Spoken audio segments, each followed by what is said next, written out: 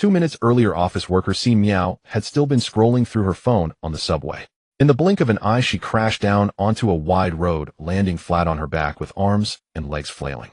Grimacing, she rubbed her aching backside and clambered to her feet. A glance to either side left her utterly aghast. Beneath her was a perfectly straight highway whose end could not be seen. Yellow sand rolled away endlessly on both sides, without a single trace of green, desolate to the extreme. She rubbed her eyes, suspecting that all her recent overtime had finally driven her into hallucinations.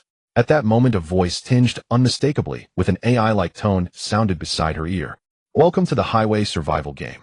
Move forward. Supply crates will appear along both sides of the highway. After nightfall, beasts will roam the roadside. We bear no responsibility if you are more than 3 meters away from your vehicle. The first 3 days are a novice protection period. After 3 days, the official game will begin, unlocking more gameplay. Please look forward to it.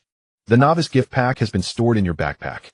A strip of high-tech black screen interface flickered into existence before Si Miao's eyes, displaying a game panel that was ordinary to the point of being crude. At the center was the cartoon back view of a tiny figure pedaling a bicycle, straining forward along the highway. In the upper left corner, weather and time were shown: sunny, survival, day 1806 m. In the upper right corner was the personal avatar. Seeing her own image of sprawling on the ground with a twisted expression, Si Miao hurriedly changed it to a vast desert background and altered her nickname to Dagong Ren E Phone Ban, an office worker driven mad. Donning this new persona, Si Miao felt a faint sense of comfort and began to examine the other functions. In the lower right corner was her personal backpack. Opening it, she found a novice gift pack and selected claim. In just this short, while she was already drenched in sweat, her mouth parched. Desert, highway, blazing sun, every debuff stacked upon her. The novice gift pack contained vehicle 1, mineral water, 500 milliliters, 3 A steam buns, 3 O lottery ticket 1. Si Miao tapped on vehicle, and a blackened electric 3-wheeler appeared before her. It was the kind often used to ferry children, relentlessly advertised, without a roof, with 2 tiny bucket seats at the back. A miniature electric tricycle with a maximum speed of 25 kilometers per hour. She promptly sat down. A weary office worker would never choose to stand if she could sit. On the front of the tricycle was a small screen battery, 100 range, 60 kilometers. A basket was fixed to the front. Storage compartments lay beneath the seat, and under the rear cushions the footboard was widened, and at the back a half-open storage box was mounted. Inside and out it offered considerable space, clearly designed for families who needed to ferry children and still haul groceries home. Si Miao hung the bag she had brought with her on the hook in front of the footboard. Inside were a half-drunk bottle of Assam milk tea, 2 packets of wedding candies from co-workers, half a pack of tissues, 2 sanitary pads. She always carried a set of keys and a data cable with a charger. Her phone was gone, yet the charger had crossed over with her. Too drained even to complain, Si Miao took off the light green shirt she wore as an outer layer and wrapped it around her head as best she could. The sun was merciless. Fortunately, it was not directly ahead on the road, or she would barely have been able to open her eyes. She turned her attention to the lottery ticket. It could be used on a prize wheel whose items refreshed every morning. On the wheel were mineral water, 500 milliliters, 10 steamed buns, 5 sun, umbrella, vehicle upgrade card, 1 hour power card, wooden crate, iron crate, bronze crate, silver crate, gold crate. The segments shrank toward the back of the list. The gold crate sliver was so thin, it was nearly just a line. Si Miao chose to use the lottery ticket. The wheel spun rapidly, its pointer slowly coming to a halt. Sweat trickled into her eyes, yet she did not dare lift a hand to wipe it away. When she saw the pointer stop on the gold crate, she hardly dared breathe. Ha ha ha. In her mind she crowed. A god-tier start. This game would be child's play. The frustration of having been inexplicably thrown into a game dissolved in an instant. She was after all unattached. As long as she alone was fed, the whole family would not go hungry. Wherever she lived, it was still just living. The gold crate was tiny, smaller than a palm, yet surprisingly heavy, surely worth tens of thousands if sold in the outside world. Inside lay a single bead shimmering with the image of a blue ocean. Congratulations, player, you have obtained the fishing system. The corners of Si Miao's lips, which had been soaring upward, froze. On a desert highway survival run, they had given her a fishing system. What was that supposed to mean? Was she cursed with perpetual bad draws? Unwilling to accept it, Si Miao carefully studied this so-called fishing system, only to discover that this fishing was not the usual kind at all. Unlocked skill: I didn't do anything. Effect: as long as the player does not deliberately provoke or threaten others, anyone who harbors malicious intent toward the player will randomly lose a portion of their basic supplies, which will then be transferred into the player's backpack. In a flash, Si Miao thought of a whole series of actions that would not be outright provocation, yet would easily breed resentment. Unfortunately, there was no one here but her. Target search failed. She flipped through the game interface and saw that the regional channel would only unlock after the 3-day novice period. Suppressing her disappointment, she decided to hit the road and see how this game truly played. The little electric tricycle rolled onto the highway, gradually picking up speed faster and faster. The hot wind brought a faint hint of coolness, yet it carried sand. She spat grit from her mouth in irritation. After riding for 20 minutes and beginning to doubt her entire existence, she finally spotted a wooden crate at the roadside ahead, small as a shoebox. She stopped the tricycle and carefully circled the crate, then kicked it over with one decisive stomp. The box tipped sideways without triggering anything extra. Only then did Si Miao pick it up, carry it to the vehicle, set it on the seat, and open it. Inside were 3 simple items: mineral water, 500 milliliters, 1 steamed buns, 2 sun hat, 1. Without hesitation, she unwrapped the shirt from her head, put on the sun hat, tightened the strap, and at last her burning face found a patch of shade. Her backpack started with 10 slots, identical items, stacking up to 99. Including the supplies she had just acquired, she now had water, 4 steamed buns, 3 stuffed buns, 2 gold crate, 1 wooden crate, 1. If she were frugal, that would be enough to eat for a day or two. From her own bag, Si Miao took out the half bottle of lukewarm Assam milk tea and drank 2 mouthfuls before forcing herself to stop. She then opened the wedding candies and dug out a Wangzai milk candy she had never bothered to look at before popping it into her mouth to replenish a little energy. When her co-workers had handed out wedding candies back, then she had accepted them only out of politeness and stuffed them into her bag at random. Now even such a small thing had become precious supplies. She mounted the little vehicle and set off once more. In her mind, she already saw the dawn of victory. As long as she endured until the 3-day novice period ended and the forum unlocked, there would be a mountain of stored food waiting for her to excavate. Perseverance was victory. Over the course of the morning, Si Miao found 3 more wooden crates, harvesting in total water, 2 steamed buns, 3 apple, 1 sunglasses, 1 sub-mini fan, 1 30-minute power card, 2. Only when the tricycle's initial full charge was nearly spent did she finally stop to rest. She sat down, hiding in the strip of shade cast by the vehicle, and used 2 wooden crates as a cushion, otherwise the highway surface would scorch her backside. At the front of the tricycle was a subport. She placed the mini fan on the footboard, directing its breeze toward her face. She stowed the Assam milk tea, something she might never be able to drink again, into the backpack, then took out a bottle of water and a steamed bun to serve as lunch. The steamed bun was the old-style leaven bun from her childhood. Normally one would be enough to fill her up, but she had burned through so much energy that finishing it left her barely satisfied. Thinking that only with strength could she keep going, she drew out another bun and washed it down with water. But she was even more reluctant to part with the mint seedlings. The double-layer storage rack for the vehicle hadn't been made yet, and she wanted to keep the bee needle to see if she could craft a weapon. Expressionless as she gnawed on the bun, Si Miao thought that the game could not possibly be so cruel as to force newbies with no way to trade during the protection period to push their vehicles forward on foot. The power cards at least should not be too scarce. Of course, if her guess proved wrong, she could always curse this dog of a game later. After resting for an hour against the back seat of her electric tricycle, Si Miao set off again. She put on her sunglasses and sun hat, and clipped a small fan to the handlebar, letting the breeze blow directly onto her face. The power cards could be used while charging. When the 30-minute power card was exhausted and faded away, she had just covered 30 kilometers. She swapped in a new card, then opened the wooden crate she had picked up earlier. Inside lay 1 steamed bun and a white palm-sized MP3 player. The antique device instantly dragged Si Miao back to her student days.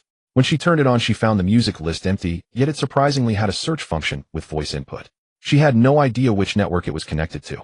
It was too noisy to speak aloud, so Si Miao simply stuffed the 2 accompanying earbuds into her ears and searched for the songs she usually listened to.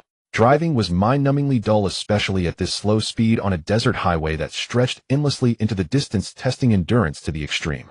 The MP3 had arrived at the perfect time. The red 3-wheeler set off once more.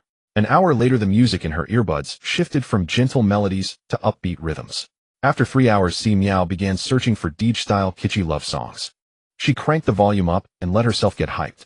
By 6 o'clock, the sky had begun to darken, and she finally could no longer keep driving. She stopped, rubbed her, but that felt completely dead, and started counting her supplies. In the afternoon, she had picked up 3 crates, which yielded water, 2 steamed bun, 1 MP3, 1 blanket, 1 30-minute power card, 3. Adding in the morning's gains and subtracting that day's consumption, her backpack currently held water, 4 steamed buns, 3 stuffed buns, 2 apples, 1 blankets, 1 30-minute power card, 1 wooden crates, 7 golden crate, 1, and a quarter bottle of Assam milk tea. She used every comfort-boosting item she had. Sunglasses, sun hat, small fan, and the like. She would not starve, but she certainly could not eat well. Everything was dry and joyless. After finishing her dinner, her last pickled vegetable stuffed bun, She took tiny sips of water in between bites. A normal person would consume around 3 to 4 bottles of water a day. In this place, with sweat pouring off her, even with strict rationing, she still went through 4 bottles and felt half dead. Once it was completely dark, she still could not bring herself to turn on the headlight, afraid of wasting power. These power cards were calibrated to the bare minimum. Roughly every 25 kilometers, she would get a 30-minute card that granted about 30 kilometers of range. Si Miao spread out her 2-meter yellow duck blanket beside the tricycle, folded it over once, and lay down on it. She pulled another layer over her stomach. The temperature difference between day and night was huge here, and it had already begun to turn cold. With one earbud and music playing softly, her mind was a chaotic tangle. When her limbs went numb from lying still, she rolled onto her side, facing away from the road, and met a pair of glowing green eyes. She recalled the warning: after dark, wild beasts would appear on both sides of the road, and the system would accept no responsibility if one strayed more than 3 meters from their vehicle. After a moment of silence, she calmly rolled over as if nothing had happened and quietly wrapped her arms around the nearby tire.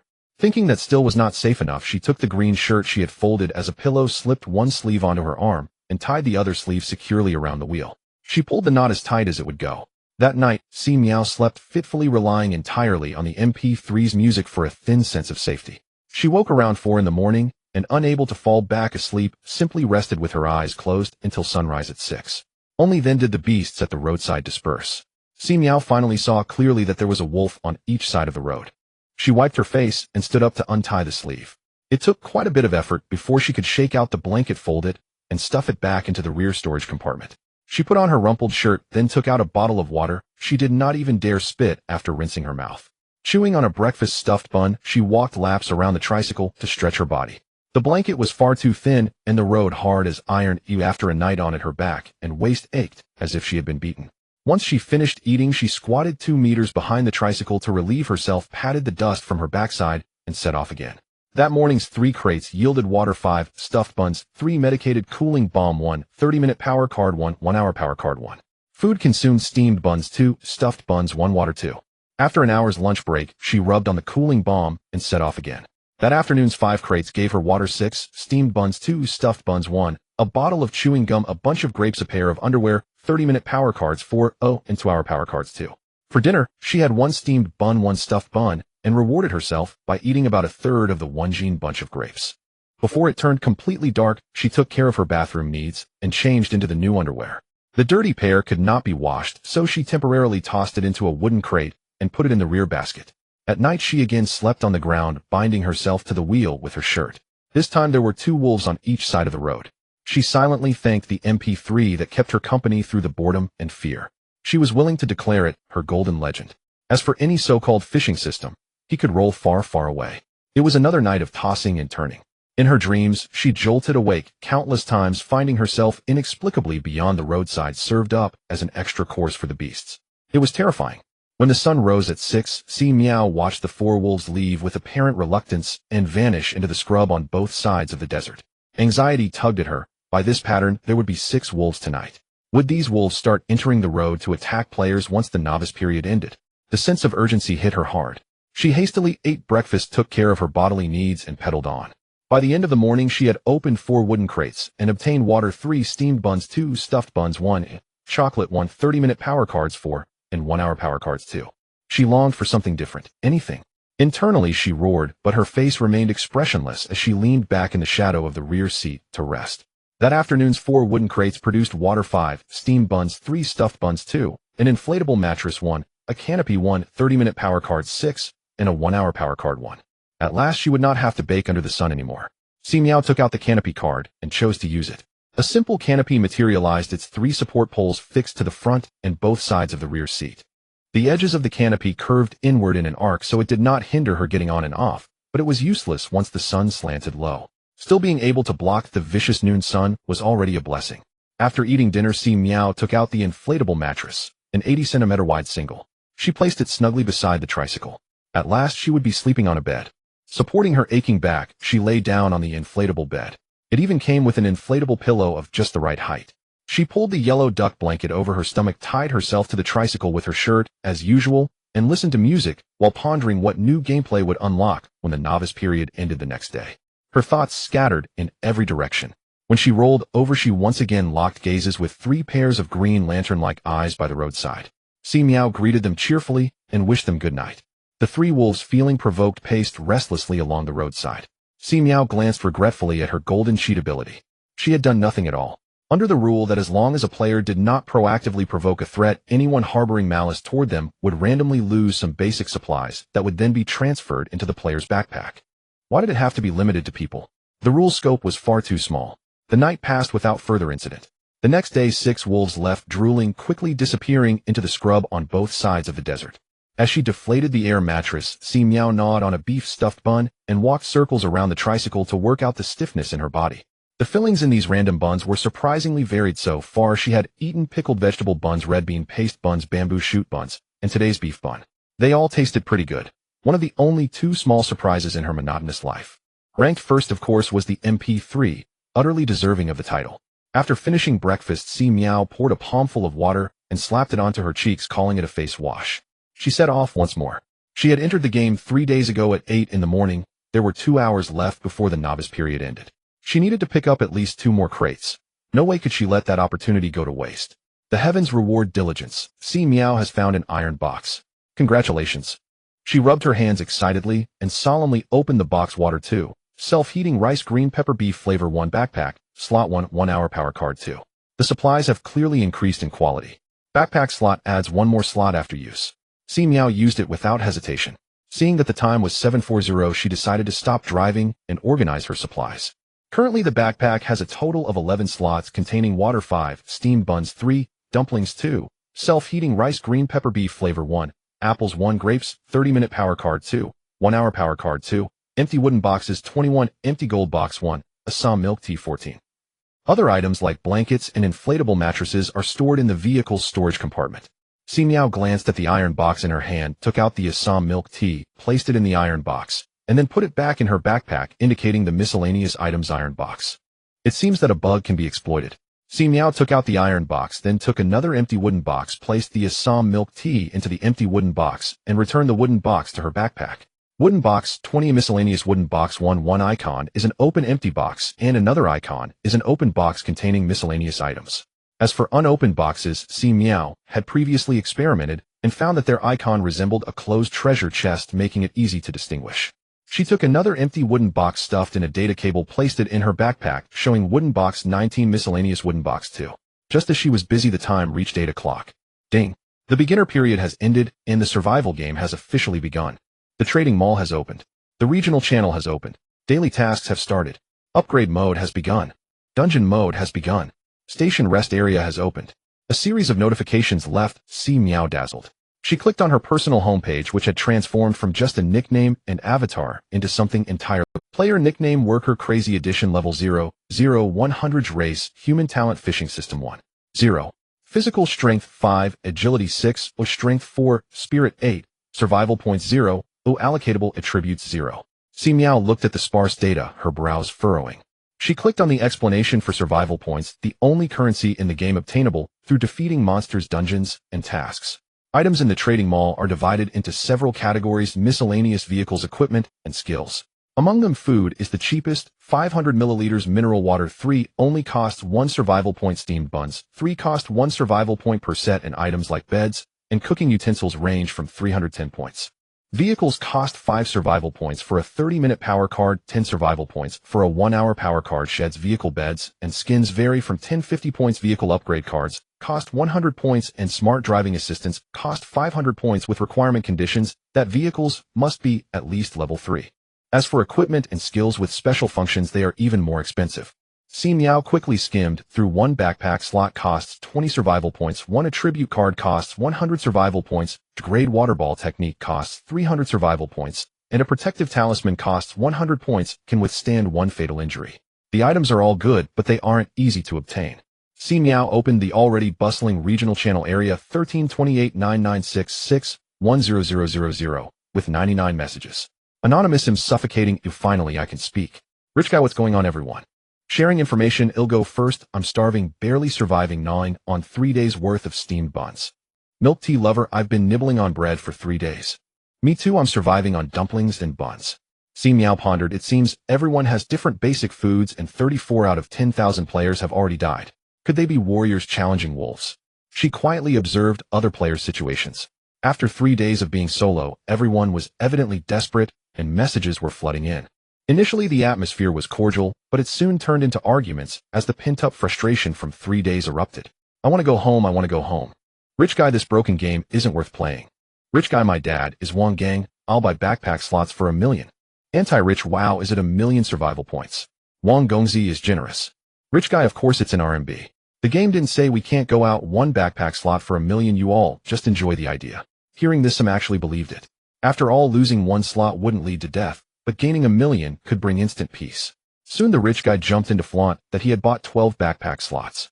Si Miao was astonished. There are so many fools these days. Si Miao began experimenting with her fishing system 1.0. Skill: I did nothing.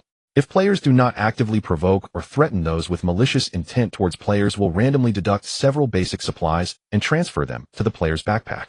She thought for a moment, changed her nickname to I am a woman, and replaced her avatar with a hand making a heart gesture towards the sky. Then she posted in the regional channel, this game isn't that difficult. Everyone.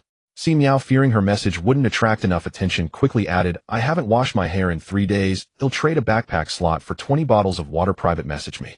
The regional channel lagged for a moment before it began to refresh. Wildly, Black Bear, in the mall, a backpack slot costs 20 survival points, 3 bottles of water cost 1 survival point. 1 backpack slot can be exchanged for 60 bottles of water. Can someone really die from not washing their hair? Rich guy women are so pretentious, I've seen many like her. She'll probably start selling private pictures by afternoon, calling everyone boss. Anonymous fool, you should just die early, oh what bad luck. Anti-rich, I told you, too good at preserving the fetus doesn't work. With a rich guy trading 1 million for a backpack slot, Si Miao's attempt to trade for 20 bottles of water seemed utterly foolish and raised doubts about her intelligence. Survival was already frustrating. The simple-minded Si Miao had already been hit with a face full of supplies. She pushed aside 2 bottles of water, stood up, wiped her face, and looked around. Good gracious, the vehicle was surrounded by supplies, with even 2 oranges rolling off the road. She opened her backpack, and sure enough, water 99, steamed buns 99, dumplings 99, apples 99, self-heating rice 99, empty wooden boxes 99. Each slot could hold a maximum of 99 identical items, and the excess had exploded. Si Miao happily hugged the supplies, looking completely innocent. She was just a woman wanting to wash her hair. What's wrong with that? It's all these people. Maliciousness abounds. After enjoying herself, Si Miao began sorting supplies, but it was impossible to fit everything. Too bad they were all basic supplies. She didn't even have a power card. Si Miao sorted for 2 hours. She unfolded the sleeping bag which someone kind-heartedly had dropped and frantically stuffed things inside: daily necessities. In one sleeping bag, towels, hygiene kits, folding basin, underwear, toilet paper, pajamas, outerwear, hats, socks, slippers. Food in another sleeping bag: steamed buns, dumplings, bread, cornmeal, cakes, self-heating hot pot, instant noodles, biscuits, chocolate. One tent had mineral water. Now she could truly wash her hair. Si Miao hummed a tune, took out a folding basin and hygiene kit, brushed her teeth, washed her face, washed her hair, and took a shower, changing into a clean black windbreaker, using a full 20 bottles. 20 bottles for sure. This supply came too easily. Si Miao decided to seal the fishing system. During this time, she didn't idle either. She minimized the chat channel to the top right corner, constantly monitoring other players' movements. Today's task: advance 100 kilometers. At the speed of 25 kilometers per hour for a tricycle, it will take at least 4 hours of driving. A few days ago, Si Miao drove for about 10 hours each day. It was a piece of cake. After 20 minutes on the road, Si Miao discovered the first wooden crate. She parked and approached to pick it up, opening it to find cola, 1 hamburger, 1 30-minute power card, 2 supplies upgraded. Si Miao put away the cola and finally decided to drink the treasured Assam milk tea, with lunch consisting of the pepper chicken leg burger. She monitored the chat channel and noticed that periodically someone would shout that supplies had disappeared.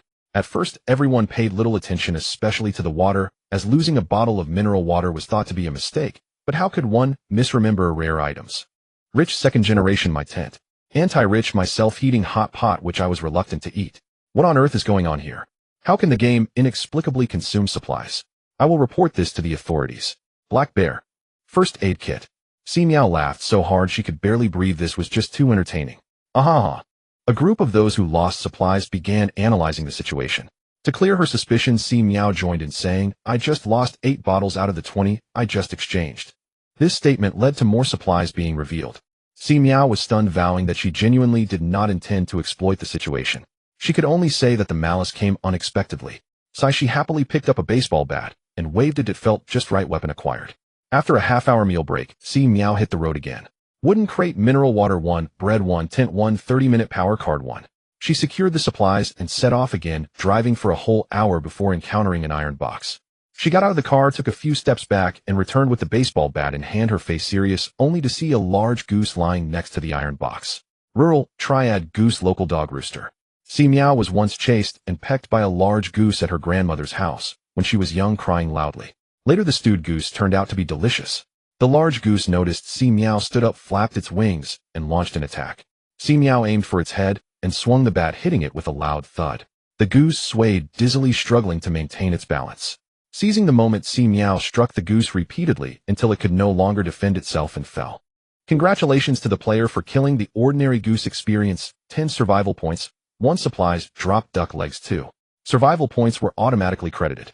Si Miao happily collected her spoils and returned to the tricycle, opening the box underneath the shelter. Sprite 1, fried chicken 1, 1-hour power card 1, a backpack, slot 1, a vehicle wall 1. Si Miao used the backpack slot specifically for the baseball bat, allowing for easy access.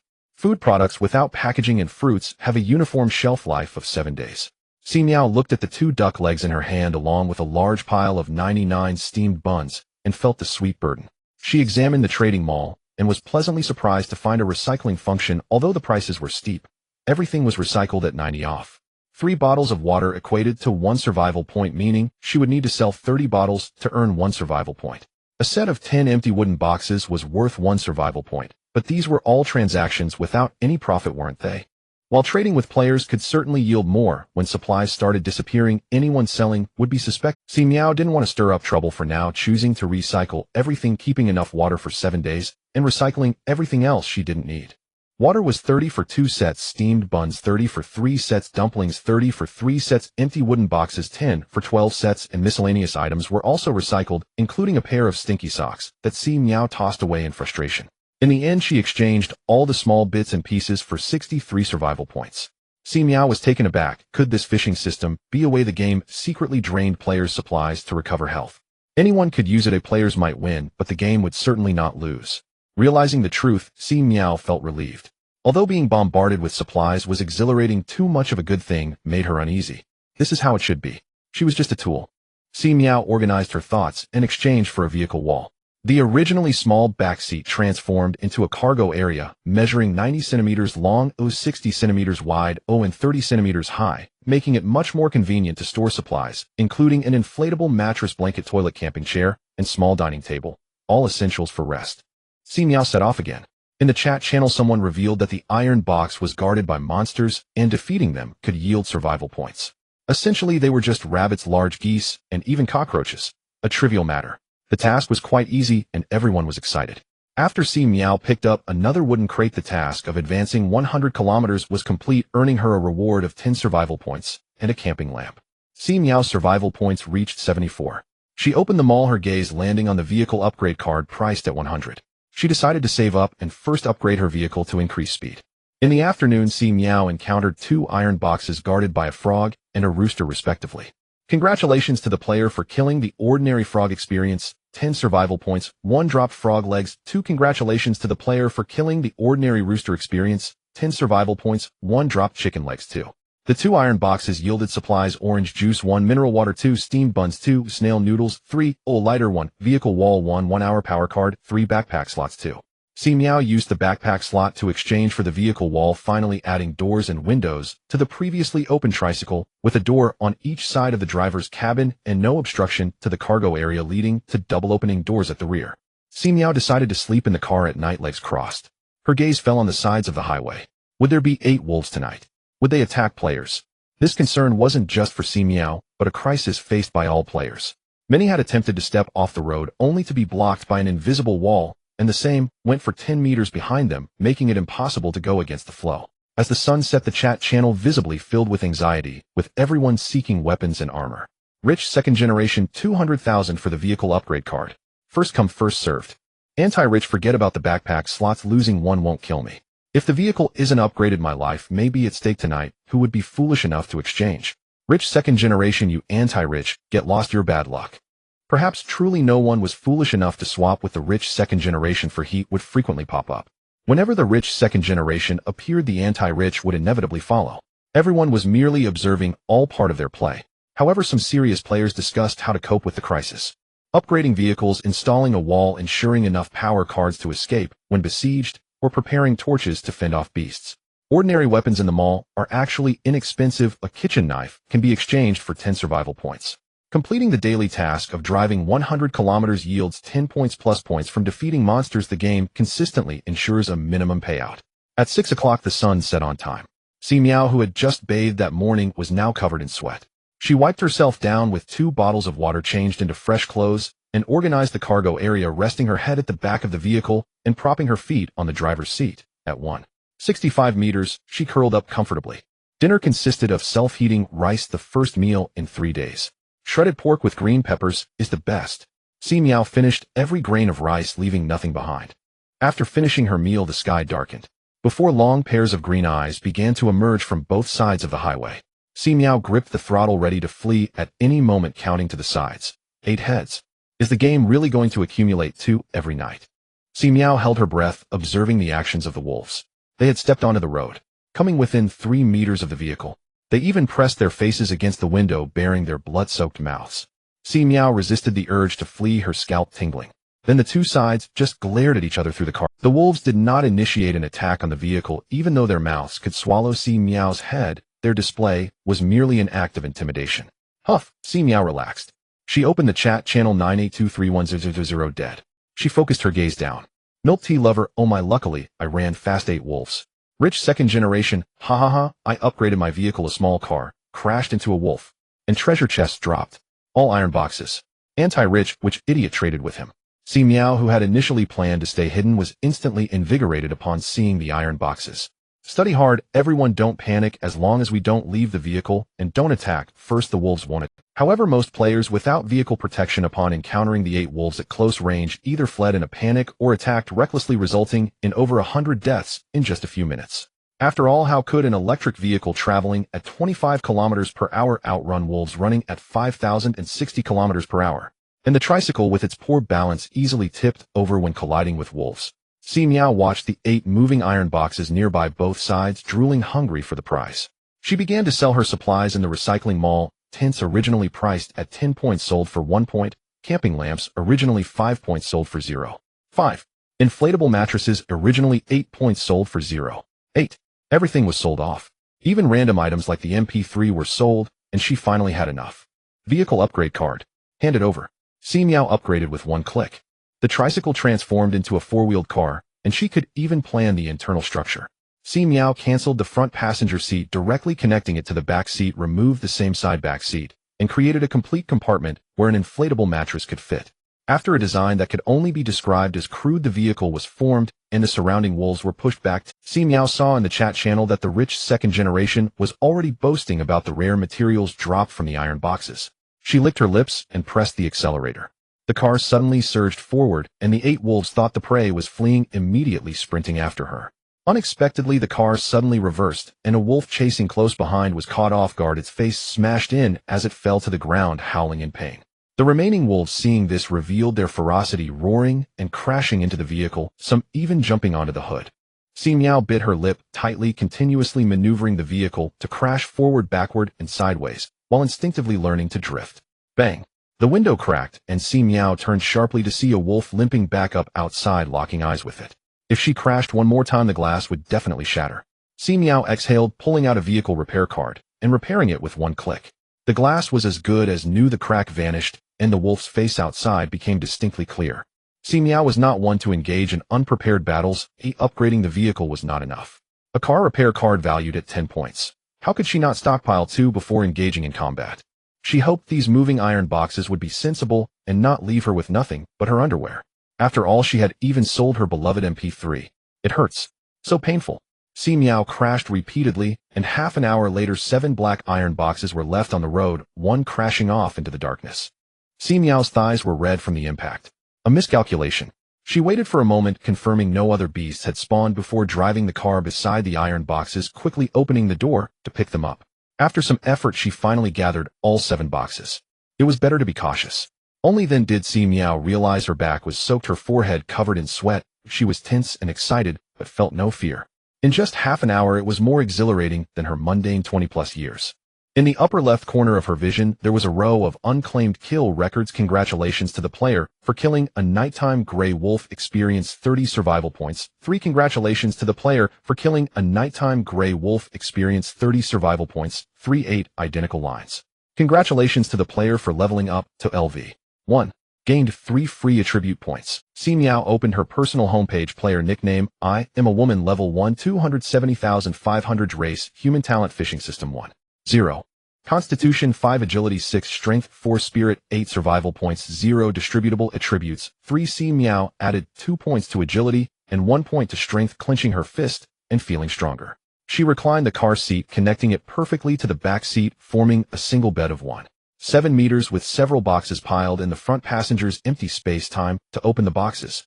Family bucket 1, cola 1, 1 hour power cards 3, backpack slots 1, car refrigerator 1, electrolyte 2, chicken cutlet 1, peach 1, 1 hour power cards 2, car speakers 1, water 6, a watermelon 1, induction cooker 1, 1 hour power cards 3, orange juice 2, steam buns 3, attribute card 1, water 2, steam buns 2, attribute card 1, water 1, steamed bun 1, vehicle expansion card 1, 1 hour power card 1, water 2, bread 3, a vehicle upgrade card 1, 7 iron boxes yielded 2 attribute cards 1 expansion card and 1 vehicle upgrade card. Si Miao felt a moment of regret, not finding the much desired skill cards like fireball and water arrow. Attribute agility 1, a constitution 1. The expansion card could increase space by 1 cubic meter, allowing for free modeling. Si Miao chose to raise the cargo area to avoid bending down. As for the vehicle upgrade card, unfortunately upgrading the vehicle to level 3 required 3 upgrade cards, but it was still a great harvest. Si Miao installed the car speaker, which also had voice command features. She wouldn't be redeeming the MP3 anymore. The car refrigerator was placed under the front passenger seat, filled with a few bottles of drinks and some fruit. Life was looking good. Si Miao lay on the flat seat bed, monitoring the chat channel while reviewing today's actions. Then she slapped her thigh. The vehicle upgrade had turned it into a small car, and the previously installed car walls and bed were completely unnecessary. These 2 items sold for 50 and 40 in the mall, plus the car cover for 30 points, making the vehicle upgrade card much more affordable. Si Miao shared her discovery in the chat channel. I am a woman. If possible, save up and buy the vehicle upgrade card directly. With the upgrade, the car cover, walls, and bed are all included, which can save on repeated expenses. Anti-rich, guess if I have the means. Milk tea lover, why not eat meat pulp? Si Miao looked at her backpack slots, now filled again. Water 99, steamed buns 99. She calmly added, after upgrading, if I buy 2 more repair cards, I can play bumper cars with the gray wolves. The treasure boxes have good stuff that can restore health. Study hard, good person. They'll give it a try. Study hard, but I suggest players without means can slowly drive the car forward 100 meters. Players have mentioned that after 100 the wolves won't chase anymore, but the process must be slow to avoid letting the wolves initiate contact, which counts as active attack. Old 6, forget it, I'll just stay put. That's the safest option. Noob, same here. Same here, what do you want from me? As the situation gradually cleared up, players began to show off. Si Miao focused on sorting her supplies. She certainly wasn't being kind, as she was just empty-handed after the fight and wanted to regain some health. Thanks to her earlier foolish comment about using backpack slots to trade for water to wash her hair, she successfully set herself up with a pretentious persona. Once a stereotype is formed, even when she speaks normally, people will nitpick. And these inexplicably hostile people didn't make Si Miao feel guilty about taking their supplies. Sigh, getting stronger. Isn't it just about speaking up? Si Miao hummed a tune, as usual, leaving 7 days worth of water, 2 sets of clothes, toilet paper, and recycling everything else. The survival points reached 51, making her feel quite affluent.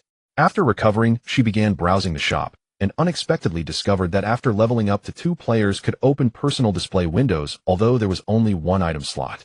Si Miao studied the rules for the display window. When players listed items, the system would provide a suggested price, but the final selling price was still up to the player. Payment methods included not only survival points, but also the option to take out loans. For instance, if Si Miao listed a vehicle upgrade card, she could set the price so that the buyer needed to pay 1 attribute card within 2 hours. If she feared that the other party might default, she could pay a 5 service fee based on the game transaction amount to transfer the debt to the game.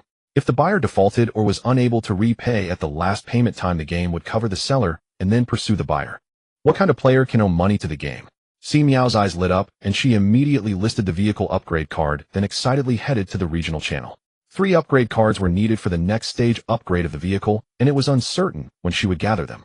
However, attribute cards could be used immediately. Turning resources into strength ahead of time was the right strategy. I am a woman. My homepage display window has a vehicle upgrade card for sale. but only one first come first served. The onlookers were amazed realizing there were such ways to play. And to wealth, everyone don't listen to her lies. The strategy is clear. We will eventually get vehicle upgrade cards. This wolf is a resource, experience drops, and treasure chests. This woman is not a good person, she wants to prematurely harvest our resources. A portion of eager individuals calmed down upon seeing this. However, there were still those who couldn't stand being surrounded by 8 wolves all night, unable to move. One such person was Kaida Kojiao, who had eaten a self-heating hot pot for dinner. Her stomach grumbled, and she urgently needed to relieve herself.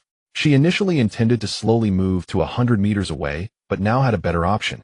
She clicked on the homepage display window of I Am a Woman and saw that paying 1 attribute card within 2 hours would transfer the debt to the game, adding 50 interest. Without hesitation, she clicked to purchase. After all, even if she survived to 100 meters away, she would still give up these resource boxes. It was better to use 1 attribute card to realize her resources. With 1 click, the vehicle upgraded. Kaida Kojiao remembered that I Am a Woman had mentioned preparing a repair card and reluctantly spent 10 survival points to buy 1. Time to get to work. An hour later, a drowsy Si Miao received an attribute card, and the excitement of the buyer was about to burst off the screen. Kaida Kojiao, sis, you are truly a good person. Si Miao raised an eyebrow, slightly clicked into her homepage display window, and found an identical vehicle upgrade card that had even increased in price. She smiled and added a bit of attribute to her strength. Her current stats were Constitution 6, Strength 6, Agility 9, Spirit 8. She went to sleep. The next day, she woke up to find that the regional channel had exploded overnight. While brushing her teeth, Si Miao scrolled through the chat history and learned that more and more players had imitated her tactics, boasting about their loot after opening chests and then raising prices. The highest vehicle upgrade card sold for a buyer's 70 earnings from monster hunting before 6 p.m. If the earnings did not cover 80 of the suggested price for the vehicle upgrade card, the seller could pay a 5 service fee to have the system reclaim the item. Then at 6 p.m., the seller defaulted and failed to show up. The system compensated, but only for the suggested price of the vehicle upgrade card, which was 100 survival points. After deducting the 5 service fee, she ended up with 95 points, losing 5 survival points in the process, which was laughable. The seller, unearthed by the crowd, disclosed that the standard was still based on the suggested price, with the game adding 50 interest. She had to repay 150 survival points. If she lacked funds, her backpack supplies would be deducted, and if she had no supplies, her loot from opening boxes would be deducted. Everyone suddenly understood. The game profits from both ends. Si Miao pondered thoughtfully while watching. This is also a form of protection, preventing resources from flooding into the hands of a few players, while others fail to develop, leading to a shrinking base. In the end, only the game can harvest players like leaks. After finishing breakfast, Si Miao moved around her vehicle and set off on time at 6:30. After upgrading, the vehicle's speed increased from the original 25 km/h to 60 km/h, doubling the speed. The original 30-minute battery could now cover 60 kilometers, and the 1-hour battery could cover 120 kilometers, while other onboard appliances' power consumption could be ignored. Today's tasks: 1. Advance 240 kilometers. 2. Enter the rest area. 2 tasks. The advanced task equals vehicle speed 4 hours. As for the rest area, there was no news yet. But with tasks issued, how far could the platform be? After driving for half an hour, Si Miao found a wooden box. Water 1, 8 chips, 1 1-hour battery, 2 nothing special. Half an hour later, she encountered the first. Si Miao got out of the car wielding a baseball bat, and with a fierce demeanor approached, only to see a black spider the size of a basketball resting on the iron box. Help! She felt her scalp tingle. The mental attack from the giant spider was overwhelming. It seemed like it could jump up and pounce on her face at any moment. Si Miao retreated to the car, opened the shop, and exchanged for a gas mask worth 5 points, a pair of labor gloves worth 3 points, and a large pot lid worth 5 points to use as a shield. After gearing up, she took a deep breath and got out of the car, ready to reclaim her territory, but was horrified to find the spider had vanished. This was the most terrifying thing. While keeping an eye out, she approached the iron box and used her baseball bat to flip it open from the side. Sure enough, a black figure suddenly shot out. Si Miao quickly pushed the pot lid forward, and the two collided, creating a piercing sound. The giant spider landed and began to move rapidly. Si Miao danced in place, unsure who was more terrifying in the chaos. With a thud, the giant spider was knocked 2 meters away by the baseball bat. Si Miao moved in for the kill, frantically smashing it, as if it were a giant crab, shattering it into pieces. Congratulations, player, for killing a normal giant spider. Experience 20 survival points. 2. Dropped spider silk. 2. The disgusting corpse vanished, and the road was restored to cleanliness, with the baseball bat now clean. Si Miao disdainfully picked up the loot and went to collect the opened iron box. Back in the car, she took off her mask and wiped her sweat, finally in the mood to organize her supplies. Water 3. Vehicle air conditioner 1 1-hour battery 1 attribute card 1 a good haul. Si Miao first installed the air conditioner, and as the cool air blew, she felt refreshed, adding the attribute card to her strength. The regional channel messages continued to fly by. Rich second generation suddenly increased difficulty. A giant python that big. Him out. Anti-wealth tch once a grown man gets a murderous intent, can't he take on a polar bear alone? Kaida Kojiao tch once a grown man gets a murderous intent, can't he take on a polar bear alone? Lao Lu tch once a grown man gets a murderous intent, can't he take on a polar bear alone? Rich second generation who? Who said that? Find the one who said it. Below a crowd laughed. However, it was evident that the guarding monsters of the iron boxes had leveled up today. Si Miao set off again, determined to complete today's progress task in one go before stopping. He had wasted some time battling monsters along the way, and now his stomach was growling at 1:30. But the rewards were plentiful. Progress of 240 kilometers completed.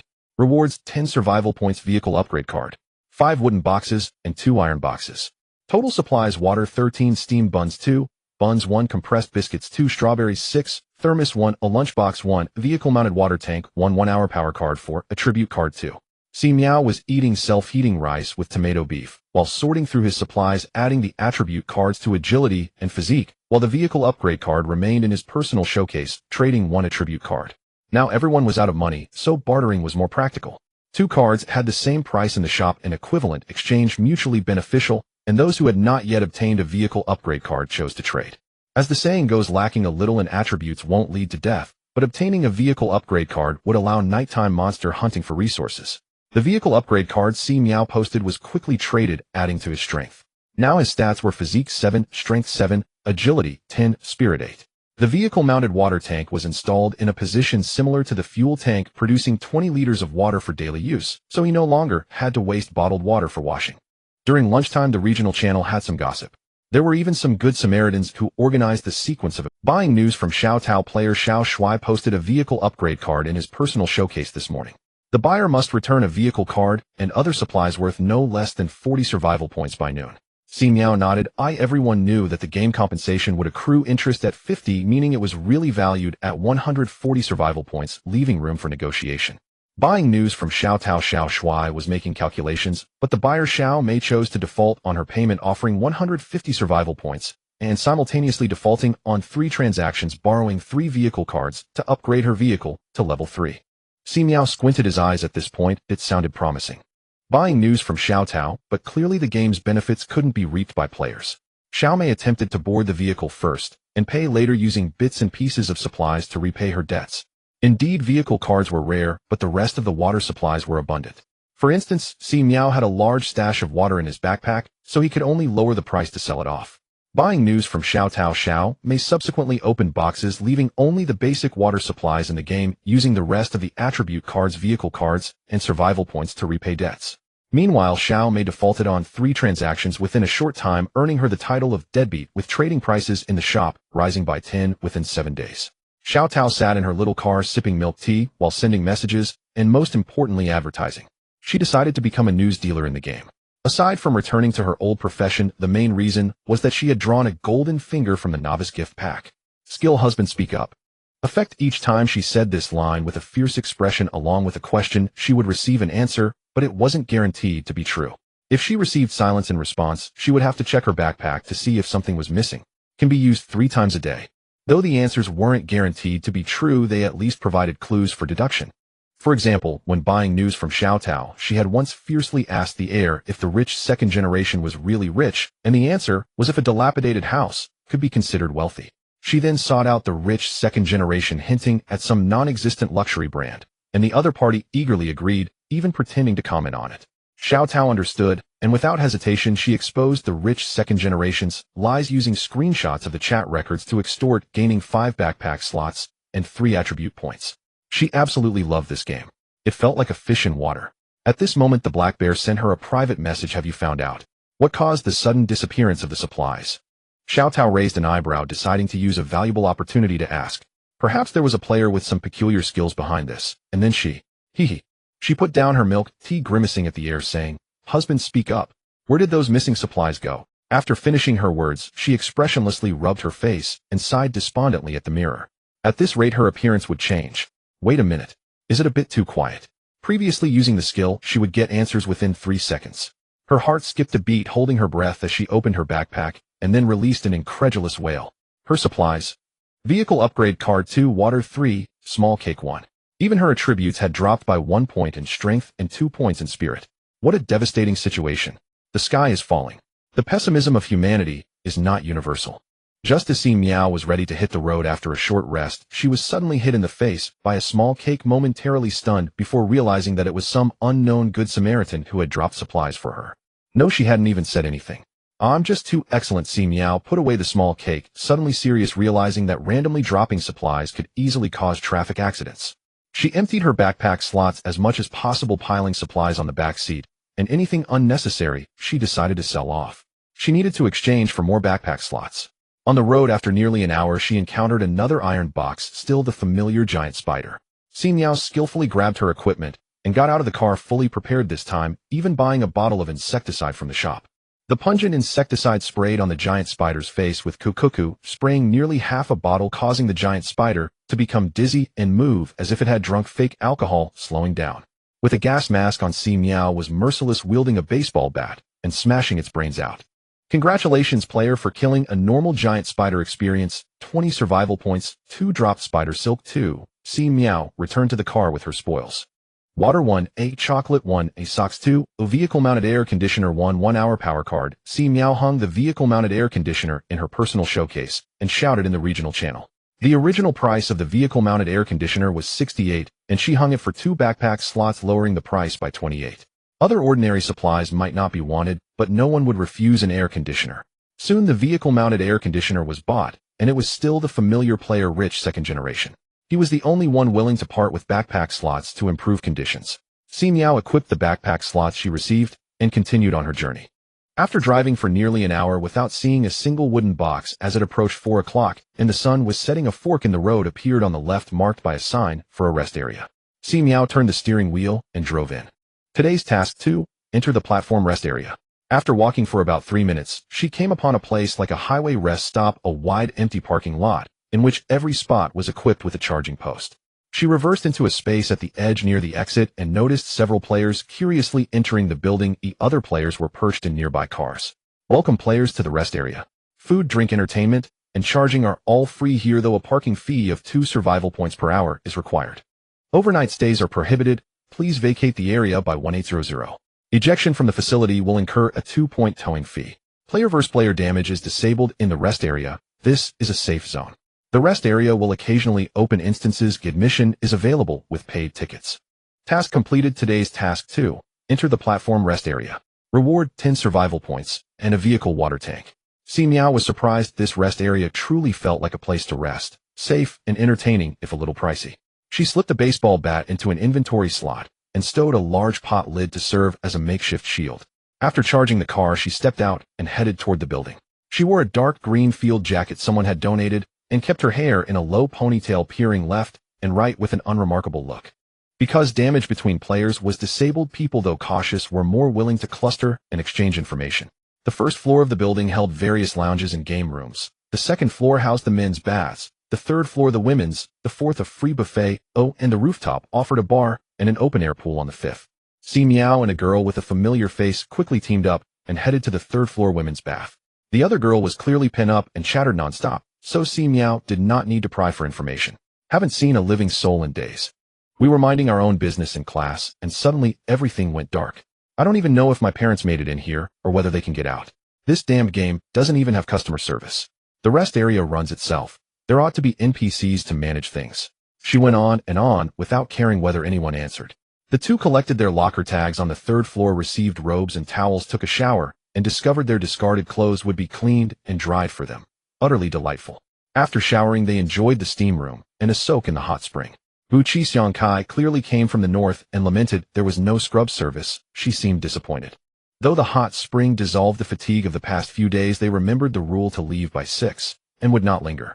Within half an hour, they donned their clean, dried clothes and hurried to the fourth floor buffet. After days of steamed buns and ready-heated rice, everyone craved freshly cooked food. Stir-fried dishes were a favorite, and even mechanical arms could turn out a decent bowl of soup noodles. Si Miao ate a bowl of seafood noodles while the girl opposite, Bu Xiangkai, began to fish through her belongings and whispered conspiratorially, "I pulled something really good from the newbie pack." Hearing that, Si Miao leaned in with equal secrecy and curiosity. After a moment, Buqi Xiangkai's tone shifted and she lost interest. Never mind. I guess you're not much of a talker, I've been rambling. Si Miao felt she'd been toyed with, but had no proof.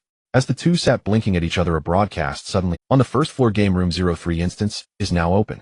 Players wishing to participate may enter. Si Miao swallowed the last mouthful, left her dishes at the recycling station, and hurried downstairs. Buqi Xiangkai followed close behind, hastily swallowing a mouthful of meat as she ran. Other diners moved with similar haste toward the stairwell. A circle of people had already formed at the door to room 03, murmuring over the posted rules. Si Miao squeezed to the front and read ticket 10 survival points. It seemed rather steep, and everyone agreed it was expensive. Her forward task reward of 10 survival points would be entirely spent. Some players afraid of combat would have no funds left to pay for parking after buying a ticket. After listening to the bustle for a while, she realized someone had already entered. She had to see for herself. Buqi Xiangkai wanted to be adventurous as well, and the two paid their admission and stepped into the instance. Si Miao found herself standing before a small wooden cottage with a red roof, like something from a fairy tale. 9 other players stood nearby, each with a floating ID above their heads. Buqi Xiangkai had not entered in close succession with her. Instance: the little girl who picks mushrooms. Rule 1: players may receive baskets from Hong Sansan and enter the forest to gather mushrooms. After 6 hours, the mushrooms will be valued and ranked. The top 3 players receive rewards, the bottom 3 lose 5 of their supplies, and death results in a 50 supply deduction. Rule 2: each mushroom's price and function differ. The forest contains hidden clues. Instance: items cannot be placed into backpacks. The in-game shop is closed. Personal storefronts suspend transactions, and regional chat channels are disabled during the event. When the rules ended, the small red house's door opened, and a red-haired little girl stepped out holding a wand.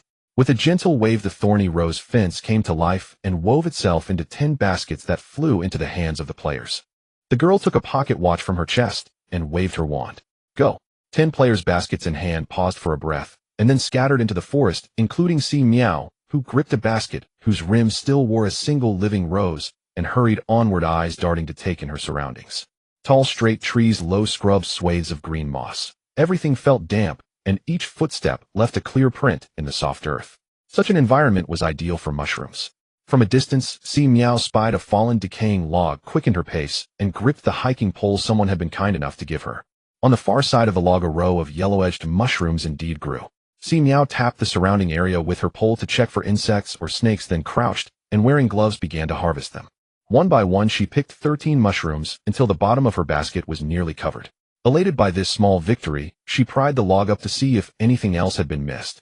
There were no more mushrooms, but she found a hint card. The card warned that the yellow-edged mushroom was lethally poisonous, and that handing it to Hong Sansan would result in instant death. Si Miao froze as she had narrowly avoided a fatal mistake.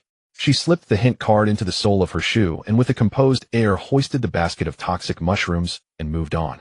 Over the next hour, she discovered 5 or 6 more varieties of mushroom and found 2 more hint cards. One card read that the white mushroom was the cheapest, worth 1 point each. Another explained that Hong Sansan favored the intact red umbrella mushroom, worth 100 points apiece, though a broken specimen would lose half its value.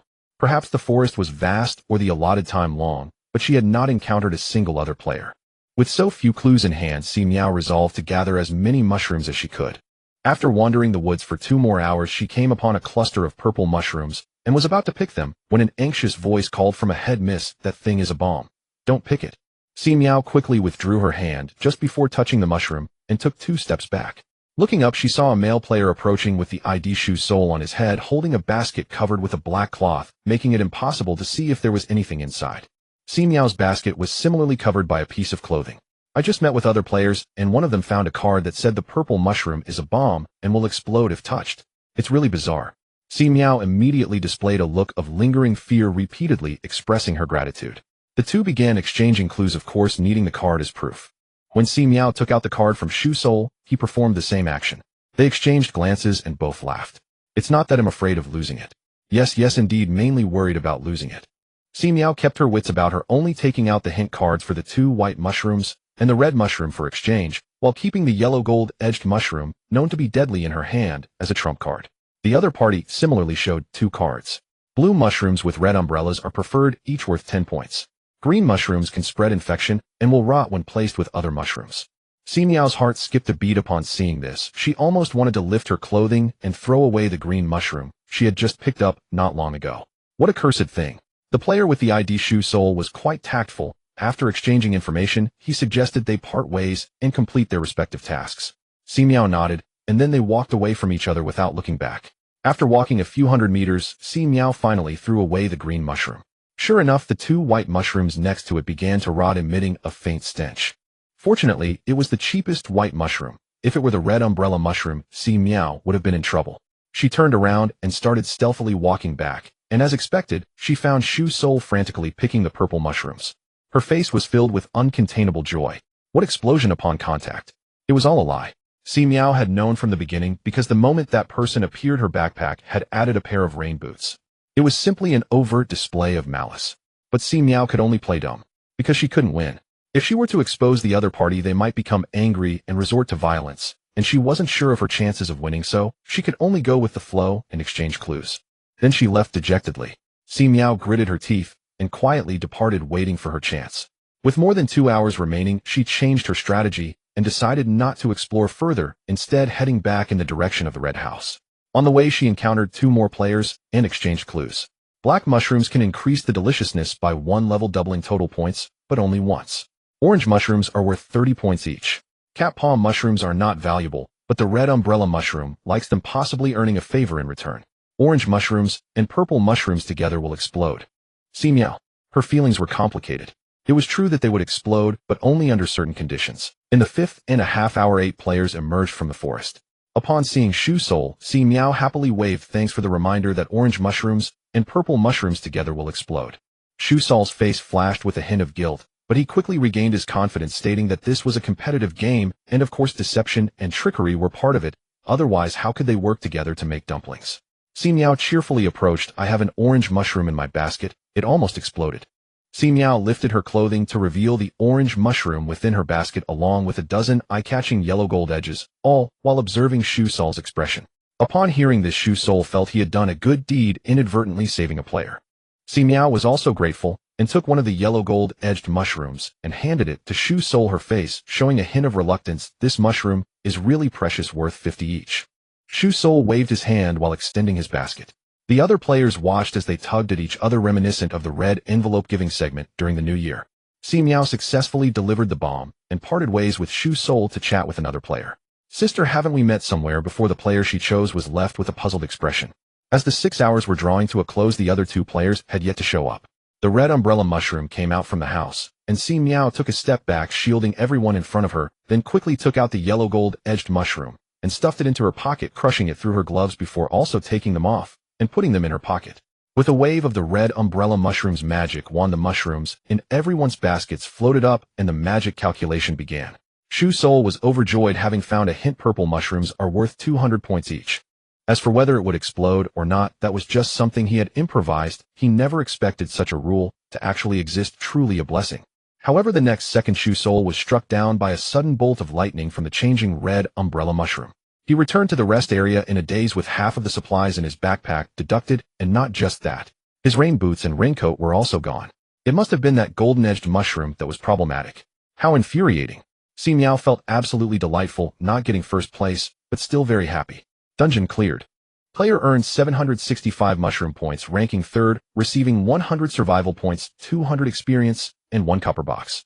The red umbrella mushroom really liked the cat paw mushroom you brought back, gifting you a space basket.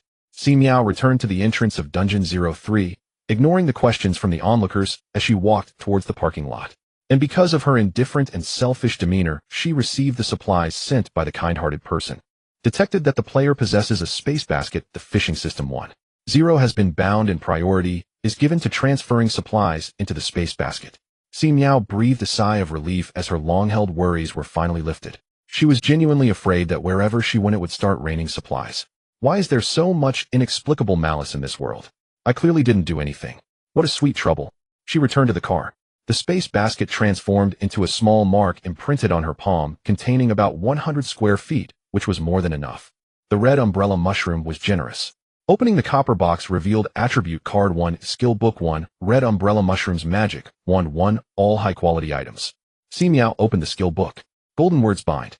Effect: when the player utters the bind word, it can immobilize any living being that hears the voice for 3 seconds. Usable 3 times per day. It's a control skill.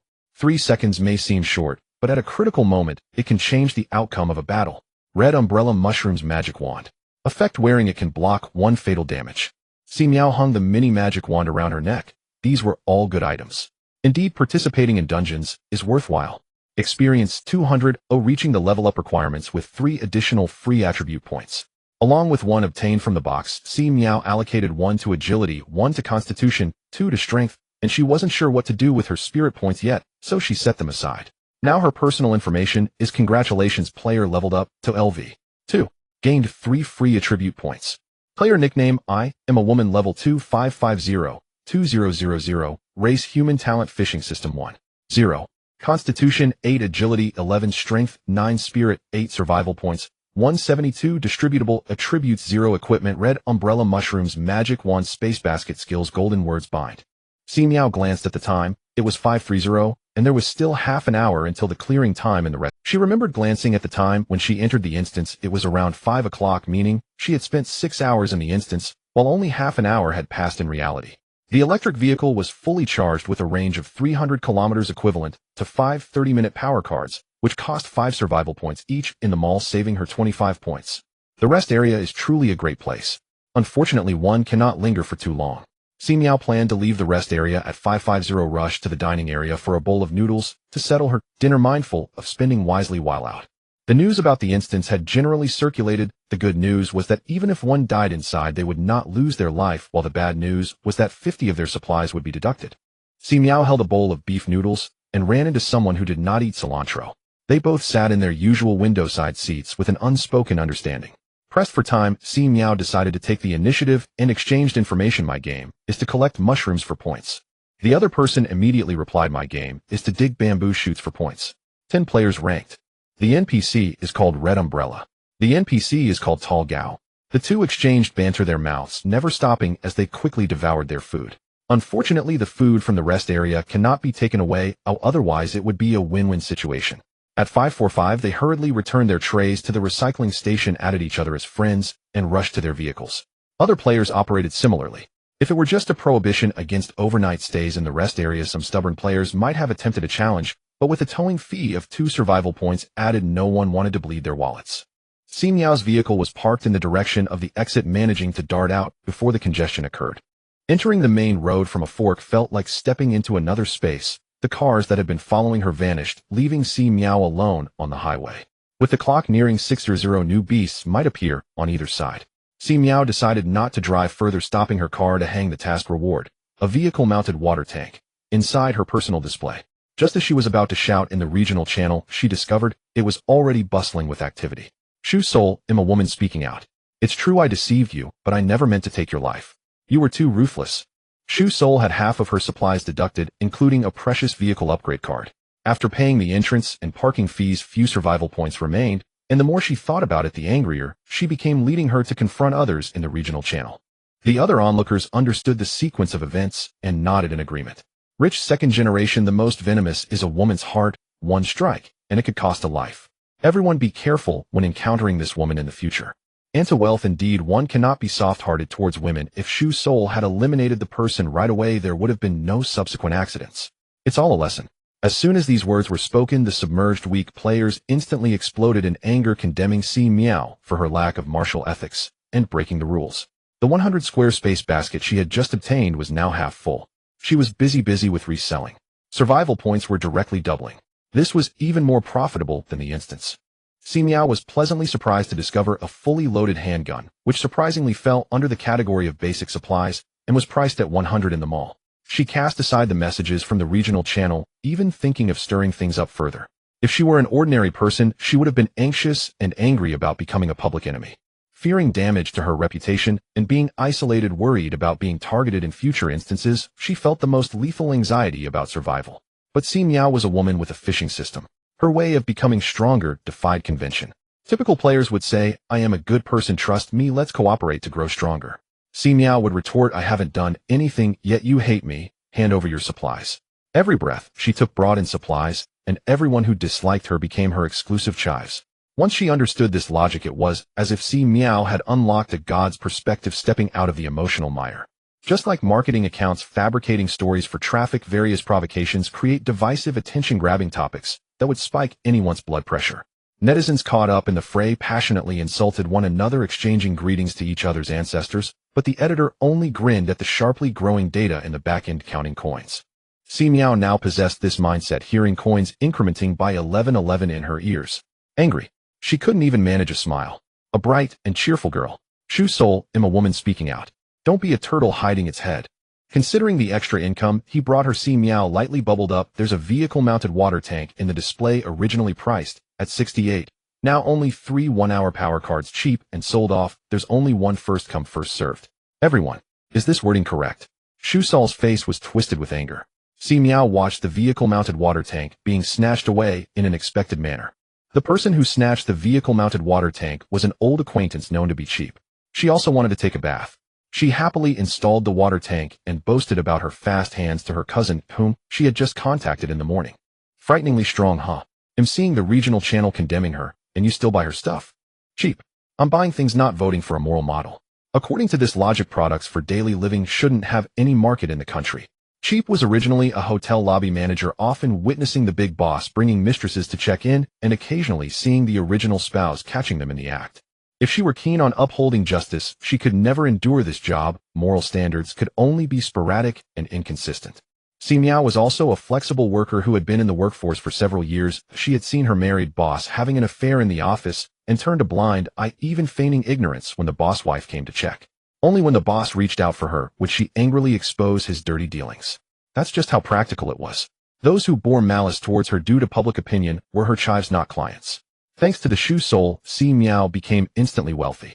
Eagerly anticipating the possible respawn of wild monsters after dark, she hurriedly sold off her items to gather 300 survival points and exchanged them for 3 vehicle upgrade cards, upgrading her vehicle first. The next level requires 10 vehicle upgrade cards. The third-level vehicle did not directly transform into a larger van or RV, but instead added a survival point recharge defense function. 1 survival point corresponds to 1 defense. Si Miao, feeling generous, decided to recharge 10 points as a backup. With a spacious basket, the backpack slots were no longer cramped. Instead of prioritizing the internal space of the vehicle for comfort, Si Miao chose to recycle and sell off items in exchange for skills. Fireball technique grade priced at 300 survival points. Usage effect launches 8 fireballs daily with a maximum range of 4 meters. The number 8 felt familiar. Si Miao quickly opened her personal data and fixed her gaze on the Spirit 8. She spent 100 survival points to purchase an attribute card, adding it to her spirit. The usage effect of the fireball technique immediately changed. Effect launches 9 fireballs daily with a maximum range of 5 meters. It was indeed simple and straightforward. Si Miao then clicked on the Crade fireball technique priced at 500, with a usage effect of launching 18 fireballs daily at a maximum range of 5 meters. Skills of higher levels need to be unlocked, and she currently had no purchasing qualifications. Si Miao resumed her recycling and selling. There were still plenty of kind-hearted people in this world, and she gathered a total of 569 points. The Crate fireball technique was in her hands. Si Miao immediately chose to use it, opening the car window to launch a fireball at the roadside. The apple-sized fireball struck the ground, exploding in sparks and startling a nearby wolf which crouched and growled. Si Miao. She didn't mean to really. But since it was done, she observed the surroundings, noticing a wolf on each side, feeling a slight disappointment. What wolves? These are just moving treasure chests. Despite having the skill, Si Miao did not act recklessly and continued to play bumper cars in the vehicle. She also wanted to experiment with the effect of the defense value. After being hit twice last night, the car window should have shattered, but Si Miao deliberately found a good angle and was hit 3 times without any major issues. The defense value decreased by 1 point. Very good, it was more cost-effective than repair cards. Si Miao got the answer and swiftly eliminated the gray wolf, launching 2 more fireballs, knowing they would refresh after midnight. Congratulations to the player for killing the nighttime gray wolf. Experience 20 survival points too. Congratulations to the player for killing the nighttime gray wolf. Experience 20 survival points too. 2 iron boxes containing attribute card 1, universal trash can 1, a vehicle expansion card 1, lottery ticket 1. No ordinary materials, all good stuff. Si Miao immediately added the attribute to her spirit, making the fireball technique launch 20 fireballs daily. The vehicle expansion card adjusted the height of the back seat, striving for a day when she wouldn't have to bend over. The universal trash can was placed beside the back seat alongside the mini toilet. Finally, it was time for the lottery ticket. An exhilarating moment. Si Miao rubbed her hands excitedly, opening the wheel. 50 various basic materials, 30 electric cards, 10 wooden boxes, 4 iron boxes, 3 copper boxes, 2 silver boxes, 1 golden boxes. Using the lottery ticket. The wheel spun rapidly, slowing down after about 10 seconds, finally stopping at a silver box.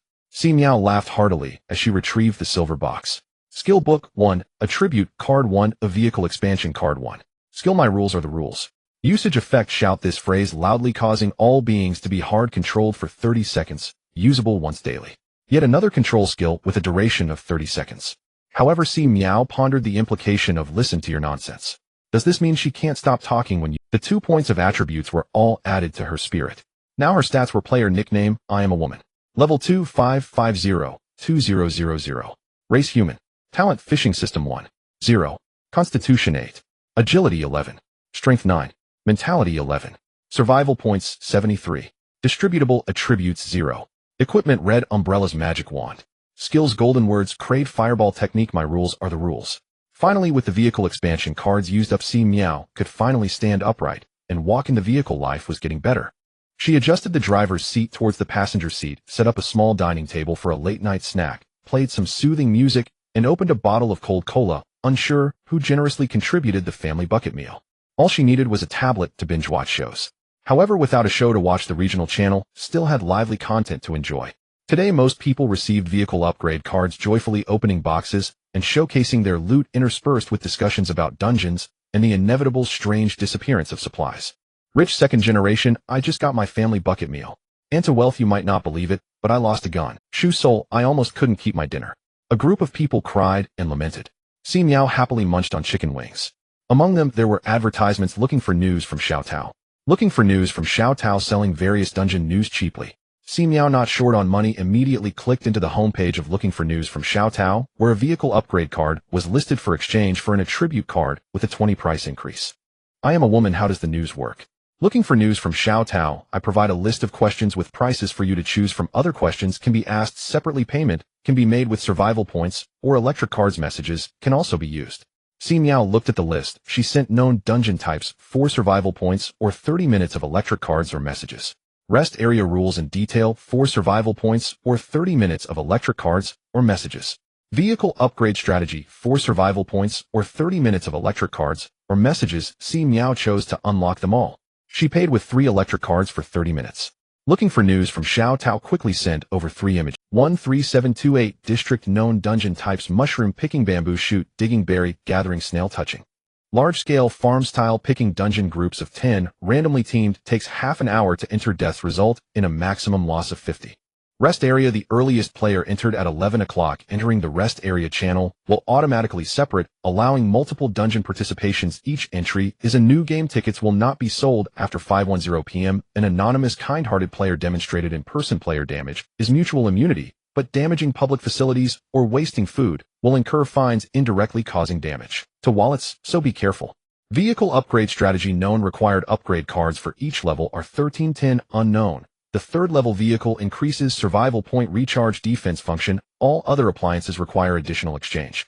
Si Miao felt that she had been cheated on these 3 electric cards.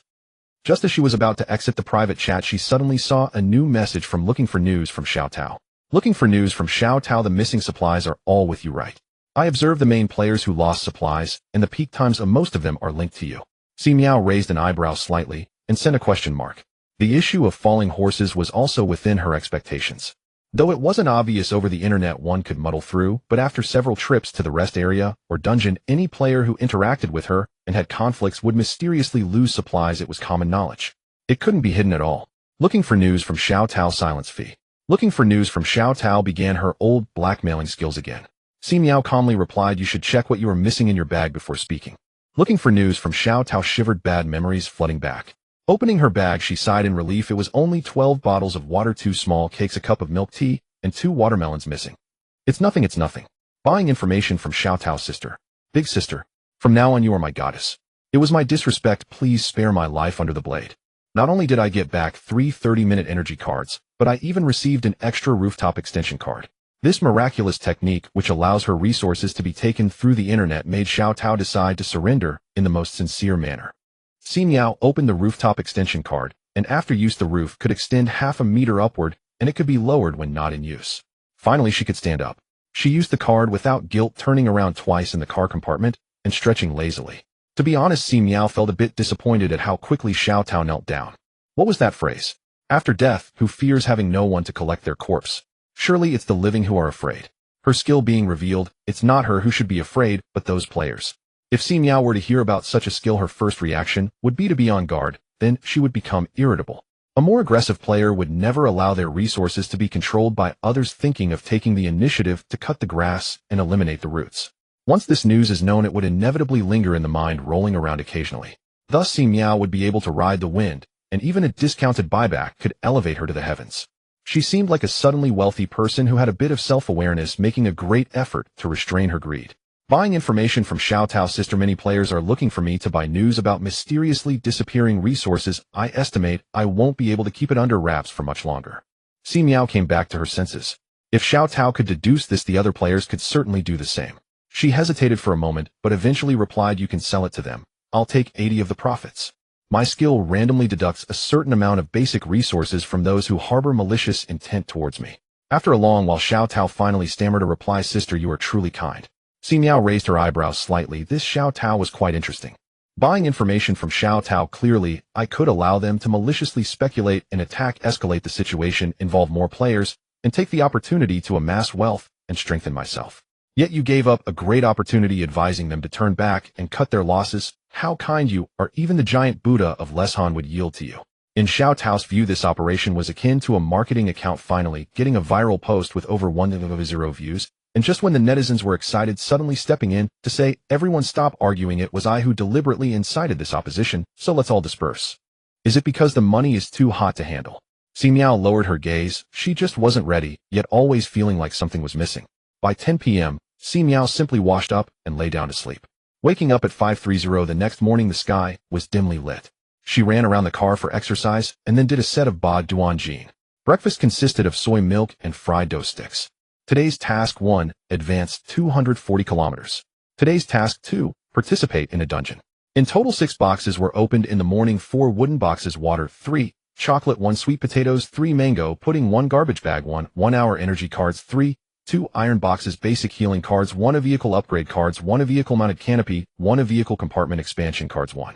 Si Miao opened the description of the basic healing card, can heal minor injuries after use. Good items placed in the backpack for easy access. The vehicle upgrade card was still hanging in the personal showcase to change attributes. The expansion card was used, making the space even more spacious. The vehicle mounted canopy was installed at the edge of the roof on the passenger side, which could unfold to form a 33-meter canopy for shelter from wind and rain, allowing for cooking underneath with tables and chairs set up for ventilation. The equipment was becoming increasingly comfortable. After an hour's rest, she was back on the road. Today's task 1, advance 240 kilometers, has been completed. Reward 10 survival points, ambient light 1. At 2 p.m., a rest area junction appeared ahead. Si Miao suddenly felt alert, her eyes shining as she turned in. The rest area seemed to have been contracted to the same construction company, with an extremely uniform style that was even somewhat boring. Si Miao rushed to the women's bathroom on the 3rd floor for a refreshing shower. Then on the 4th floor, she indulged in a buffet of steak, oysters, and crayfish, unable to stop. With yesterday's experience as a foundation, players quickly accepted the rest area gameplay, all taking the opportunity to eat, drink, and exchange information. Everyone walked around with their own IDs above their heads, which was quite strange. At 2:45 p.m., the broadcast announced the opening of the dungeon in Game Room 02 on the 1st floor. Si Miao swallowed the last sip of milk tea and went downstairs without a second thought. The dungeon ticket costs 10 survival points. Knowing that the worst case would only result in a 50 loss of resources, and with today's dungeon participation task, players eagerly signed up. Some clever ones even left most of their resources in the car to avoid penalties. Si Miao could start from scratch at any time, on no accepting gifts from kind-hearted people, without any. Welcome to the cozy shelter. Rule 1, players must select a location on the map and gather materials to build a shelter within 72 hours. Rule 2, the top 3 players with the highest scores for their shelters will receive rewards, while the bottom 3 will have 5 of their resources deducted, and death will result in a 50 deduction of resources. Rule 3, mall trading is closed, regional channels are closed, personal showcases are closed, email functions are closed, and backpack slots only allow outgoing items. Si Miao quickly read through the rules, surveying the surrounding environment. With green hills and clear waters, she and 9 other players stood by the river on a flat patch of grass. 4 women and 6 men, among them 2, clearly recognized Si Miao's ID, their expressions subtle and somewhat wary. Si Miao glanced at them. 2 chives. Time is of the essence, let's get started quickly. I have an axe, but I'm not very good at building houses. Who wants to cooperate with me? We can gather materials together, and later it will be based on individual abilities. A male player with the ID winds blowing through wheat was the first to step forward to break the ice. I have rope. I watched my grandpa build a bamboo shed when I was a kid. Some chose to cooperate while others chose to go solo. Si Miao was among the solo players, looking left and right, aiming for the small island in the middle of the lake, and decided to build the shelter there. She walked to the riverbank and pulled out a raft from the basket space contributed by some kind-hearted person. The players who hadn't left yet watched her row the boat to the middle of the river, smacking their lips. 8 immortals crossing the sea, each displaying their own talents. The island was about 100 square meters with lush trees, one side steep and the other a gentle slope. Si Miao circled around, very satisfied. This is the place. Si Miao sat on a large stone, beginning to search for tools to build a shelter from her spatial basket. There are too many kind-hearted people in this world. Yesterday she sold off some items for over 800 survival points, and there was still a small pile of supplies in her space, occasionally adding more. It's really strange. She mentally scanned her space and found what she wanted. She pulled out a heavy multifunctional military shovel which, when assembled, could be used for digging, shoveling, sawing, and cutting. It also had a fire starter and an icebreaker among many other functions. Holding the shovel, she glanced around. There were too few plants on the island, and there was no bamboo as she desired. She took out her kayak again to collect materials from the shore. Brother, why can she use her backpack slots normally? The man with the ID Big Watermelon wiped the sweat from his forehead. The thought of having to manually transport the cut bamboo and wood to the shelter site made his head spin. Having experienced the wonders of backpack slots, players now found everything heavy. The wind swayed the wheat fields as an axe struck the bamboo. He turned to glance at the woman rowing in the middle of the river and thought, she must have other spatial items. The game only restricts backpack slots. It doesn't say other spatial equipment can't be used. Let's go over and discuss with her if she can help us transport materials. Big Watermelon's eyes lit up. This sounds good. Just as Si Miao reached the shore to put away her inflatable boat, she received 2 cooperation requests.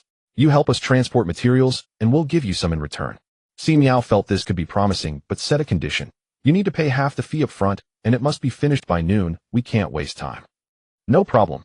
The 2 men really didn't want to suffer through the labor of moving materials. To speed things up, Si Miao even lent her military shovel to Big Watermelon. Thinking of getting things done faster, she sought cooperation from other players, specifically requesting bamboo. Besides one player who chose a bamboo forest for resources, several others headed into the mountains, and 2 players accepted the collaboration. Big Watermelon breathed a sigh of relief. That's great. She watched Si Miao leave, scratching her head. What her cousin said was indeed correct. Si Miao was buying items, not choosing a moral exemplar, and she seemed easy to talk to, not fierce at all. Si Miao spent the entire morning as a porter. The game had just begun, and everyone was still busy with their tasks, temporarily avoiding any trouble. Si Miao successfully exchanged for 40 large bamboo poles covering a large part of the map during the transportation, and picking up some dead branches and old tree roots to use as firewood for the night. At noon, she quickly ate a box of self-heating rice, took a short break, and began to formally build her shelter. To prevent her shelter from being flooded by sudden rising water, Si Miao decided to build a bamboo raft house anchored to the shore, essentially a floating bamboo house. First, she cut the large bamboo to the same length and secured a 45-meter base with ropes. Just this step took her over 4 hours. The bamboo raft was lowered into the water, splashing as Si Miao watched it get wet and slowly float on the river's surface. She breathed a sigh of relief, took a couple of hops, and found it was stable. It hadn't fallen apart. With the base set up, the bamboo supply was almost exhausted. Si Miao was preparing to gather more materials before dark when she looked up and saw a few familiar players waving excitedly on the shore. It turned out everyone had misjudged the materials. It was their first time, and they lacked experience. No wonder the game provided 3 days. This was a massive project, not as simple as portrayed in short videos. Big Watermelon, capitalizing on the fact that they were all female players, directly grabbed Si Miao by the arm and said, I have already cut the bamboo and prepared the transport fee. Si Miao was immediately pleased upon hearing this. It would save time. Another round of operations yielded 40 bamboo poles, and she paddled back to the island. It was already dark and had even started to rain. She quickly put on a raincoat and pulled out a tent contributed by a kind-hearted person to set it up. The inflatable tent covered an area of 8 square meters, allowing direct entry and exit. She lit a kerosene lamp, set up an inflatable bed and camping table, and prepared a fragrant self-heating hot pot, listening to the sound of the rain outside, perfectly emulating certain camping bloggers. Si Miao took a short rest, pulled out a bamboo pole, and began to work as she had a knack for labor. The roof would be thatched, and the walls needed bamboo strips, so she started slicing the bamboo. Fortunately, she wore work gloves, otherwise she would have cut herself with every 2 slices. With her strength and physical attributes increased, Si Miao worked quickly and vigorously, and she could keep going for a long time. What a diligent player. The next day, Si Miao, with 2 dark circles under her eyes, got up, washed her face, and donned a windbreaker before heading to the river for a thorough brushing and washing. In the misty rain with a light drizzle that was cold and damp, smoke rose from across the river where some players were cooking. Si Miao leisurely took out an alcohol stove and heated herself a cup of soy milk. After eating and drinking enough, Si Miao began to work releasing the bamboo raft and building the framework of the bamboo house. The complexity of the craft increased significantly, and she could only rely on the little experience from watching short videos to figure things out. Diligence does not disappoint. A seemingly slightly crooked frame took shape. Si Miao abandoned the high-difficulty design and directly made a sloping roof lower in the front and higher in the back. Gripping the bamboo, she shook it vigorously. It was sturdy. She stored the semi-finished bamboo house in her basket space and rode to the opposite side to cut thatch. How big must her space be to fit such a large house in there? Big Watermelon, biting a piece of grass, gestured, his face marked with dark circles and fatigue. Last night it rained, and without a raincoat or tent he had to endure the night in a drafty semi-finished shelter, feeling like he could barely go on. The player nearby, also affected by the weather, wiped his face of rainwater and thought to himself that not only was Si Miao well-equipped, but she was also cautious, specifically building a removable water bamboo raft, clearly guarding against other players causing damage. Having paid for their entrance, they definitely aimed for the top 3 rewards, otherwise why come in just to run along? In the meantime, Si Miao had already reached the shore, packed away her inflatable boat, and was heading towards the thatch gathering point marked on the map. Passing by other players' shelters, seeing everyone in the same predicament warmed her heart. She cut grass quickly and vigorously. Thinking about how she would decorate her shelter later, she spotted beautiful bamboo flowers and plants which she would take as greenery. There were also pine cone shells on the ground which she picked up to take back and make a wind chime to hang in front of her window. Since the mission was called Warm Shelter, she would certainly make it as cozy as possible. After laboring for 2 hours, Si Miao quickly ate 2 buns for lunch and returned with a large load of materials.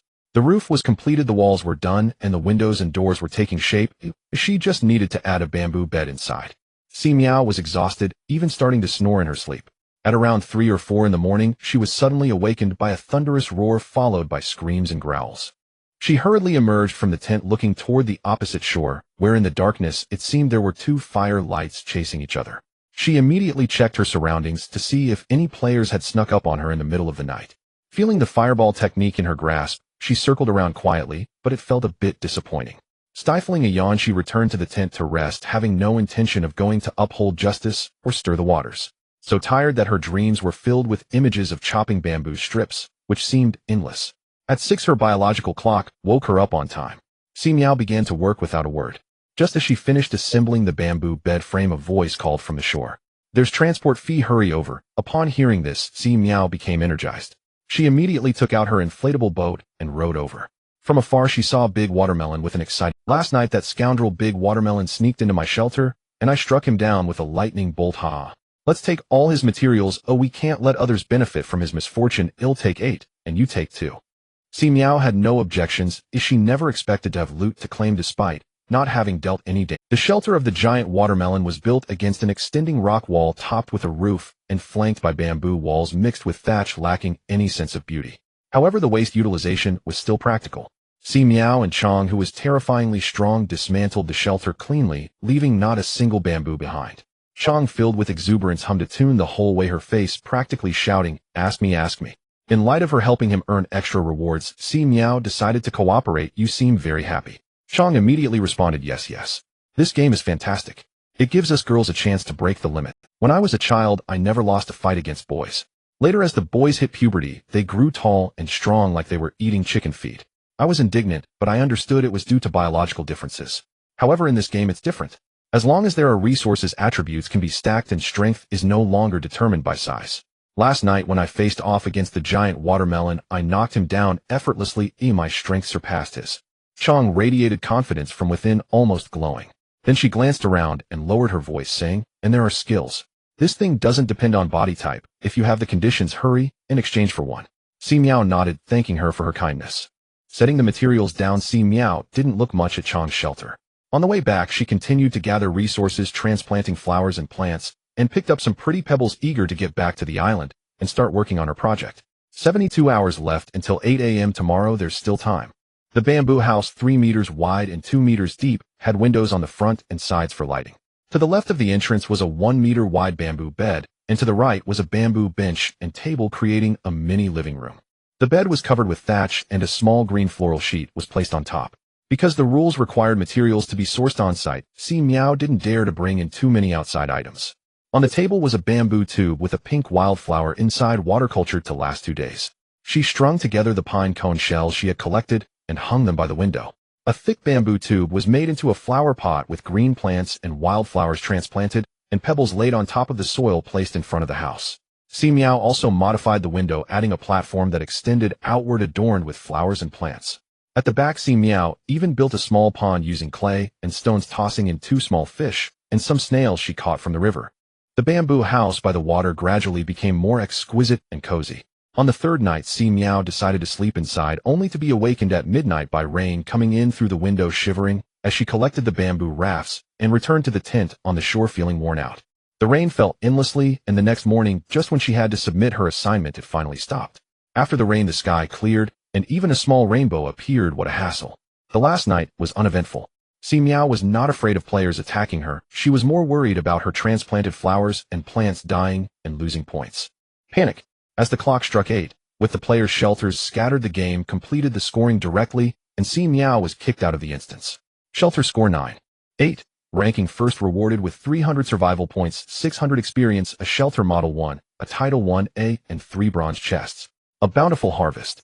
Today's task 2. Participate in the instance. Completed rewards 10 survival points, parking voucher 1. Si Miao evaded the players who surrounded her to gather information and headed towards the parking lot, sorting out her gains once she got into the car.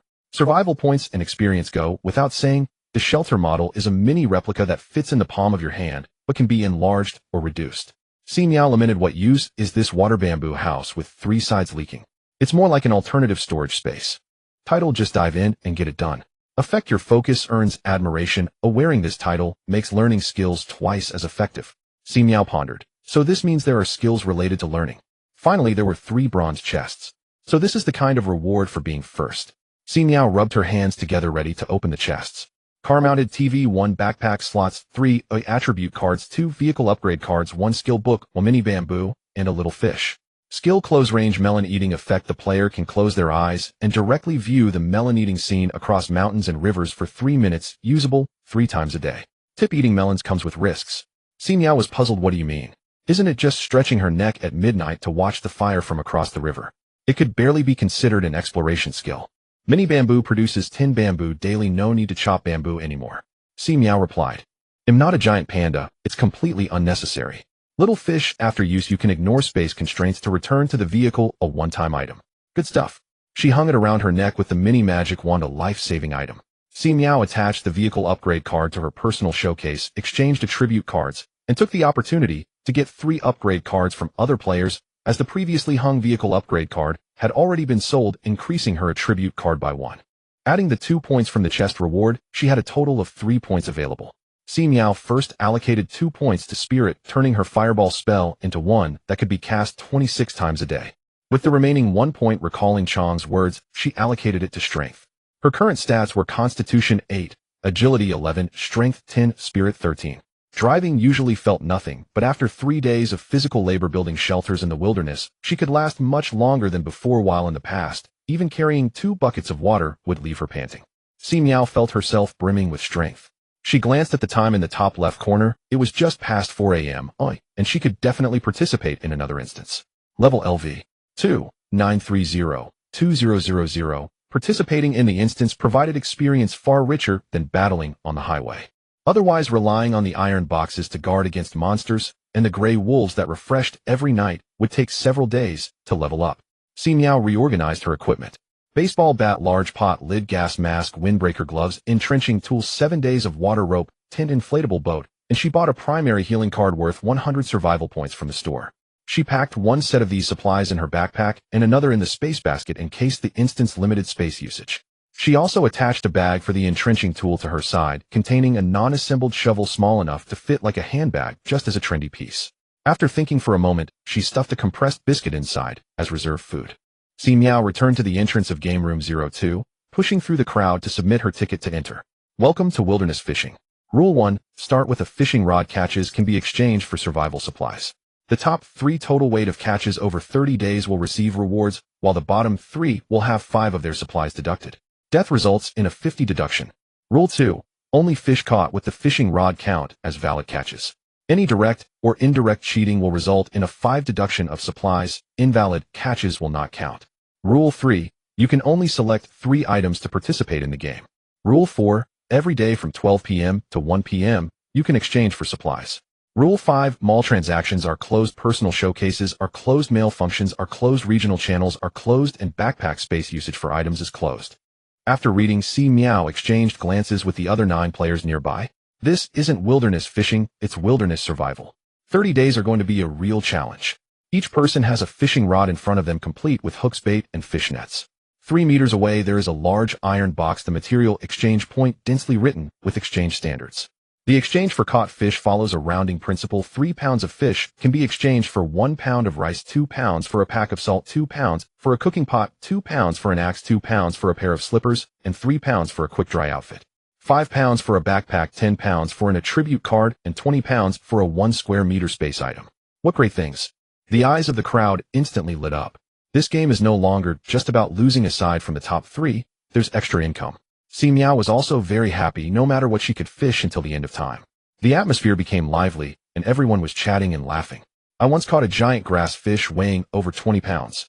The player known as Fishing Until Death was beaming with joy. It was finally his stage. Ha, he must catch a few hundred pounds. The crowd immediately looked at him with envy. Si Miao was selecting 3 items. This game is truly meticulous. The engineering shovel that was previously strapped to her was stuffed back into her backpack. She placed the engineering shovel, a mini bamboo house, and a small fish in the 3 selected boxes. Bamboo house, I misjudged you. The bamboo house, which Si Miao had previously disliked for its lack of comfort, was now coming in handy. She chose not to select an inflatable tent because the bamboo house could be expanded and contracted for easy transport, allowing her to move anytime, and could also serve as a space item to carry heavy objects. With her selections complete, she picked up her fishing rod, glanced at the material exchange list, and decided that the first step was to exchange for a pot. Si Miao began assembling the engineering shovel, walked over to chop down a bamboo trunk as thick as her wrist, clearing the excess branches and leaves, then took the bamboo pole to the riverbank, enlarged the bamboo house, and floated it on the water surface.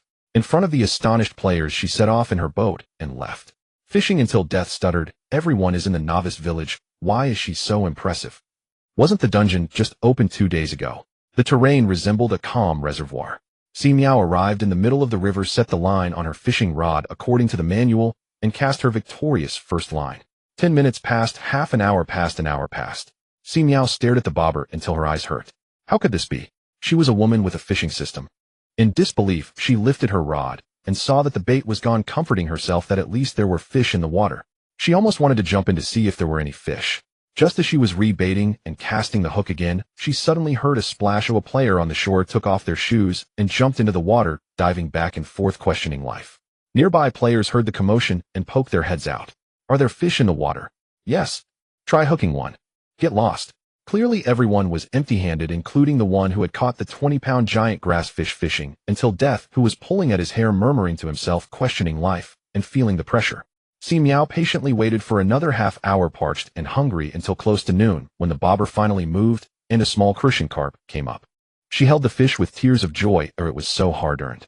Rowing the boat to the shore, she hurried to exchange materials. The exchange point was fully self-service. She placed the fish in the weighing bag, and the leaderboard displayed the fish's weight, while the electronic screen allowed for self-checkout. The 1.6-pound fish, rounded, could be exchanged for 2 pounds of material. Si Miao exchanged for a pot. Congratulations, and brought a lid, then ran to the nearby bamboo forest, where she had seen bamboo shoots while cutting bamboo in the morning. Let's have some bamboo shoot soup for lunch. While cooking, she didn't idle. She dug up some dirt and mixed in some straw, planning to make a stove on the bamboo raft. To prevent burning through the bamboo raft, she needed to use dirt to create a thick base. Other players gradually exchanged materials, all small calamari, while the empty-handed Fishing Until Death searched along the river for new fishing spots, claiming the previous spot was no good. Everyone was deeply discouraged and no longer focused on expensive materials. They started to be practical and careful with their resources, setting up their overnight shelters first. Si Miao finished her clear soup bamboo shoot, and felt a bit green in the face, but still eagerly joined other players to finish dividing the bamboo shoots that were popping up in the bamboo forest, then rowed the boat back to the middle of the river. The earthen stove was set up to the left of the house, and on the right was her fish pond landscape, where two small fish were surprisingly still alive and swimming energetically. Si Miao focused on the fish, which was only the thickness of her thumb, frowned, and put the fish hook in. 5 of the materials at her current rate of income, it was worth a try. The small fish looked at the hook, which was bigger than its head, and swished its tail and swam away. Si Miao, I feel like I was despised. Under the blazing sun, Si Miao propped up her fishing rod on the boat, went inside to rest, took off her stuffy sports shoes, and lay on the bamboo bed covered with straw. The small floral sheet she had laid down before was used as a quilt to prevent the temperature from dropping at night. At this moment, Si Miao regretted not putting more furniture in the bamboo house. The utensils she used for lunch were all bamboo tubes and 2 pieces of bamboo. Forget it, a one shouldn't be too greedy. Compared to players who had to set up shelters without tents, she had already saved a lot of work. In the afternoon, the fishing situation remained dismal. Not a single catch. Si Miao looked at the old corn bait and even thought about cooking a bowl to eat. After taking a sip of boiled water, Si Miao started night fishing. On the dark water surface, a glowing bobber floated. I got one. Oh, what is this thing? A commotion erupted on the shore. Si Miao stood up, unable to see in the darkness, and remembered that skill close range watching effect. The player closes their eyes and can directly view the scene from a far duration, 3 minutes, usable 3 times daily. Warning: watching comes with risks. She closed her eyes and her consciousness seemed to detach from her body, as if dreaming, and her vision gradually became clearer. She saw a player with the ID King of Survival, looking terrified, desperately shaking the fishing rod, unsure whether to throw it or not, on the verge of tears. On the water's surface, a green, ghostly fire was biting the fish hook. Si Miao's heart skipped a beat. Wasn't this wild fishing? How did she mistakenly enter a horror scene? It was too suffocating. She focused intently on the player's actions. In 3 minutes, a person and a ghost were tugging on the fishing rod, refusing to let go, beginning a tug-of-war match. It seemed the green ghost couldn't come ashore. Si Miao breathed a sigh of relief. As the skill ended, Si Miao opened her eyes and immediately saw her bobber shaking violently, the fishing rod subtly being pulled away, and quickly grabbed it. Great, the fish didn't come up, but I got a ghost. Si Miao conjured a fireball and threw it without hesitation. The ghost let out a cry and was dissipated. Congratulations. Player killed the green ghost, experienced 10, catch 1 pound. Si Miao's eyes lit up. This isn't a ghost, this is clearly a fish. Wild fishing, wild ghost fishing. Si Miao's fish net now had an additional 1 pound small crucian carp. Without hesitation, she rowed the bamboo raft in front of the player, who was still struggling with the green ghost, shouting, I'll help you deal with it, the experience is mine, and the catch is yours. The exhausted King of Survival nodded repeatedly. He couldn't take it anymore. Si Miao conjured another fireball, and the ghost let out a cry and disappeared. King of Survival sat down on the ground, sprawled out, utterly exhausted. Congratulations. Player killed the green ghost, experienced 10, catch 1 pound. Si Miao squatted down to rummage through her fish net and found another small crucian carp. Si Miao kept her promises and caught a small crucian carp for Go Zhongwang. Tonight only they were night fishing nearby, but there were still a few players unable to sleep from hunger at midnight, who came over to see what was happening. What's going on? Go Zhongwang gestured excitedly. The crowd immediately caught the key words. There were ghosts in the water, and they had experience and fish catches in dealing with them. Si Miao had ranged attack skills. I also want to join the night fishing. I need fire support. A new mode had begun, and naturally they had to test the depths. Si Miao naturally agreed. Just to clarify, the experience is mine, and the fish catches are yours. The crowd exchanged glances, silent for a moment, until a woman in the corner, her face covered, said, Only tonight. No problem later on if you have the ability to kill the ghost yourself. I won't say anything. 4 players sat in a row by the shore, 5 meters apart, not disturbing each other. Si Miao's bamboo raft stopped in the middle of the river, ready to support at any moment, and she was also busy with her own fishing rod. Soon the first ghost was hooked, and Si Miao conjured a fireball, gaining 10 experience. Her spirit was at 13, allowing her to cast 26 fireballs a day. Now it was 10 p.m., and she could refresh again at midnight. She only wanted experience, not fish catches, ensuring a win-win, mainly to avoid starving the support. The 5 fishing rods took turns to exert force, while Si Miao supported everywhere. Experience 10. Experience 10. Experience 10. By 3 or 4 in the morning, everyone was exhausted, and the gathering dispersed. Each player had basically caught 4 to 5 pounds of fish, returning with a full load. Si Miao alone ate up the experience plus the ghosts she caught, gaining a total of 220 experience. 5 pounds of fish. Instantly wealthy. She lay in bed, feeling her growling stomach, and fell asleep. The next day at 9 a.m., the sun shone into the room. Si Miao woke up, brushed her teeth with some wood ash, and checked the fish net. 5 small carp were jumping around. She didn't fish, but went ashore to find some materials to install windows on 3 panels. Last night, 3 sides leaked wind, and the thin sheet was utterly useless. The bamboo board at the top was fixed to the window frame, usually supported by a bamboo pole for ventilation and light. At night, she would remove the pole and lower the bamboo board to block the wind. It took her the entire morning to finish the 3 windows. At noon, she took the fish to exchange for supplies: 3 pounds of fish for 1 pound of rice, 2 pounds for 1 pair of flip-flops. Her sneakers had been wet and dry multiple times, giving off a faint odor, sticky and messy. Then she exchanged 2 tails of rice with the player known as Wind Pig for a small bamboo jar of salt, saving enough to last for 30 days. She watched as Wind Pig used 2 pounds of fish catch to trade for a bag of salt, searching for players to exchange with, successfully getting rice flour, half a potato, and 2 tails of oil. They are all talented. Last night, several players kept quiet, tightly holding onto the news of ghost fishing, preparing to make a fortune in silence. Although this game could earn extra money, diluting competition among players, selfless contributions were impossible. Why hasn't that guy who fishes to death come to exchange supplies? Don't let him starve. Player Jian Kai AAA said gleefully. I think he's just bragging. The crowd fell silent. Jian Kai AAA found it boring and prepared to take a big risk. Meanwhile, the player fishing until death was doubting life, looking at his fish net, which held barely half a pound of fish. Rounding up would still require a sacrifice. He had a pale face, considering whether to simply eat the fish when a commotion came from afar. Brother, did you catch any fish? Jian Kai AAA asked cheerfully while nibbling on a sweet potato. Glancing at the small fish net, Kalami exaggeratedly exclaimed, this must weigh 20 or 30 pounds. Fishing until death's face turned ugly.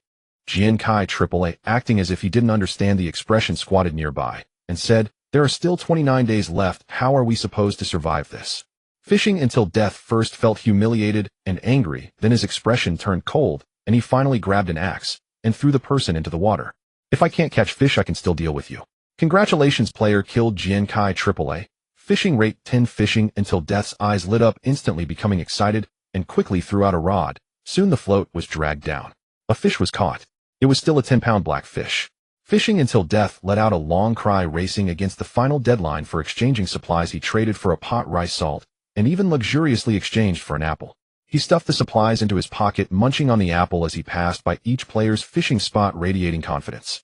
If Si Miao wasn't floating on the river, she would have probably been dazzled by him.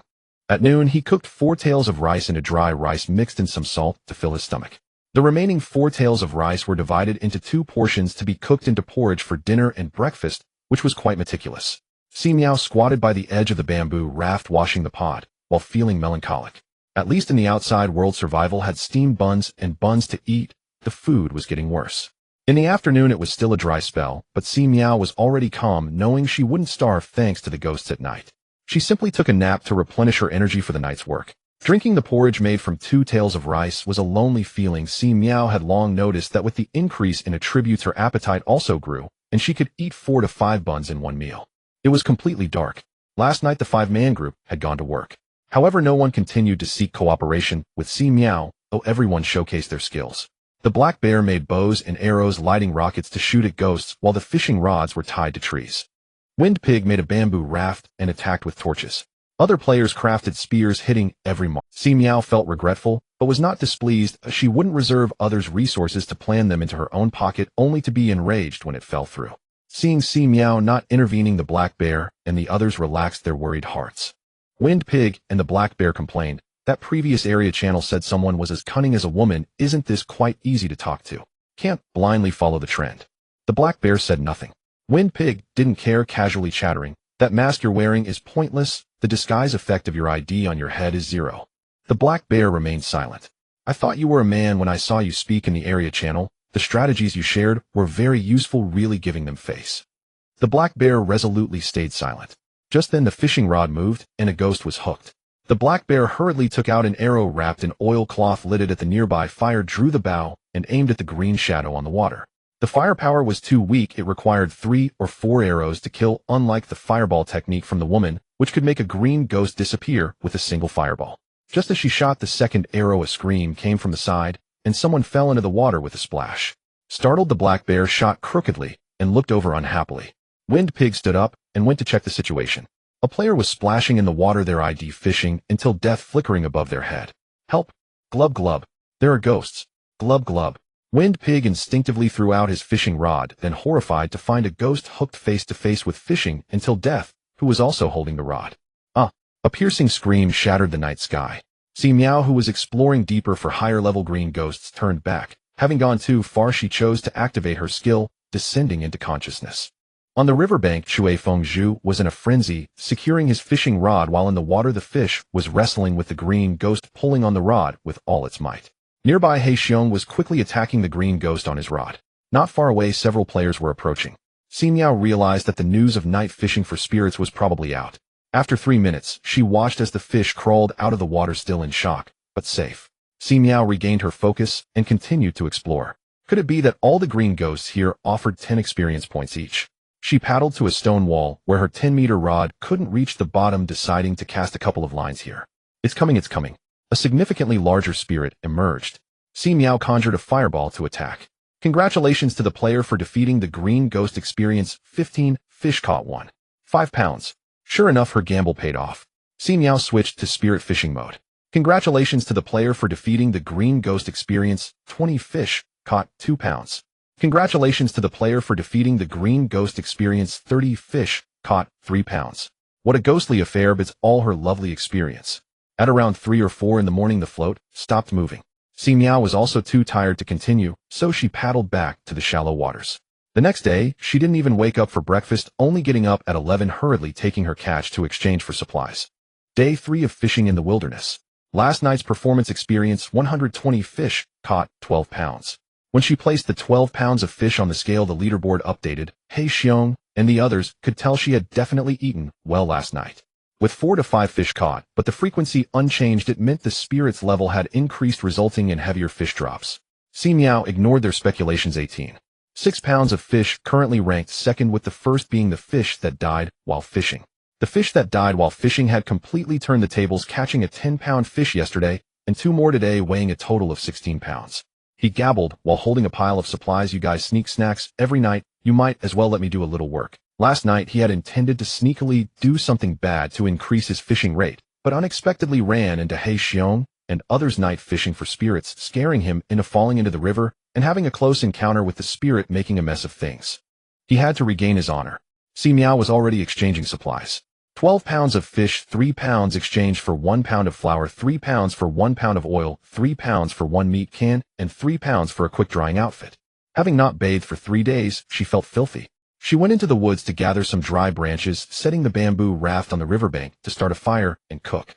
She heated the pot and poured in oil, frying 2 slices of meat from the can, then added clean water and half a pound of noodles. Having missed breakfast, she was already feeling famished. The small dining table in the bamboo house was also put to good use. After finishing her noodles, she leisurely washed the cookware. Not long after, 2 figures approached together. Shui Fengzhu walked over with a fawning expression, bringing a gift, a bundle of dry branches. It wasn't worth much, but it was useful. During these 30 days of cooking, the firewood in the woods would eventually be exhausted. The lagging He Xiong also carried a bundle. Si Miao took it without hesitation and piled it up beside the stove in the house. The 3 squatted by the riverbank, starting to bargain. Experience goes to me, and the fish caught goes to you. No way, the fish caught is important, but experience is crucial for leveling up. Then half the experience, half the fish caught. Then what's the difference from just fishing on the shore? Alright, I'll take half the experience, and you can have the rest. Si Miao purposely lingered on the shore to cook, hoping to fish for teammates. Her fishing rate was too low, wasting so many fireball spells each day. It was too regrettable. Taking along 2 helpers would yield 100 experience.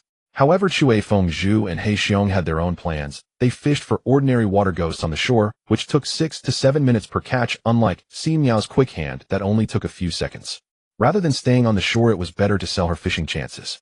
For example, if she fished for spirits on the shore, she would get 5 attempts yielding 50 experience and 5 pounds of fish caught.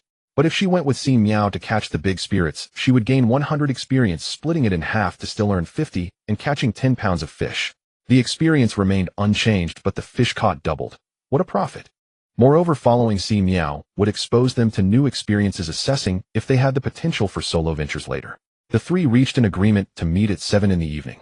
Si Miao paddled to a secluded bend in the river to bathe and changed into her quick-drying outfit. Unfortunately, without any toiletries, she felt she couldn't get clean. In the afternoon, Si Miao chopped a pile of bamboo, planning to add another layer to the single-layer bamboo raft. The single layer was too damp with water seeping in. While chopping, she recalled the mini bamboo that could produce 10 stalks daily. She had misjudged it. However, Si Miao did not regret choosing to be a kidnapped little fish. This was her fallback plan, allowing her to exit the dungeon and return to the vehicle at any time. After a busy afternoon, she cooked noodles for dinner. After eating, she had only 2 tails of rice oil salt and 1/3 of a meatcan left. She needed to add oil tonight. At 7 o'clock, Si Miao paddled the bamboo raft to meet her teammates.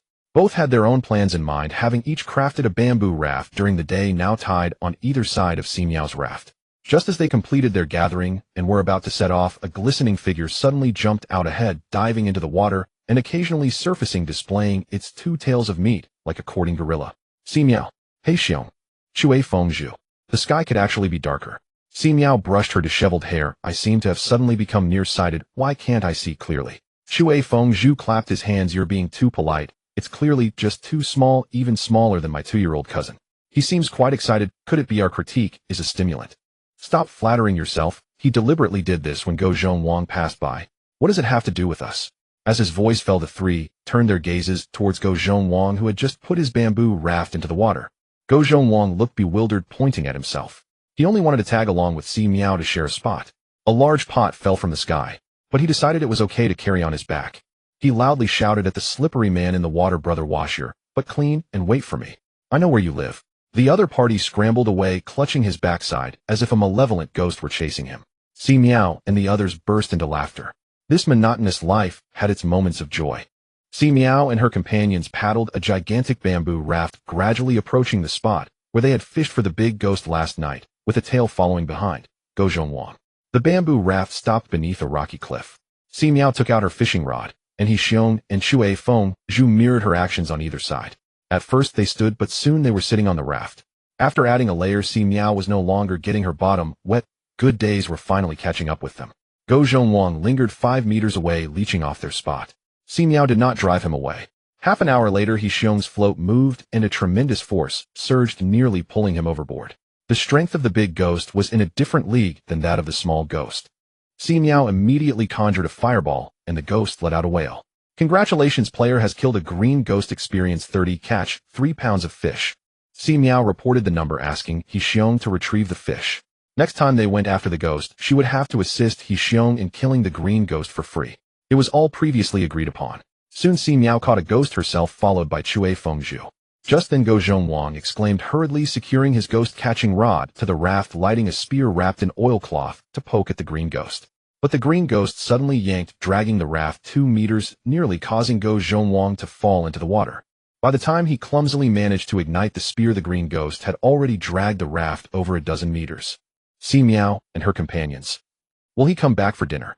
They watched as Go Zhongwang struggled for an hour with the ghost, during which his fiery spear was extinguished 3 times before he finally managed to kill the green ghost. That was too difficult.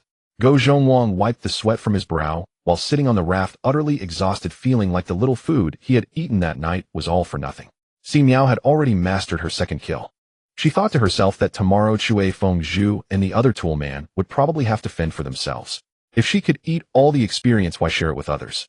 Si Miao was quite relaxed about it, maintaining a calm mindset, knowing that earning a little was still better than nothing. That night they kept watch for 6 or 7 hours.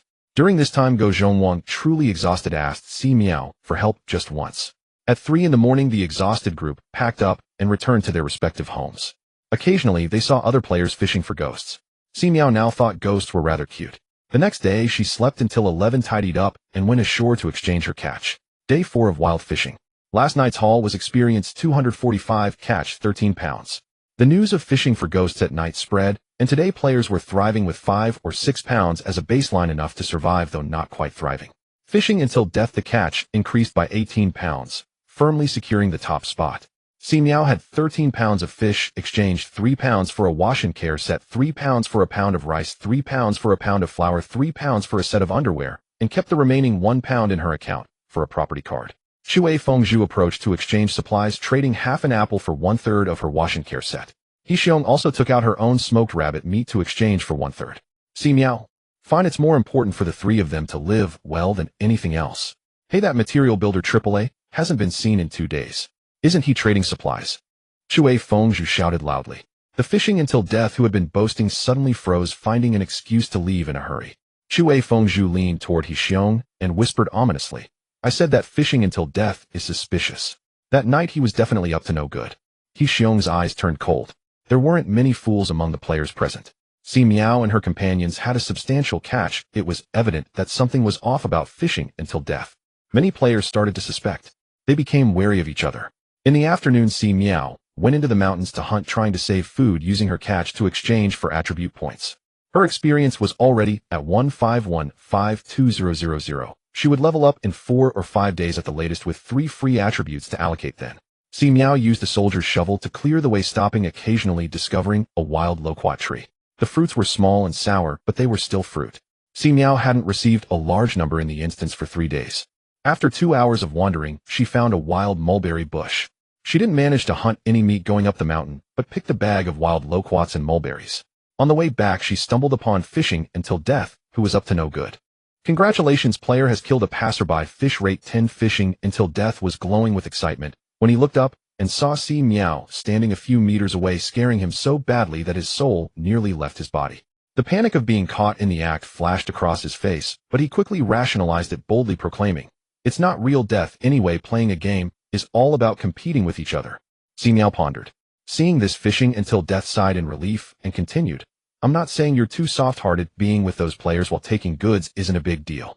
If he had such a powerful fireball technique, he would have killed all players by now, or controlled them to farm experience and catch fish. Women are too tender-hearted to achieve great things. Si Miao nodded at this. It made sense. She then raised her hand, conjured a fireball, and sent the other party on their way. You're right. Fishing until death, who was kicked out of the instance. This plot is wrong. Shouldn't the other party, after a bit of hesitation, say disdainfully that they wouldn't associate with someone as despicable as him, warning him to stay far away? Oh. The unconventional Si Miao happily descended the mountain. Killing fishing until death. The game notified that the fish rate increased by 30. Tonight would be a grand harvest. Tonight, Chue Fengzhu and He Xiong indeed chose to go solo, securing the bamboo raft to the cliffside trees with ropes to ensure it wouldn't be dragged away by the green ghost. Si Miao was busy figuring out how many fish she could catch. In the first half of the night, she caught 6 fish, and in the second half 7 fish, totaling 26 pounds, with experience 260. Watching her suddenly elevated fish-catching frequency, Chue Fengzhu and the others exchanged glances, subtly shifting to the side. Si Miao seemed entirely oblivious to the strange atmosphere, wrapping up her work at 3 o'clock and returning to the shallow water area to catch up on sleep, slumbering until 11 in the morning, then tidying up to exchange her materials. Day 5 of wild fishing. With a catch of 26 pounds, Si Miao exchanged 3 pounds for a pound of rice, 3 pounds for a pound of flour, 3 pounds for canned meat, 2 pounds for a pack of pickled vegetables, and 10 pounds for a property card. She kept the remaining 5 pounds in her account, totaling 6 pounds of fish, saving it for the next attribute card. She allocated the property card to her spirit attribute, granting her 28 fireballs daily. As she was preparing to leave with other supplies, a player suddenly jumped out, questioning if she was the one who killed fishing until death, and the passerby the previously exposed one whose ID was not important. Si Miao looked at him, then glanced at the other players with varying expressions. She was somewhat puzzled. Yesterday, when you speculated that fishing until death killed other players, no one dared to confront it directly. Why are you bold enough to dance in front of me today? Doesn't my fireball look formidable? Or do you still think I'm a good person that moral condemnation would make me deeply ashamed, while fishing until death is beyond redemption and condemnation would only provoke revenge? What is this called? Bullying the weak and fearing the strong. Bullying women and fearing men. The crowd exchanged glances. The not important one stammered, I just want to ask, does killing increase the fish rate? Si Miao asked the other players, do you all want to know? The crowd nodded blankly. Si Miao conjured a fireball to send the not important one back to the instance, politely nodding. Tomorrow at noon, see how many fish I submit, calculate for yourselves. The crowd. They watched Si Miao leave, not daring to take a breath. After a long time, Fengzhu finally grabbed He Xiong, excitedly exclaiming, wow, that nonchalant tone. Self-calculate, that's just too cool. Do you think I could still catch up to her now and hug her thigh? Oh dear, now I understand why lackeys are so eager to flatter. Not laying the groundwork earlier now is a bit of a... Si Miao returned to the bamboo house to cook, pouring half a kilogram of rice into the pot to make dry rice, filling a large pot to the brim. The feeling of being full was truly satisfying, accompanied by pickled vegetables and canned meat. After the meal, she enjoyed some sour and sweet wild loquats to replenish her vitamins. In the afternoon, she continued to reinforce the bamboo rafts, hammering and nailing here and there, and made 2 crooked baskets for carrying things. Just as she was preparing to make dinner, Chue Fengzhu paddled over in a bamboo raft, waving from afar, and bouncing with excitement. Sister, He Xiong and I found a stream with crabs. Should we catch some? Of course we should catch them. Let's make seafood noodles for dinner. Si Miao asked her to lead the way while she paddled the bamboo house behind. Now that the bamboo house was getting larger, it was quite difficult to move without additional strength. The stream curved beautifully with water flowing down from the mountains crystal clear. Lifting stones revealed 1 or 2 crabs scuttling about, varying in size from the size of a palm to as small as a thumb, with even little ones out and about. There were also snails in the stream, all of which they collected. There are fish. Chui Fengzhu exclaimed, flipping over a rock to find a small fish the size of her thumb. Instinctively she grabbed it, but then her smile froze on her face. Are you kidding me? This also counts as 5 of materials. I can't eat it myself. She gritted her teeth, battling against the air. Si Miao glanced down at the small fish swimming around her feet. Her expression instantly changed. They were practically trying to scam her. He Xiong, who had just finished making a shrimp-catching device and was about to throw it into the water. She silently threw the item she was holding a little further away. The two of them thanked the sister for taking the risk. Si Miao returned with 5 to 6 kilograms of crabs loaded to the brim. They would have seafood noodles for dinner, and the taste was beyond description. The atmosphere was all that mattered. She crushed the crab shells and legs, preparing to use them for bait to fish for a piao at night, hoping a piao might like that flavor. Without any nets or other entertainment, Si Miao could only pass the time little by little. A piao seemed to be tired of crabs, and the bait went unnoticed, but at noon, they caught another player, increasing their catch rate 7 fish in the first half of the night and 9 in the second half. Experience 320 fish, catch 32 kilograms. Congratulations, player has leveled up to LV 3. Gained 3 free attribute points. Player nickname: I am a woman, level 3, 209-55000. Race: human, talent fishing system 1. 0. Physique 8, agility 11, strength 10, spirit 14, survival points 278, distributable attributes 0, equipment: red umbrellas, magic wand, space basket, mini bamboo, house, mini bamboo, caught small fish, skills, golden words. My rules are my rules. Clever fireball technique, close range, melon eating. 3 points were all added to spirit, creating fireballs. So far this dungeon has been a huge profit. Si Miao hummed a tune and fell asleep. The next day she got up at 11, yawning. Unsure if it was due to her reversed day-night cycle, she felt somewhat listless, lacking energy for anything. It's the 6th day of wild fishing and she ranks first. With 32 kilograms of fish caught plus the 6 kilograms accumulated in her account totaling 38 kilograms, she could exchange 3 kilograms for 1 kilogram of rice, 3 kilograms for 1 kilogram of flour, 3 kilograms for 1 large cabbage, 3 kilograms for a pack of hot pot base, and 2 kilograms for a roll of toilet paper. She was thoroughly fed up with using leaves for wiping. 20 kilograms could be exchanged for 2 attribute cards, leaving 4 kilograms in her account. Today everyone was calculating her fish catch, and eliminating one player added 6 kilograms. That's 6 kilograms. And that's 6 kilograms every day. One backpack slot only requires 5 kilograms to exchange. The crowd found it hard not to be tempted. Today no player dared to speak against Si Miao, fearing they would inadvertently add to her fish catch. Si Miao calmly departed, walking with the strides of a leader. Shui Fengzhu approached quietly and said, I exchanged for a backpack slot, and it can be used normally. Si Miao paused, slightly glanced at her, knowing this was a sign of allegiance, and reminded her that players might use the backpack slot to launch surprise attacks. He Xiong also quietly approached, saying, increasing agility, strength, and spirit yields immediate benefits, while physique may not be obvious, but acts like the foundation of a house. She left it at that. Si Miao immediately realized that her frequent yawning today and lack of energy were not due to her reversed day-night cycle, but rather that her spirit had increased while her physique was overloaded. She quickly changed her plan, adding the 2 attribute cards she just received to physique, raising it to 10. Perhaps it was a psychological effect taking immediate effect, and she suddenly felt wide awake. The two of them expressed their sincerity, and Si Miao also stated, as long as you don't take the initiative, I won't take action against you.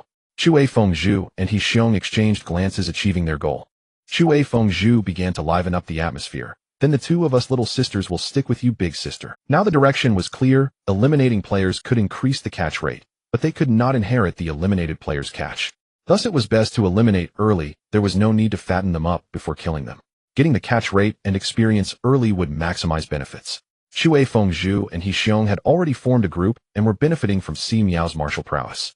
Chui Fengzhu joked privately to He Xiong, at least we don't have to worry about you suddenly growing a penis and attacking us. He Xiong. That was crude, but true. Back to the present, Chui Fengzhu patted her chest and declared loudly, sister, from now on I will take care of your firewood. Can we stop the bamboo house along the bank of my shelter for the night? He Xiong habitually lowered her voice and said, I hunted a deer, we have meat. She and Shui Fengzhu had already planned to move the shelter nearby in the afternoon to keep watch over each other. Si Miao looked at He in surprise, saying, "Why haven't I seen a single feather since I went up the mountain?" He explained skills. Si Miao did not press further. As long as she had meat to eat, that was enough. At noon, Si Miao cooked a pot of smoked meat rice, and feeling bored started making loquat juice. On the riverbank, He and Shui Fengzhu were busy relocating the shelter, also placing bamboo stakes on the left and right back, smearing the outer sharp ends with the poisonous herb juice found by He. Si Miao prepared hot pot cabbage, canned meat, and noodles for dinner, and only then did the two stop working. In the bamboo forest, a patch of land was cleared with two small bamboo houses 3 meters apart, sloping slightly away from the water, one side facing the water, surrounded on 3 sides by stakes, leaving a movable gate for entry and exit. 2 bamboo rafts were tied to the water's edge, and Si Miao's bamboo house floated just 2 meters away from the bank. This place had deep water able to support her bamboo house. When night fell, the 3 of them set off together to fish for ghosts under the stone wall. Everyone knew there were big ghosts here, and they all gathered. Si Miao's enormous bamboo house was the center of attention. She caught fish steadily, 7 in the first half of the night, and 8 in the second half, gaining experience. 300 in fish, catch 30 kilograms. By 3 o'clock they gradually dispersed. Si Miao and Shui Fengzhu returned to the camp, each heading home.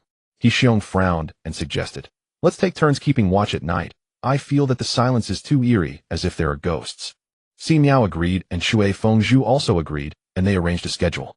Si Miao was on watch from 3 to 5, He from 5 to 8, and Shui Fengzhu from 8 to 11. With this reversed schedule, each of them had dark circles under their eyes, their resentment heavier than the apiao in the water. Si Miao sat by the campfire on the shore, occasionally adding firewood. Since she had nothing else to do, she cooked herself a bowl of rice porridge for breakfast, planning to drink it before falling asleep. At 4:55 a.m. the black bear emerged from the shelter, zipping up its jacket. Having finished her porridge, Si Miao patted her bottom and returned to her bamboo house to rest. The bamboo raft was 3 meters away from the shore, and Si Miao skillfully picked up a bamboo pole, gliding smoothly over the water like a pole vaulter, and went home to sleep. At this point dawn was breaking, making it harder to hide and reducing the chances of a sneak attack. However, it was also the time when one could easily become lax. In a daze, Si Miao heard the black bear shout, and immediately flipped over to get up, rushing out in her slippers. On the shore, flames were raging. Someone had thrown a bunch of fireballs and landing on the shelter, and even on Si Miao's bamboo raft. She grabbed a spade and shoveled the fireballs into the water. Looking up, she saw a figure swiftly approaching from the forest, aiming to ambush the firefighting Zhu. She shouted a warning, but the distance was too far for the fireball technique to reach. Holding onto the bamboo pole, she prepared to land and provide support. Just as she was descending midair, a figure suddenly appeared on the shore, wielding a large knife aimed directly at her, striking down fiercely. Si Miao hurriedly swerved to the side and fell into the water. With a splash, the icy water enveloped her instantly. Si Miao began to swim backward to her bamboo raft, but unexpectedly her left leg was violently pulled down. This is bad. Someone is coming for her. Eliminated players cannot inherit fish catches, but they can inherit fishing quotas. Si Miao had 5 fishing quotas from defeated players. If she was going to do this, she might as well go big. The player dragging her downstream, the crystal radish, smiled. She had obtained an item from her last dungeon run. Water avoidance pearl allows underwater breathing for 5 minutes, a one-time use item. Si Miao's fireball technique was formidable, but could it still be cast underwater? The crystal radish held onto her leg and pulled her down, gradually feeling her struggles weaken. But why was there no prompt? She kicked upwards, pulling out the dagger tied to her leg to strike back, but the opponent suddenly held her head close and whispered in her ear, "Freeze." Golden words freeze.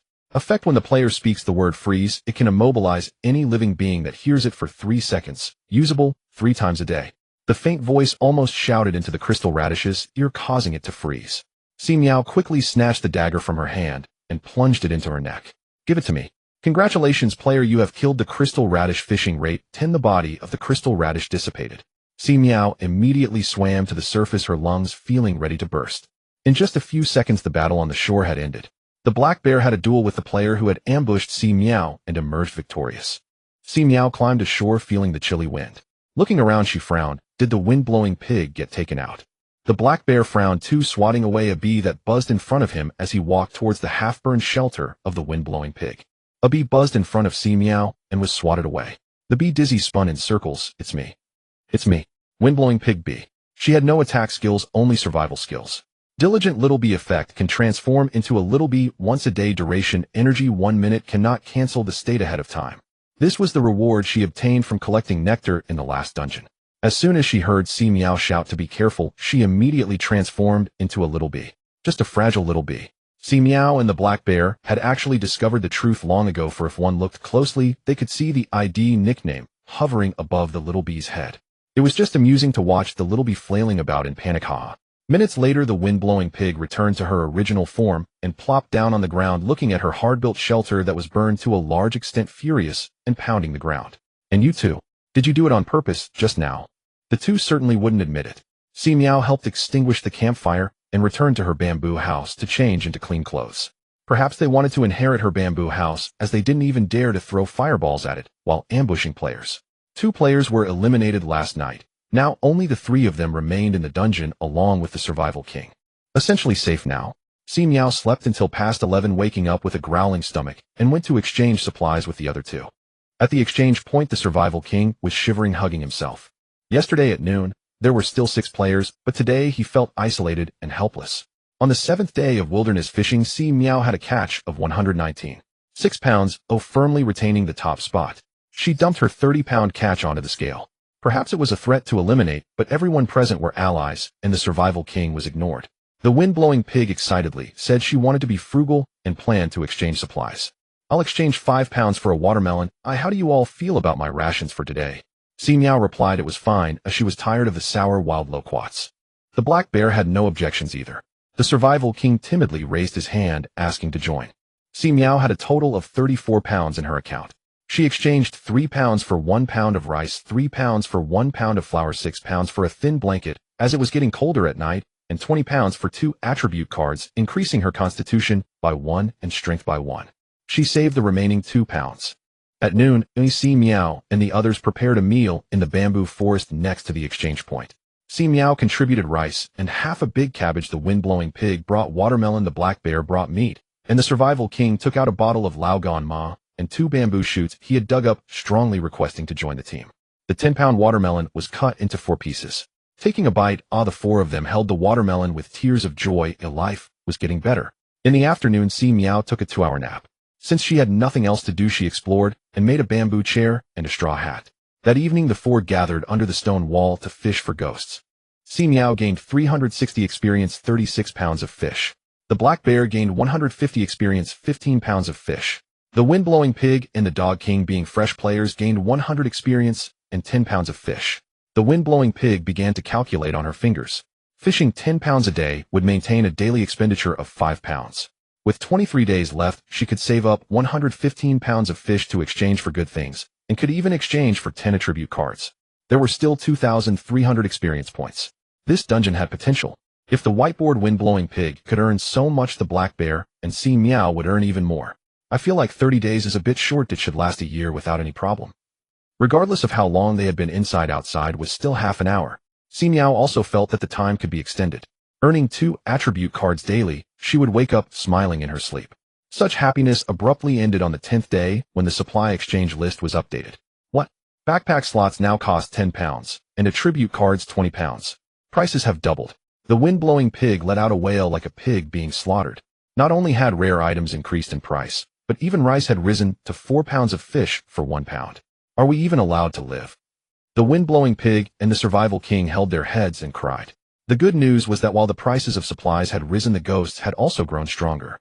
At the deep pool beneath the stone wall, the 15 experienced ghosts had vanished. The 20 experienced ones had become mainstream, and there were quite a few 30 experienced ones. Si Miao managed to defeat a ghost with 45 experience. It took 2 fireball techniques to kill the opponent. The 45 experienced big ghost was immensely strong, capable of directly tearing apart the bamboo raft fixed to the cliff. The survival king was yet again outmaneuvered by the ghost. Ordinary fire had limited effect on the big ghost, and after struggling for an hour, the survival king chose to yield the experience to Si Miao and sought help from the big grandma. After growing up, Si Miao earned an average of 450 experience points and 45 pounds of fish every night, and even earned a couple hundred experience points by helping out. If she maintained her daily consumption at 5 pounds, she could still exchange for 2 attribute cards each day. However, misfortune struck on the 10th night, when the wind and rain began, accompanied by occasional thunder, making everything damp. Si Miao could only exchange for moisture-proof mats, insulation cotton, and iron stove for heating, coal balls, raincoats, and headlamps. Her fish catch was spent just like that, making it impossible to save. Fortunately, her fireball technique was strong. He Xiong and the others had already relocated the battlefield back to the shore to fish for a piao. Only Si Miao remained crouched beneath the cliff. She wrapped herself tightly in the blanket and got up to exchange materials. She knocked at the entrance of the wind pig for a long time without response. Could it be gone? Si Miao mumbled. He Xiong came out from the nearby shelter, sneezing continuously. The wind pig had a fever lying on a moisture-proof mat in the straw bed, its face flushed and trembling. I can't go on. The wind pig shivered. The fever reducer requires 10 pounds of fish. This dog game must have more nonsense in store. Sister, just kill me to increase the fish rate. She wasn't losing her mind as she calculated that her survival to the end would only be a struggle for existence with no profit to be made. Since that was the case, it would be better to seek relief sooner. She licked her cracked lips, pulling on Si Miao's hand with a pitiful expression. They'll sell my life to you, just give me a few backpack slots as a gift. Si Miao was left speechless. But what was that saying? Utilize waste. On no early death, early rebirth, on Noam. You can go in peace. The wind pig seemed to have maxed out its emotional intelligence. Even speaking was a struggle, and it distributed the shelter's inheritance, including moisture-proof mats, pots, bowls, and clothes. If you don't mind this underwear. Get lost. Get lost. Si Miao and her companions spoke in unison. The wind pig shyly smiled, managed to get up to exchange the last fish catch, and then shared the experience with Gozhong Wangzhe. With his nose stuffed with 2 wads of paper, Gozhong Wangzhe exclaimed, "The idea is clear." Si Miao exchanged 2 backpack slots and a bit of a tribute cards for the wind pig, swiftly sending her out of the instance. That night, she earned 520 experience and caught 52 pounds of fish. Not bad, not bad, her teammates warmed her heart. Gozhong Wangzhe lived up to his name, persevering for 20 days before nearly being dragged under by a green ghost coming ashore. Previously, green ghosts would just mindlessly tug at players competing for fishing rods, refusing to let go even after being played for an hour with the hardest mouths all over their bodies. But the green ghosts of 20 days would start gnawing on the rod after 10 minutes of biting the hook. Gozhong Wangzhe abandoned the fishing rod to save his life. Having lost his fishing tools, he decided to sell his fish rate to Si Miao. Of course, the price was different now. On the 20th day, the resource exchange table was updated again, with 20 pounds exchanged for 1 backpack slot, and 30 pounds of fish exchanged for 1 attribute card. In response, Super Big A Piao with experience points of 5,060 appeared. Si Miao had to use 3 or 4 fireball techniques to defeat them. She paid Gozhong Wangzhe the price of 1 backpack slot and 1 attribute card for his life. Gozhong Wangzhe wiped his face. The older you get, the less you're worth. Sure enough, he was right. The harder you work, the more suffering you endured, and it would be better to end it sooner. As someone who had been through it, he advised He Xiong to sell his life quickly, otherwise he might only be worth 1 backpack slot in the end. He Xiong shook his head in rejection. She wanted to see how long she could hold on. Si Miao carried 9 lives on her back, persevering every day to tackle the difficult instance beneath the cliff. Each night, she earned 600 experience and caught 60 pounds of fish. On the 26th day, He Xiong chose to sell his life silently, leaving with 1 backpack slot. By this time, heavy snow was falling and the river surface had frozen. Si Miao had to break the ice to fish for a piao. On the last night, Si Miao hooked a green ghost that felt like at least 100 experience points, but before she could even cast a fireball, it was swallowed in 1 bite. When she was kicked out of the instance, she was completely bewildered, pushing through the onlooking players to the 4th floor to order herself a red wine steak to calm her nerves. Finally, she solved the mystery of why the fish catch rankings for eliminated players were not cancelled, because this instance was called Everyone Must Die. You have died, randomly dropping 50 of your resources. Wilderness fishing fish catch ranking first, reward survival points, 300 experience, 600 same green, ghost 1 title 1 copper box 3. Si Miao. She trembled as she opened her backpack. Half of her resources were gone, and the resources in her space basket were the same. Even the defense value of her vehicle dropped by 4 points. And as for the items, the magic wand of the mini bamboo and the red umbrella was gone. Fortunately, her survival points and attributes were untouched, otherwise Si Miao would have cried her eyes out. She should have known to use the abducted little fish to escape. After learning a lesson, Si Miao painfully hugged her head for 3 seconds, no 10 seconds, before regaining her composure to count her resources. Green Ghost beginner usage effect can guard the player at night, biting down on enemies without letting go, refusing to work overtime during the day. Si Miao took out a large-headed green ghost figurine, resembling a sunny doll, with big eyes sticking out its tongue, looking adorably ugly. She would try it out after leaving the resting area. Title: You are right. Usage effect: passive one-time skill can reflect 200 of fatal or designated. This is a kill. Si Miao immediately fumbled to input a bunch of actions into the designated damage, summarizing that losing life, money, skills, or talents was not an option. 3 copper boxes, cabin expansion card, 1 backpack slots, 4 Attribute cards 2, Vehicle Water Tank Expansion, Card 1 Skill Book 1A Resource Exchange Station. The first few are self-explanatory. Skill Book You Can Go in Peace Usage Effect has the effect of exorcising ghosts, can be used 3 times a day. Si Miao.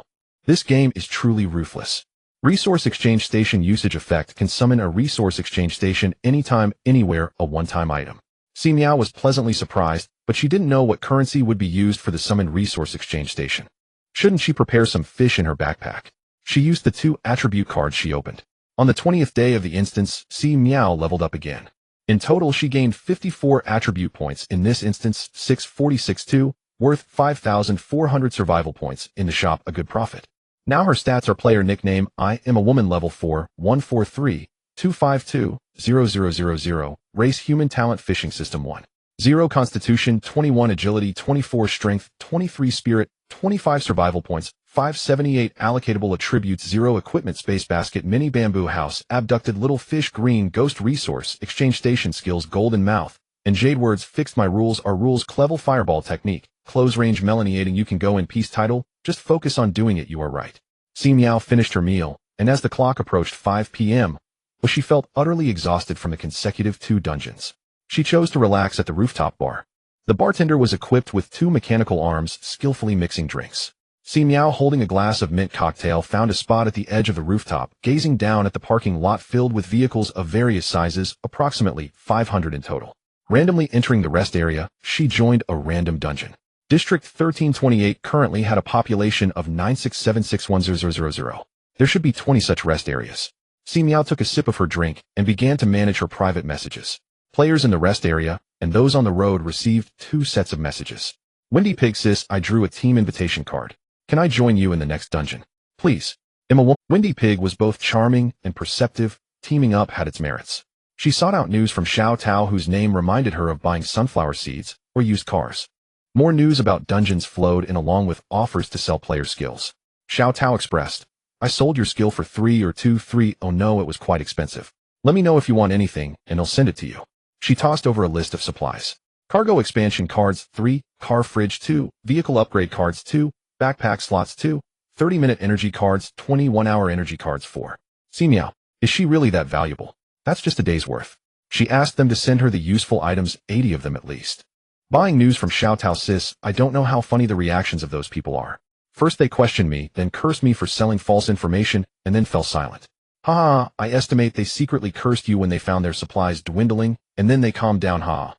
How could there be such an annoying skill? Buying news from Xiao Tao. Thanks to you, the players who used to be the most boastful are now behaving. I reckon once the news spreads, we in District 28 could apply for a civilized community.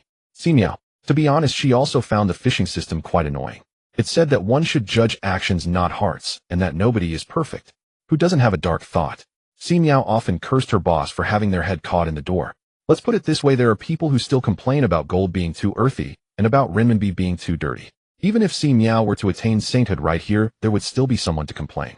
The fishing system should have a different name. Breathing is strengthening. On the other side, He Xiong, after buying news from Xiao Tao, went through doubt experiment silence.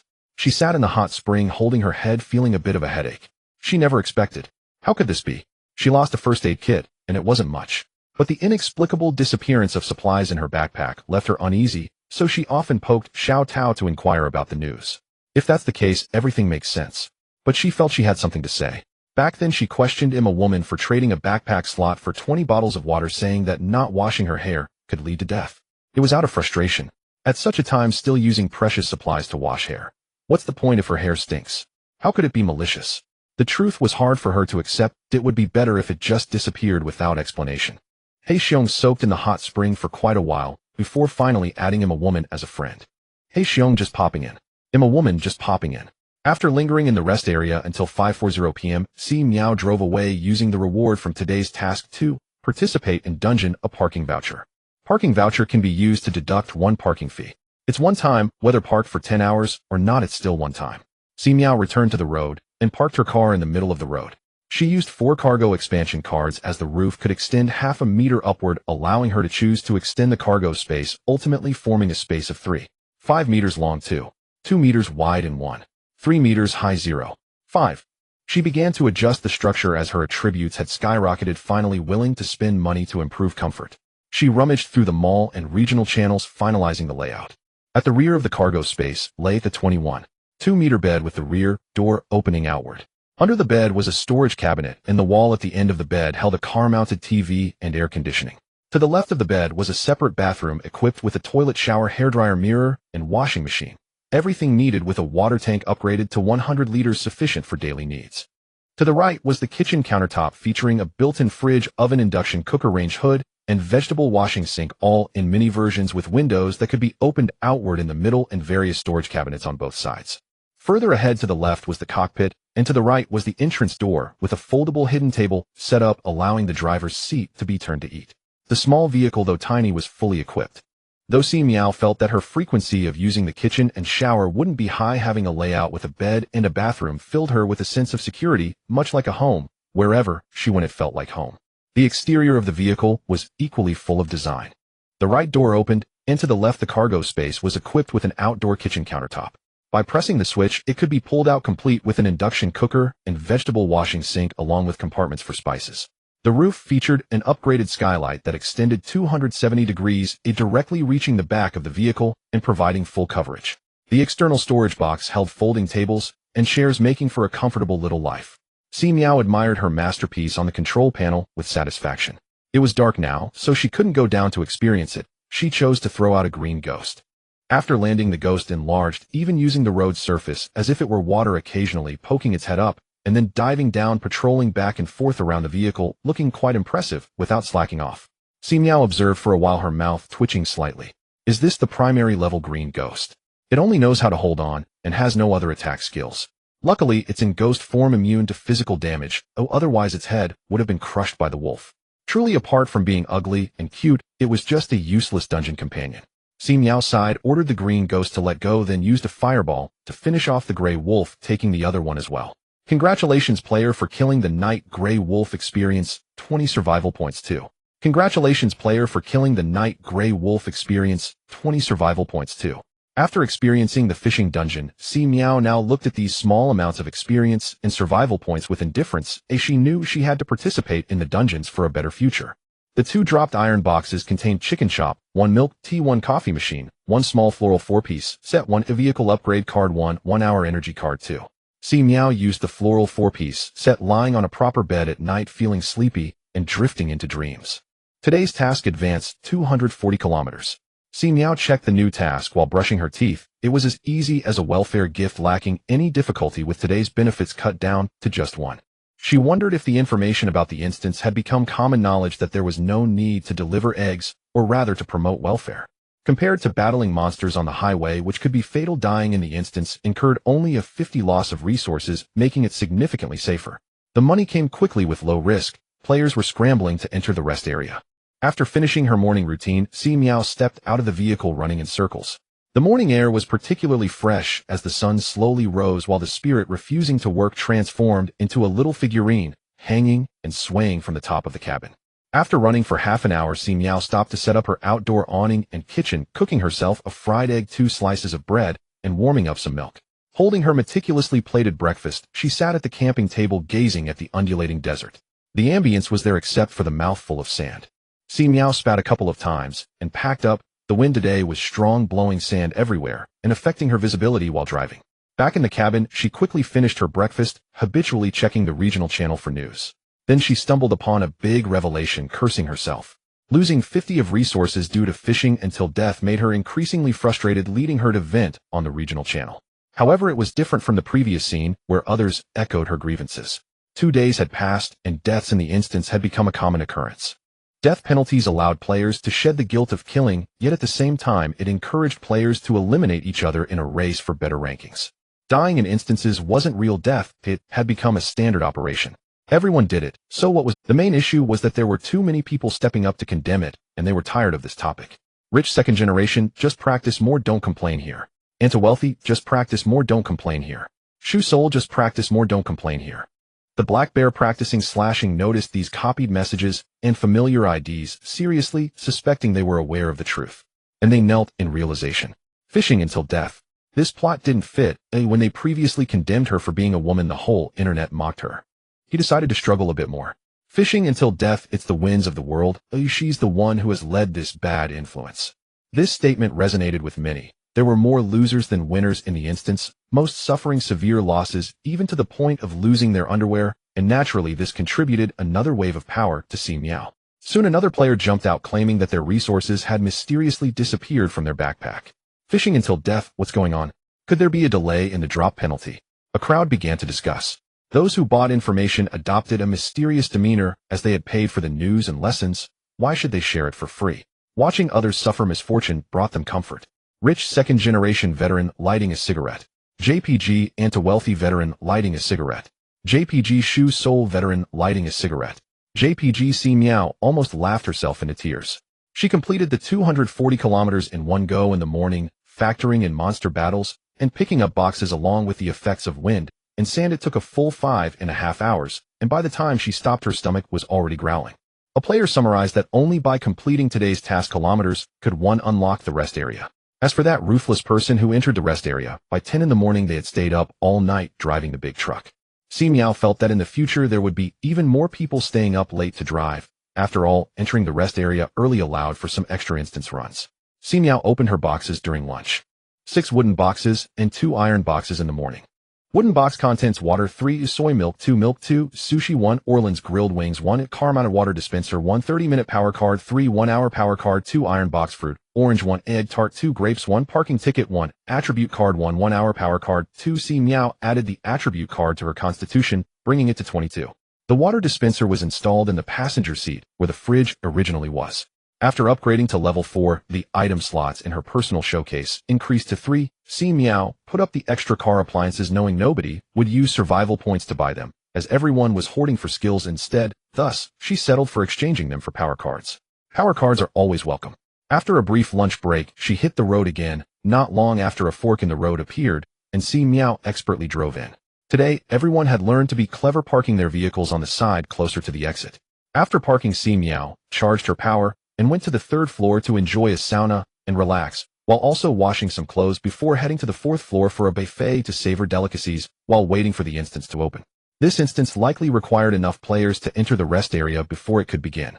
No wonder the news spread that completing the kilometer task allowed entry into the rest area. It was probably because the early birds were too few and they couldn't form a full group of 3, leading to no instance runs. Seeing them so leisurely made others anxious. It was all business. While Si Miao enjoyed her afternoon dessert, the broadcast sounded. Game room no. 1 instance is open. Interested players may proceed to participate in the game. Si Miao swallowed her dessert in one bite and sprinted downstairs surrounded by players doing the same. Only those who hadn't finished eating, unwilling to waste food, remained behind, fidgeting anxiously. After paying a 10 survival point entrance fee, Si Miao entered the instance. The wind-blowing pig who was about to send her a party invitation noticed her busy state and realized Si Miao had swiftly entered the instance, sighing in regret at missing a golden opportunity. Welcome to the instance rapid river adventure. Rule 1. Pair up in 2s for drifting. The first 3 pairs to reach the finish line will receive rewards. Rule 2. The river section has obstacles that must be completed as per requirements. Rule 3. Each person can carry a total of 10 skills, equipment, or miscellaneous items. Rule 4. Marketplace trading is closed, personal showcases are closed, mail functions are closed, regional channels are closed, and backpack item slots are closed. Countdown 959. Unlike the previous 10-player instances, this time, it was a grand instance with 50 people. 50 players stood at the dock. Cute double-hulled boats floated on the water featuring designs like little yellow ducks, little frogs, and little seals. I can't swim. Fading, the shore was bustling with noise. Time was tight. As Si Miao was looking for a reliable teammate, suddenly a player ran over and clung to her arm. Sister, please take me along. The clumsy one hugged the big sister tightly. Her cousin was frighteningly strong and claimed to be in the same instance as the big sister, which made her feel secure. Spotting the ID of a woman in the crowd made her heart blossom, and she decided to act first. Please carry me along. Si Miao recognized this ID. She was her first client, trading vehicle upgrade cards for attribute cards. With such insight and willingness to spend, she considered it maintaining customer relations. The 2 successfully teamed up and immediately ran to the shore to select a small yellow duck to sit face-to-face on the boat. The surface of the water rippled slightly. Why is there no seatbelt? The amateur complained as he fumbled around, realizing that only the ropes on both sides could stabilize their position. There were no paddles or life jackets. The amateur spoke first. I have a shield that can generate a protective membrane for 3 minutes. Si Miao added, I have an immobilization skill that lasts for a total of 9 seconds over 3 uses. I have a ranged attack. So do I. Preparing the healing card. After exchanging some information, Si Miao began placing items and skills into the 10 slots in the upper right corner of her view. A versatile engineer's shovel which can be used as both a paddle and a weapon. Just in case one gets lost halfway, let's grab 2. Skills Fireball Golden Words Immobilization, Close Range Melaneating. Equipment Kidnapped Small Fish Resource Exchange Point Mini Bamboo House. That makes 8. Si Miao added one more healing card. A loudspeaker that enhances the effect of Golden Words Immobilization. 10 items secured. Si Miao hung the loudspeaker, the kidnapped small fish, and the mini bamboo house around her neck and poked the side of the small crocodile's boat with her engineer's shovel, but it didn't break. She wondered if her attack during the preparation phase was ineffective or if the boat's defenses were simply too strong. She sensed 2 gazes and looked up only to see 2 players on the small crocodile, looking very angry. How could this happen? Si Miao nonchalantly turned her head, leaving them with a big surprise. Not just Si Miao, many players were experimenting and trying to eliminate their competitors at the starting line, but unfortunately their attacks were ineffective. The amateur was wearing a pink pig helmet and poked a nearby small dolphin with a wooden stick. Strange there's no death penalty this time. Has the game finally been kind to us? Si Miao was also deep in thought. Countdown 321.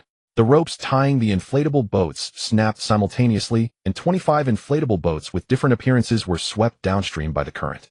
In that moment, a flurry of attacks dazzled the eyes. Some players used various paddles to knock down their neighbors, while others employed ranged skills to strike them down, and there were even direct attacks on the boats. It was utter chaos. Si Miao had already discussed tactics with the amateur, activating the shield at the first opportunity, and then Si Miao began attacking other players.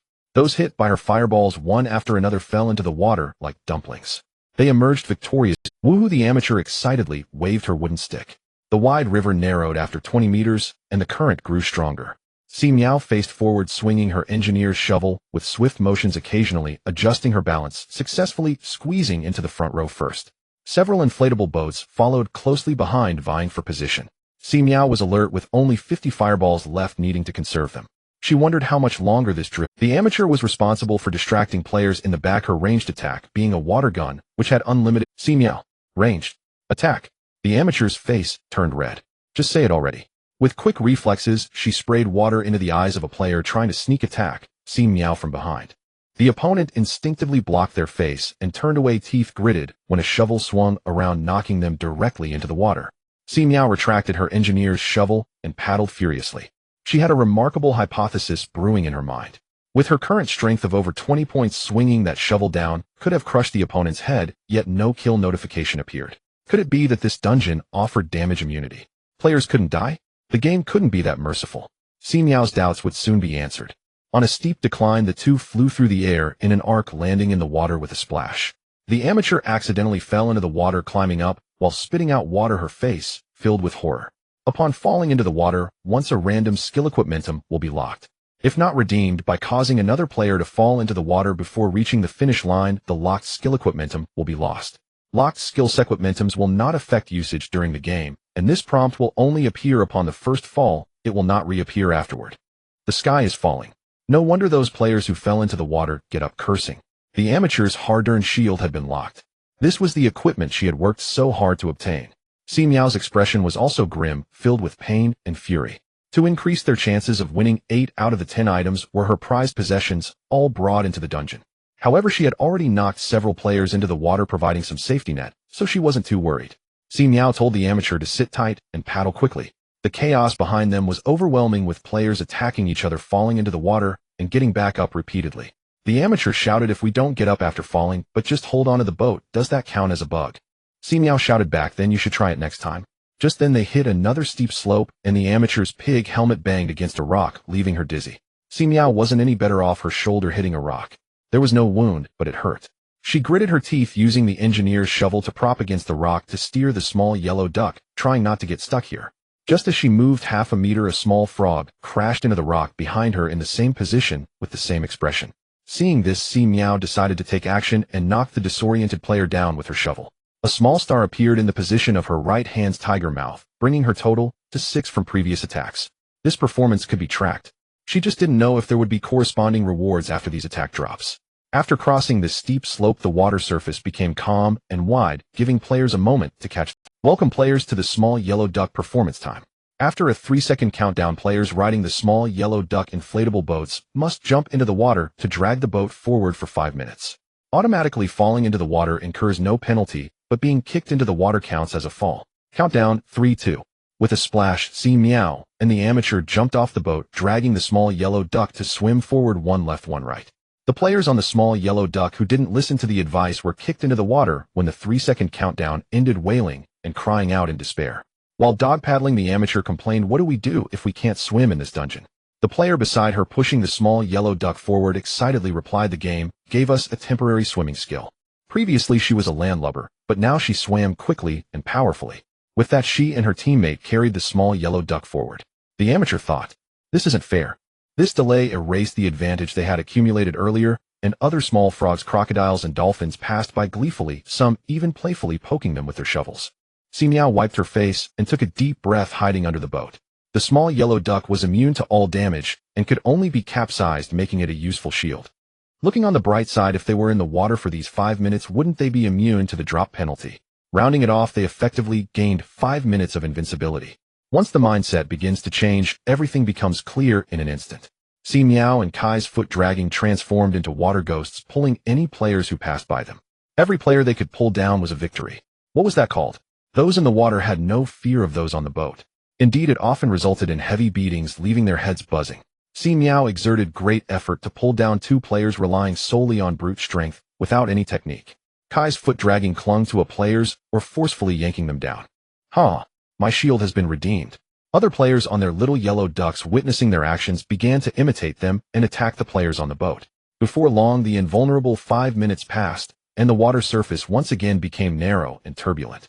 Si Miao was still pondering whether to remain in the water and see what would happen if she didn't board the boat, perhaps trying to exploit a bug. But in less than a minute she was teleported back to the boat, leaving Kai's foot dragging dumbfounded. Well, that resolved the issue of players falling into the water and unable to climb back onto the boat. There was absolutely no room for bugs to be exploited. After this hurdle, their ranking had already slipped to the mid-lower tier. Si Miao glanced back and saw players attempting to paddle and fish from the shore, only to be kicked back into the river by the air. The game forbade players from fishing. They were to be thoroughly played with. Si Miao turned back, and together with Kai's foot dragging, they sought ways to push forward. After about 10 minutes, they arrived at a stretch of calm water. Players riding on little frogs seemed to have received some task, starting to leap in place on their boats, while making croaking sounds. Ha ha ha! Kai's foot dragging laughed heartily as they passed a little frog. They took the chance to poke their wooden stick and sent their canoe flying. Si Miao couldn't help but chuckle. Of course, there was no mercy in her actions.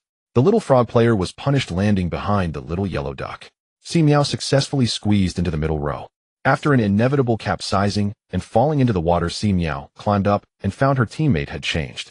Opposite her sat a tall, handsome guy, his clothes perhaps accidentally torn, revealing his 8-pack abs. Noticing Si Miao's gaze, the player with the awkward ID revealed a shy smile of a sunny boy. "Sister, I've been watching you for a long time.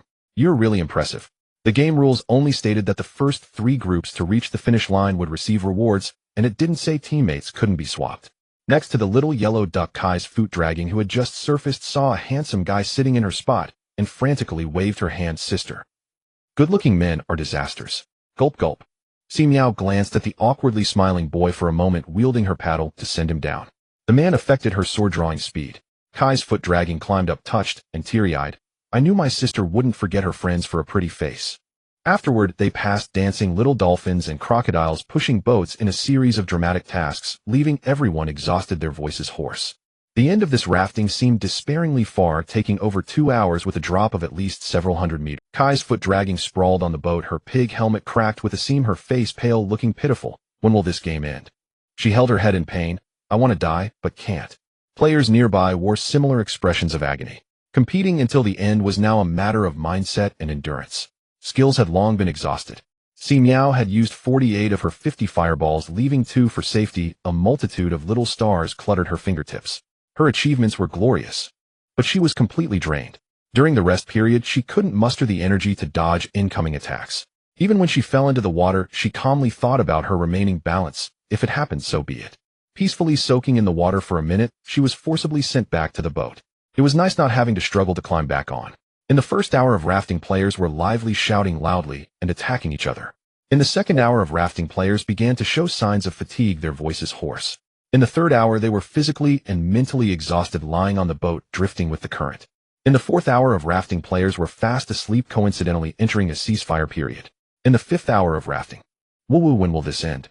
Just let me die already. Kai's foot dragging suddenly leaned over the side of the boat, retching. The scene was horrifying. The nearby little frog player, originally drowsy, was startled awake by the sound of vomit and paddled away cursing. Si Miao rubbed her throbbing temples, closing her eyes to gather her strength. Welcome, players, to the Little Yellow Duck performance time.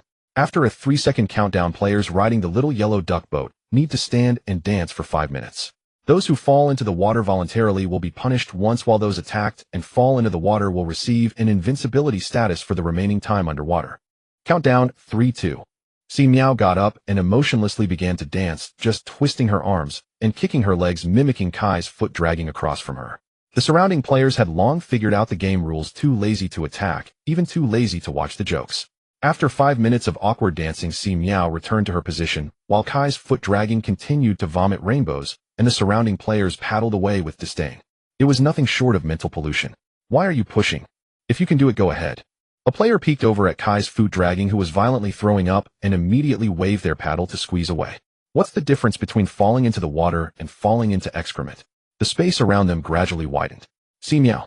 She couldn't help but turn her head and gagged a little, kicking the teammate, who looked pale. What's wrong with you? Did you use the beginner's healing card? Kai's foot dragging, who was about to throw up, managed a pale smile and weakly explained, I've had a bad habit since I was little. Whenever I get nervous in big situations, I feel nauseous and vomit. Today is actually better. Just getting on the road. Si Miao. Perhaps this teammate should be kicked after all.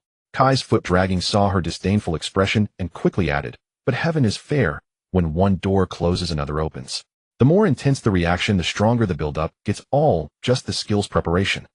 For instance, during her physical education exam, she held it in so badly that she broke the record, and during her college entrance exam math, she held it in so badly that she scored the highest.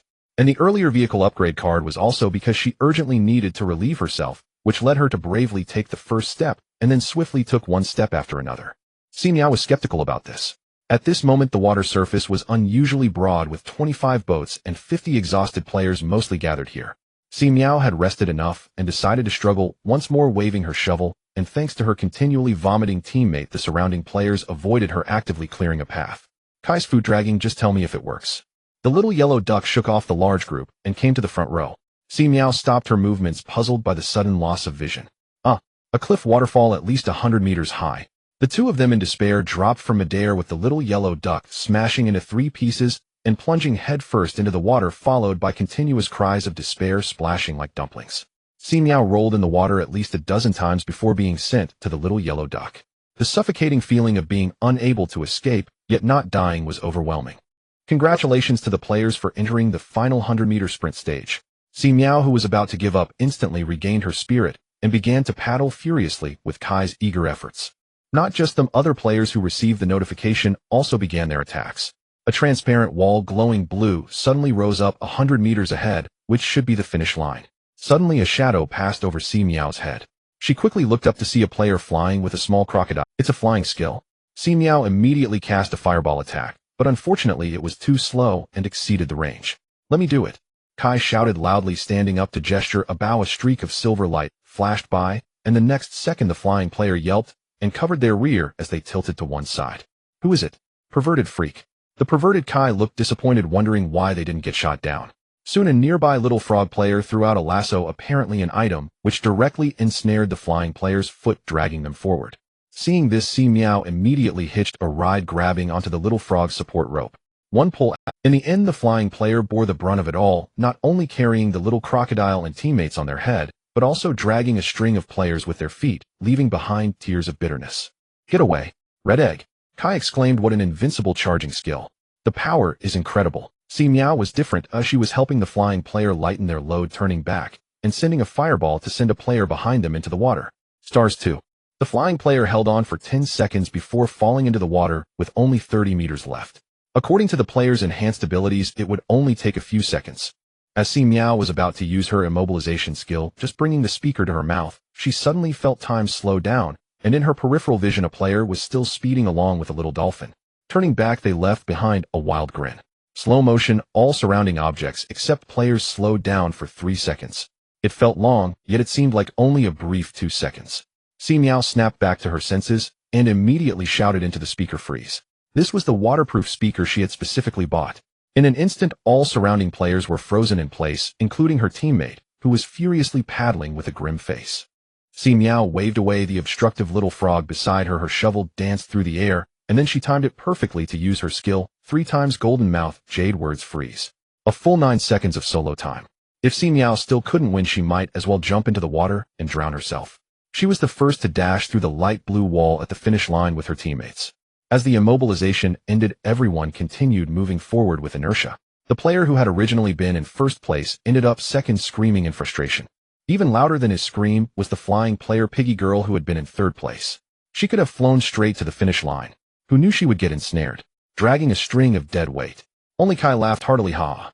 Although I don't know how we won in the blink of an eye, this is the feeling of being carried along, ha. When the last group of players reached the finish line, the 5-hour rafting dungeon finally came to an end. This farce was finally over. Si Miao emerged from the dungeon, parted the crowd of onlookers, and found a massage chair on the 3rd floor for the ladies to lie in. She was exhausted, more so than after 30 days of wilderness fishing. At least wilderness fishing allowed for breaks. Congratulations to the players for being the first group to reach the finish line in the Rapids Challenge, earning 300 survival points, 600 experience, 1 little yellow duck, 1 title, and 3 copper chests. The player shot down opponents 26 times, earning 13 times the experience, with a final experience gain of 7,800. Blood profit. Congratulations to the player for leveling up to LV 5. Reward 3 free attribute. Level 5, 221, 255, 0000. Si Miao continued to look at the other rewards. Little yellow duck, except for capsizing, nothing can defeat me. Si Miao's eyes lit up. This is absolute defense. Title teammate has been vomiting for 3 days and nights. Effect passive: from now on you will lose the desire to vomit. Si Miao. She took a screenshot of this title and sent it to Kai. Kai immediately replied, help. So this dog game is terrible for everyone. She also sent a screenshot back. Si Miao looked closely. Title: exquisite words. Effect passive: because players vomit indiscriminately and are disliked by others for the sake of game experience, players vomit will automatically turn into various flowers. Si Miao. From now on she wouldn't touch any fresh flower cakes on the market. Kai: thanks to the big sister for so this is what the first place gets to enjoy. Huh. Sister, check your email. Si Miao opened the package, 2 vehicle upgrade cards. She raised an eyebrow. Kai: hee, just a little token of appreciation. In future dungeons, please take a glance at me, big sister.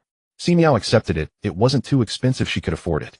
Opening 3 copper chests: vehicle skin design card, 1 backpack slots, 2 attribute cards, 3 a vehicle extension card, 1 skill book, 1 mutated engineer shovel. Si Miao opened the skill book. I just need to take a nap. Effect: closing your eyes for 3 seconds can restore your body to peak condition, usable once per day. A healing skill, not bad. Mutated engineer shovel: because of your preference it decides to work a little harder. It can shrink and be hidden in your ear. Si Miao blinked. Is this the golden cudgel? She held the ordinary engineer shovel, focused her thoughts, and the shovel shrank. Upon touching her ear it vanished without a trace, feeling no foreign sensation. When she touched her ear again and made a motion to pull it out, the engineer shovel emerged and returned to its original size. After organizing her harvest, it was only 3:30 p.m. Si Miao spent 2 survival points to buy a small alarm clock in the shop, setting it for 1 hour before lying down in the massage chair and falling asleep. In need of sleep repair after an intense session. 1 hour later, Si Miao turned off the alarm clock and adjusted the massage chair to sit up.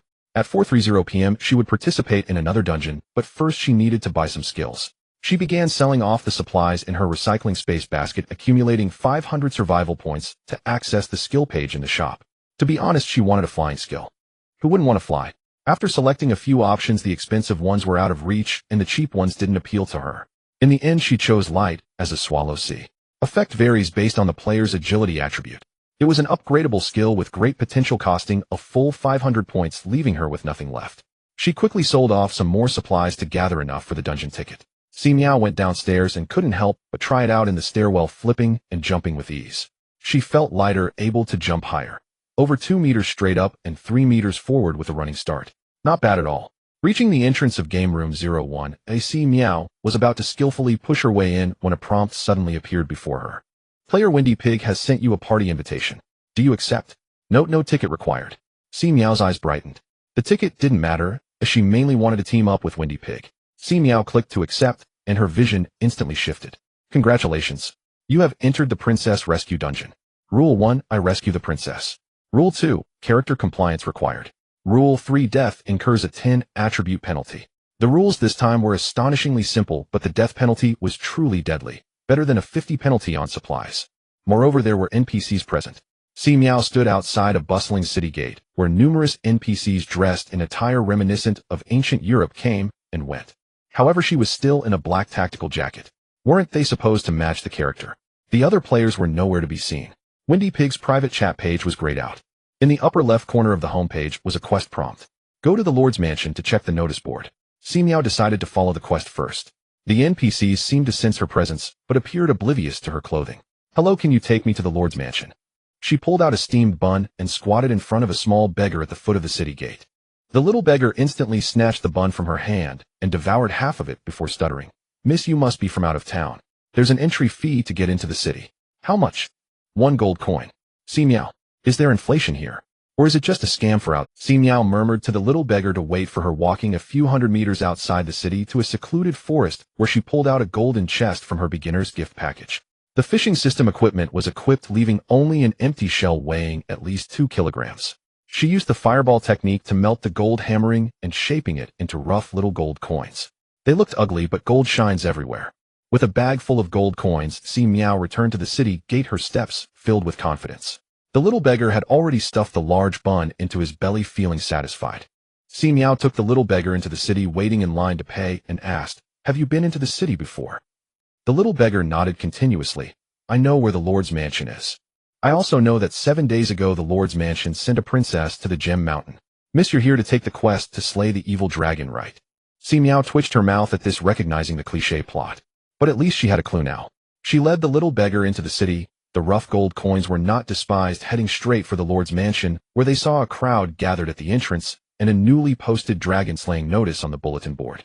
The text was unfamiliar, but the meaning was clear, roughly detailing how the evil dragon of Gem Mountain was terrible, and the Lord invited brave warriors to slay the dragon. The little beggar said, "The city has been bustling since last month." Si Miao gave the little beggar a gold coin as a tip, and moved forward to check the notice, welcomed inside the Lord's Mansion by a guard. Soon another announcement was posted on the bulletin board. Si Miao successfully met the Lord, a plump NPC adorned with sparkling gems. The Lord NPC was very kind, but subtly indicated that ordinary people shouldn't die in vain, thus requiring small assessments to be passed to earn a warrior medal to join the main group in slaying dragons. Si Miao thought it was just part of the plot, so she nodded and accepted the assessment.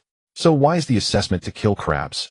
Si Miao was bewildered as the NPC led her to a restaurant kitchen to kill crabs. The guard NPC stated seriously, "The evil dragon loves seafood, especially crabs. If you pick up some crab scent, it will aid in hiding during the confrontation." Si Miao thought, is it not just to be treated as food and crunched on the spot? But noticing that the task in the upper left corner had updated to acquire a character card, Si Miao decided to remain calm. She speculated that her character might be a seafood chef. With this assumption, she worked quickly and diligently, frequently stealing techniques from the head chef. She learned the recipes for 18 seafood dishes. And the business of this restaurant was incredible. Si Miao had been killing crabs since morning, and by the time the moon hung high, she emerged from the restaurant, supporting her waist, feeling as if she had been working in a factory assembling screws. She ran her fingers through her hair and dragged her exhausted body to find an inn to stay. Staying for one night cost 1 gold coin. The prices in Gem City were truly touching. Fortunately, the restaurant provided meals, and her backpack could be used freely, otherwise Si Miao would have struggled to spend so many gold coins. Early the next morning, Si Miao woke up preparing to return to the restaurant to continue killing crabs. The guard NPC had said she needed to work for 3 days. She rubbed her cheeks as she stepped outside. The inn was nearly full, packed with warriors from various regions preparing to slay dragons.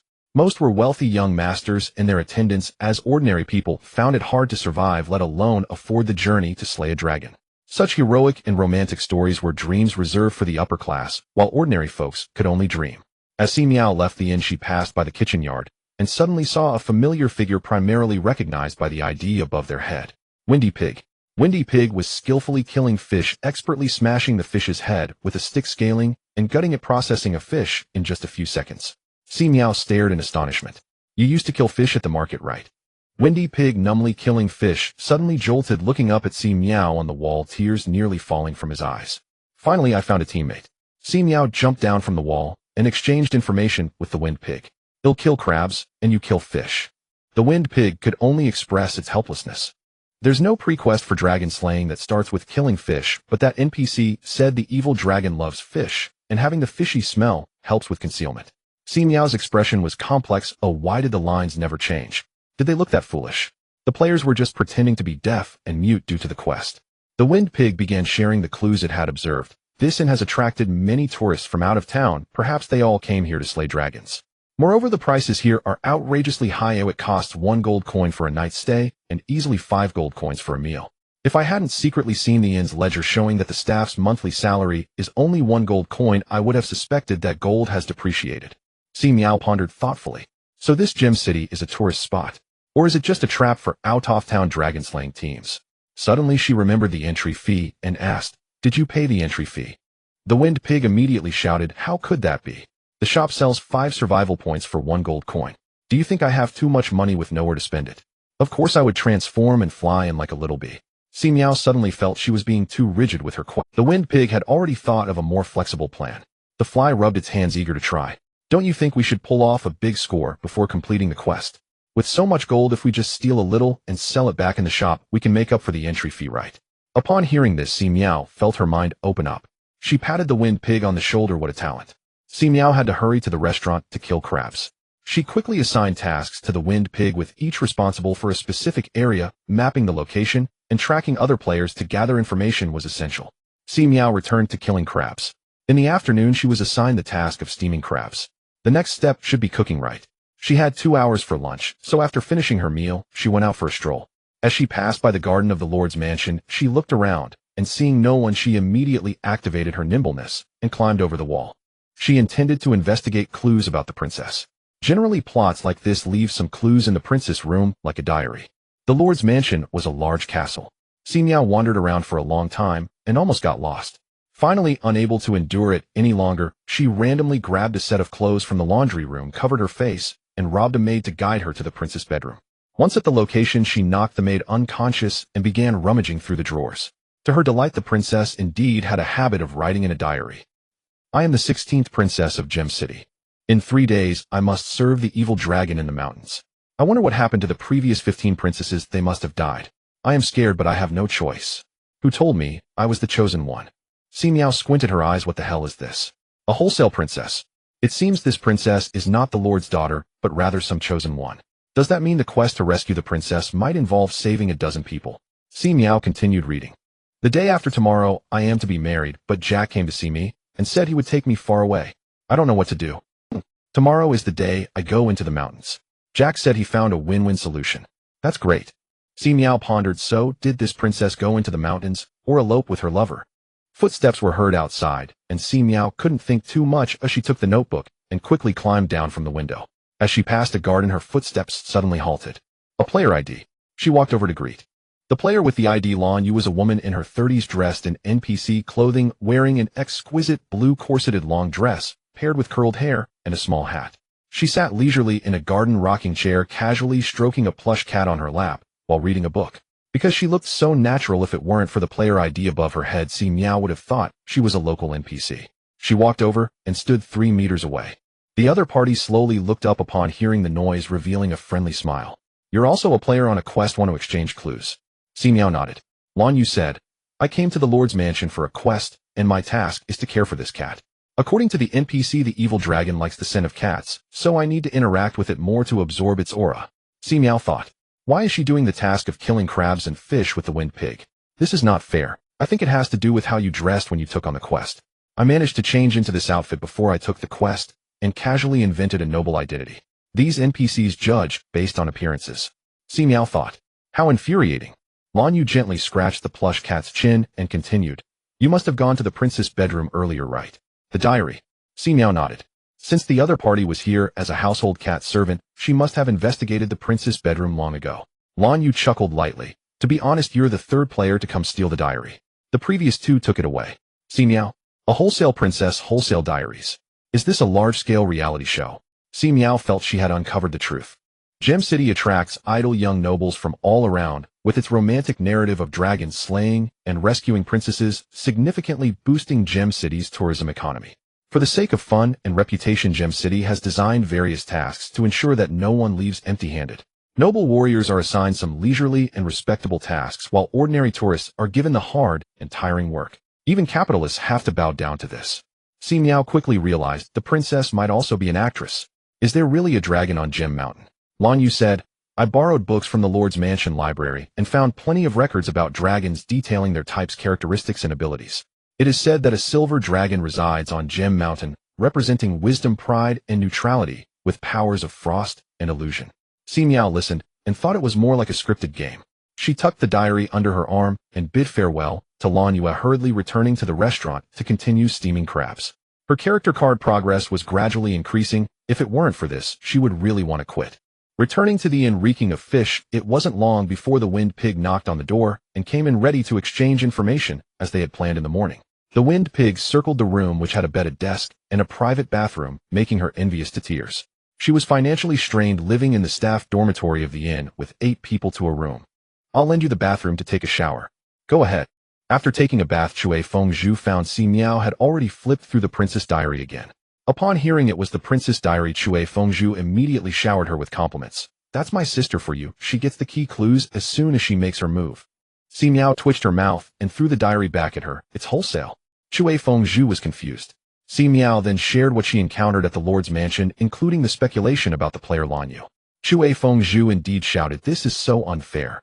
These NPCs are too biased. This afternoon, I saw another player at the mutton restaurant on the street next door, nicknamed Barefoot Immortal. His task was to kill sheep, and I thought everyone was on the same quest line, and secretly relished the misfortune of others, as killing fish is far simpler than killing sheep. Now there's another player who, just because he wore noble clothes and fabricated a noble identity, could pet cats for free. He could roam freely in the Lord's Mansion, perhaps even having meals and accommodations covered. Thinking of this, Chui Fengzhu's jealousy was palpable. What did her fishing for the past 2 days count for? Si Miao felt a pang of sympathy. After Chui Fengzhu complained for a while, they paused to discuss the main quest. Although this gem city is likely a large-scale script-killing scenario, since the system assigned us a task, perhaps the NPC playing the princess has made a mistake. That Jack seems suspicious. And the evil dragon, we definitely need to take a look. Si Miao nodded. Let's complete the character card task first and gather clues for another day tomorrow.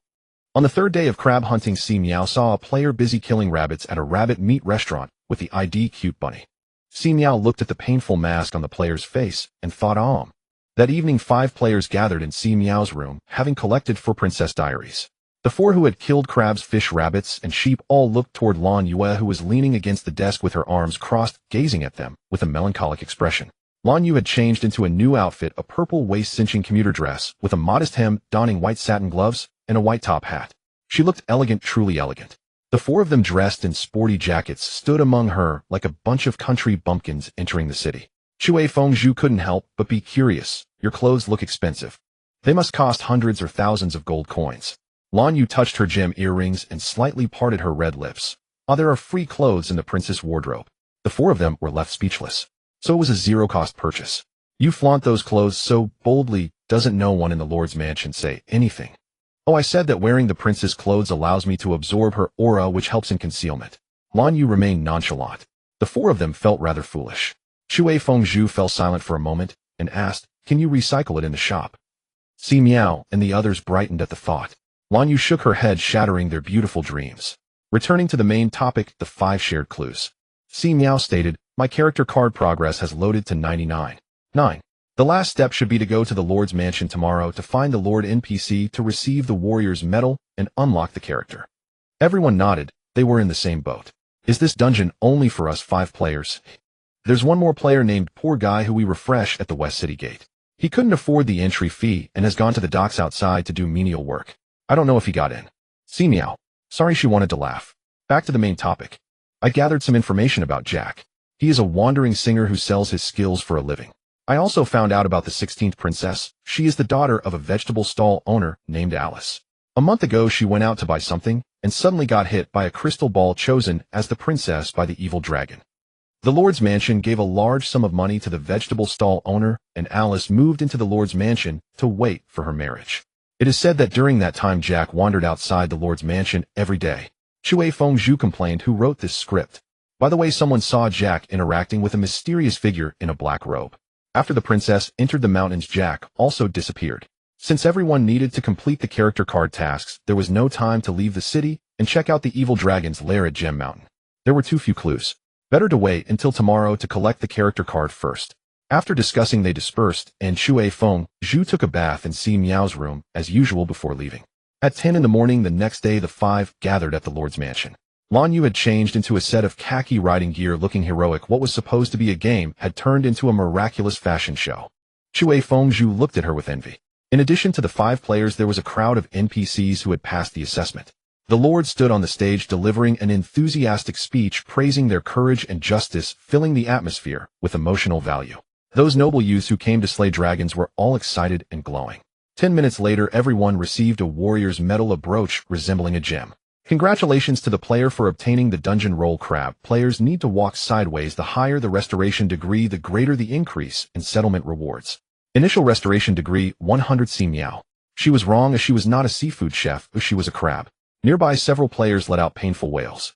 Shui Feng Zhu clenched her teeth, tugging at her arm, and said, "I want to learn how to make fish bubble. Isn't this madness?" Lan Yu replied, "Catwalk." Cute Bunny said, "Rabbit jumps." Si Miao forced a smile and said, "Walk sideways." The 4 of them all looked toward Barefoot Immortal. He only remained silent. The NPC Lord on stage entered the next process. Today the Lord's mansion has prepared a banquet for everyone. Please enjoy. The dragon-slaying army will ascend the mountain tomorrow. Si Miao chuckled. This was undoubtedly a script-killing scenario. This gem city was excessively lively, with even a circus performance on the street, utterly devoid of the fearful atmosphere of being oppressed by the evil dragon. After dispersing, Si Miao and the others decided to split up to gather clues. Si Miao stepped out and suddenly thought of something, quickly turned sideways and began to walk sideways. That was a close call. Shui Feng Zhu started mimicking blowing bubbles, pouting and mumbling. This task is a bit of a waste of breath. Lan Yu walked gracefully in a catwalk while Cute Bunny hopped forward. Only Barefoot Immortal walked silently, and just when everyone thought he would give up on the reward increase, he suddenly stuck out his but shook it, and then quickened his pace to leave, looking very much like he was fleeing. Si Miao and the others. Shui Feng Zhu covered her eyes. It was too shocking to see Barefoot Immortal, a muscular man, shake his butt. Si Miao could travel swiftly like a swallow, so she decided to take advantage of the afternoon to explore outside the city. After running for an hour from the east gate, she arrived at the foot of Gem Mountain. She could have gone faster, but she had to walk sideways. This damn mission had already dropped to 95 in restoration. Once she entered the forest, the temperature dropped, and Si Miao zipped her jacket up to her chin. The journey was bustling, filled with dragon-slaying teams. Every 1 to 2 kilometers there were stalls selling food and water.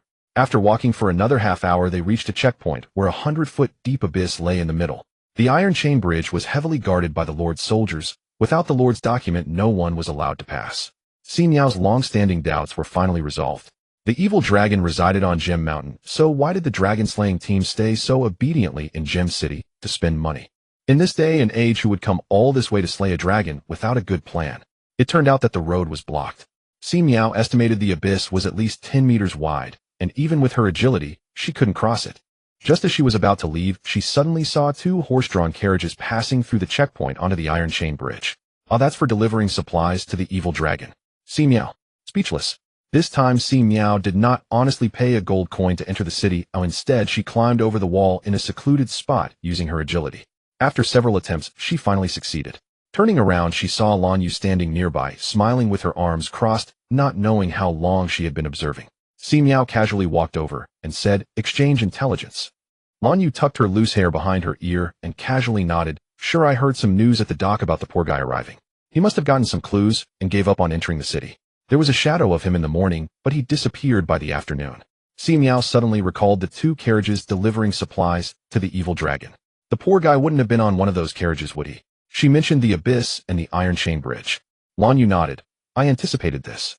Are we moving tonight?" Si Miao thought it was fine. There was no need to follow the main group anymore. Otherwise they might dawdle and end up stopping to buy local specialties. She planned to meet up with Shui Feng Zhu and the others. Lan Yu looked a bit surprised. The poor guy chose to go solo. Completing the mission first will definitely yield greater rewards. "Are you really complaining about too many people, eh?" Si Miao smiled. "I came in without paying, so I have to maintain my reputation." She leaped down from the wall, gracefully, thankful that her physique had improved, or she would have definitely broken a bone from the fall. With that jump, her restoration rate was at 94. Si Miao, cursing very colorfully. She thought Lan Yu would head up the mountain early, but when she and Shui Feng Zhu arrived at the city gate, Lan Yu was still there, and and even managed to get a horse-drawn carriage. Get in. She waved the whip in her hand. Shui Fengzhu leaned close to Si Miao and whispered, "Ah, this is Auntie's charm. I feel like I can do it." Si Miao rolled her eyes and climbed into the carriage sideways. Among all the players she had seen, Lan Yu was the most relaxed, as if the mission was merely a trivial matter to her, handled with ease. The kind of confidence emanating from her made one feel convinced. Shui Fengzhu Kai's pedantic bear, and even the terrifyingly strong ones, while all clever and astute, still differed from her. They resembled small animals seeking survival in the forest, clever and alert at all times, while Lan Yu was like the tiger of the forest, patrolling her territory without doubting her own abilities. It was unclear what Lan Yu had done before the game, but her status was definitely not low. The five of them moved forward in the dark and quickly reached the foot of the mountain. The mountain path was steep, and Lan Yu stowed the carriage away, opting to walk. "It's so cold. Will this silver dragon breathe ice?" Shui Fengzhu blew bubbles occasionally, taking a sip of water to moisten her throat. Barefoot Immortal silently walked at the back, quickly raising his butt and shaking it in a corner where no one was paying attention. Si Miao mentioned the 10-meter deep abyss, suggesting that instead of engaging in a battle of wits with the NPCs over the iron chain bridge, it would be better to secretly build a temporary bridge nearby. Casually chopping down 3 or 4 pine trees, clearing away excess branches, and tying them together, she would use her space ability to transport it to the cliff edge and lay it over to the other side. That should do the trick. The 3 with fewer clues volunteered to help. After constructing the bridge, Si Miao used her agility to be the first to cross. It swayed a bit, but it was manageable. Shui Fengzhu climbed the bridge, patting her chest nervously. "Games really train a person. I used to be trembling just walking on a glass plank road. Who says otherwise? I wouldn't even dare to go out at night before, but now I can climb mountains at midnight to do bad things." The cute rabbit had no choice but to hop like a rabbit, losing 5 of her restoration rate, while climbing with tears streaming down her face. Lan Yu walked gracefully, looking at the 2 squirming in front of her, and clicked her tongue. Barefoot Immortal was crawling at the back and shaking his, but was more convenient now. After crossing the bridge, they climbed up further, and the temperature dropped even more. Si Miao exchanged for a thin-down jacket in the shop, thinking it was too cold. The others showcased their skills. As they continued upwards, they saw a house built by an NPC with an advertisement outside selling warm clothes and gear. The 5 of them. All-inclusive service. Who says Gem City has no dragons? Are we now considered illegal fare dodgers in a large scenic area? I won't accept the game not giving me this title. The group laughed bitterly and continued to climb. After about 2 or 3 hours, they passed several supply stations before finally spotting a cave. The scale was so large it seemed like a dragon resided there. Shui Fengzhu was eager to try and said she could turn into a little bee to sneak in and check it out. Sure, there's movement. Si Miao and Lan Yu reminded simultaneously, pulling the other 3 to hide in the shadows. Not long after, a sneaky figure came down carrying something. It's a player with an ID. Upon hearing this, Si Miao wasted no time and swiftly pulled the person in as they passed, while the others covered their mouths or held onto their feet. We're all on the same side. The poor guy was about to use a skill when he heard this, turned around, and glared at the IDs above the heads of the others, rolling his eyes in frustration. "It's a misunderstanding. We just wanted to ask you for some news." Shui Fengzhu stepped in to smooth things over, then poked at the unconscious person the poor guy was carrying and asked, "What's going on here?" "A princess." The poor guy sat up and retorted angrily, "What princess? She's just a love-struck fool." He began to rant. He originally intended to steal some money at the dock, or rather carry some luggage to earn the entry fee, but just as he was about to make his move, he happened to overhear a piece of news from an NPC wearing a big gold chain. They said they were delivering supplies to the evil dragon. Upon hearing this, he immediately changed his mind and decided not to enter the city. He lingered at the dock for 2 days before finally spotting the supply vehicles heading into the mountains, sneaking in with the flow. Inside the cave were only a girl and an irritable dragon, and upon seeing this, the poor guy understood everything. But this princess named Alice. She's just a love-struck fool. She absolutely refused to come with me, so I had no choice but to knock her out. Si Miao and the others. How do they explain to him that this Alice is likely an NPC character? She hasn't even reached her ending scene. How can she leave? If she does, won't the dragon-slaying team come tomorrow without a princess to rescue? Love-struck fool workaholic. The poor guy came and complained for a long time, and when he looked up, he saw several players with subtle expressions, and one of them pouting and blowing kisses, unable to endure any longer. "I've tolerated you for a long time. Although I know I'm handsome, you don't have to keep blowing kisses." The poor guy became furious, a suspicious flush on his face. The wind-blowing pig, who was blowing bubbles like a goldfish, exclaimed, "Huh, it's a misunderstanding, big brother. I'm on a quest here." Si Miao covered her face, completely flustered. She looked down at the unconscious Alice, who was wearing a princess dress with golden wavy hair appearing quite. No, she crouched down and grabbed Alice's hand, which was delicate and slender, clearly a pair of pampered hands. Alice was said to be the daughter of a vegetable stall owner helping out with chores, so her hands shouldn't be this clean. Could it be a replacement marriage script? Si Miao pondered. Alice's diary mentioned that Jack wanted to elope with her and thought of a way to have someone substitute Alice to go into the mountains, which made sense. It's just a convoluted little plot designed for tourists from afar. Then why hasn't the quest been completed? Lan Yue beside her held Alice's other hand. The barefoot immortal who had been silent all the way interjected. Does that mean the quest is only completed once we safely deliver her to the city lord's mansion? Everyone thought this made sense, as it was indeed very dangerous outside the evil dragon's lair. They suggested sending Alice back overnight. Are you sure there are no other women in the dragon's lair? No, let's go. That dragon is soaking in the pool, spewing ice everywhere at noon. It's terrifying. Si Miao and the others descended the mountain, taking turns carrying Alice. This was crucial for contrast. The poor guy saw the horizontally walking woman Lan Yu tiptoeing and the wind-blowing pig continuously blowing kisses along with the occasionally shaking but of the barefoot immortal. What kind of monstrous teammates are these? By the way, can this quest still be accepted now? This was a reward multiplier. A group of people rushed down the mountain, faintly hearing the evil dragon roar along the way, making them run even faster. Where is this? Alice, who was being carried on the shoulder of the barefoot immortal, woke up in confusion, her face filled with shock. Si Miao and the others didn't know how to explain. They remained silent. It felt quite unkind to disturb someone's work. Only the oblivious poor guy boldly stated, "Of course we are helping you escape from suffering. The dragon is so terrifying that staying with it is a matter of life and death. Trust me, you two species being together will not lead to happiness. One day a single sneeze from it could give you a cold, and a single roll could crush you. Listen to me, sister, don't fall for love brain." Si Miao and the others. Alice. Alice felt she could still struggle a bit, so she tearfully said, "But if I run away, the evil dragon will take it out on the people of Gem City. I'm willing to sacrifice myself for the peace of Gem City." Now even the poor guy stopped speaking. They players would finish the quest and leave. The subsequent plot was none of it. Silence reigned as they skillfully bridged the abyss, and the group finally breathed a sigh of relief. Alice sighed, kicking her legs. "Let me down, you brave warriors. Gem City is honored by your presence." Si Miao let her down. Was the act over? After Alice landed, she praised them again, but suddenly blushed and said, "I need to take care of something." The wind-blowing pig immediately responded, "This is a wilderness, I'll accompany you." Alice nodded gratefully and then walked to a corner with the wind-blowing pig. The poor guy scratched his head. Why did she suddenly come to terms with it? Isn't it almost home? What a pity, we were just running and didn't take a good look at that dragon. How was it? Imposing, right? This was still a magical background. The poor guy was about to speak when suddenly the wind-blowing pig shouted excitedly. The person ran away. Si Miao and the others immediately surrounded her, asking what happened. The wind-blowing pig gestured. "I was too embarrassed to stare at her, so I turned my back. Suddenly I sensed light behind me, and when I turned around, that Alice tore open a scroll and disappeared." Everyone, this is truly a magical background. They retraced their steps, climbing mountains all night. When they reached outside the cave, it was already dawn. Si Miao's restoration rate had dropped to 73. It was quite a feat. The wind-blowing pig was about to pout, and even Lan Yu looked a bit disheveled, a hint of fatigue in her eyes. The poor guy had already learned from them that the so-called dragon slaying and princess saving was just a large-scale scripting game used to boost consumption in Gem City. No wonder she refused to leave with me.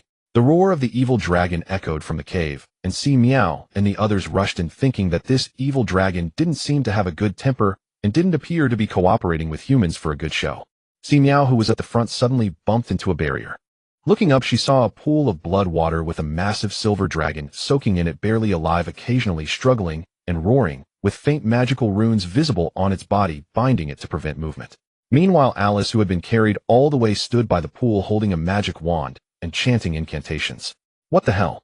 The wind-blowing pig was taken aback. This plot was not right. Why had the princess turned dark? Lan Yu said quietly, "Maybe this silver dragon is the princess." If that's the case, then it makes sense. Players enter the city to do quests, and if they are careful, they won't find it difficult to realize that the so-called dragon slaying and princess saving is a trap, and deduce that the evil dragon is actually a good dragon, a beneficial creature. The poor guy scratched his hair. So the silver dragon isn't angry, it's just in pain and howling. Truly, it's like Shen Mingzhu, no swinging on a swing in the house. It's all your fault wasting this trip. The boss has powered up.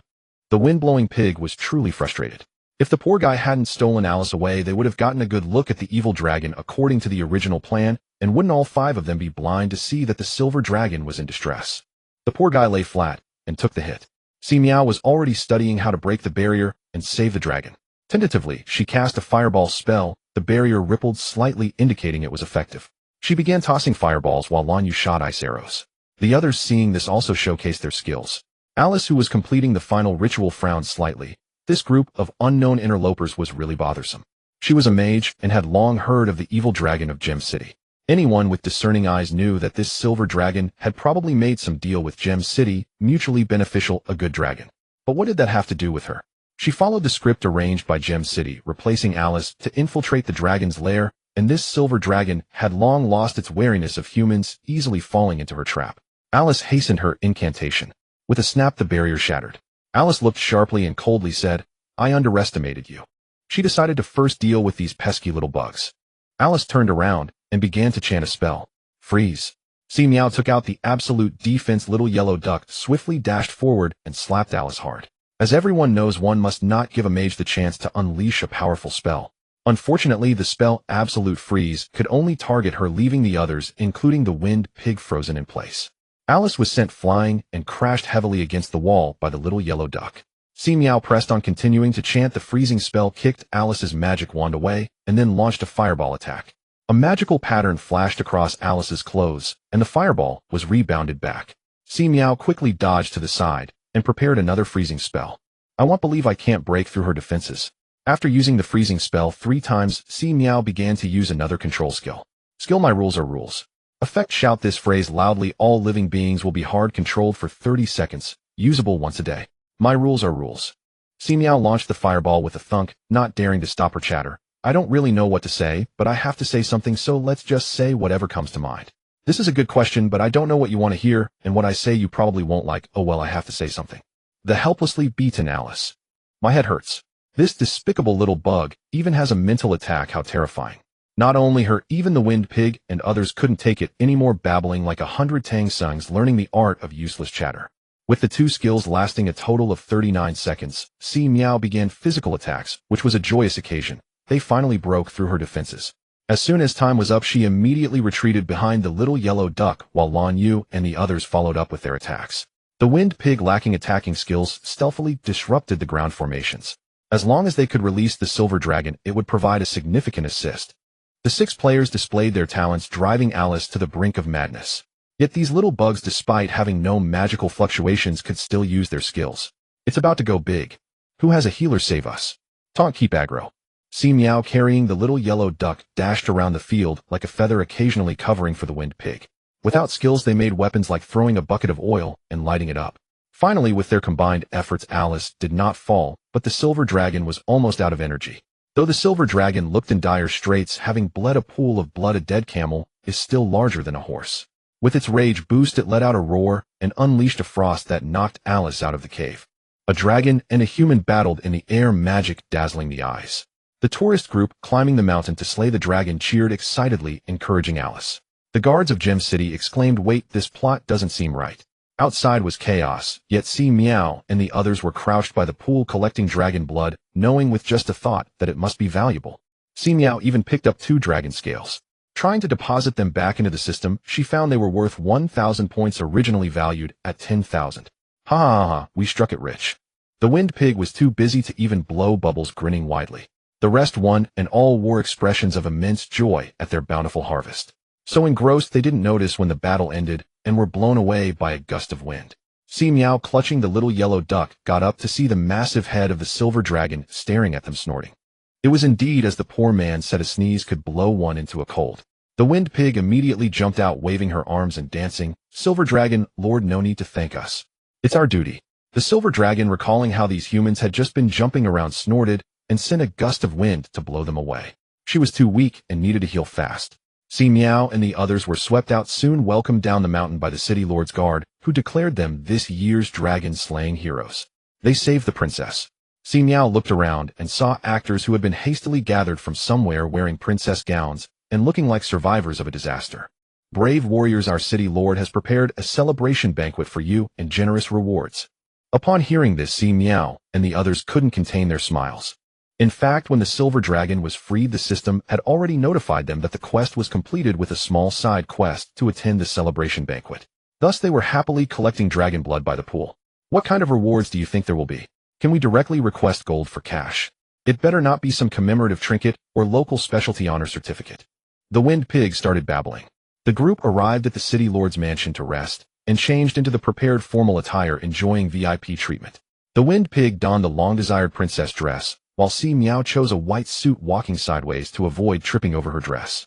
After a battle, her restoration dropped to 38, and she could only say it was a sight for sore eyes. It was tough to walk sideways, let alone focus on the battle. At the final award ceremony, she managed to walk sideways once more. The celebration banquet was lively, and the rewards were generous. After the city lord expressed his gratitude, he handed each of them an honor certificate and a box of local specialties gems. The city lord privately approached them, his face full of gratitude. "Thank you, brave warriors, for uncovering Alice's plot and helping Princess Silver Dragon escape. If anything had happened to her in Gem City, the consequences would be unimaginable." He rubbed his hands awkwardly and added, "I'm sure you have seen through Gem City's tricks, so please help keep the secret." Si Miao and the others holding a box of gems spoke in unison, assuring it was no problem. "The celebration banquet ends at dawn. Enjoy yourselves." The city lord left. The countdown for Si Miao and the others' dungeon appeared with over 2 hours remaining. The Wind Pig eagerly dragged the adorable rabbit to enjoy the delicacies, while also admiring the golden-haired, blue-eyed, handsome NPCs here. Si Miao took a glass of red wine and found a booth on the second floor by the balcony to rest, casually playing with a reward ruby. This item sells for 5 points in the recycling mall, and a whole box could yield around 100 survival points, a nice little bonus. Suddenly a figure appeared across the booth, leisurely sitting down with a glass of red wine. It was Lan Yu. Lan Yu did not choose a gown tonight, but a handsome tuxedo. The broad shoulder pads made her appear formidable and sharp, far more imposing than the city lord. "Why don't you go play with them?" Lan Yu asked, her gaze falling on the small garden below where blowing Wind Pig and cute rabbit were dancing with a tall, blue-eyed, blonde-haired man grinning foolishly. Si Miao glanced and looked away. "Too noisy." Lan Yu smiled softly, beginning to reminisce. "When I was young." Si Miao thought a 30-something shouldn't use that line. "Then this, and that I inherited the fortunes of 3 wealthy husbands. The circle called me the Black Widow. But I was once a naive and romantic girl." Si Miao grew serious. This was juicy. "As someone who has been through it, I have a few words for you." Si Miao was about to nod, but suddenly realized she couldn't. It was a skill. Lan Yu took a sip of red wine, set the glass on the table, and looked at Si Miao, who was frozen in place, unable even to move her eyes. "As someone who has been through it, I have a few words for you." Effect: select a target, forcibly control them for 1 minute to listen to your experience. Use once daily. You must be wondering why I suddenly targeted you, but our meeting in this instance was no coincidence. Lan Yu sighed. "Your skill is a talent, isn't it? Such a beautiful and powerful talent, yet you can't even unlock a 10th of its potential. It's a sheer waste." Her supplies hadn't vanished, but the incident had made some noise. Out of curiosity, she bought information, and then greed took hold. Nest card: select a target to use, allowing you to enter the same instance as them. You are strong, yet with such a formidable talent you remain so weak, like a dog parading a gold bar down the street. Do you even know how to use it? What are you hesitating for? What are you afraid of? Lan Yu walked to Si Miao's side, leaned in, and whispered in her ear. "You want to be a good person, so good that you can't even bring yourself to devour malice. Your heart is tormented every moment, isn't it? So give this talent to me. I'm a bad woman. He'll make it shine. It'll be a relief for you, won't it?" Si Miao thought, dare she let her speak? Lan Yu straightened up, placed her hand on Si Miao's head, and used her. "For my use effect, the higher the target's favorability, the higher the chance of obtaining their most precious skill. Each use consumes 10 of attributes." What a shame, only 30. Lan Yu popped a luck-enhancing candy into her mouth. She had gathered information from all sides, analyzed Si Miao's personality, and chosen a poised, relaxed persona. She should have waited longer, but she feared Si Miao's growth would outpace her control. The game was full of bizarre skills and equipment. It was better to secure the prize. Si Miao had a belly full of curses she really wanted to say. Yet her heart was eerily calm. Little anger, not a shred of fear. Because she had a trump card as safety net. Title: You're right. Effect: passive one-time skill. Reflects 200 of fatal or targeted damage. What's happening? Lan Yu's composed expression finally cracked. Her talent had vanished.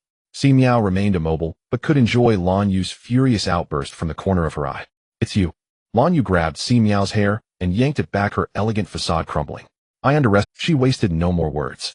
Seeing the control skill was about to end, she swiftly kicked Si Miao out of the instance. Si Miao was ejected, touching her slit throat, struggling to breathe. She shoved through the onlookers, used light as a feather to return to her vehicle, and leaned against the driver's seat, gasping. Ha ha ha. She slapped the steering wheel, laughing until tears streamed. Player died, 10 attribute points deducted, rounded to the nearest whole number. Completed the Save the Princess quest, character match 36, survival points, and experience bonus 36. Congratulations. You earned 136 survival points, 272 experience, 1 honor certificate, 1 title, and 1 bronze chest in the Save the Princess instance. You're right. Passive triggered. Talent Core 1A. Choose to inherit or upgrade your own talent. Si Miao ignored the instance rewards and first checked the talent core she had reflected from Lanyu. Talent core for my use effect: the higher the target's favorability, the higher the chance of obtaining their most precious. Each use consumes 10 of attributes. No wonder Lanyu always seemed to move in slow motion with so much fanfare. She was secretly trying to charm her in various ways. Si Miao had given 30 favorability because she genuinely liked this persona: strong, elegant, and relaxed. Like the stylish, capable urban women she admired in TV dramas as a child, dreaming of becoming one when she grew up. But Si Miao was no longer a child. After growing up, she toiled in bright, spacious office buildings, tapping away at keyboards like a beast of burden. The glamour was all a facade. Life was just a mess of endless utility bills and unavoidable pre-made meals. Did they think she was so cheap that a single persona could max out her favorability? The system offered 2 options: inherit for my use or upgrade. Fishing system 1.0. Si Miao chose the latter. She had long been dissatisfied with the fishing system, only transferring basic supplies. What use did she have for so much water and steamed buns? Even recycling was a hassle.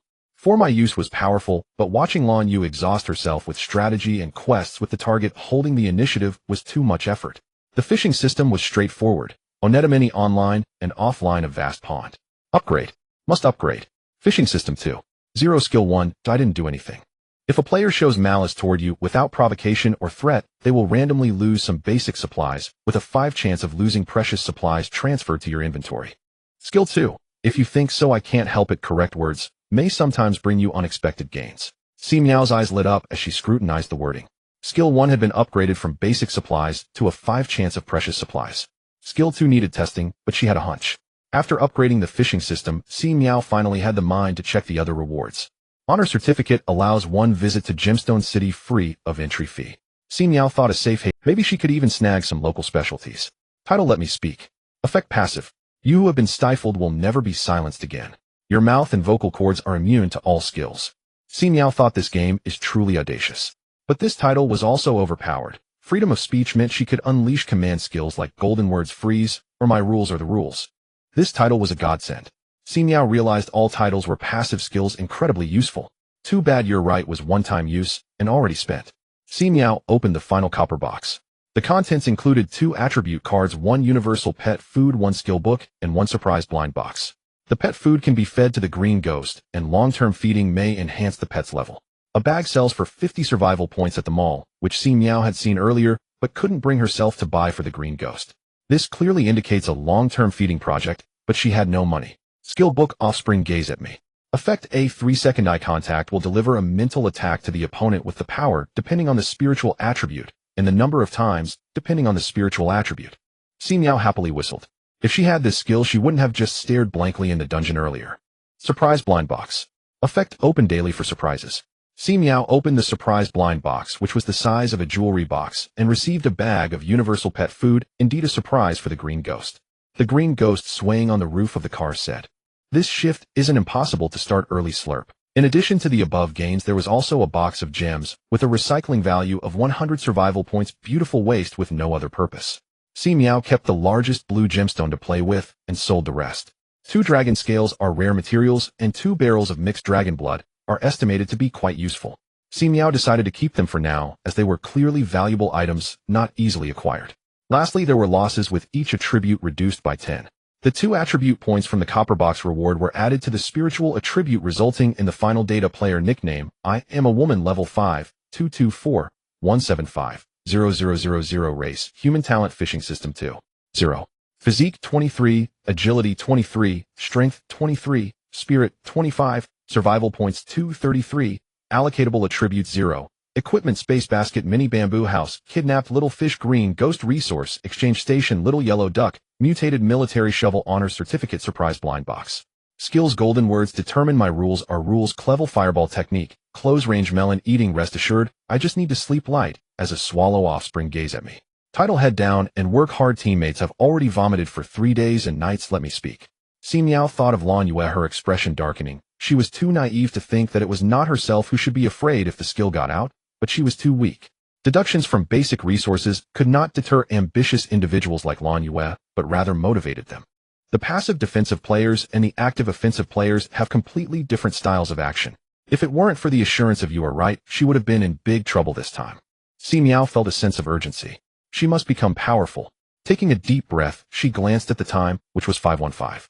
The dungeon would close soon, so she decided to settle for a meal at the 4th floor restaurant, saving where she could and spending where needed. During this time, Chui Feng Zhu sent a message. Chui Feng Zhu, sis, why did you leave early? Si Miao bit into her steak fiercely. I am a woman, did you know you dragged 2 people with your ticket? Chui Feng Zhu. Si Miao mentioned Lan Yu's ambush and advised Chui Feng Zhu to be cautious in the future, as this person had likely consumed many skills for her own use through for my use. Chui Feng Zhu. How can I hunt her down? Chui Feng Zhu, don't worry, I will definitely expose her true colors in the regional channel, so everyone will want her gone. I am a woman, go ahead, I'll be watching you. Chui Feng Zhu, wait until after 6, when everyone leaves the rest area, the regional channel will merge, and he'll shout. Si Miao finished her meal, not in the mood to time it, and directly used the parking ticket to exit the rest area. She parked her car in the middle of the road, took the newly acquired supplies, and rearranged the layout of the car. She adjusted the kitchen and bathroom to the back of the car, and then separated the front with a partition. A 4-person card table was set up, with the table equipped with an induction cooker for tea brewing and hot pot cooking. At night, it could be combined into a 1:21.8 large bed, and the extended card for the car could push the bed outward, creating a 1-meter wide walkway, while the tea and water bar was on the other side with the coffee machine placed here. There weren't any changes in the cockpit.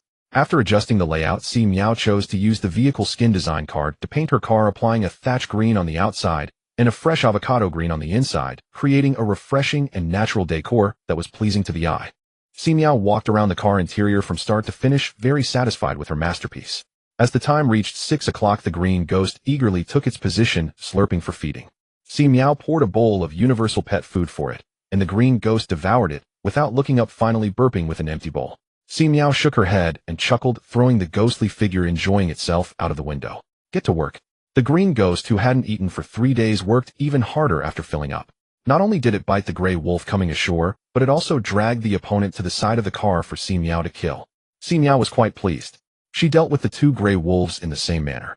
Congratulations to the player for killing the night gray wolf. Experience 20 survival points. 2. Congratulations to the player for killing the night gray wolf. Experience 20 survival points. 2. The drop 2 iron box supplies included 1 pizza, 1 beverage vending machine, 1 vehicle expansion card, and 2 1-hour electric cards. Si Miao held the expansion card, too lazy to move, saving it for the next wave. The mini beverage vending machine generates 1 cup of drink randomly every day. Si Miao placed it and the coffee machine on the tea and water bar, using its matching glass to pour a cup, which turned out to be grape juice. Chui Feng Zhu, sis, am starting a group. Si Miao sat in the booth and opened the regional channel. Chui Feng Zhu, Lan Yue, come out. Don't be a coward. Si Miao. This line sounds a bit familiar. Onlookers began to pop up and ask about the situation. Rich second generation, let's not talk about killing in the dungeon, it's a boring topic, I'm too lazy to listen. Anti-rich, I agree, don't occupy public space. Si Miao laughed so hard she bent over. These people are all talents. Not good. Wow, I am a woman coming at an untimely moment. Strong and terrifying. Wow, I am a woman coming at an untimely moment. Black Bear. Si Miao laughed heartily. This group is a bunch of clowns. Happy every day, so what's the scoop? Chui Feng Zhu, Lan Yu has a devouring skill that can strip others of their skills. It's quite terrifying. You guys should keep your distance from her in the future. Everyone gasped. This is a new scoop. Rich second generation, is this for real? If she were that powerful, wouldn't she have been invincible already? No. Rich second generation, are you just spreading rumors here? Chui Feng Zhu. Anti-wealth, wow, this is a thrilling attack. Women are just so jealous. Lan Yu, come out and speak up. Ooh, I support you. A crowd of onlookers began calling for Lan Yu. After much insistence, Lan Yu finally logged in. Lan Yu, men should stay out of women's affairs. Lan Yu, the skills exist, but they were taken from me because I am a woman. The news instantly stirred a wave of lurking players, and Si Miao was thrust into the spotlight. Bystander B, such skills shouldn't exist. Bystander C, exactly, they must be destroyed. As for the previously active rich second generation and anti-wealth players, they had fallen silent. I am a woman, the skills have been destroyed. Si Miao sent out a disclaimer and then busied herself with inventory. Even if she clarified, few would believe her. Empathizing with her situation, Si Miao also couldn't believe that anyone would abandon such a divine skill due to external pressure. That would be foolish. This was also why she didn't stop Cui Fengzhu from spilling the beans. After all, she would definitely be the one to take the blame in the end. She wanted to see how powerful the upgraded fishing system would be. Si Miao rubbed her hands together. 30-minute power card 16, 1-hour power card 9, vehicle upgrade card 2, vehicle navigation 1, cargo expansion card 3, solar panel 1, attribute points 6, survival points 436, dungeon entry ticket 1. All good stuff. Si Miao's mouth almost split from ear to ear. The other ordinary supplies filled half of her space basket, making it impossible to tally them all. Just as she was unsure where to start, Lan Yu sent her a private message. Lan Yu, so have you struck it rich this time? Lan Yu, how about we wipe the slate clean since I cooperated? Si Miao told her to get lost. Lan Yu, alright, I'll give you some compensation.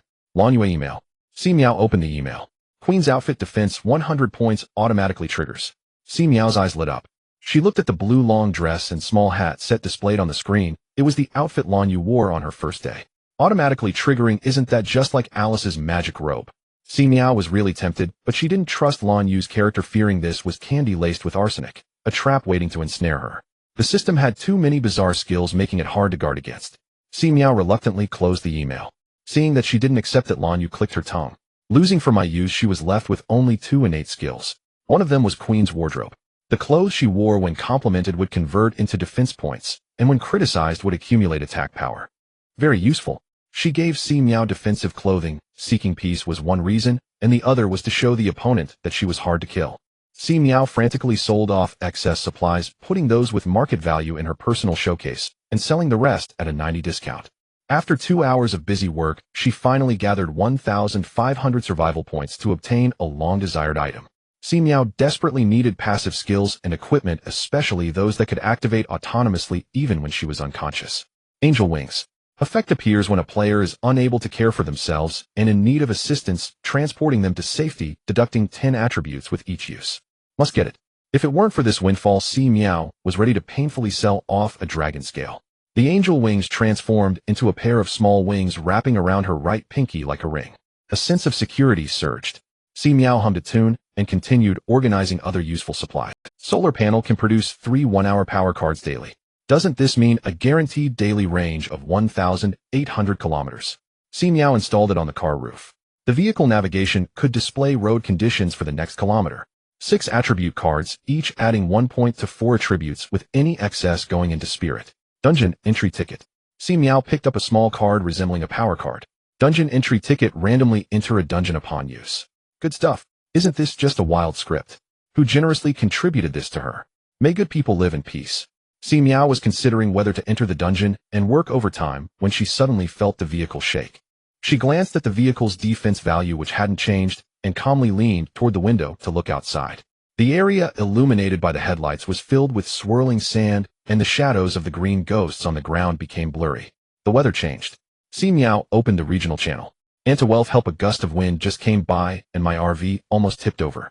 Strong and terrifying, I told you not to keep adding more. Rich second generation, haha, my car is 5 meters wide with a stable chassis. No worries.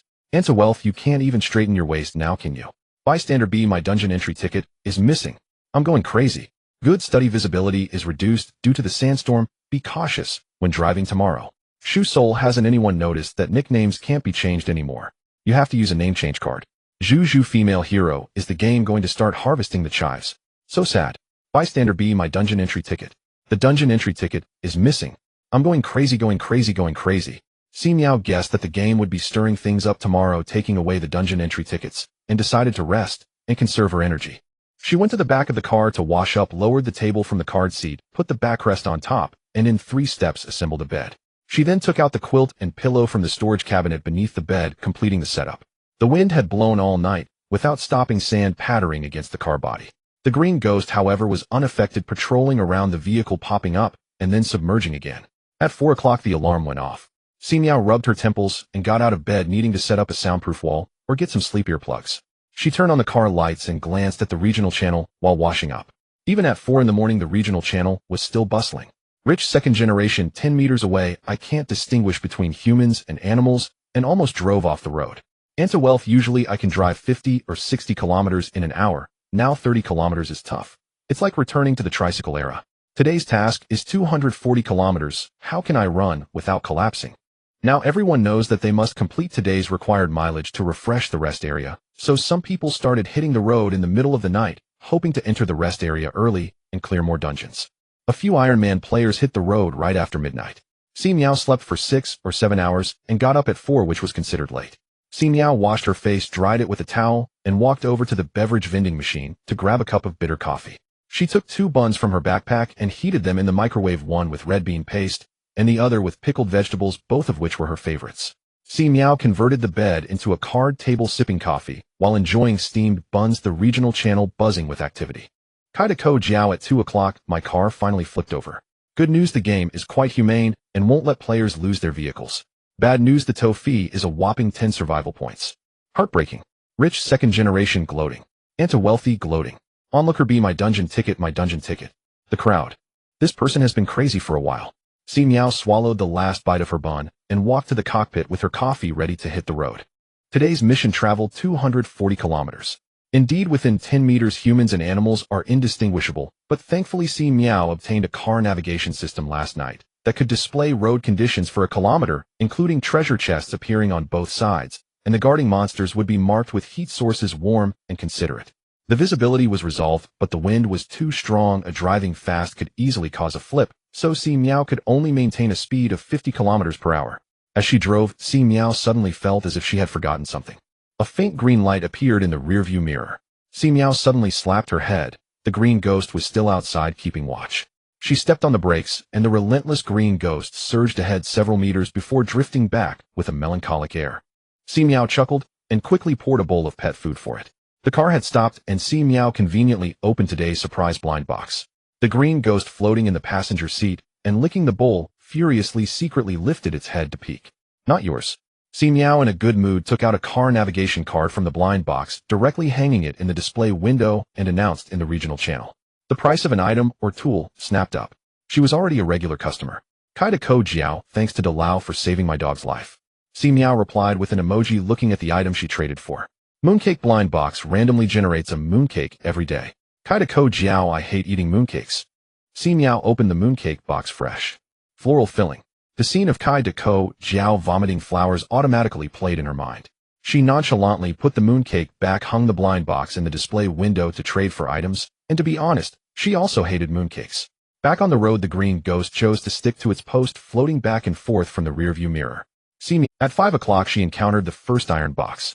Getting out of the car, she was blown off balance by the wind. The green ghost had already pounced on the guarding monster, a gray wolf. Si Miao quickly resolved it with a fireball technique and ran back to the car holding the box. Phew, phew, phew. Her mouth was full of sand, and she felt sand in her hair. This terrible weather. Iron Box Water 3, E-Cargo Expansion Card 1, Universal Pet Food 1, Planting Pot 1. Si Miao took out the planting pot. It was small enough to just plant some scallions. Without seed, she set it aside. At 6 o'clock, the green ghost immediately clocked out, looking around before choosing to lie on the planting pot. Si Miao glanced at it, but ignored it. The green ghost immediately changed to a more comfortable position, almost overflowing. 240 kilometers, Si Miao drove from 4:30 to noon. During this time, she got out of the car to pick up boxes, 8 times 5 wooden boxes, and 3 iron boxes. Nothing special. Congratulations to the player for completing today's mission: travel 240 kilometers, reward 10 survival points. Si Miao yawned, wiped away the physiological tears from the corners of her eyes, had a casual lunch to fill her stomach, and found no delicious food in the rest area. But the shocking news is, by news from Xiao Tao, latest information: players who set off at dawn completed the mission by 7 o'clock, and the rest area has not refreshed yet. Kaidako Jiao, oh my god, I thought it was just my bad luck. Black Bear, actually there was an early notice. Didn't you notice? The room number of the dungeon game for the first 3 days was 321. A countdown.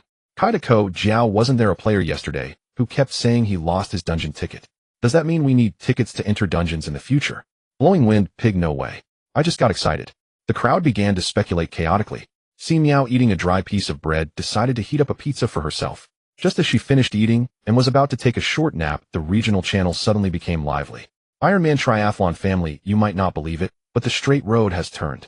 He was one of the Iron Men who set off in the dark early in the morning, never encountering a rest area, and refusing to give up, driving headlong forward, and then the road that had been straight for days suddenly had curves, almost flipping over without realizing it. By news from Xiao Tao, thanks to the good person. But next time, can the good person sell me some news first to earn some? For news that would quickly become outdated, the price is not high. Buying news from Si Miao does not expect to earn from it, collecting it to share for free, gaining some rapport and advertising. Ironman Triathlon, hahaha, definitely next time. Everyone drive carefully and don't flip the car. The roadside is all gravel. The crowd began discussing whether new maps would be refreshed since they were already tired of the endless desert scene. Si Miao asked by news from Xiao Tao to privately share any messages about rest areas, then went to bed. 2 hours later she got up and washed her face. Many players had encountered winding stone beaches, but had no news of rest areas. Si Miao hit the road. At 5 in the afternoon, the monotonous scenery began to change. The route on the navigation turned winding, and the desert was slowly replaced by gravel beaches, the scenery becoming even more desolate and somewhat gloomy, weighing heavily on the heart. Si Miao noticed that the green ghost suddenly became a bit excited. Once the car stopped, it eagerly began its shift, swimming around after finishing the pet food it had for the day. At 6 o'clock it got dark. Si Miao turned on all the car lights, lighting up the surroundings as well, but due to the bad weather the solar panels had not accumulated any energy today. However, Si Miao was financially well off, so it was not a big deal. Just as she was about to go to the kitchen to cook herself a small hot pot, she suddenly heard the green ghost calling out in her mind. Green ghost, green ghost. This little fool only knows this line along with some simple expressions like grabbing, and after getting pet food, it gets hungrier needing food. Si Miao leaned to the window to look outside. Goodness, after the map loaded, the gray wolf logged off, and the newly appeared ones were similar to the green ghost, a bunch of pitch-black spirits with 2 green, glowing eyes looking rather creepy at first glance. Si Miao frowned, choosing to first charge 20 points for vehicle defense, then quickly opened the car window to let the green ghost unleash its attack. A fireball flew out, and the dark spirit let out a piercing sound before dissipating, dropping an iron box and a few beads. Congratulations to the player for killing the night wandering spirit. Experience 20 survival points too.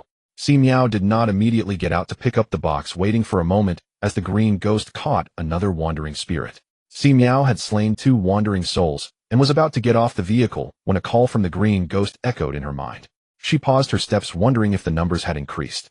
Si Miao moved to the other side to launch an attack and opened the area channel, only to hear a cacophony of ghostly wails. Bull and horse manager help. Finally gained the ability to kill wolves, and suddenly an apparition immune to physical damage has appeared. He who is terrifying, haha. To deal with ghosts you need to use anti-evil skills. Thunder, fire, peach with dog blood, or even glutinous rice. Buying information from Little Tao, I have some unfortunate news for everyone. The system shop has raised the prices for fire and thunder skills. The message paused for a moment, likely to assess the situation. Then the ghostly wails returned, even louder. Newbie painstakingly saved up 300, but D Fireball has already skyrocketed to 400, and C Fireball now costs 600. What a terrible game. Damn it. Si Miao was also taken aback, feeling inexplicably that she had acquired an extra 100 survival points. Studious, how many wandering souls has everyone killed? I've already killed 5. I am a woman. 8. Yes, Si Miao, while checking the messages, did not forget to attack, mostly targeting the green ghost. Piggy, heroine, help. There are too many, I can't keep up. The apparition is starting to attack the vehicles, and the defense points are plummeting. Everyone hurriedly crafted some fire-infused weapons to throw out. Si Miao glanced at the vehicle's defense points at 23, feeling as secure as a mountain. This battle with the apparitions lasted for half an hour before it concluded. Si Miao killed a total of 26 wandering souls, gaining 520 experience points and 52 survival points, comparable to the rewards from a dungeon. The area channel had already become lively. Noob, I was wrong. This is no mere apparition. This is simply an automatic source of experience and money. I'm all in. He who is terrifying, hahaha. I don't even want to leave this map. Si Miao opened the car door and got out to collect the loot, finding iron boxes and wooden boxes, as well as the beads dropped by the wandering souls of various sizes and rough shapes. Soul bead contains a bit of soul power. She turned to see the green ghost drooling quietly, trying to scoop up the soul beads beneath her. Si Miao was impressed. How did this ghost become increasingly sleazy? However, since the green ghost had put in effort during the night, Si Miao first estimated the price of the soul beads in the recycling shop, finding them to be 0.01, with the original price being 0.1 survival points, not particularly valuable. You can pick up 20 beads, no more. The green ghost nodded repeatedly, happily swimming around and collecting the largest beads as she passed by. Si Miao shook her head with a smile. 8 wooden boxes, 4 iron boxes, and soul beads with a recycling price of 1 survival point. Looking at the 100 assorted soul beads in the empty wooden box, she thought they were quite cheap. Otherwise, she might as well let the green ghost have them as snacks, as picking them up was a hassle. Si Miao returned to the car to open the boxes. 8 wooden boxes, water x6, steamed buns x2, buns x3, bread x2, small cakes x1, mango x1, eggs x3, rice x1, jean perfume x1, waterproof mirror x1, 30-minute electricity card x3, 1-hour electricity card x2, 4 iron boxes, a tribute card x3, car air conditioner x1, a vehicle expansion card x1, lottery ticket x1, 1-hour electricity card x2. Si Miao allocated the attribute points to physique, strength, and agility. The car air conditioner was hung in her personal showcase. A lottery ticket. Si Miao rubbed her hands excitedly. The wheel spun rapidly before finally stopping at a copper box. Si Miao felt a moment of regret, but quickly let it go. After all, it was free.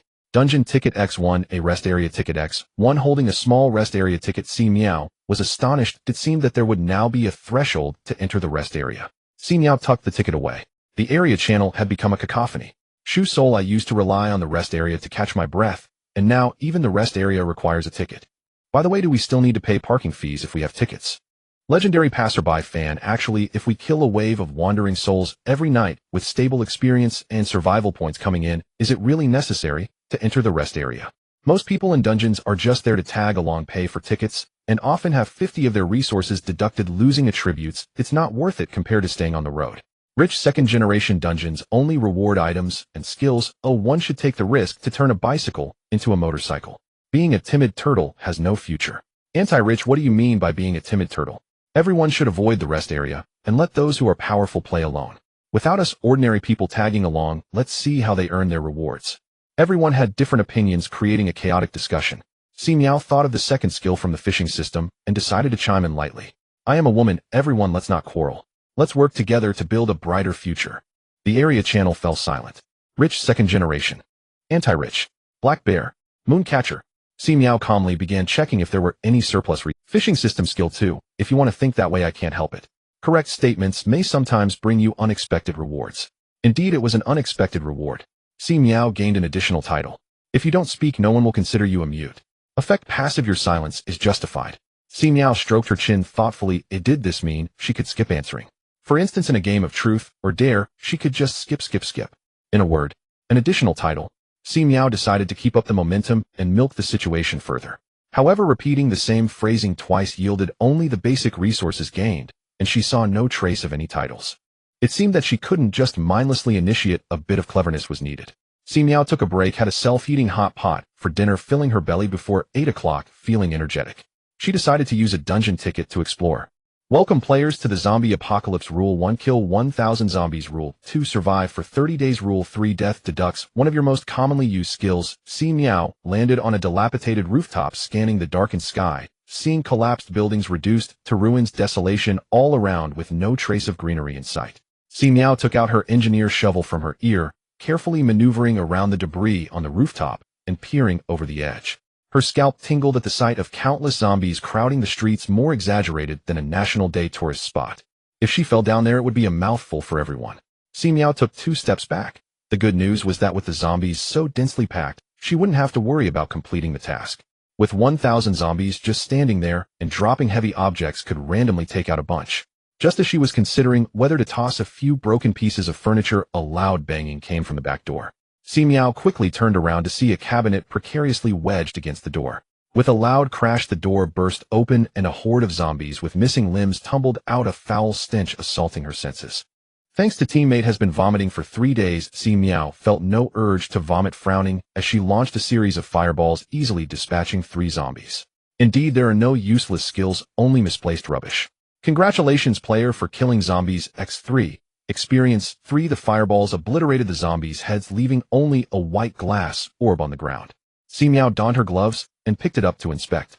Zombie crystal core contains a small amount of energy. Habitually, she placed it for system appraisal, finding it to be 1, with an original price of 10 survival points. Very good, worth more than a soul bead. Si Miao felt that she could make a fortune here. What a zombie siege. There was money everywhere. Prepared for a grand endeavor, Si Miao returned to the edge of the rooftop, moving an old cabinet of unknown purpose aside and preparing to throw it down. Congratulations, player, you have killed 5 zombies, gaining 5 experience points. Indeed, this is a zombie tourist attraction. Even a falling brick can crush one. Unfortunately, the killing rewards cannot be picked up. Si Miao decided to wait until the end, when she needs to farm experience before using this method. For now, earning crystal cores is the priority. She took a large pot lid as armor and descended the staircase. Looking around, bloodstains and bones were everywhere. One could imagine the fierce chase that had taken place, comparable to a level 10 horror scene. Frowning, she arrived at the next floor where the fire exit door was marked with a 16. The 16th floor. Si Miao planned to sweep through the floors one by one, looking for a shelter to spend the night, as she needed to survive for 30 days. Fortunately, this trading mall had not been banned. Only the regional channel had gone gray, preventing communication with outside players. Otherwise, Si Miao would have to find a way to scavenge supplies. She quickly cast a fireball, killing the clawing zombie rushing at her, earning 1 crystal core. Just as she was about to pick it up, another zombie suddenly lunged from the side. Si Miao blocked with the pot lid and cast another fireball. This won't do. Si Miao felt that picking up money was too much of an obstruction. She needed to exploit a bug. An idea struck her as she checked her gear and selected the green ghost summon. Once the green ghost landed, it floated around, terrified by the sea of zombies. Si Miao remarked, "You two don't know who is more terrifying." It wasn't time to start work yet. The green ghost refused to work overtime, wanting to go back to its nest. Si Miao put on a friendly expression and tempted, "Let's make a deal. You help me collect these shiny beads, and I'll give you all the soul beads we obtain in the future, plus pet food, plenty of it." The green ghost's eyes lit up, mainly because the offer was too generous. Occasionally working overtime was not unacceptable. Si Miao smiled. The green ghost could bite wolves and collect soul beads. Surely it had its own storage space. The green ghost was immune to physical damage, moving freely among the zombies. Si Miao couldn't help but feel. With the auto pickup function, Si Miao began to shift her strategy, deciding to find a suitable terrain to lure the zombies and then farm experience and drops in bulk.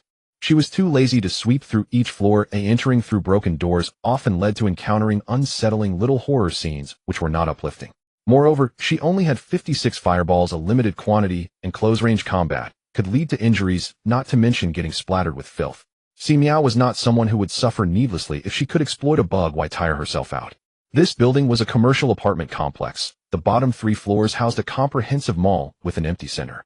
Looking down from the 3rd floor, the 1st floor lobby was teeming with zombies, the unfortunate souls who hadn't escaped the apocalypse. The dining area on the 3rd floor had evidently been scavenged repeatedly by survivors, leaving only dust-covered tables and chairs. Si Miao chose a nearby restaurant and cleared all the tables, chairs, and counters into her basket space, ensuring they didn't touch other supplies. Then she went to the edge and began to toss them down. Tables and chairs fell from the 3rd floor with loud thuds, followed by the furious roars of zombies, instantly turning the quiet mall into a bustling scene. Congratulations, player, you have killed 16 zombies, gaining 16 experience. The green ghost had already floated down to collect the crystal cores. Si Miao swiftly used her lightfootness to dodge the zombies on the 3rd floor, while continuously tossing heavy objects down the corridor. Once the heavy items were gone, she randomly visited nearby shops, collecting everything.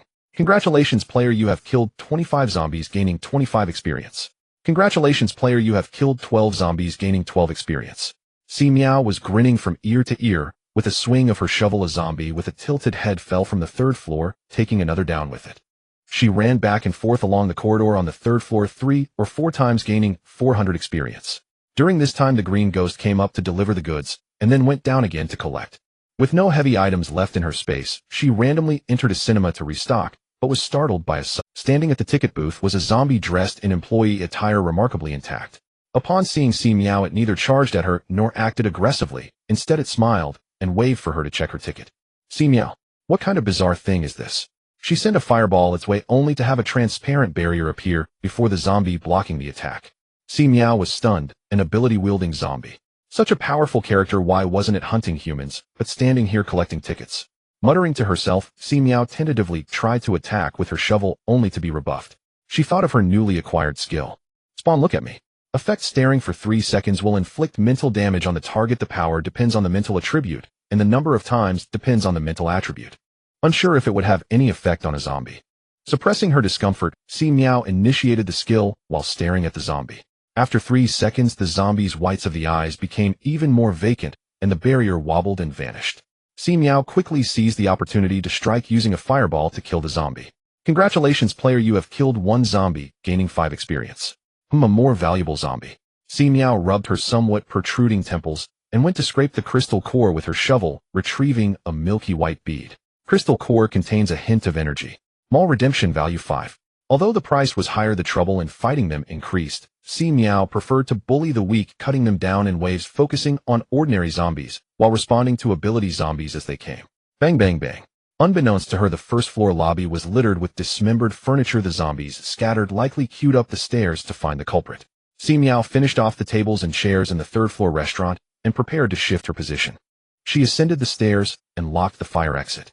Taking a deep breath, she climbed to the rooftop, barricading the door and starting to tally her gains.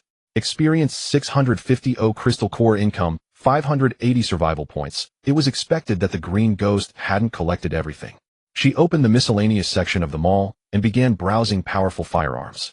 A heavy machine gun bundled with 50 rounds of ammunition priced at 500 survival points, with bullets costing 5 rounds per 1 survival point. Si Miao felt this was quite promising. After breaking even, the cost to shoot a single zombie would drop to 0. 2 survival points with an income of 1 survival point, 4 times the return rate. Si Miao chose to purchase it and additionally spent 10 survival points on a tutorial. As money flowed out, she felt no regret, knowing she could earn it all back double. She set up the gun and followed the tutorial step by step. Thankfully, her physique had improved, otherwise she would have been shaken apart. After using up the 50 rounds supplied, Si Miao got serious, as every bullet thereafter had a cost. 0, 2, 0, 2, 0, 2. Si Miao thought this game was truly character building.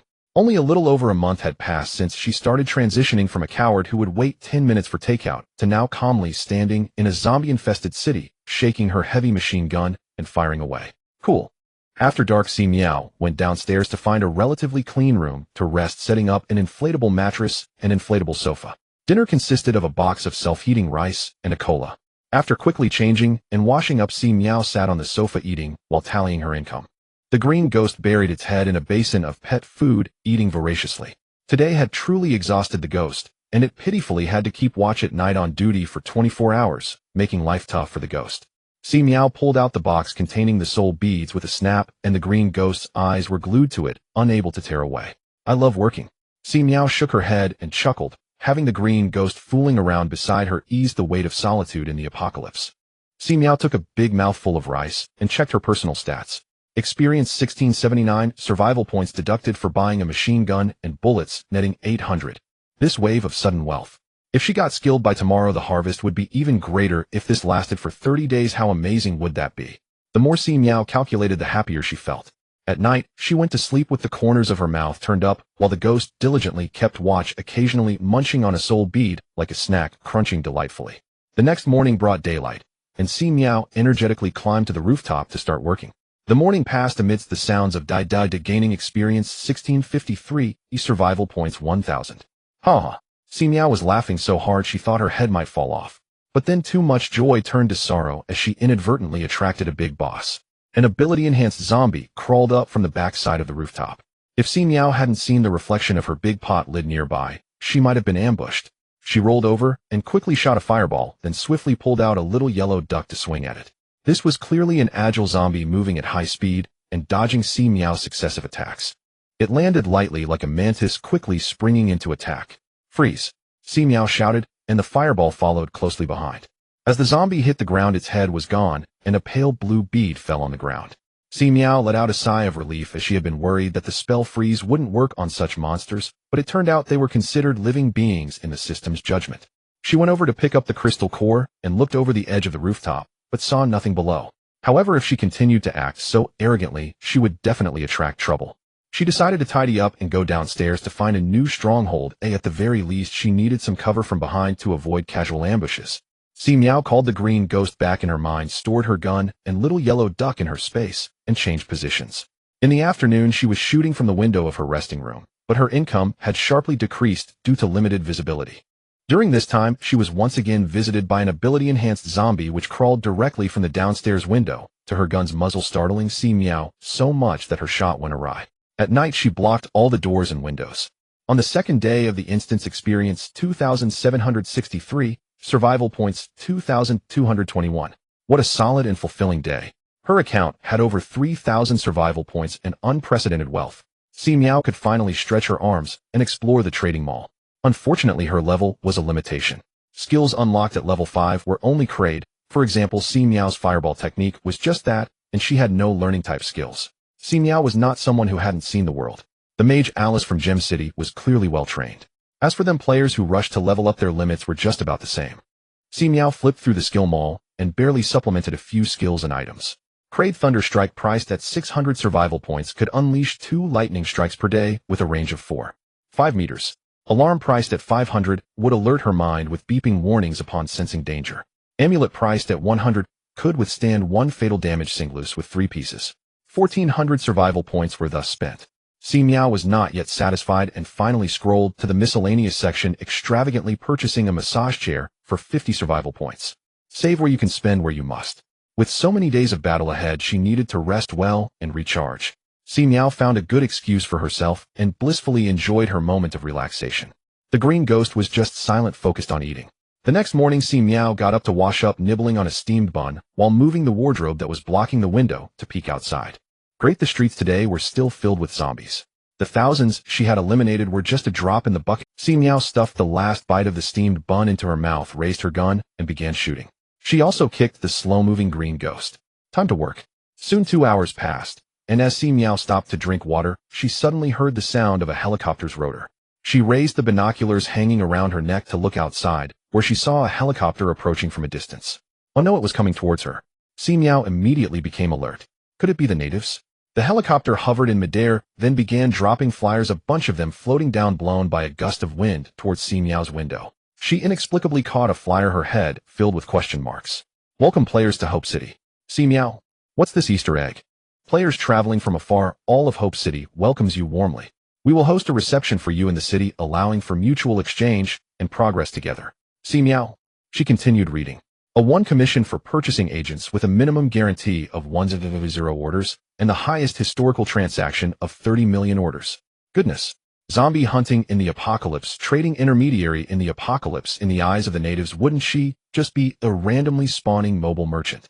Si Miao ran her fingers through her hair and decided to call the green ghost back. She flipped the flyer to its back, where there were benefits for joining. A 24-hour exclusive personal butler, a standalone mansion, custom courses with professional teachers for unknown instruction and ability awakening. Si Miao was truly tempted by the last item. She decided to go to Hope City to contribute to humanity's fight against zombies. The helicopter hadn't left. Si Miao stored the green ghost away, stuffed everything else into her space, and climbed to the rooftop. The helicopter lowered a ladder, and an excited native woman waved her hands, her eyes sparkling as if she might. Si Miao climbed up. There were 3 people on the plane.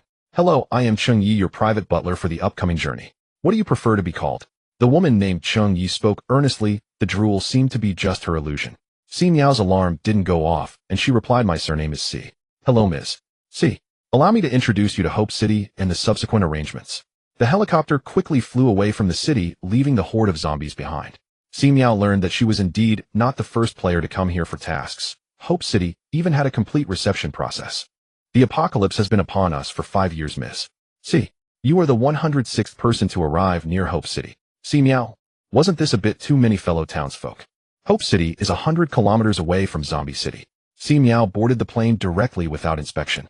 As she passed the city gate, she saw the densely packed crowd below and the colorful walls on the front line. That is our ability, users clearing the zombies. Si Miao withdrew her gaze. It seems that after the apocalypse, this world did not succumb to despair, but instead radiated new vitality, resilient and growing stronger through battles. No wonder they still had the energy to search for players. The helicopter landed on the helipad of a villa, and Si Miao got off the plane with Cheng Yi heading straight inside. The villa is equipped with professional fitness equipment, a training room, and a bar for singing. If Ms. Si wants to play mahjong, I can also call a few colleagues over. Cheng Yi revealed a meaningful expression. It's all included. Si Miao replied. Do you have special services here? It doesn't seem like a regular establishment. Cheng Yi said earnestly. No, we are a legitimate organization. Si Miao entered the spacious reception room on the first floor, finding genuine leather sofas much more comfortable than inflatable ones. She sighed comfortably and took the tablet Cheng Yi handed her, starting to select a package. That's how professionalism works. The more transactions, the better the benefits. For 100 orders, one can enjoy unknown martial arts and firearms training courses for 30 days. For 100 orders, one can choose local specialties from Hope City, such as ability awakening potions and a series of supporting examination packages. For 100 orders, one receives an honorary medal from Hope City. Si Miao narrowed her eyes at this point, wondering if it was part of the same series as an honorary certificate. Cheng Yi smiled and said, it is said that this honorary medal has received positive feedback from all players who purchased it. Si Miao asked curiously, is there after-sales feedback? Cheng Yi maintained his smile. This is a matter of customer privacy, we cannot disclose it. Si Miao continued to read. For 100 orders, a tank or helicopter is included with full training provided. Actually, even without these, Si Miao would still place orders. She didn't mention the intangible benefits. With a 1-point commission for 100 orders, even if she bought the cheapest steamed buns, she could still earn 100 survival points. Moreover, she could learn knowledge here, whether it be combat techniques or her own awakened abilities, both of which she urgently needed.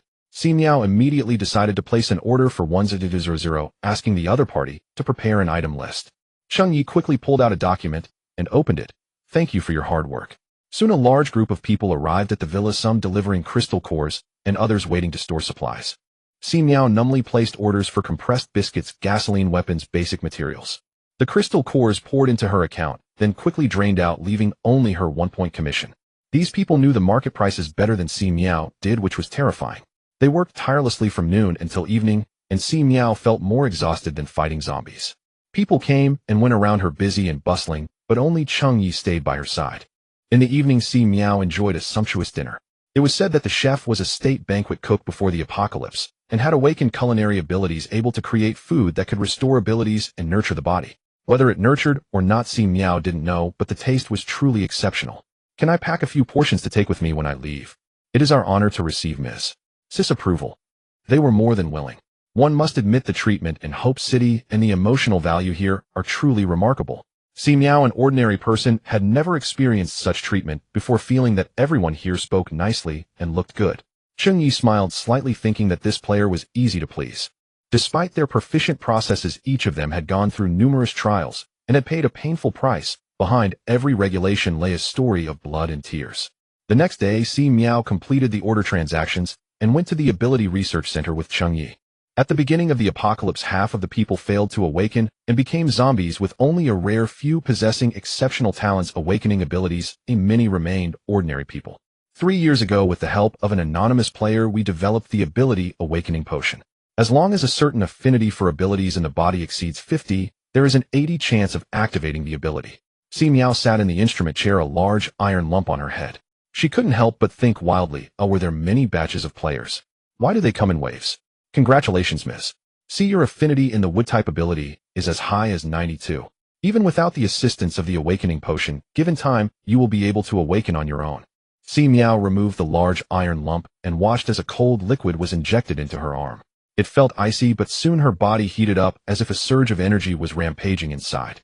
The researcher beside her comforted her softly, guiding her on how to control her abilities. Si Miao was drenched in sweat, and after various attempts, she finally subdued that surge of energy. The abilities just awakened are relatively weak, Miss. See, you must avoid overuse. The crystal cores contain impurities and are not recommended for direct energy absorption. You can purchase our energy balls, which are gentle and non-irritating. Si Miao suddenly asked, if I don't absorb the crystal cores or use the energy balls, will my abilities fail to upgrade? Cheng Yi explained beside her, it's just a bit slower. The human body naturally absorbs external energy. Si Miao felt slightly relieved, her mind moving as a small tender sprout grew from her fingertip, twisting shyly before retracting. Starting the next day, Si Miao began classes in the villa, focusing on basic physical training, combat courses, and even facing off against seasoned ability users. Occasionally helping with orders, she enjoyed customized meals for all 3 meals a day. Even the later appearing green ghost received a special meal. This place was simply paradise. Cheng Yi accompanied her during training, starting to advertise without even catching a breath. After Ms. Si returns, she can also promote Hope City to other players. We especially welcome everyone to come. Si Miao nodded repeatedly, finding it quite agreeable. In the last 5 days, she decided to go out for frontline combat and collect some crystal cores, the more the better. Curious, Si Miao asked Cheng Yi, are there no players who refuse to cooperate? Cheng Yi laughed. No one can take away the resources of our world. They have developed for so many years and are not to be underestimated. Si Miao paused her actions. What about the crystal cores I collect? Don't let her busy work lead to confiscation. Cheng Yi replied, as long as you don't use large-scale destructive weapons, you can take some with you. They're local specialties. Si Miao felt reassured. On the 30th day, Si Miao's course officially concluded. The coach thoughtfully gifted her a set of follow-up course recordings along with a training plan. A warmth filled Si Miao's heart, and she exchanged a protective talisman for the coach. This item was useful, but Hope City demanded basic supplies, and she couldn't spare the quota to purchase it. However, Cheng Yi and the others had been privately seeking her help as a proxy buyer, offering even higher commissions. Si Miao accepted all orders, earning both big and small sums. That afternoon, she went out hunting in the wild with Chung Yi. As they were about to wrap up, the front line suddenly erupted in chaos. A zombie siege had begun. Si Miao stood atop the city wall, gazing outward. A dense tide of zombies surged forward, fearlessly charging into gunfire wave after wave. Chung Yi's face turned grim. A coordinated zombie assault like this usually means a high-level zombie is commanding behind the scenes. Is there anything I need to do? Chung Yi chuckled. You're such a good person. Si Miao was graciously handed a good person card. She didn't receive the protagonist's treatment. Instead, she felt like a mere bystander watching Hope City's defense against the zombie horde. Finally, a woman in white flew atop the city gate, and a melodious song echoed forth. Si Miao felt her depleted supernatural energy surge back to full instantly. That's our city lord, Chung Yi said, tilting his head back in awe. Si Miao also looked up, fixing her gaze on the distant blurry figure. Excellent. Even the ultimate support had become a city lord. As the dungeon ended, Si Miao returned to her vehicle with 100 packed delicacies, a faint sense of melancholy washing over her. She marveled at their tenacious will to survive amidst adversity. This was definitely not a dungeon built for mere data. Her role here, she mused, was likely akin to an NPC working for the game platform. Si Miao checked the time. It was 8:00 when she entered, and now just past 8:30. Still the unyielding half hour. Green Ghost dutifully took the night watch. The regional channel was still in heated debate over whether to enter the dungeon. The interweaving of dungeon and real-time left Si Miao disoriented, unsure of the present moment. Thinking of Chung Yi's commission, she posted an ad on the regional channel. I am a woman using a dungeon ticket, might transport you to a zombie world. Survive 30 days, trade with Hope City's natives as a middleman, and earn commissions by purchasing supplies from the mall. Simple and convenient. The crowd was astonished, then bombarded her with questions. Si Miao answered 2 key inquiries, but grew too lazy to respond to the rest. The news buyer Xiaotao messaged her privately, sis, next time sell me such useful info. She sent over the supplies she'd used to buy Si Miao's skills. Si Miao accepted the goods, hummed a vague reply, and promised, next time for sure. The crowd was astonished, then bombarded her with questions. Si Miao answered 2 key inquiries, but grew too lazy to respond to the rest. The news buyer Xiaotao messaged her privately, sis, next time sell me such useful info. She sent over the supplies she'd used to buy Si Miao's skills. Si Miao accepted the goods, hummed a vague reply, and promised, next time for sure. Congratulations, player, on completing the zombie apocalypse mission. Reward EXP 200 survival points, 100 copper chest 1. Compared to this trivial reward, the side income was the real jackpot. EXP 7690 survival points, 11011, 600 energy, orbs, 100 special delicacies, and a thoughtful gift of a small space with time freeze capabilities for storage. Plus the 3 skill equipment pieces bought the next day, the awakened wood element ability and practical combat experience from the martial arts course. This haul was a massive win. Si Miao activated her ability. A vine as thick as a finger emerged from her wrist, snaking its way to the coffee machine at the tea bar and brewing her a cup of coffee. Excellent. From now on, even without Green Ghost, she could autonomously pick up loot. Si Miao sipped her coffee as she opened the chest to inventory supplies. Copper chest, skill book 1, attribute card 1, honor medal 1. The skill book was D Fireball, a hot commodity now. Si Miao listed it on her personal showcase for trade. She used the attribute card on Spirit. Honor medal contains 10 blessings from Hope City Lord, usable to restore one's energy. Si Miao was delighted. This was even a group recovery skill. A fine item. Si Miao began browsing the trading mall again. Money in hand. Time to spend. First, she equipped the intelligent driving assistant worth 500 points, freeing her hands from the drudgery of driving. She gathered 10 vehicle upgrade cards to upgrade to a level 4 vehicle, adding a 4-way monitoring and alert function. Mediocre at best. But the vehicle space had to be expanded. Her current little Sparrow no longer suited her. Si Miao expanded the carriage to the size of a light truck, 7 meters long to 5 meters wide. Truly achieving a 1-bedroom, 1 living room, 1 kitchen, 1 bathroom layout with a 2-story lift terrace converted into a rest area and training room. Si Miao strolled contentedly through the RV. Not bad, not bad. Life was improving. Even the bathroom had a wet-dry separation. She ascended to the second-floor terrace, lowered the mosquito screen, and felt the cool breeze on her face. Peering down, she could see Green Ghost diligently patrolling around the vehicle, swimming to and fro. She sat on the second-floor sofa, continuing to browse the trading mall. Finally, unable to resist, she bought a Toad RV, a spacious 15-square-meter design, with 1 kitchen, 1 bathroom, 1 bedroom, and 1 living room. Si Miao figured she could buy it first. If a future dungeon required an overnight stay in the wild, deploying this Toad RV would save a lot of trouble. She placed orders, furiously outfitting the Toad RV with appliances, stocking up on water and non-perishable food, and piling in various tools of veterans, entrenching shovel rope raincoats, a generator solar panels, retaliatory spending. Even Green Ghost's pet food Si Miao generously bought 10 bags. The fireball skill listed on the showcase sold. The buyer was an old acquaintance Black Bear exchanged for a skill book. Shadow transfers damage to the shadow, deducting 5 of attributes per use. Si Miao thought this skill's cost is a bit steep, we'll stash it for now. Speaking of attributes, Si Miao immediately splurged on 40 attribute cards, 10 for each stat. Everyone gets some. Oh, and a control removal skill definitely must equip it. Skills of this type were exorbitantly expensive. Si Miao spent 1,500 survival points to acquire. I'm out. Usable 3 times daily to remove control effects. With only 2,000 survival points left, Si Miao wasn't sure what to buy, so she saved them for the next upgrade to see if more powerful skills would unlock.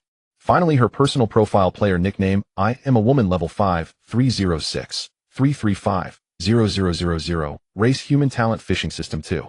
0 ability would element constitution, 35 agility, 35 strength, 35 spirit, 39 survival points, 2072 distributable attributes, 0 equipment, space basket, mini bamboo house, kidnapped little fish, green, ghost material exchange point, little yellow duck, mutant, entrenching shovel, certificate of honor, angel wings, honor medal, alarm, protective talisman, 3 static space. 100 delicacies, skills, golden words, bind my rules are the rules, crave fireball, close range gossip, rest, in peace he'll sleep.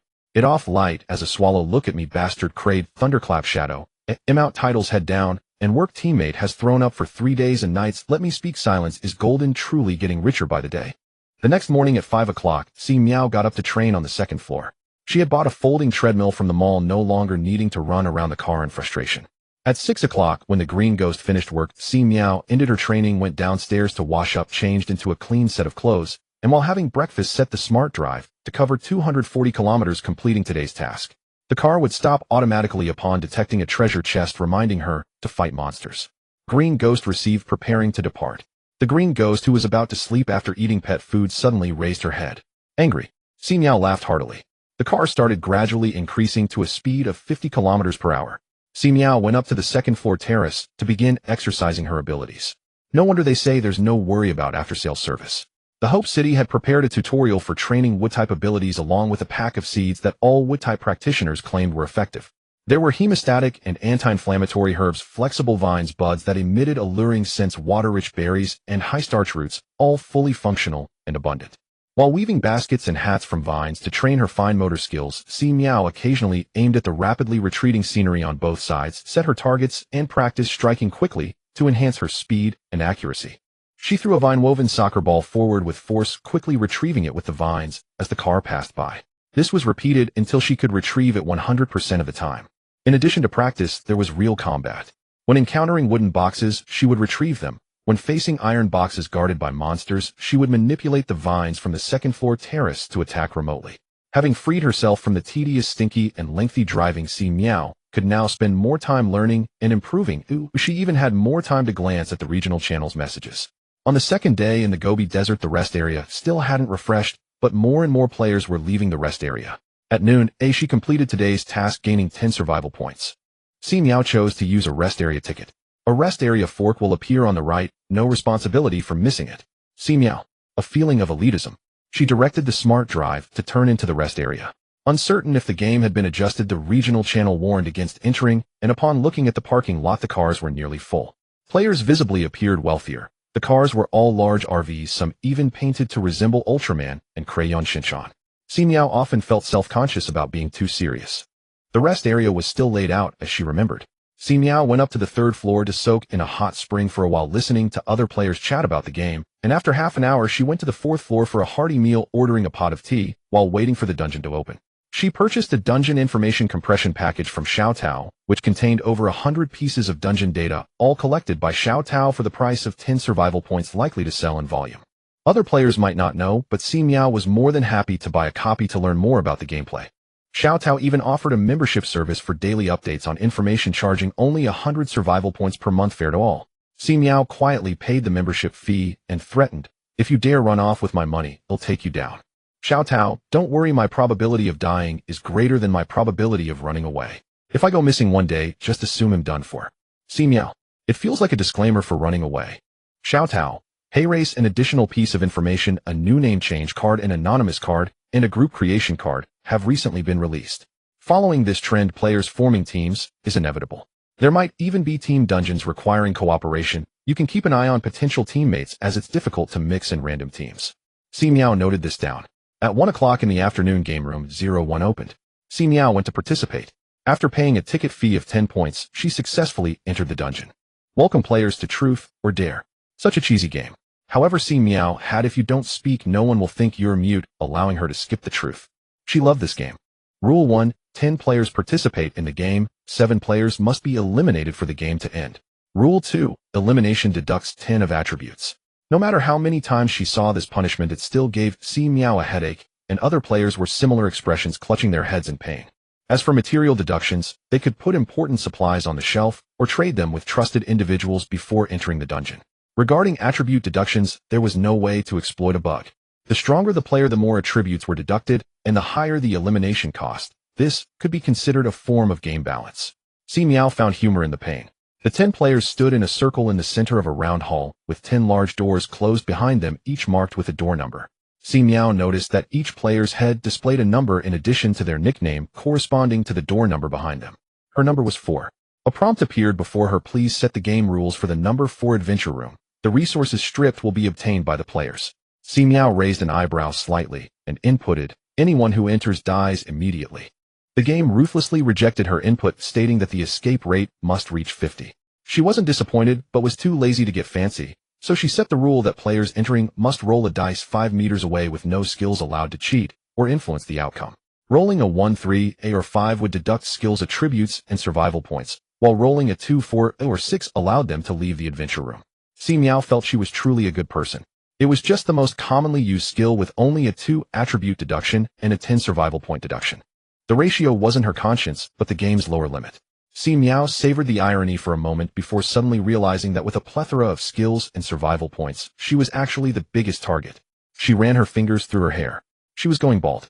During the 10 minutes of setting the game rules, the 10 players fluctuated between being sneaky, laughing, and frowning, and when they looked up, they all shared the same expression. Each adventure room's game rules were set individually. The rewards and punishments for Truth or Dare were established by the dungeon. Truth provided a reward of 10 survival points, while lying or giving up resulted in a penalty of 90 survival points, shared among the other 9 players. As the 10 minutes ended, a spinning wheel appeared beneath everyone's feet, with a rotating pointer inside. After a minute, whoever it pointed to would be the one to face Truth or Dare. The countdown began, and everyone fixed their eyes on the wheel. As the pointer seemed poised to stop at the feet of a player known for violent output, she quickly pulled a bottle of cola from her backpack and threw it at the wheel, causing the pointer to halt. The player associated with the ID, the flower that doesn't bloom, was left dumbfounded, thinking, it can be played like this. Please have player number 5 complete Truth. The remaining players input questions randomly, selecting who will ask. A prompt appeared in front of Si Miao, and looking around, aside from the teary flower that doesn't bloom, the other players were pointing at the air. Si Miao began to input her question. What is the highest value among the 4 attributes? The 30-second countdown ended, and the final revelation was from an unknown, kind-hearted player's question. What is the rarest skill? The flower that doesn't bloom looked unhappy. How was this different from revealing a hidden card? Ultimately, she chose to accept the punishment, losing 90 survival points. Si Miao received 10 survival points. This is the charm of the game. The wheel started spinning again, and the previous cola disappeared.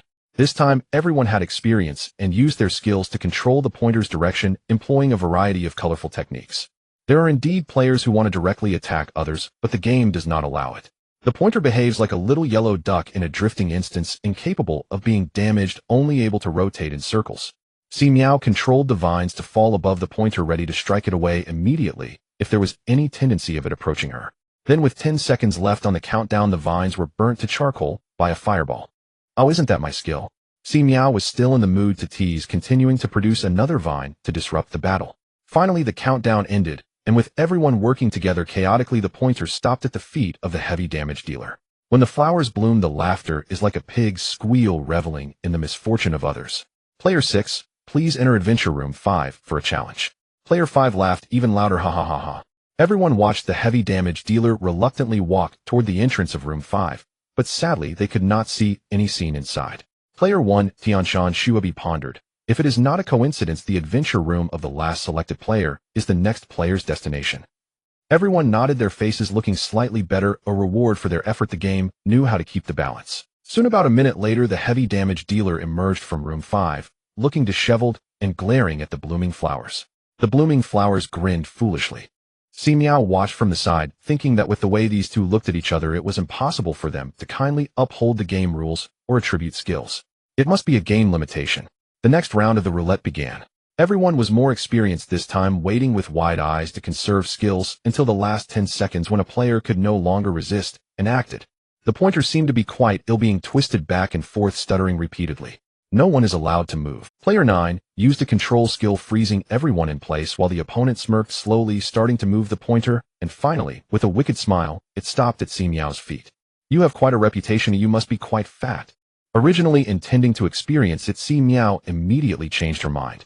She used her newly acquired skill, Hey Him Out, to break free from control, usable 3 times a day, regaining her freedom. However, she remained still, acting swiftly only in the last second to twist the pointer to Player 9's feet. Player 9 was flabbergasted, stammering, "How do you still have a control release skill?" Si Miao tidied her bangs with the vine, "Because I'm rich." The other players laughed. Player 9, please enter Adventure Room 6 for a challenge.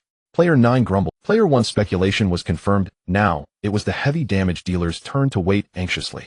Similarly, about a minute later, Player 9 emerged looking slightly dirty, and the heavy damage dealer wore a sullen expression after gaining nothing.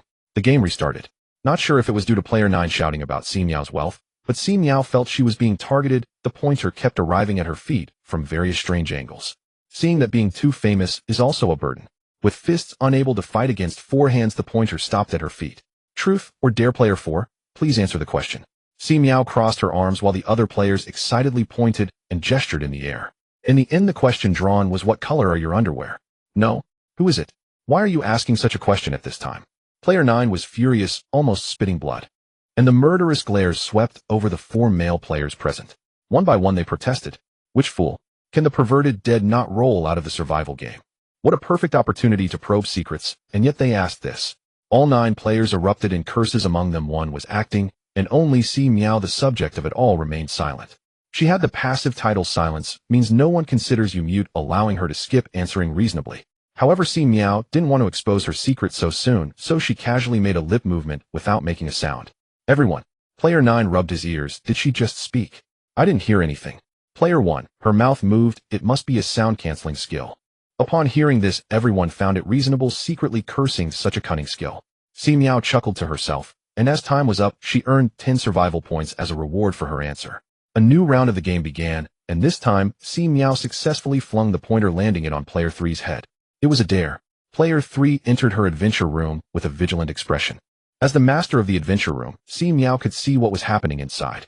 She saw Player 3 enter the adventure room, his face changing continuously as he read the rules, then reluctantly picked up the die on the ground, praying to heaven and earth for a while, before finally rolling the die forcefully to the red line 5 meters away.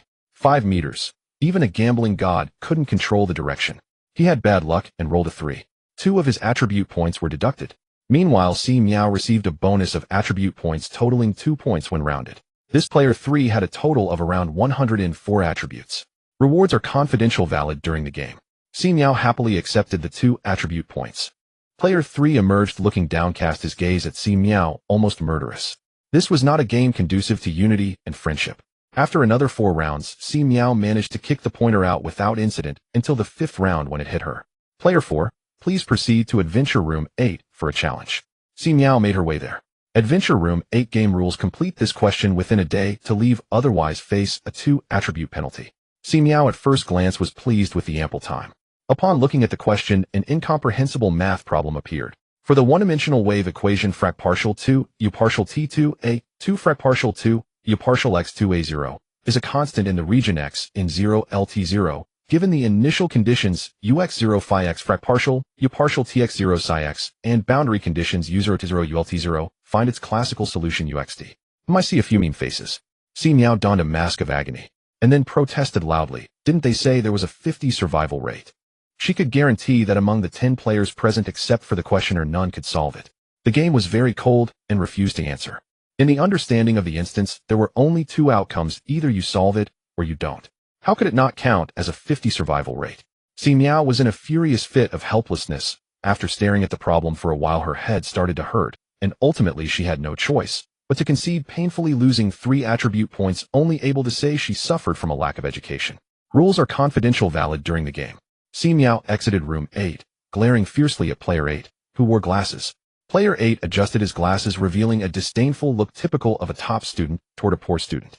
KO. Each round of the game lasts 1 minute, with 1 minute for asking and answering questions or entering the adventure room. Regardless of how long they stay inside, the outside world remains synchronized to 1 minute. Thus it takes only 2 or 3 minutes to complete a round of the game, making the pace incredibly fast. Even with her many skills, Si Miao couldn't withstand such usage, though fortunately her vines had no usage limit and could last for several hours. As for the other players, it only took 2 or 3 hours from initially using skills to gradually employing various miscellaneous items and finally resorting to poking each other with sticks. Si Miao, as a player of significant attention, gained 30 survival points after 3 rounds of truth or dare and entered both the number 7 and number 1 adventure rooms. The game set by player number 7 was a scratch card with 50 out of 100 cards containing rewards, while the others simply said, "Thank you for your patronage." She needed to scratch 50 cards, revealing at least 25 cards that said "Thank you for your patronage," or she would lose one of her most frequently used skills. Si Miao's most frequently used skill was the fireball technique, which was worth 600 survival points. She scratched away, sweating profusely, and narrowly managed to keep her skill. The adventure room of player number 1 also tested luck. Si Miao figured it out. This group was overly confident in their opponent's abilities, so they passed on games that tested skills, leaving the outcomes to chance. Only player number 8. He did not trust his opponent's mathematical abilities at all. Si Miao noticed that players who entered room number 8 came out fuming, their resentment strong enough to fuel 10 evil sword immortals. This was not just about losing attributes, it was a matter of intelligence being severely trampled. Playing games should be about fun, not humiliation. Si Miao loudly suggested, "How about we sacrifice player number 8? Seconded. Seconded. The expression on player number 8's face cracked as he forgot to push up his glasses. If he was sacrificed, he would lose the chance for truth or dare. At first glance it seemed good. He could win easily and even benefit from the 10 survival points reward if other players failed their truth. But this meant no player would enter his game room, and under the pressure of his math questions, every player who entered would leave in tatters. He was still able to distinguish between high and low cards with the survival points and attribute points. So he took the opposite approach, wildly pushing the pointer towards his feet with his mountaineering stick. Si Miao swiftly knocked his mountaineering stick away. Player number 8 ground his teeth, pulled out another one, and looked curiously at the agile vines in Si Miao's hand. "That's not a skill, is it? Could it be an ability acquired in the Apocalypse zombie dungeon?" Si Miao disliked clever people and continued to knock his walking stick away. This game was truly exhausting, almost comparable to drifting.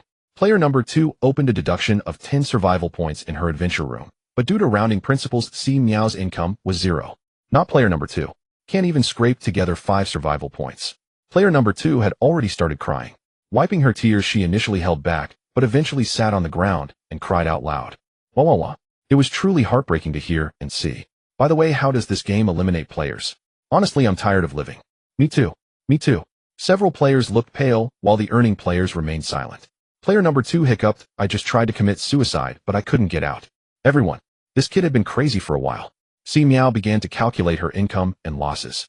After 4 hours and 100 rounds of games with 45 rounds of truth or dare, relying on rewards and penalties from other players' failures, she gained 250 survival points. Her adventure room was opened 12 times, with 5 opponents escaping unscathed, while the remaining 7 contributed 196 survival points, 5 attributes, and a skill hardening. The pointer lingered at her feet 12 times with 5 rounds of truth, 7 rounds of adventure, 4 lucky escapes, resulting in a loss of 200 survival points and 6 attribute points. In summary, survival points 246, attribute points 1, skills 1. The harvest was decent, but it was truly exhausting. Every time she entered the adventure room, she had to gamble her precious 600 fireball technique on luck, and that feeling of losing control was terrible. One could only say that the karmic retribution came too quickly. Player number 8 adjusted his glasses. "Have any of you considered that perhaps we are going in the wrong direction with the game? Adventure should be thrilling and exciting, or even terrifying. But as far as I know, most people are leaving winning and losing to luck, right? What fun is there in that? Everyone, if you're so interesting, why don't you pose math questions?" Player number 8 smiled. "Isn't it thrilling and terrifying?" Everyone, it's a shame they couldn't attack, or they would have punched him crooked. It's coming. Player number 2 suddenly sat up. "The game says I don't have enough chips, and to prevent me from taking advantage of you, I've been eliminated. Well, finally Fried'll take my leave first." Before the words were finished, player number 2's figure vanished along with his adventure room number 2. Everyone was stunned, then their gazes grew sharp.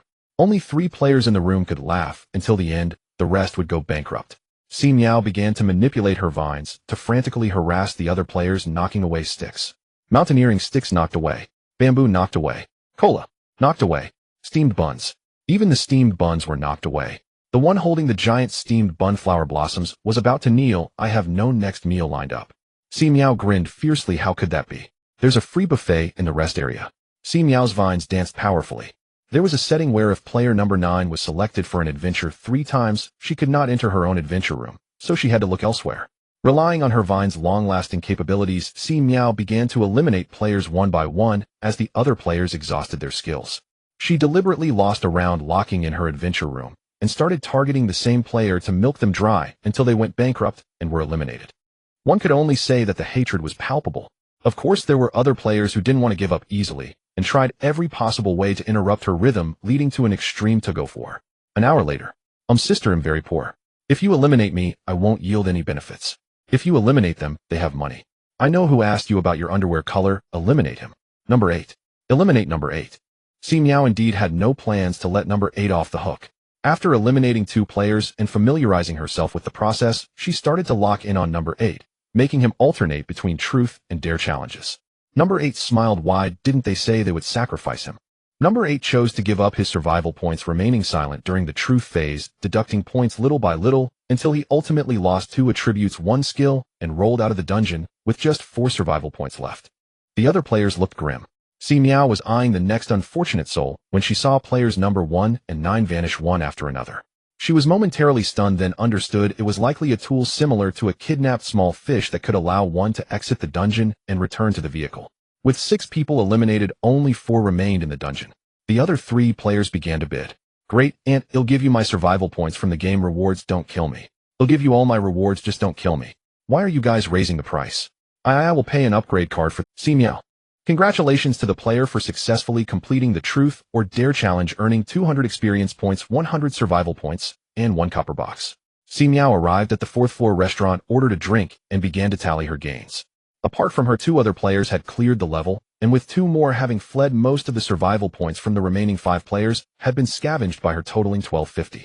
Quite poor, but understandable. Who wouldn't rush to buy skills and equipment when there's a bit of money in the account? Saving would just be wasteful, though it couldn't be ruled out that some unfortunate souls were saving up for skills. In addition to survival points, there were 13 attribute points and 4 skills. Harden can make weapons become hard. Shield summons a shield 3 times a day, each time for 10 minutes. D. Water arrow technique. D. Thunder strike technique. Si Miao used the first 3 herself, and the 4th was a duplicate hung up in her personal showcase for skill equipment exchange. The mooncake blind box she had previously listed sold, and she exchanged it for a cake blind box, which was quite nice for afternoon tea. Si Miao opened the copper box from the dungeon reward. Attribute card 1, a rest area ticket 1, a rest card 1. Si Miao curiously clicked on the rest card. Rest card upon use enters a resting state with no distance progression tasks, allowing a day of eating and drinking to enjoy freely and no monster disturbances at night. Of course, the arduous tasks of dungeons are also refused. No can be gifted. Si Miao's eyes brightened, and she immediately chose to use it, gifting it to Lan Yu. She was so kind. In another rest area, Lan Yu, who had just earned a fortune from the previous dungeon, was about to hand over the ticket to enter the next dungeon when she suddenly received a prompt that she could not exhaust herself while in a resting state.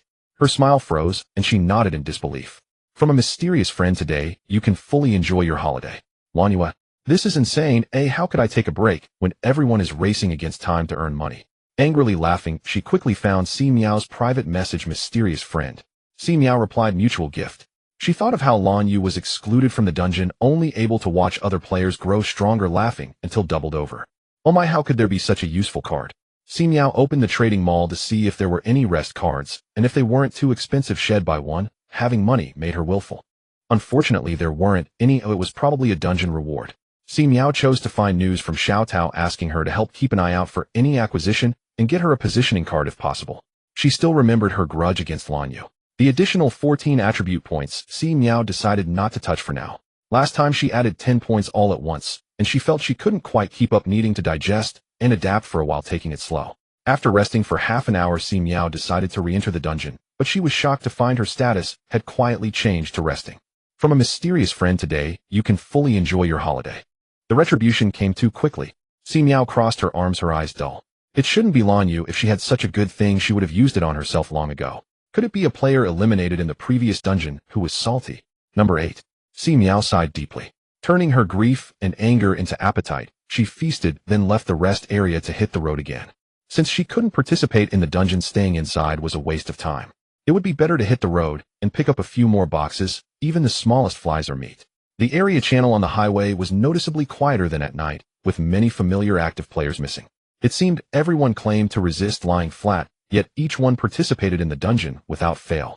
Forced to rest, Si Miao sat on the second-floor terrace, skillfully manipulating vines, picking up boxes whenever the car stopped near them. Most of the time she was idle, which felt a bit unusual for Si Miao, but she ended up falling asleep while lying down sleeping until dark. The green ghost eagerly reported for duty, but not a trace of the wandering souls appeared, leaving her greatly disappointed as she frantically called for them in her mind. Green ghost, Si Miao woke up, nearly falling out of bed. She propped herself up, looking down to see the green ghost looking up at her from under the car, a sorrowful expression on its face. Si Miao. Ha. After this rest, the green ghost had no snacks left. She took out pet food to give it a treat. While going downstairs to get something to eat, Si Miao glanced at the area channel. The area channel was filled with wailing. It turned out that tonight the wandering soul's attack duration had increased to 40 minutes, and the frequency had risen with attacks from all sides.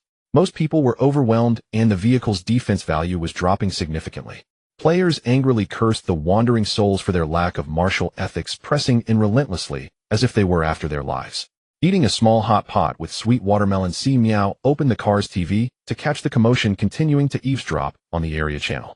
As a result, she ended up getting embroiled in it herself. Fishing to death. I have a skill that deprives others of their skills. Because I'm a woman, it's terrifying. I propose that players with rest cards use them on her. Let's schedule shifts to ensure fishing to death stays out of the dungeons. Everyone will be safe. Bystander B agreed. Rich second generation, you are all truly brave. Anti-rich, you are all truly brave. Si Miao was also speechless. The fishing dungeon was an old story, and fishing to death was still fixated on it. Fishing to death. In the first 3 days of my favorite dungeon, I was eliminated. No one can understand that kind of heartache. No one. Fishing to death. I have a group building card. Any willing players can apply to join the group. Si Miao didn't respond, busy sorting through the supplies gifted by kind-hearted players. Skipping over a pile of basic supplies, she found 2 attribute cards, 6 one-hour energy cards, and 2 vehicle expansion cards. Si Miao bit into a piece of watermelon, sighed leisurely, and indeed, breathing could make one stronger. The wind-blowing pig and Kai's sent her private messages asking if she wanted to stir up the area channel. Even the black bear sent a worried message. Only Lan Yu asked, are you happy now? Are these people your plants? Si Miao told her to roll away, wondering why there was no blacklist function at this moment. Buying news from Xiao Tao. Hihi, sis is waiting. I'm going to sell the news in their group. The things they worried about did not come to pass. Clearly the wandering soul's attacks were getting stronger with each round. Rather than using the rest card to harm others, it would be better to keep it for herself as a safety net.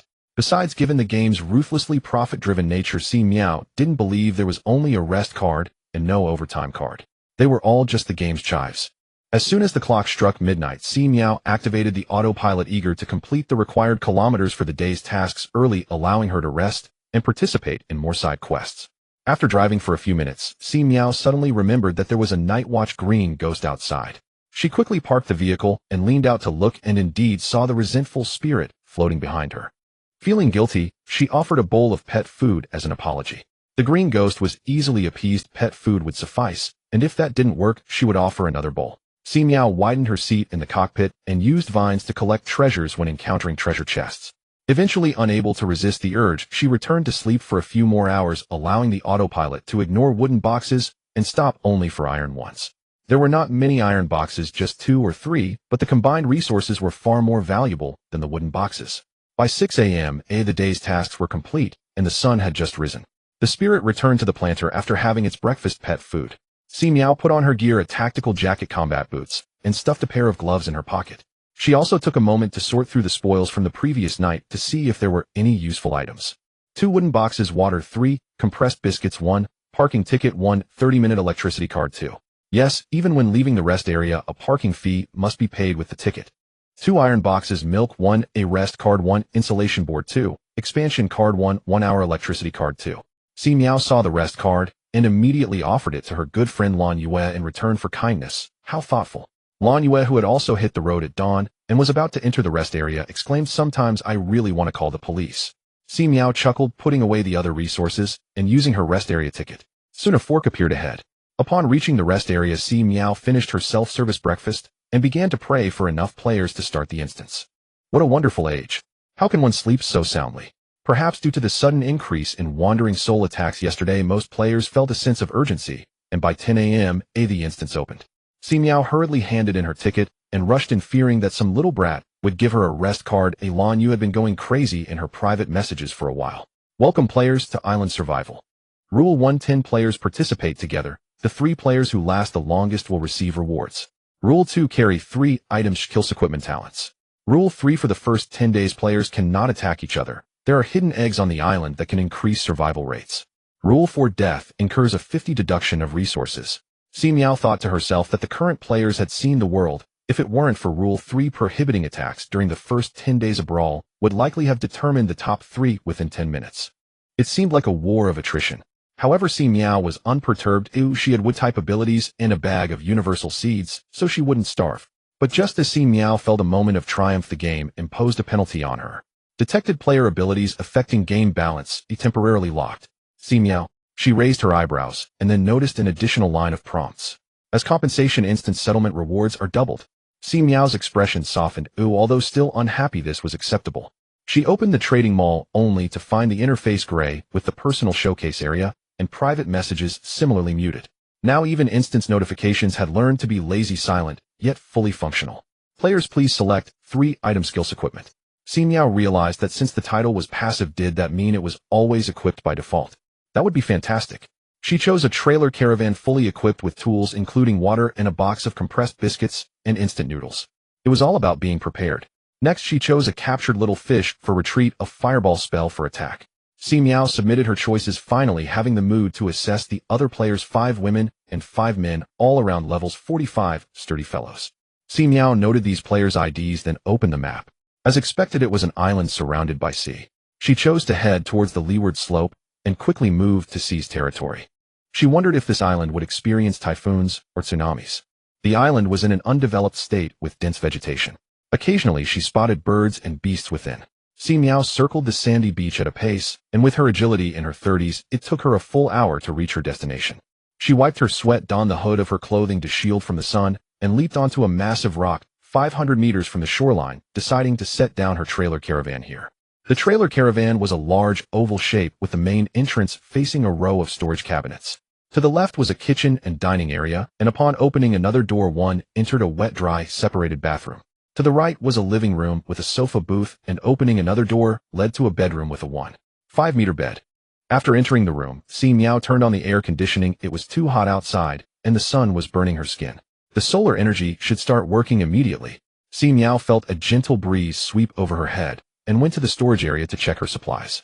Entailing a shovel, ropes, gloves, water, shoes, a raincoat, a chainsaw, a generator, a kerosene lamp, a flashlight, an inflatable kayak, 100 bottles of mineral water, 30 packs of compressed biscuits, 24 packs of instant noodles, 10 self-heating hot pots, 10 self-heating rice, 30 bars of chocolate, 3 sets of change of clothes, 1 down jacket, 2 blankets, and a medicine kit. With such an abundance of food, it was enough for her to survive for a month. The water was a bit lacking, but the caravan was equipped with a miraculous water tank with a capacity of 100 liters, producing 100 liters of water daily. It was impossible to run out of water. When she equipped the trailer caravan, it felt extravagant, yet now it provided her with immense peace of mind. Si Miao's lips curved into a smile, humming a tune. This island survival experience surely wouldn't turn into a vacation. She assembled the shovel and kept it by her side, while putting away the other supplies that were temporarily unnecessary. After running earlier, she felt parched and took a bottle of water. As Si Miao stood by the window drinking water and gazing outside, she saw a player running breathlessly across the beach, only to suddenly retreat, staring in awe at her massive caravan. Si Miao watched the approaching figure and stepped out of the door with her shovel. The anonymous player stood 3 meters away, licking their dry lips, and loudly stated their purpose: "I have a skill for hunting prey. I just saw that there are many animals in the forest. If you lack meat in the future, I can guarantee you won't run out. Sister, could you lend me some tools? I'll give you 10 pounds of meat, how about it?" Si Miao indeed forgot to prepare for meat, or rather the game rarely provided fresh meat. It was all instant food. The 2 frog legs she had dropped earlier had long been forgotten. Si Miao handed her the chainsaw, expertly threatening, "I want 20 pounds, and you can pay in installments within 3 days. If you dare to run, I'll kill you. Anonymous." She took the chainsaw with joy and continued on her way. With this big guy, a shelter would be easily secured. Anonymous chose 3 items: Predator's Nemesis, ensuring a source of food, 1 attack skill, and 1 defense skill. There was simply no way to choose trivial things like tents. If Si Miao didn't have tools, food, and water sources in the trailer caravan, she wouldn't have been so extravagant as to give up an opportunity to choose a skill. Anonymous left with a chainsaw for half an hour and soon returned bringing along a player named Aunt Fat. Si Miao was struggling to climb a tree trying to reach the coconuts as reserve food when she heard noises below and looked down, raising an eyebrow slightly. She calmly tied a rope to a bunch of coconuts, then chopped off the branches of 5 or 6 coconuts, causing them to drop with the rope attached. Si Miao grabbed the other end of the rope and wrapped it around a tree fork to act as a buffer, preventing the coconuts from smashing on the ground and making a mess. After harvesting several bunches of coconuts from this tree, she loosened the safety rope and slowly climbed down. There were a total of 16 large green coconuts at the base of the tree, all reserve food. She carried a bunch in each hand and casually asked the 2 eager players for help. Without enough space, it was inconvenient to do anything. Anonymous exchanged a glance with Aunt Fat, resigned to work. Si Miao instructed them to bring the coconuts to the empty space beside the camper, then clapped her hands and asked for their intentions. Anonymous first introduced Aunt Fat. Aunt Fat has a skill that provides a large protective shield.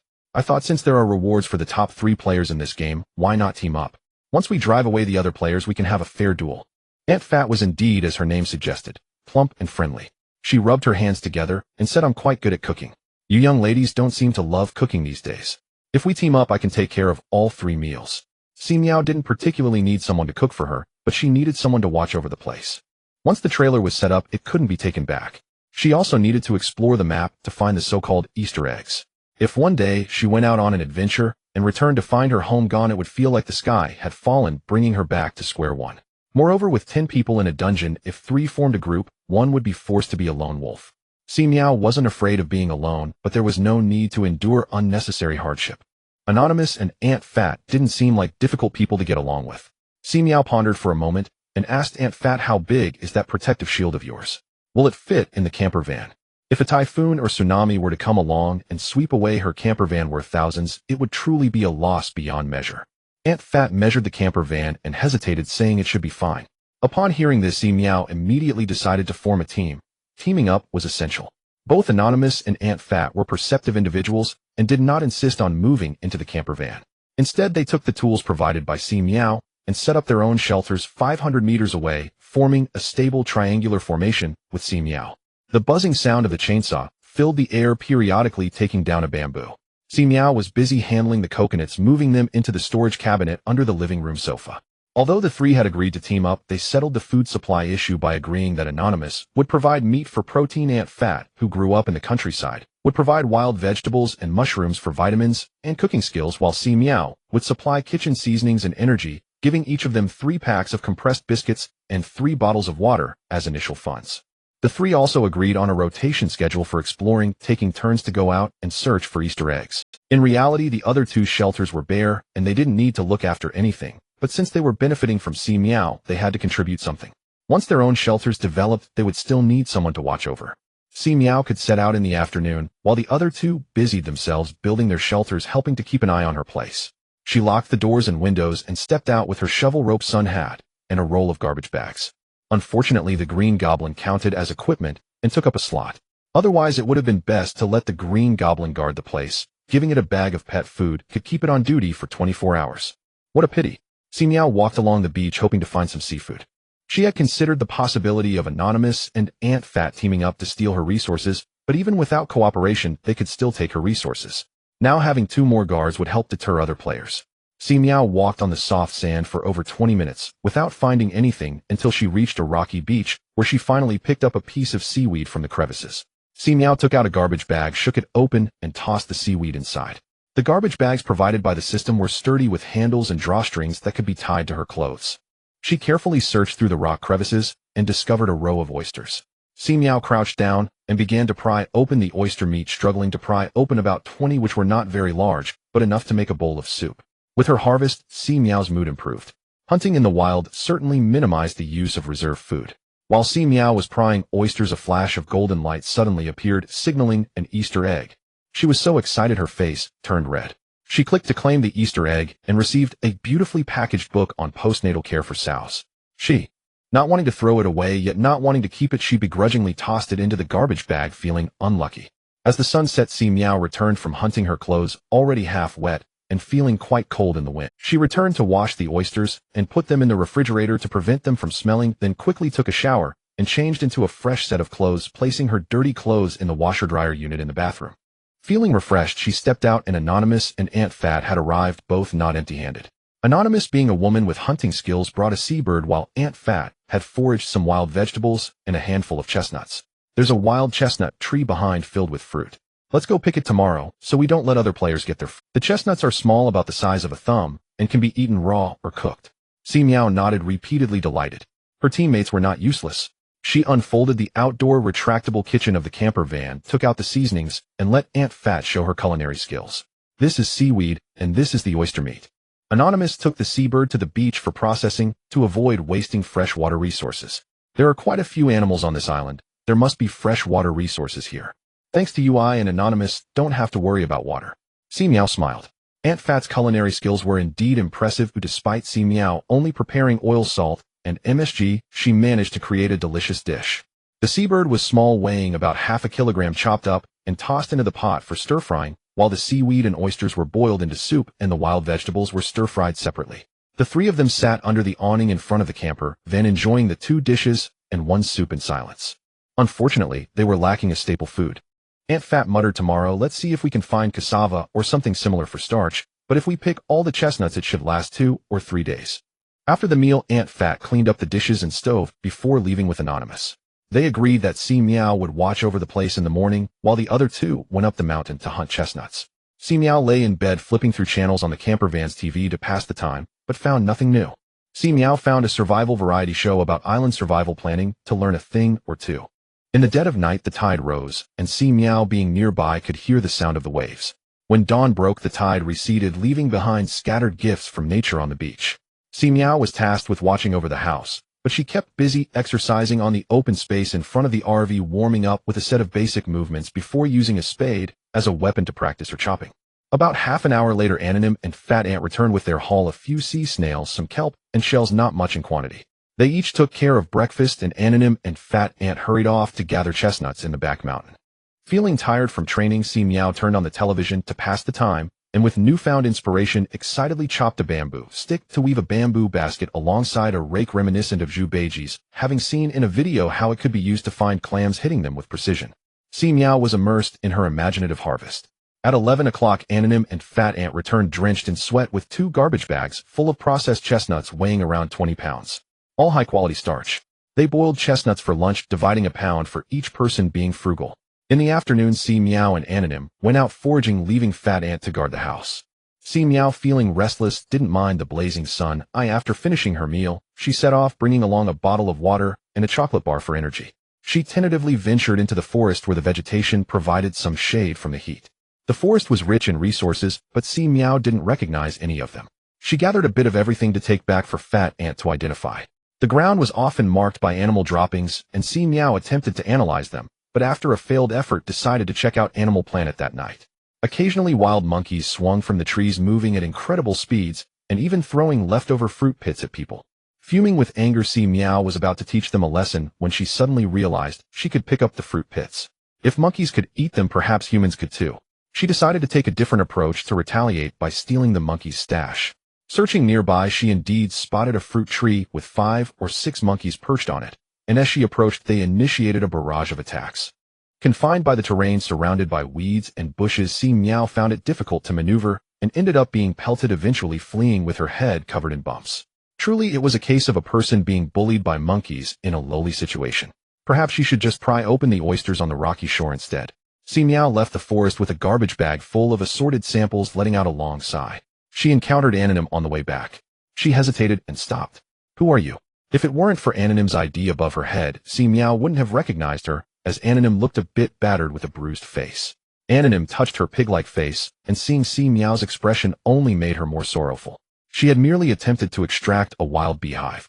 Si Miao gave her a thumbs up, conceding defeat. Back at their base, Fat Ant's exaggerated reaction delivered another blow to Anonym, and Si Miao stifled a laugh while searching the medicine cabinet for ointment to reduce her swelling. Mainly because of that pig-like face, she feared she might lose her appetite. It was still early, so Si Miao headed to the sea. She returned to the spot where they had pried open oysters the night before, determined to continue. Ding! Another Easter egg. This time it wasn't postnatal care for sows, but rather 300 songs for children. She, set up by the game. Si Miao gritted her teeth and wrestled with the air for a while. This island was indeed vast. After 2 days, she still hadn't encountered any other players. As dusk fell, she returned with her meager catch and that dreaded 300 songs for children.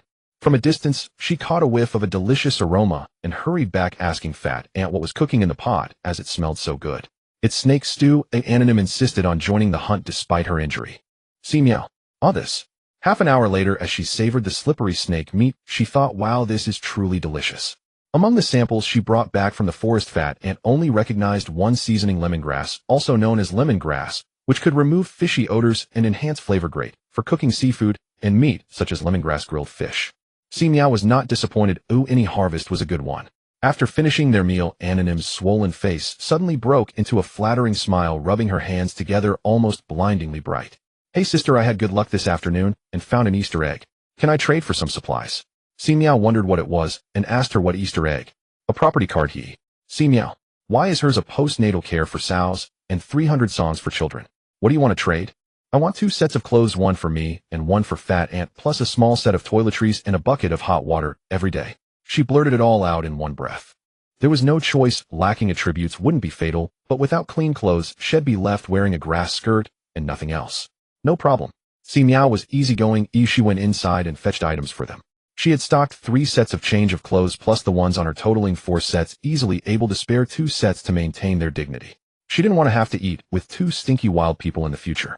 Moreover, these items could be fully acquired in the shop for 20 survival points, while a property card cost 100. She made a profit of 80, feeling quite pleased. Si Miao handed the items to them, both receiving them with serious expressions.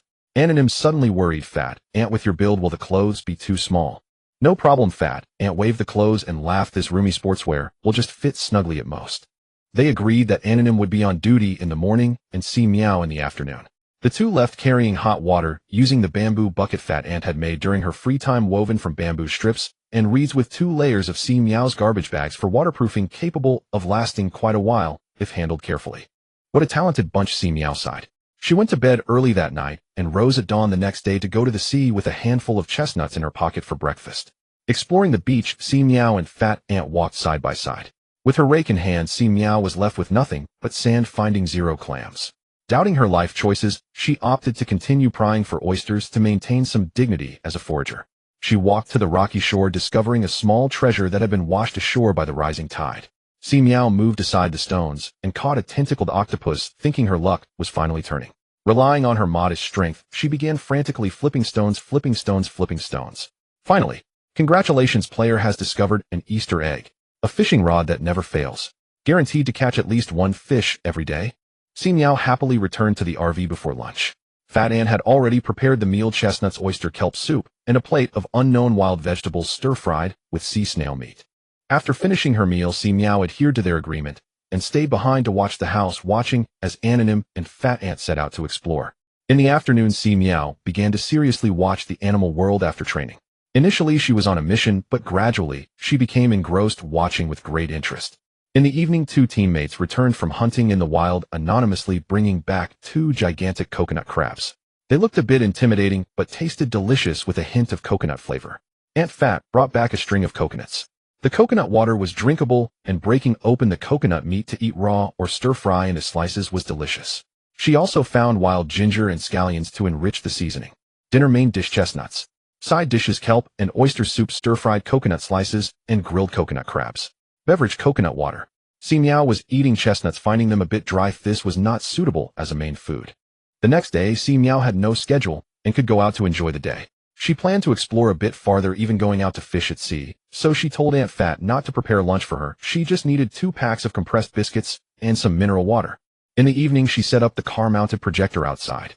The 3 of them sat in a row watching the animal world, collectively gaining knowledge, and only dispersed at 10 o'clock. Anonymously lingering, she and Aunt Fat returned to the shelter with an oil lamp in hand, navigating in the dark. It was impossible not to envy Si Miao's large camper van, but they were also people with a strong sense of territory. A golden or silver nest was inferior to their own doghouse. In the doghouse, they could make their own decisions about everything. If they were to use Si Miao's camper, then they would have to speak cautiously. Aunt Fat said you kindly swap clothes with me. Next time, I'll use colored eggs to trade with the big girl for a quilt. It's getting colder at night. Anonymously smiled, then he'll be waiting for your quilt. The next day, Si Miao left before dawn. She first inflated the inflatable kayak, carrying a backpack, fishing rod, a box for the fish, a spade, and a flashlight, fully equipped and ready to go. Half an hour later, Si Miao silently zipped up her collar to her chin, feeling very cold. The wind was howling, and she had promised never to use the fishing rod again. Si Miao didn't dare to stray too far from the coastline, fearing she would lose her direction, so she paddled downstream with the wind. The fishing rod was a lure rod using artificial bait to attract fish, which meant Si Miao didn't need to prepare bait, she just had to keep casting the rod repeatedly. Finally, after drifting at sea for an hour, she caught something. A sea bass about the size of her palm, not bad at all. Si Miao gradually grasped the technique and started catching fish frequently. The awkward part was that she only recognized the sea bass, while everything else was unknown to her. However, once they were in her box, they were destined to be eaten, and she planned to bring them back to show Aunt Fat. In the end, she caught a piece of kelp and was nearly sun-dazed. She decided to head back, but couldn't help but cast her line once more on the way back. Congratulations to the player for discovering a hidden egg. Submersible pearl allows survival underwater for 1 hour day. Si Miao was overjoyed. She had hit the jackpot. She immediately put it to use, jumping from the kayak and swimming toward the deeper fish schools. The underwater world was vibrant and colorful. Si Miao was mostly in a state of wonder, thinking, what is this? What is this? It seemed she needed to go back and watch some documentaries about the underwater world. However, she recognized both sea urchins and abalone, which were the easiest to catch. She grabbed them quickly, but since she didn't expect this outcome, she had to keep swimming back and forth to transport the items to the boat. An hour passed quickly, and just as Si Miao was about to retreat, she suddenly saw a slippery creature wriggling toward her. Without hesitation, she kicked her legs to escape.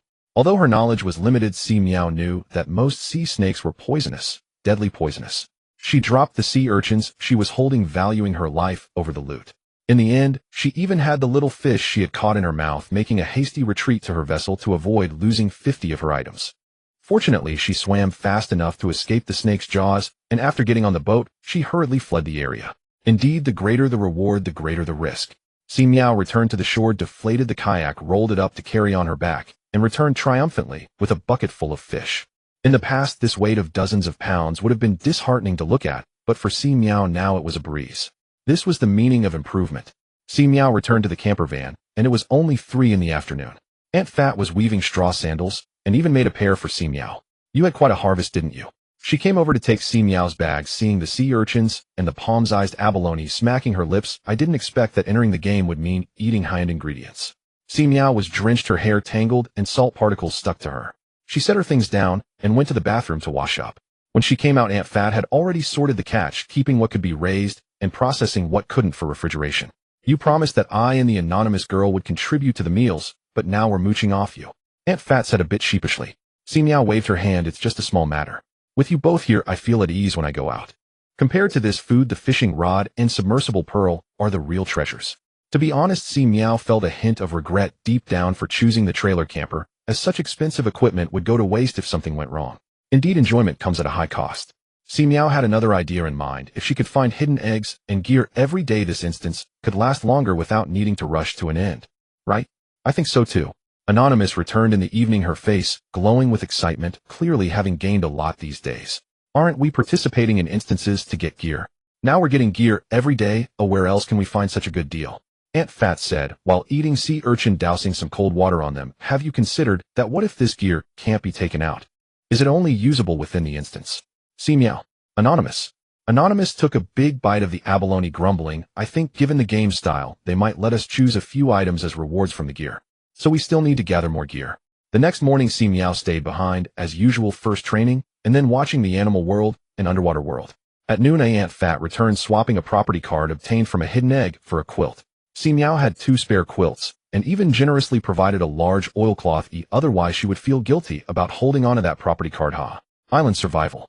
Second-hand dealer. In the afternoon, Si Miao changed to a different sea area to dive. In the morning, she wove a large bamboo basket to hold her catch, using a sharp section from the spade as a fork to spear the fish. Having watched the underwater world, she identified a few delicious and tasty fish. Si Miao quickly grabbed sea snails, Australian lobsters, and octopuses. Besides aiming accurately, she also had to beware of possible ambushes.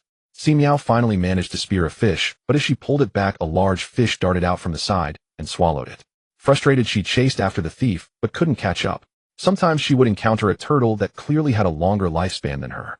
Curiously, Si Miao went over to touch its shell and then hitch a ride. With only an hour of diving time, Si Miao's hunting was merely a side task. Searching for hidden eggs was her main job, but unfortunately, she returned empty-handed. However, today she was lucky. She didn't encounter any sea snakes, just a baby shark with a not-so-good temperament, which she managed to scare away with a couple of pokes. Tomorrow she should switch to a different sea area to avoid it reporting her for unorthodox behavior. In the following days, Si Miao and the anonymous plump ant took turns exploring in shifts. When Si Miao stayed behind, she watched various popular science documentaries to increase her knowledge reserve. Unlike the frantic race against time in the zombie dungeon, the slower pace of the natural environment allowed her steps to slow down as well. Of course, it wasn't all smooth sailing. Si Miao was chased by sea snakes and shocked by jellyfish, leaving her lips swollen like sausages, much to the delight of the anonymous ant, who laughed heartily. Later they found several treasures in a tribute card 1, a sun protection suit 1, a collection of 300 Tang poems 1, and a machete. Si Miao felt targeted. On the 4th day, the anonymous ant caught a fishing net, ensuring they would never run out of seafood. They ate 3 meals a day to the point of rolling their eyes in excess. They craved staple foods and starch. After finishing 20 pounds of chestnuts, they began to miss them again. Later they indeed found a chestnut tree. The plump ant returned to gather people, and Si Miao joined her in gathering chestnuts, resulting in a battle of wits with other players. Since they couldn't attack each other, everyone was quite restrained, creating small accidents like digging a pitfall or placing a venomous snake. On the 3rd day, a hapless player was bitten by a snake and eliminated. Si Miao, adhering to the principle of reciprocity, used a chainsaw to chop down trees, while the other party climbed to pick coconuts. She had no idea it was actually wild monkeys up there. Then she almost got hit on the head by a falling coconut. Later news about Si Miao's motorhome spread, leading to business opportunities where treasures were exchanged for supplies. They could exchange surplus pots, bowls, and even bed sheets to help the poor grass skirt players make clothes and maintain their dignity. There were also curtains and sofa covers. A tribute card 2. Si Miao was reducing her elimination costs and selling everything off to make money, which was not embarrassing at all. She rolled around on the bed without sheets and fell asleep. On the 9th day of survival on the island, it rained. Si Miao invited the anonymous ant and the plump ant to the living room to watch Animal Planet and started discussing how to eliminate other players. After so many days of exploration, they had located the other player's shelter, and now they were in groups of 3 forming a stalemate. What if we launch a midnight sneak attack on the 11th day? Proposed the anonymous ant. The others are probably thinking the same thing. The 3 whispered to each other, debating what wouldn't work. I have a shield, it'll stay behind to guard the house, said the plump ant. Si Miao and the anonymous ant exchanged glances, starting to discuss their skills to get a general idea. The anonymous ant had a grade thunderstrike skill and a temporary smoke transformation evasion skill. On the 10th day, it continued to rain, and the sea was tumultuous. Si Miao didn't go out to sea or dive. Instead, she wore a raincoat to scour the shore, hoping to find some treasures. Seafood, go away. Passing by a rocky beach, she stumbled in the wind, seemingly stepping on something that cracked beneath her feet. She quickly shifted her foot to see a small sea turtle that had been crushed. Oh dear, what a sin. Congratulations to the player for discovering a treasure. Turtle shell, grasping it can form a turtle shell barrier. Si Miao's eyes lit up. This was a super defense. She felt more confident about the upcoming nighttime ambush. After returning, Si Miao secured the small mini turtle shell tightly, hanging it on her left wrist for easy access. After dark, Si Miao and the anonymous ant set off, quietly positioning themselves outside the shelter before launching their attack at midnight, giving the opponents a surprise. Traveling through the forest at night was difficult. They adopted a beach encirclement tactic. Hey, isn't there someone up ahead? The anonymous ant suddenly whispered. Upon hearing this, Si Miao immediately hid with the anonymous ant in the crevice of the rocks to observe secretly. Hey, there's a treasure here, the anonymous ant exclaimed excitedly. Si Miao replied. A share for those who see it. The treasure was a food blind box which could be opened once a day. They truly shared the spoils. Si Miao pulled over some seaweed to cover her head and quietly peeked out to observe the figures on the opposite side. 2 sneaky figures looked oddly familiar. It seemed everyone was planning a midnight ambush. Si Miao and the anonymous ant made gestures to each other, deciding to change their strategy. They are hiding in our shelter. We will ambush them from behind. When the time comes, we will attack from behind. The anonymous ant made an okay gesture. After all, the goal was to eliminate others, and it didn't matter where they did it. The 2 of them hid in the crevice for over 20 minutes. Just as they were about to rise, they suddenly saw 3 more sneaky figures approaching. Si Miao and the anonymous ant continued to hide, tiptoeing in the crevice for another 20 minutes until sea snails were starting to crawl on their feet. Only then did Si Miao and the anonymous ant continued to hide, tiptoeing in the crevice for another 20 minutes until sea snails were starting to crawl on their feet. Only then did they crawl out looking disheveled. Si Miao tucked the sea snail into her pocket, determined not to come back empty-handed. The two approached the old nest stealthily, being familiar with the terrain made the dark operation easier, and they quickly found 2 groups of 5 hiding spots. The 5 were distributed in different positions, searching for cover. Even beneath the large rock of the motorhome, one was hiding, and another was hanging on a coconut tree. Si Miao seriously suspected that the second group of ambushing players had already spotted the first group, but remained silent, preparing to take advantage of the situation. What should we do? I'm so nervous. The excitement in the anonymous ant's voice was hard to contain. Why is there another small group attacking all at once, leaving their own home unguarded? Si Miao pondered and said, what's the point of guarding such a meager treasure? If we win, we inherit the wealth. If we lose, we get eliminated together. The anonymous ant looked at Si Miao with sympathy. Si Miao estimated the equipment on the motorhome to be at least 2,000 survival points. If she lost them in this dungeon, it would be a huge waste. No wonder I'm a woman and can trade even bed sheets to recover health. Si Miao said, can you make your smirking voice any quieter? The sea was turbulent, and 3 groups of people were lurking in the rain waiting for their prey. They could vaguely hear the plump ant watching Animal Planet, probably lounging with her legs crossed. Life was truly delightful. Si Miao wiped the rain from her face. Do you think the plump ant might actually be the behind-the-scenes winner, waiting for us to eliminate 5 people before coming out to eliminate us? The anonymous ant began to let her imagination run wild.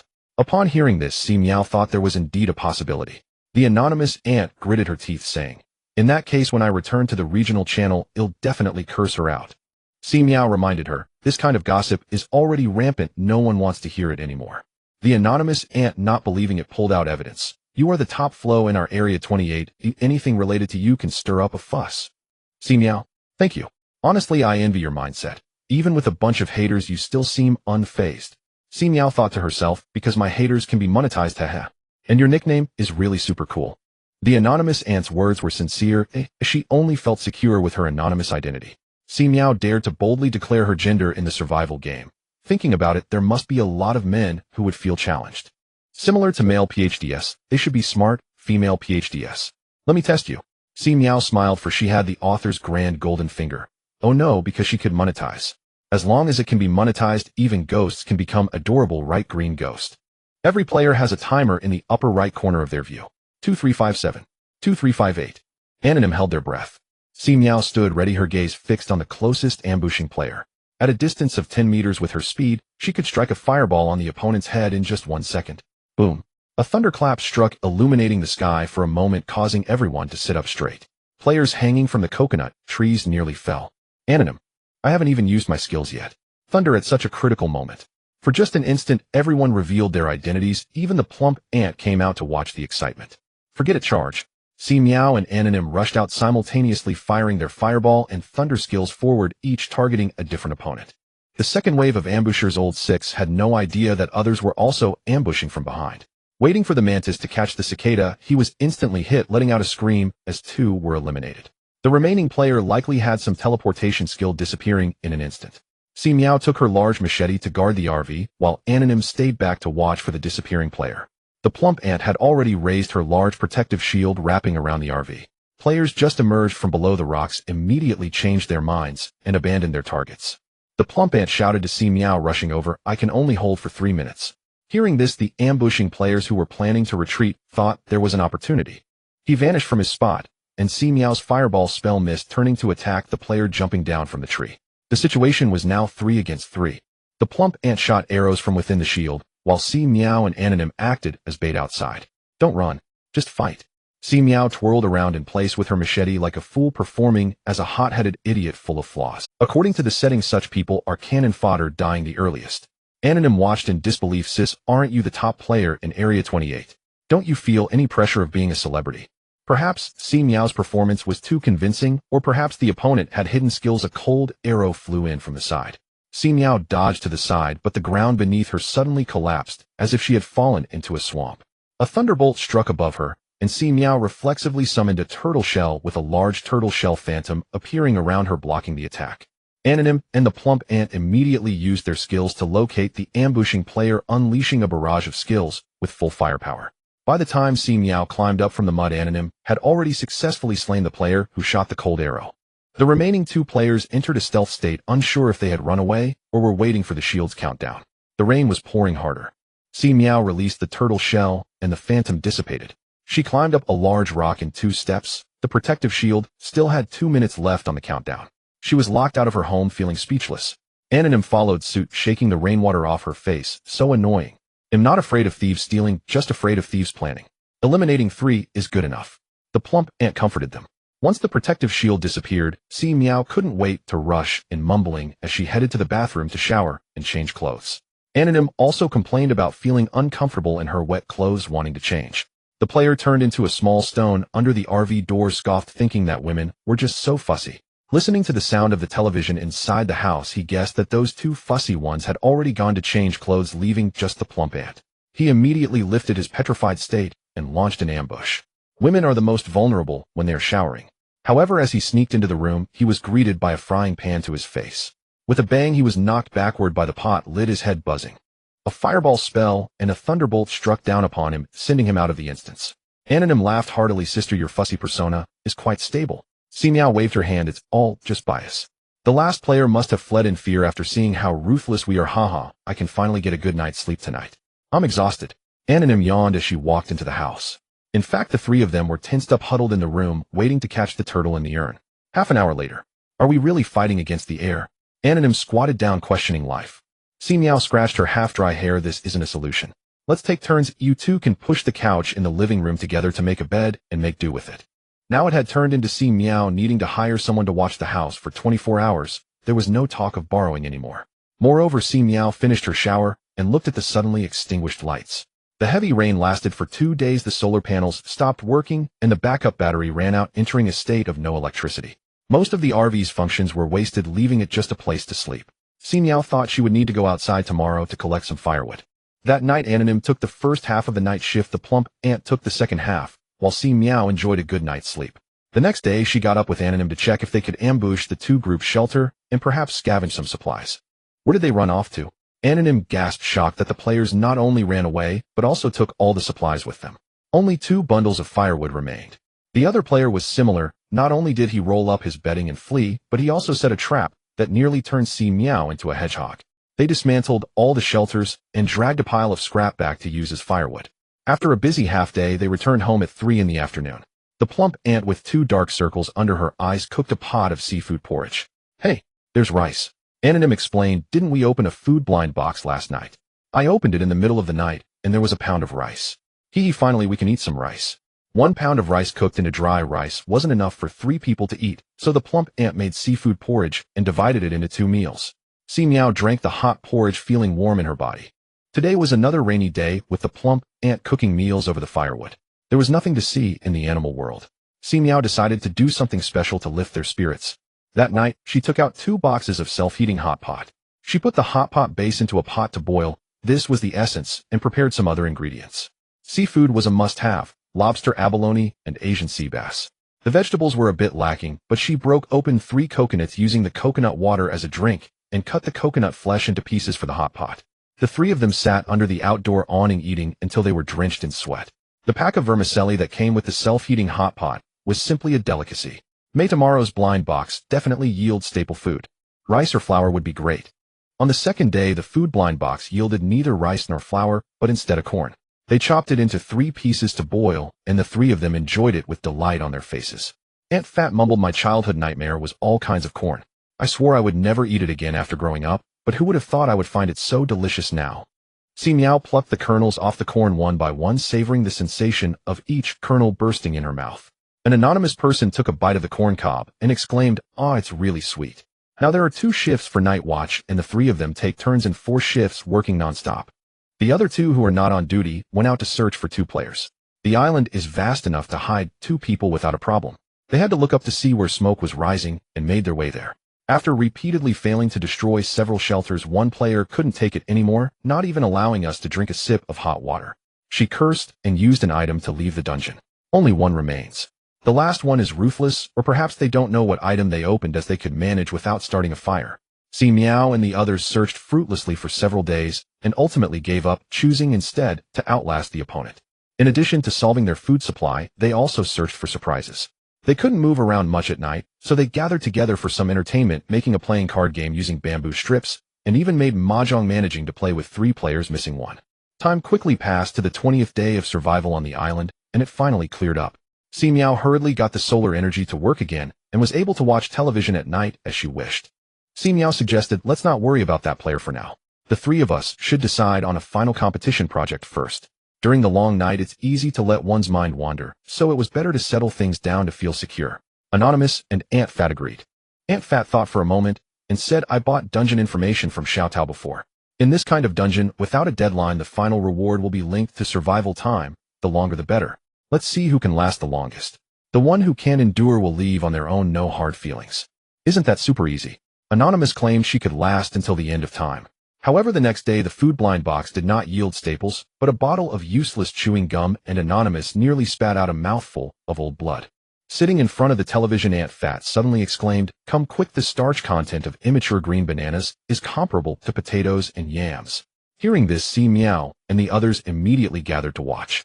They saw the person on the television peeling and slicing the green bananas, blanching them, and serving them cold, making the children from the neighboring village drool with envy. Not only were green bananas cooked, but the banana roots were ground into starch to make cold noodles. The banana hearts were eaten as fruit, and the banana flowers were served cold, showcasing the entire banana plant. On the island, besides coconuts, bananas were the most abundant. Previously, they had foolishly picked ripe bananas to eat or harvested nearly ripe ones to stew, but they had never seen so many ways to use them. Si Miao and Anonymous immediately took tools and went outside. They chopped down 2 bunches of unripe green bananas and also dug up the banana roots to take home. Since they had nothing to do, they wanted to see if they could wash out starch to make cold noodles. The green bananas were eaten raw at night, while making banana cold noodles was a major project. Lacking tools, they used a chainsaw to chop the bananas into small sections, then smash them into pieces and wash them repeatedly with water, allowing them to settle and filter. Each step took an incredibly long time, and the 3 of them, with nothing else to do, took turns working hard. Finally, 5 days later, they harvested 3 pounds of starch. That was over 100 pounds of roots. When Si Miao finally tasted the cold noodles, she felt her hands trembling. It was incredibly hard-earned. Next to her, Anonymous was already crying, looking quite unwell. With you like this, how can you last until the end of time? If it really doesn't work, you can go find that king of survival. Anonymous actually went carrying 2 days' worth of rations, dried meat, and seafood. As for water, she could easily get some from coconuts. After 2 days out, she hadn't seen a trace of him. Where is he hiding? I need to search every crevice of the reef. Anonymous lamented, clutching her head. Si Miao was skillfully chopping banana roots, and the new round of the starch battle began. Aunt Fat even followed a tutorial and hand-ground a grinding stone. After complaining, Anonymous turned to see the 2 of them so composed and couldn't help but reflect on herself. However, after staying calm for a night, the next day, she began to lose her mind again. When it wasn't raining, Si Miao would go out to fish for a while, experiencing the joy of the underwater world. No matter how much sunscreen she applied, her skin visibly darkened and became hard, filled with muscle. Even Aunt Fat transformed from a chubby and friendly ant into a strong, dark-skinned, fierce ant. The 3 of them shared the same skin tone, and when they smiled, their teeth and eyes were the brightest. Anonymous was the kind of person who would complain about quitting every day, but would show up for work every month. She cried out dramatically, but could endure a lot, though every few days she would bring food to look for the solitary king of survival, whom they jokingly referred to as the 4th party. However, she always returned empty-handed, leaving excitedly only to come back downcast. Anonymous and Aunt Fat no longer continued to sleep on Si Miao's couch, but returned to their own little nests. Of course, they still had to mooch off the television. Aunt Fat watched the most intently. She rubbed her rough, dark hands and said shyly, I don't have much education. I dropped out after 2nd grade. When I grew up, I got married. I couldn't escape the beatings from my husband, so I ran away. On the train, I was sold to an old man without realizing it. Life was tough, so I kept running. I hadn't dared to go back for over a decade, working everywhere, without an ID, only able to enter black factories. Later, I married a man just to get a certificate, so I could obtain an ID, enroll in Social Security, and have medical care. Only then did I feel secure.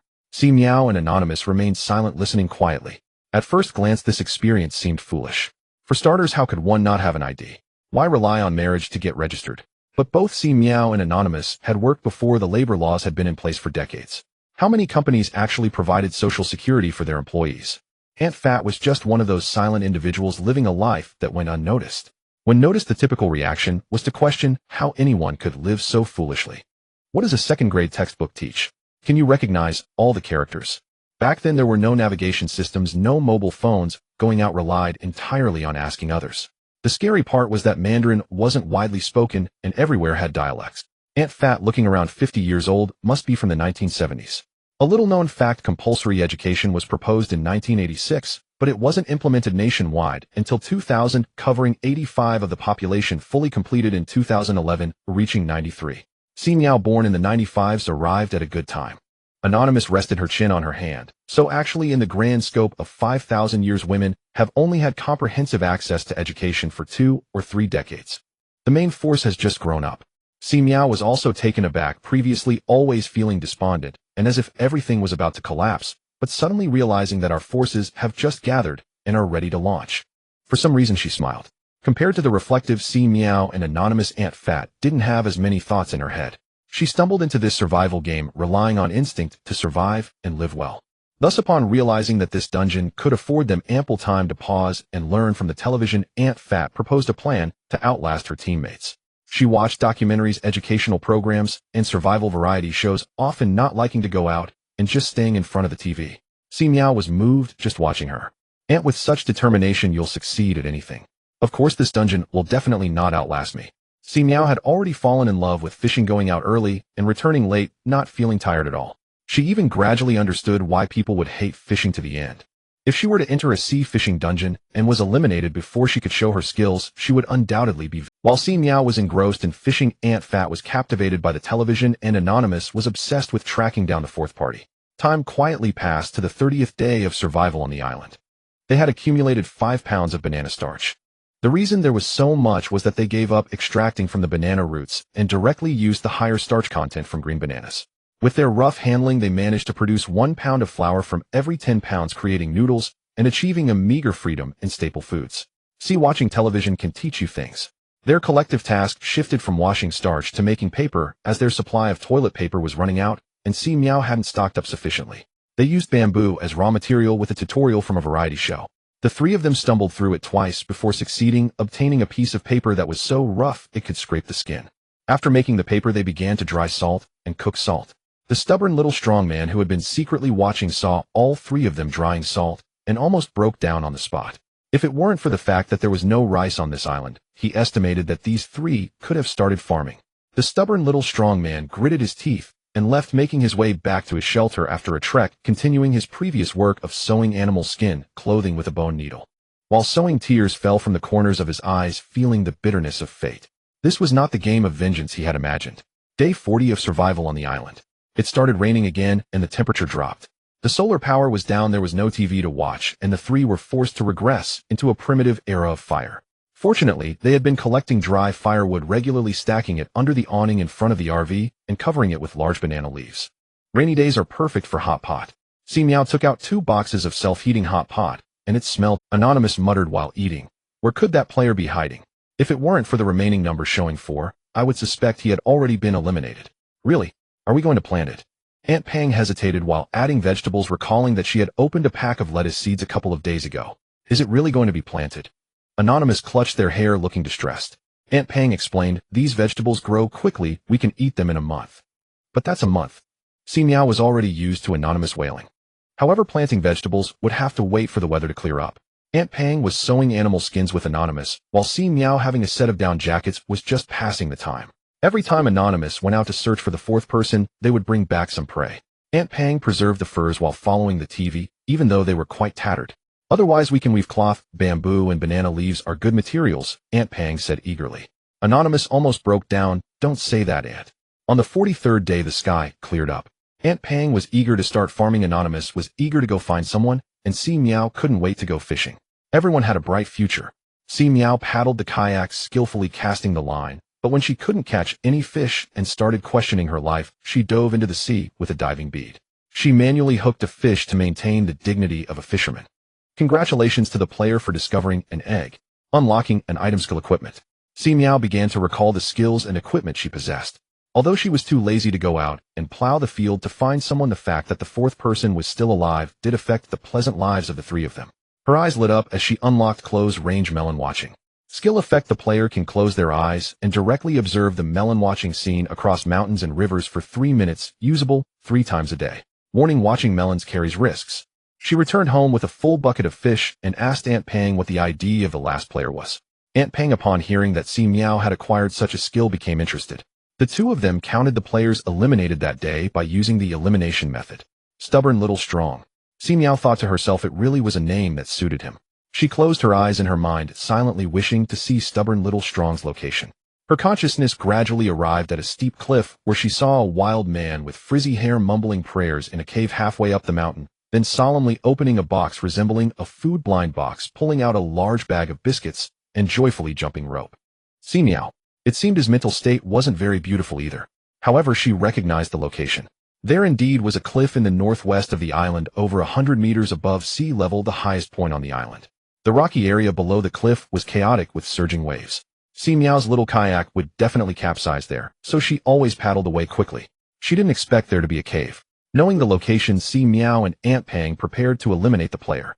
They left a note outside the house, then brought some rations and hurried on their way, even sleeping in a tree halfway through the night, finally reaching the edge of the cliff the next afternoon. Si Miao closed her eyes to melon watch again. Good, the person was still there. She took out the rope from her backpack and tied it to two big trees, making sure the rope didn't face the cave, so as not to alert the prey. Si Miao estimated a slightly off position, and she and Aunt Pang slid down one after the other. The cliff was not flat, but there were footholds. They just had to be careful not to step on loose stones. The two struggled for over 10 minutes, sweating profusely. They were occasionally blown over by the sea breeze. Stubborn Little Strong, who was munching on biscuits in the shelter, did something just fly by outside. Probably a seabird. After finishing the last bit of biscuit, he lay on the straw bed, covered with animal skins, feeling hopeless. Those three players had a TV to watch, and they could all play mahjong together. To be honest, he loved playing mahjong since he was young. Seeing that they were missing one player made him feel miserable, almost unable to resist going out. Why can't this dungeon accommodate 4 people? 4 people can also love each other.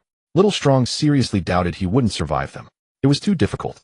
Embracing such a mindset, he noticed 2 figures silhouetted against the light entering the cave. His first reaction wasn't to flee, but to breathe a sigh of relief. In leaving, not playing anymore. He wiped his tears and used his escape equipment to exit the dungeon, directly minimizing losses. Si Miao and Aunt Pang, who had just come down. Come on, at least put up a fight. Si Miao released her grip on the turtle shell, feeling defeated. They began to inherit the legacy. To their delight, Little Strong was a clean player, and the animal skins they picked up could still serve as cushions. Little Strong left, but left behind precious biscuit blind boxes. Si Miao and Aunt Pang chatted and laughed on their way home, making it over the mountains and back before dark the next day. From a distance, they saw Anonymous sitting in front of the RV with a mournful expression, resting his chin on his hand. You want to kill someone, and didn't call me. Anonymous grabbed the two's clothes, screaming, Do you know how long For over 20 days. Over 20 days. Si Miao touched her nose, recounting the hiding place of Stubborn Little Strong, and how he fled.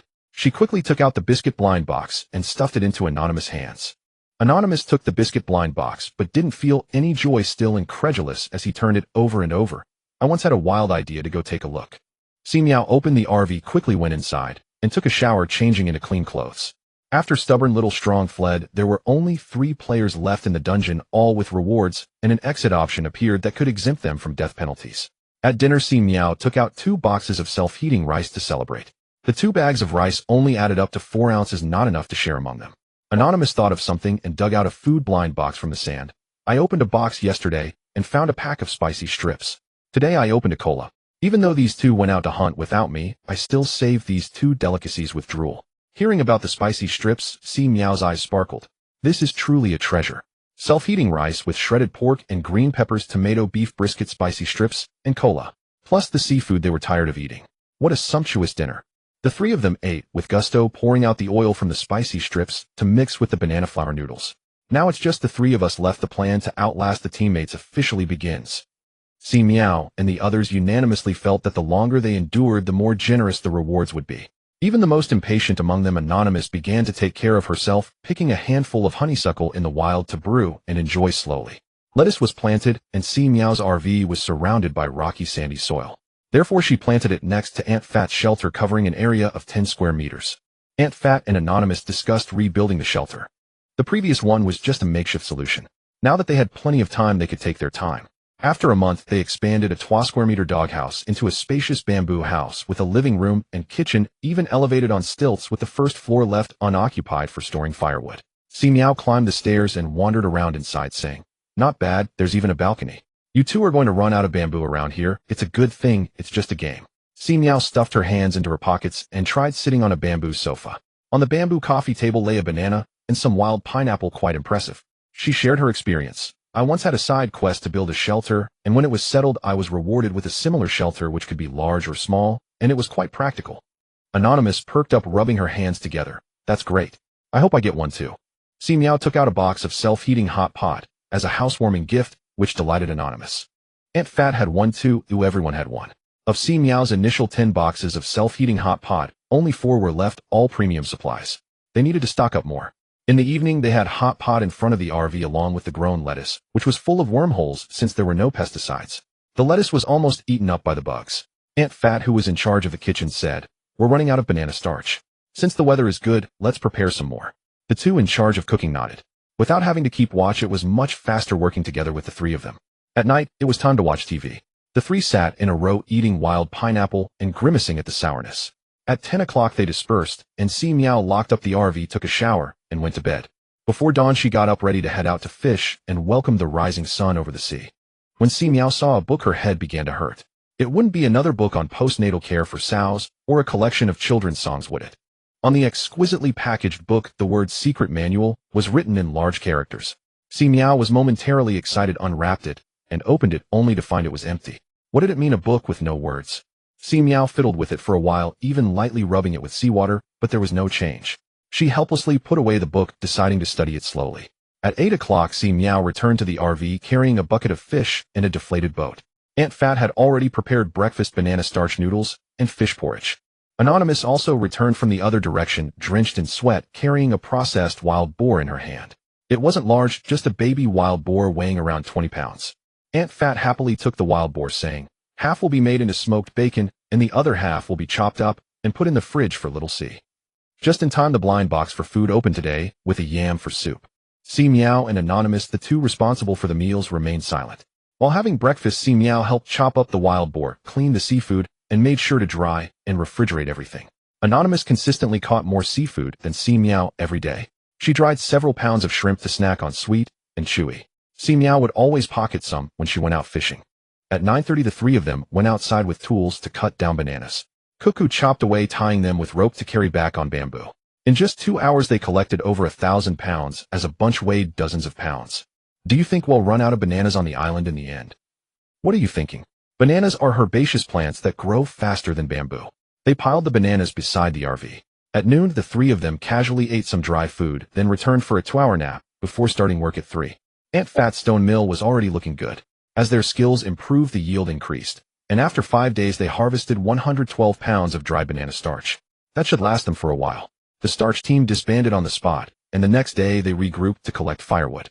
On the 3rd day Aunt Fat announced a weaving team with Anonymous, while Si Miao shook her head, repeatedly choosing to go out and fish instead. Life had become a bit too easy as she needed to engage in friendly sparring in the underwater world, with sea snakes, sharks, jellyfish, and other dangerous creatures, to train her reflexes and not become sluggish. If she went out like this, she would be useless. In the evening, during the scheduled TV segment, the 3 of them sat in a row with their seafood snacks. Day 78 of Island Survival. The fabric they wove was crooked, adding another group activity for the 3 of them: friendly sparring. Sometimes it was onion, sometimes oniantuo, and sometimes all 3 mixed it up. Si Miao finally figured out the skill lists of the 2. Anonymous: Predator's Nemesis, Thunderstrike, I Float. Aunt Fat: Shield, Cold, Arrow, Heal. Plus skills unlocked from side quests. Thanks to Aunt Fat's healing, none of them got hurt while sparring. It was just a matter of who would break their defense first. Day 100 of Island Survival, and it rained again. With no TV to watch, they could only gather around the fire to play mahjong or hold a book provided by Si Miao. Aunt Fat was engrossed in a book on postnatal care for sows. Anonymous held a book of children's songs, racking her brain to remember how to sing. Si Miao was different. She roasted the wordless secret manual over the fire, hoping to see if it would reveal its secrets. The secret manual remained aloof, completely ignoring Si Miao's 108 attempts to disturb it, remaining unmoved. Si Miao was left in awe. Both Si Miao and Anonymous shared a common trait of modern youth: they were afraid of trouble and disliked carrying too much. Aunt Fat was the one who always found things to do. I saw on TV that coconut meat can be used to make oil. Boil, boil, boiled. I saw on TV that tongue oil can be used to make oilcloth and oil umbrellas. Make, make, make. I saw on TV that fish oil is also a good thing. Fry, fry, fry. Anonymous was killing fish with her eyes turning red. Tomorrow. Tomorrow I will definitely quit the game. The next day, after anonymous food blind box revealed a family bucket, she extended her life again. Si Miao said nothing, only went out fishing as she was the one with the darkest luck among the three. On day 150 of island survival, Aunt Fat struggled with electricity issues and began to follow a science program to research wind power generation, attempting to modify Si Miao's generator. Si Miao and Anonymous knelt before her on the spot. Ashamed Aunt Fat, who had a second-grade education, attempted to push civilization forward with a giant leap, while Si Miao and Anonymous only cared about what to eat for breakfast, lunch, and dinner. On day 200 of island survival, Aunt Fat quit. She left with determination, leaving Si Miao and Anonymous staring at a mini wind turbine that resembled a classroom experiment for elementary school students. After a long silence, Anonymous weakly said, "Did Aunt Fat leave so decisively because she was afraid you would hit her?" The generator's parts didn't come from thin air, they were all from Si Miao's RV, including her oven flashlight and ambient light. Si Miao wiped away a tear. "Forget it, the child has grown up and needs support. Education must not be neglected, even when poor." If she had used Aunt Fat's character to gain favor earlier, it would have skyrocketed. With Aunt Fat leaving, the mahjong game truly could not continue, but they could still play cards. The two stared at each other in silence. This household was half scattered without Aunt Fat's coordination. The first issue was cooking. Neither of them enjoyed cooking, they preferred to go out and have fun. Si Miao could fish all night, sometimes, while Anon often ran away from home to explore islands for treasures. Eventually they decided to split their supplies and eat separately. After all, with their skills they wouldn't starve. Food blind boxes came in many varieties. Sometimes there would be surprises, and other times only a lollipop. The biscuit blind boxes were economical and consistently provided carbohydrates, though they were quite ordinary. Both Si Miao and Anon wanted the food blind boxes, which brought a bit of joy to their monotonous island life. Each unboxing was a surprise. The two clutched the food blind boxes, unwilling to let go even as the biscuit blind box threatened to fall. They ultimately decided on rock, paper, scissors, with the winner taking the food blind box. Si Miao won, laughing gleefully while holding the box. "Anon, this is so unfair. So disappointing." They had agreed to make noodles together once a month, but Anon turned away with the supplies, leaving with all the drama of a child running away from home. Wait. They'll trade you a treasure for the TV rights." Anon, not having walked far, returned with a flattering. Si Miao crossed her arms and glanced sideways, wanting to check the quality of the treasure. "I guarantee it's a good item, a net that never misses a catch." Si Miao's eyes lit up. This was a treasure. She rolled up her sleeves to help Anon bring the supplies back to the shelter and couldn't wait to take the net out to fish. On the first day after Aunt Fat left, this household disbanded, even dividing Aunt Fat's inheritance. On the 110th day of survival on the island, Si Miao fished. On the 120th day, she made noodles. On the 130th day, Si Miao fished again. On the 140th day of survival, Si Miao was startled by Anon's sudden appearance while returning from fishing, thinking she was a wild person. On the 150th day, Si Miao made noodles. On the 160th day of survival, Si Miao was caught eating self-heating rice by Anon, losing half of it. On the 180th day, it's been half a year, a full 6 months. Anon pressed the remote control repeatedly, having almost exhausted the TV's content. "I never noticed anything wrong when I watched this before." The male lead's mistress came to the door feeling ashamed after seeing his virtuous wife and lovely daughter and left. The male lead looked heartbroken while his wife patted his shoulder, comforting him, asking if he was all right. What a lunatic. What garbage were we watching back then? This nonsense was fed to us, and we still laughed. Si Miao, who had been fed this nonsense and laughed, expressed her disdain. She lowered her head to study her unreadable book, trying to impress the heavens with her sincerity, embracing a stream of consciousness. On the 250th day of survival on the island. "I beg you, sister, let me win just once, and I'll have something to brag about for the rest of my life. He'll give you all the rewards." Anon, in a cheerful state of mind, hung onto Si Miao's arm. Si Miao smiled coldly, turning her back on her without mercy, and took her bucket out to fish. On the 300th day of survival on the island, Anon started jumping rope, praying everywhere, "Bring on a typhoon, bring on a tsunami." Si Miao. I must admit, this really hit Si Miao's soft spot. If a storm or giant wave came, she would definitely flee with her valuable RV. Otherwise, it would be a huge loss. On the 365th day of survival on the island, Anon lay back, lazily, barely breathing. "Do you think Aunt Fat suggested we exhaust our teammates out of goodwill? She left so easily, leaving us two to torment each other." "That's you. I don't think it's tormenting at all." Si Miao could fish all day without getting bored. Anon suddenly leaned and closed, staring at her for a long time before finally confirming she was speaking from the heart. "It's over." She ruffled her hair, feeling lost as she returned home. The next day, Anon brought her whole family over to say goodbye. I originally thought that participating in the instance would only take half an hour, and if I stayed longer I would gain lifespan. But living painfully also wears down my will, it's better to leave early. Aunt Fat left so decisively perhaps she felt this instance had reached its end. Recalling Aunt Fat's expression back, then it resembled someone brimming with confidence and eager to go out and accomplish great things. I wish I had figured it out sooner. Anon left. Only Si Miao remained on the island, and at this moment, she finally felt a silence that was somewhat terrifying. She sat silently in front of the RV. This was once the place where the three of them shared meals, with Aunt Fat frying oil and Anon angrily preparing seafood. Those scenes seemed so vivid, yet felt like they belonged to another century. Si Miao took out a food blind box, gently opened it, and inside was a portion of rice. She felt a bit happy, but just a little. Sighing, she returned to the RV, closed the door, and went to sleep while the mini wind turbine Aunt Fat had modified creaked, maintaining a small light. Early the next morning, Si Miao took some provisions and went out to fish. The underwater world was still lively. Si Miao even recognized some fish like sharks, sea turtles, and seals. On the 400th day of survival on the island, Si Miao rushed ashore, sprinting towards the RV before the giant wave hit. Retreat.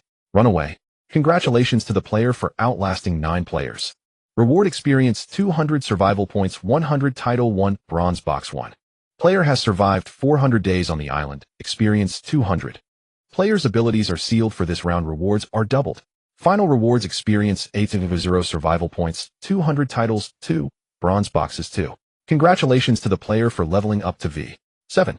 Experience 11160, unexpectedly leveling up twice. Every effort pays off. This is an experience grind. Si Miao, satisfied, didn't even have time to check the specific rewards and hurriedly entered the new instance. Even though she had spent over a year in the instance, she hadn't forgotten about the rest card, fearing that if she waited even a second too long, she'd be forced to rest. Congratulations to the player for entering the downhill mountain bike instance. The players began to frantically put on clothes, their noses nearly freezing. Aside from dressing, Si Miao had to quickly sort out the earnings from the previous dungeon. Let's see if I can get some useful skills and equipment. Title Fisherman effect, never miss a catch, good, but temporarily useless. Next, Title Long Standby effect, your stamina is increased. 2 copper chests opened. Upgrade book 1, turtle shell 1, diving pearl 1, fishing rod, never miss a catch 1, net never lose a fish 1, a children's songs collection 1, a rest area ticket 1, a voluntary overtime application 1. Si Miao was overjoyed.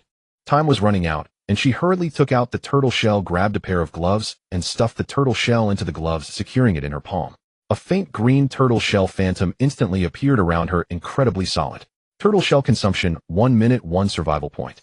Si Miao, who had just settled down. Robbing money. A minute passed quickly. Freeze. Si Miao shouted and dashed out. In her peripheral vision, most players were immobilized, but a few seemed to have debuff clearing skills and were running fast. At the first freeze, Si Miao reached a bicycle, randomly picked one up to check the brakes, which were intact. At the second freeze, Si Miao quickly summoned vines, trying to sabotage other bicycles, but her attempt failed. She immediately changed her mind and tangled a bunch of bicycles into a chaotic heap with vines. At the third freeze, after finishing her mischief, Si Miao rode down the slope, sprinting 100 meters. The cold wind blew fiercely, and since she was holding a turtle shell in the palm of her glove, it affected her grip on the bike's brakes, leading her to regretfully stow it back in her backpack. The 9 seconds of time expired, and Si Miao, along with a few players with debuff clearing skills, had already left the starting point by 100 meters.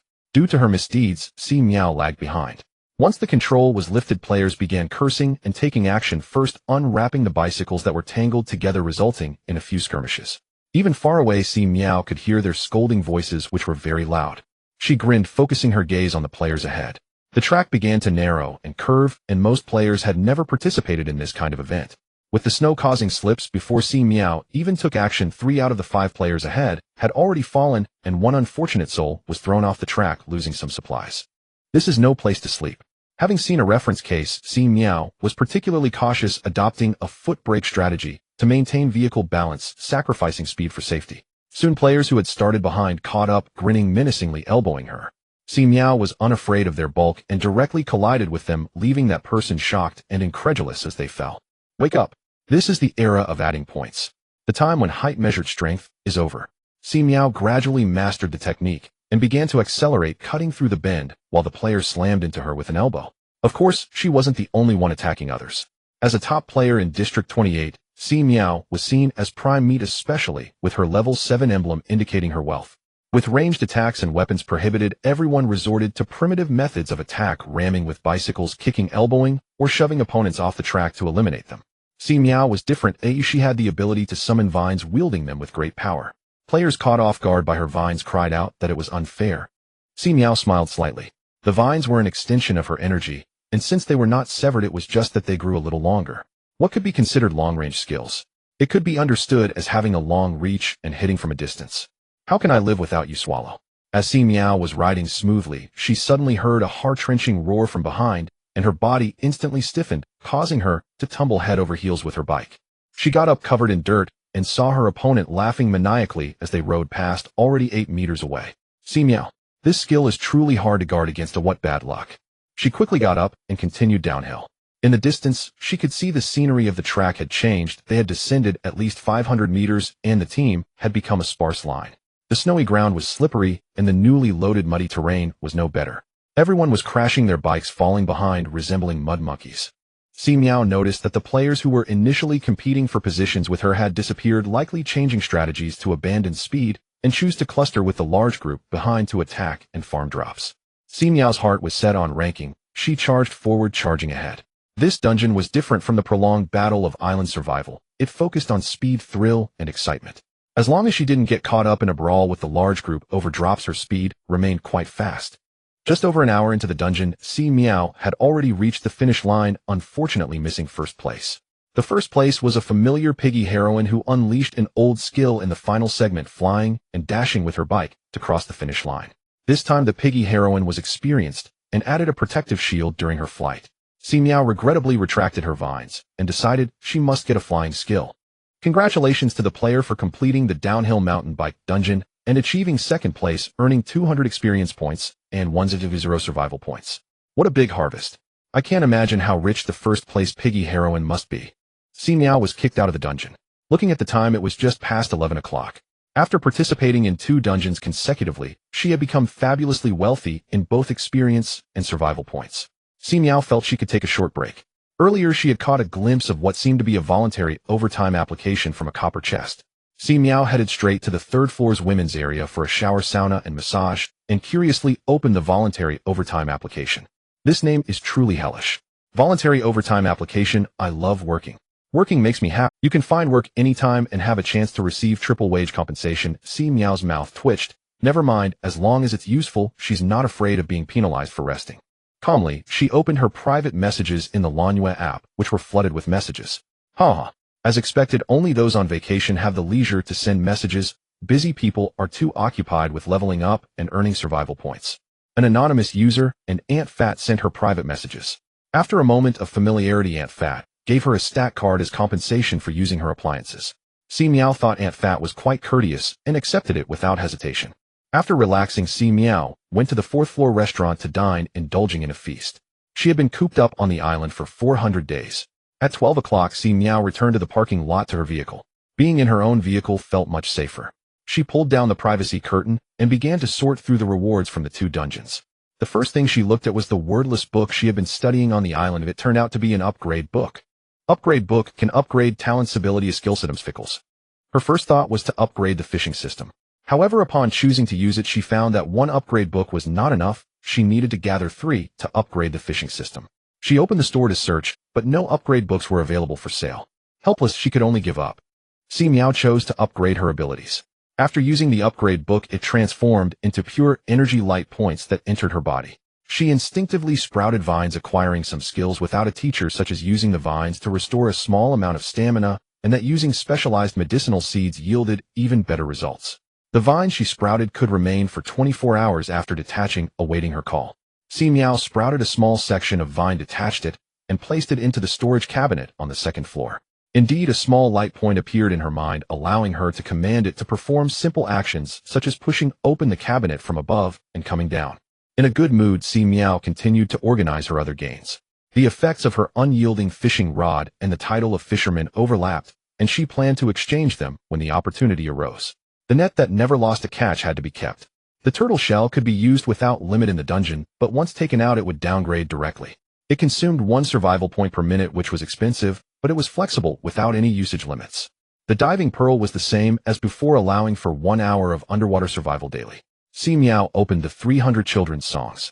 300 children's songs randomly flip a page, and the song plays, causing listeners to lose their killing intent, as if returning to the years before becoming a poisonous woman. Si Miao's mouth twitched slightly, fine she could use it as an exorcism book. The mountain bike had reduced speed without the title of the bronze box, but it came with 10,000 survival points. This was more fragrant than anything else.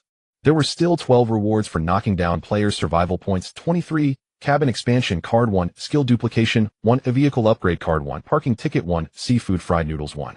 Seafood fried noodles go away. Si Miao made a face of disgust and opened the skill. Duplication can duplicate 1 miscellaneous item per day.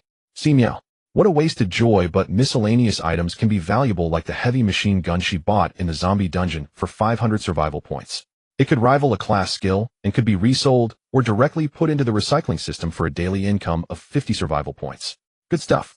Si Miao immediately duplicated a heavy machine gun, planning to put it in her personal showcase for testing the waters, pricing it at 400 survival points, or for equivalent exchange in electric cards as kills equipment upgrade cards. After calculating her gains, she counted her losses. She had fallen 6 times in the dungeon, with only 4 of those unfortunate enough to be thrown off the track, resulting in attribute points: 1 steamed bun, 1 talisman, 1 a vehicle upgrade card 1. She was tired of falling. Si Miao rubbed her face, her teeth aching. This random drop punishment mechanism really made one feel insecure. One game could lead to total loss. The regional channel was filled with curses, with Si Miao's name frequently mentioned. However, this time it was justified, so the fishing system was as quiet as a chicken. The mountain bike speed reduction was real. Some players were killed back to the novice village, and just before the finish line a group ambushed them, leading to a chaotic battle. Si Miao did not expect such an exciting storyline. Players' lower limits were gradually decreasing, swiftly dropping from being reputable to cunning. If they still approached problems with the previous peaceful mindset, they would easily fall behind. Si Miao glanced over and then dismissed it. Current data: player nickname, I am a woman, level LV. 7111800200000.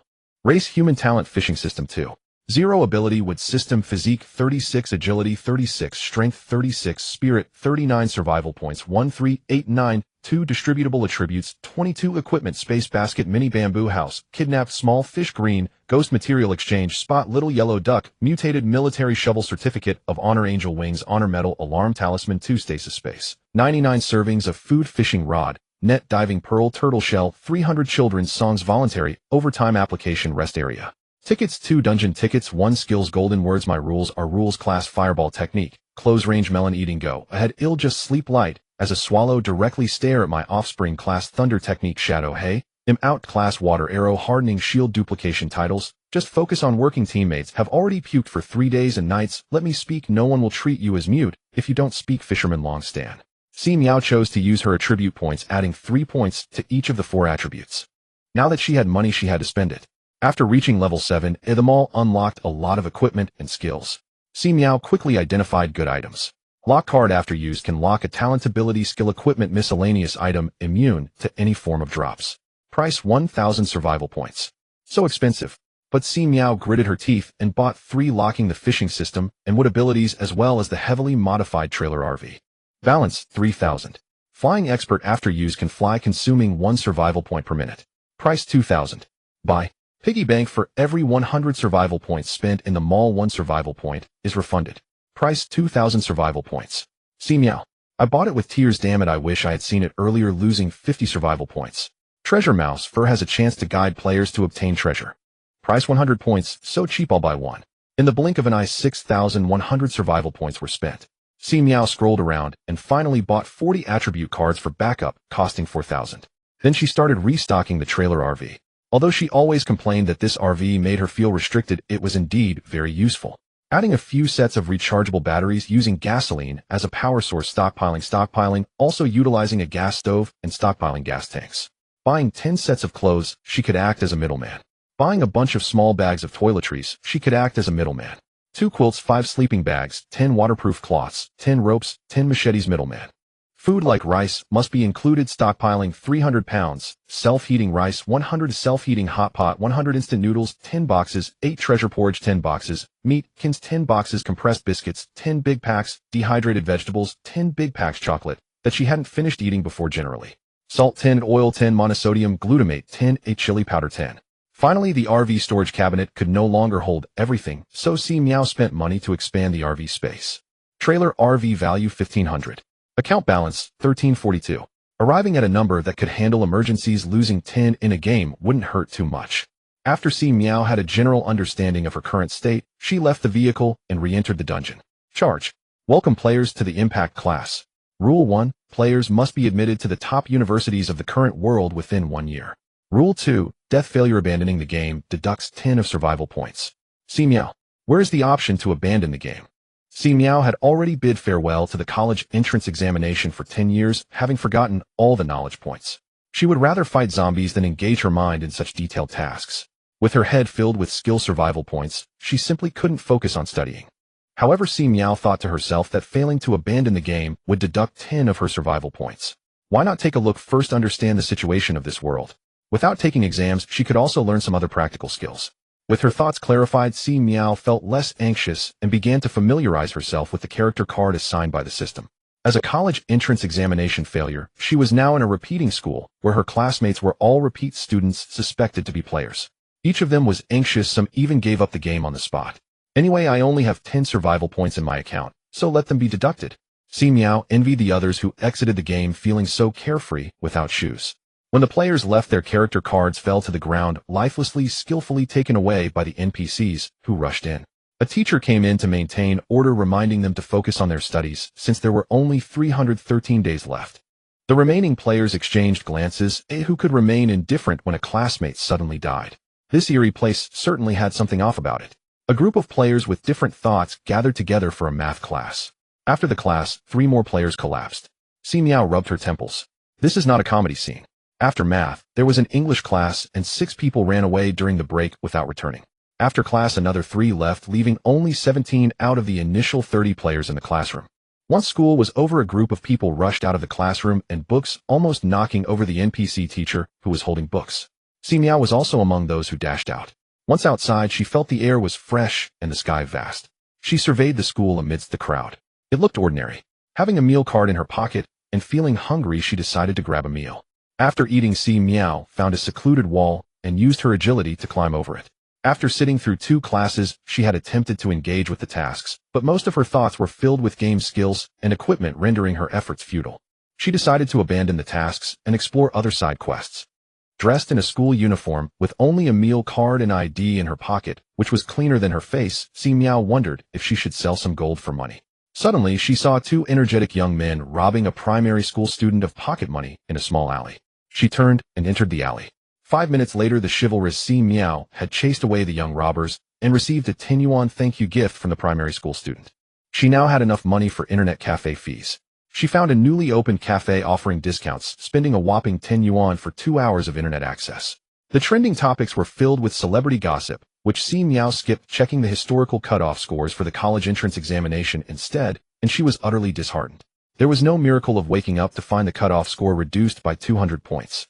Resting her chin on her hand, she started searching for training courses to see what worthwhile skills she could learn. Dance, cleaning, maintenance. She felt no desire to study. Ultimately, Si Miao decided to play all the games first to gain insights. Just as she was preparing to start an NPC, she recognized burst in skipping class. How dare you skip class? Everyone go back and write a self-reflection and call your parents. Si Miao. She turned and ran, competing with 2 players with IDs overhead. The after effects of her last dungeon made her elbow someone aside and sprint away. Watching a group of NPCs being caught and dragged back to school, Si Miao slowly returned to the internet cafe. The player she had elbowed earlier approached with a grimace, saying, "You're really strong. Did you add points to strength?" "Yes, I specifically target those who ask too many questions." Many P. She changed the subject, saying, "We both have cleaner pockets than faces. I have a money-making idea, want to join?" Si Miao turned to look at her. "I won't do anything too low." Many P rolled her eyes. "I have my burden." Returning to her computer, Many P showed Si Miao their money-making scheme. There was a famous mountain in city A where many hiking enthusiasts went in. 10 days ago, a hapless guy went in alone and never came back. Various rescue efforts had been attempted, and the family posted a reward 100 for finding him alive and 200 for finding him dead. For us players, going into the mountains is a piece of cake, and saving a life is more glorious than building a pagoda. What do you think? Shall we do it? Si Miao's eyes brightened. That was a lot of money, they had to do it. But shouldn't we change out of our school uniforms?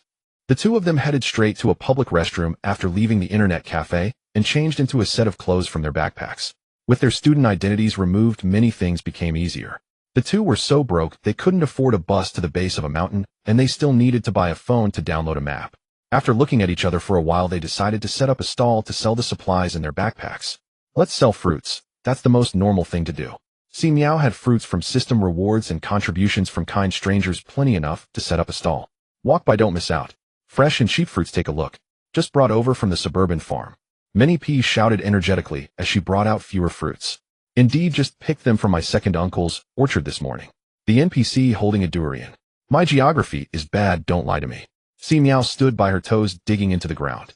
Minnie P spoke without a filter, a mouthful of nonsense. But surprisingly, she managed to sell quite a bit of fruit, raking in over 800, mainly from those durian, strawberries, and blueberries. They had just gone to the mall and found that the prices of smart devices had dropped. They could buy a decent one for $300 to $400. The two were satisfied and were about to pack up and leave when they suddenly saw a player with a big gold chain pass by. He glanced at their stall and sneered, "People can't earn money outside their cognitive limits." Si Miao. Minnie P. 5 minutes later, they packed up and followed the player with the gold chain. After a friendly exchange, they successfully robbed him. They earned over 3,000. Selling fruits was merely a preliminary task. The so-called money earned within cognitive limits meant going to a lottery shop to scratch a lottery ticket. He had a little item that allowed him to see through. Si Miao's eyes instantly turned dangerous as she squeezed the player's shoulder until it cracked. "Where's the item? Show me." The player with the gold chain screamed in pain, realizing he should have kept his mouth shut. However, he could never take out the item. He chose to quit, abandoning 10 of his survival points to minimize his loss. Holding the 3,000 yuan, Si Miao and Minnie P emerged from the alley, heading straight to the mall to buy the phone they had previously looked at. They spent $798 for 2 devices and used their ID cards to get phone cards. Now that they had money, neither of them wanted to take the bus. They hailed a taxi directly to a mountain. Seeing the 2 young girls, the driver kindly advised, "It's too dangerous." Not long ago, a young man got lost and hundreds of people searched for a long time without any news. It seems grim for him. Si Miao and her companion smiled without saying a word. Certain areas of a mountain have already been developed, complete with supporting facilities, and at the foot of the mountain the campsite, hotels, and restaurants are plentiful.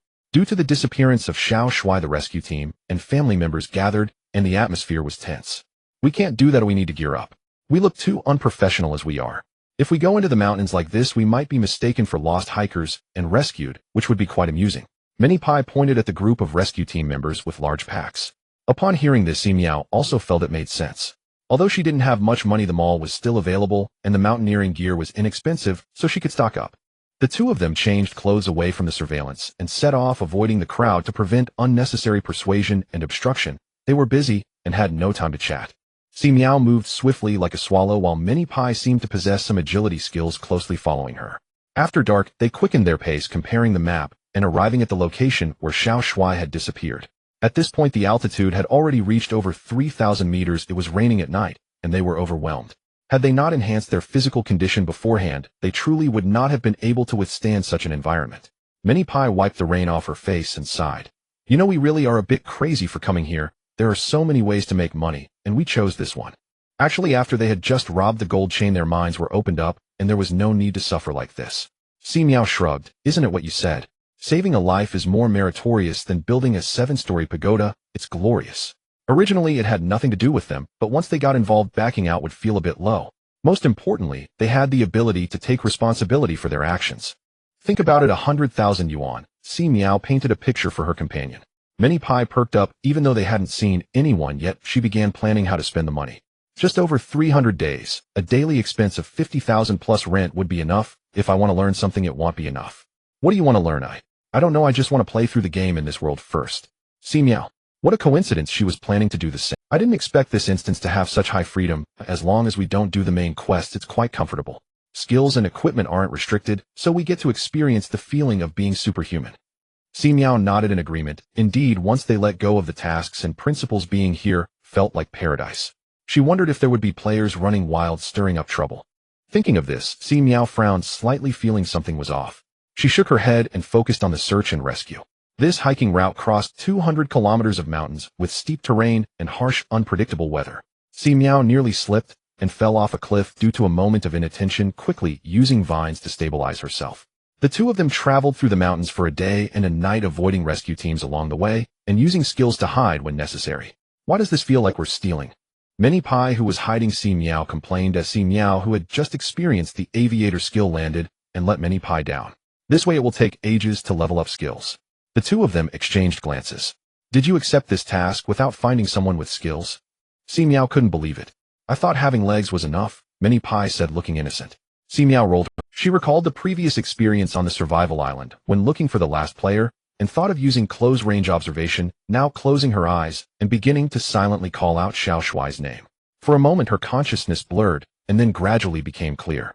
A scene appeared in Si Miao's mind. A man on the verge of collapse was wedged in a crevice with a bottomless drop beneath him, supported only by small branches beneath his rear. So what do you think, 100,000 or 20,000? Many Pai rubbed her hands like a fly beside her. Si Miao opened her phone map to study the terrain and replied in her spare time. If we keep stalling, it'll be down to 20,000. With a direction now, the two searched much more efficiently. Si Miao used her skill once more to try and elevate her field of vision, recognizing the surrounding environment to see if there were any distinctive features. In the end, she did spot a rather unique large rock that resembled a longevity peach. The two began searching for the longevity peach. Si Miao used her flying skill while Many Pai used her invisibility skill, and the two flew in tandem in midair. They were already very close and found the large stone resembling a longevity peach along with a narrow, deep crevice in less than 20 minutes. Si Miao descended and peered down into the crevice, estimating a distance of about 10 meters, pulling out a rope in preparation to descend. They were here to earn money legitimately, so they naturally needed to use a legitimate method of rescue. At least put on a show. Si Miao went down to rescue the person, while Many Pai kept watch above. Xiao Shuai's consciousness was already very hazy, and the food in his backpack had long been consumed. Si Miao noticed that the moss beside him had been half peeled away. Goodness, truly a desperate survival. Fearing that the 100,000 yuan might slip away, Si Miao summoned vines and fed him a piece to restore his strength. Then without further delay, she quickly climbed using the vines, moving upwards with both of them. Many Pai affectionately nicknamed Xiao Shuai 100,000 and carried him down the mountain. Given their current physical condition, carrying someone over 100 pounds was no problem. On the way down, they encountered the rescue team, and family members thanked them and declined interviews, swiftly passing through the tedious events. By the afternoon of the third day of the instance, the two earned 100,000, with Si Miao taking half, barely achieving financial freedom. Along with the 100,000, they received a system reward. Congratulations, player, for unlocking side quest, saving lives. Player successfully rescued a life. Reward survival points 0.5. Although it was a small amount, there was still a reward. Si Miao and Many Pai's eyes lit up. College entrance exams saving lives. Originally, they just wanted to make some money, but unexpectedly unlocked a side quest. Good deeds truly do get rewarded. Their plans needed to change. Si Miao's close-range observation allowed her to understand the target's environment, and if used wisely, it could catch them every time. They returned to the city center, found a half-finished building to settle in, and Si Miao directly brought out her trailer. Many Pai pulled out a tent. Their goal was to earn survival points without attracting outside attention, so the more low-key the better. Many Pai began searching online for news about missing children and women. If they followed the clues, they could catch a whole string of them. Si Miao used her skill according to the target names provided. Close-range observation can be used 3 times a day, so it must be used sparingly. This one, a presumed college student missing while traveling. If we hurry, we might catch up with military training. Si Miao enjoyed the delicious food cooked by the ability user chef in the zombie instance, casually pointing at the news on the computer screen. Not receiving a response, she turned to see Many Pai already drooling over her food. Si Miao's mouth twitched, indeed as expected of a master's creation. Si Miao turned her back, quickly finishing her meal. This was a rare delicacy that could not be shared. After finishing, she stared at the name and avatar of her target for a while, then closed her eyes to use close-range gossip. Inside a dilapidated van, 5 or 6 women were asleep. Si Miao raised her gaze to gather more information. The bad news was that the vehicle was in motion and uncontrollable. The good news was that as her skill was about to expire in 3 minutes, she saw the van turn into an abandoned factory. On the doorpost of the abandoned factory, there was a sign for rent with a phone number. How considerate. Si Miao immediately dialed the number, pretending to inquire, and managed to extract the detailed address from the other party. In the neighboring city, Si Miao and Hao Duo Pai bought a train ticket and set off immediately. Upon arrival, they rented a small rickety car and hurried to the vicinity just as night fell, which made it convenient for their operations. The two of them were fully armed, wrapping their faces, hair, and hands to avoid any trouble. You don't look like good people, Hao Duo Pai commented, using an invisibility skill to help Si Miao climb over the wall and quickly search for their target. Si Miao took out a seed with hallucinogenic effects and rushed forward, causing all NPCs, good or bad, to collapse.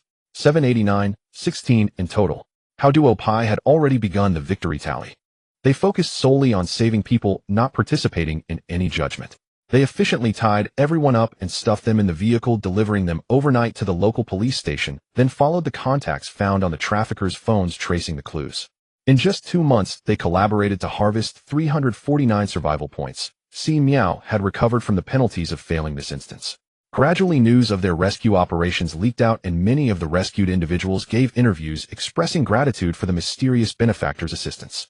Of course, during this time, there were always some individuals trying to showcase their intelligence, claiming that such private rescue operations could lead to tragedy, urging the mysterious benefactor to reveal themselves and collaborate with the authorities to share information.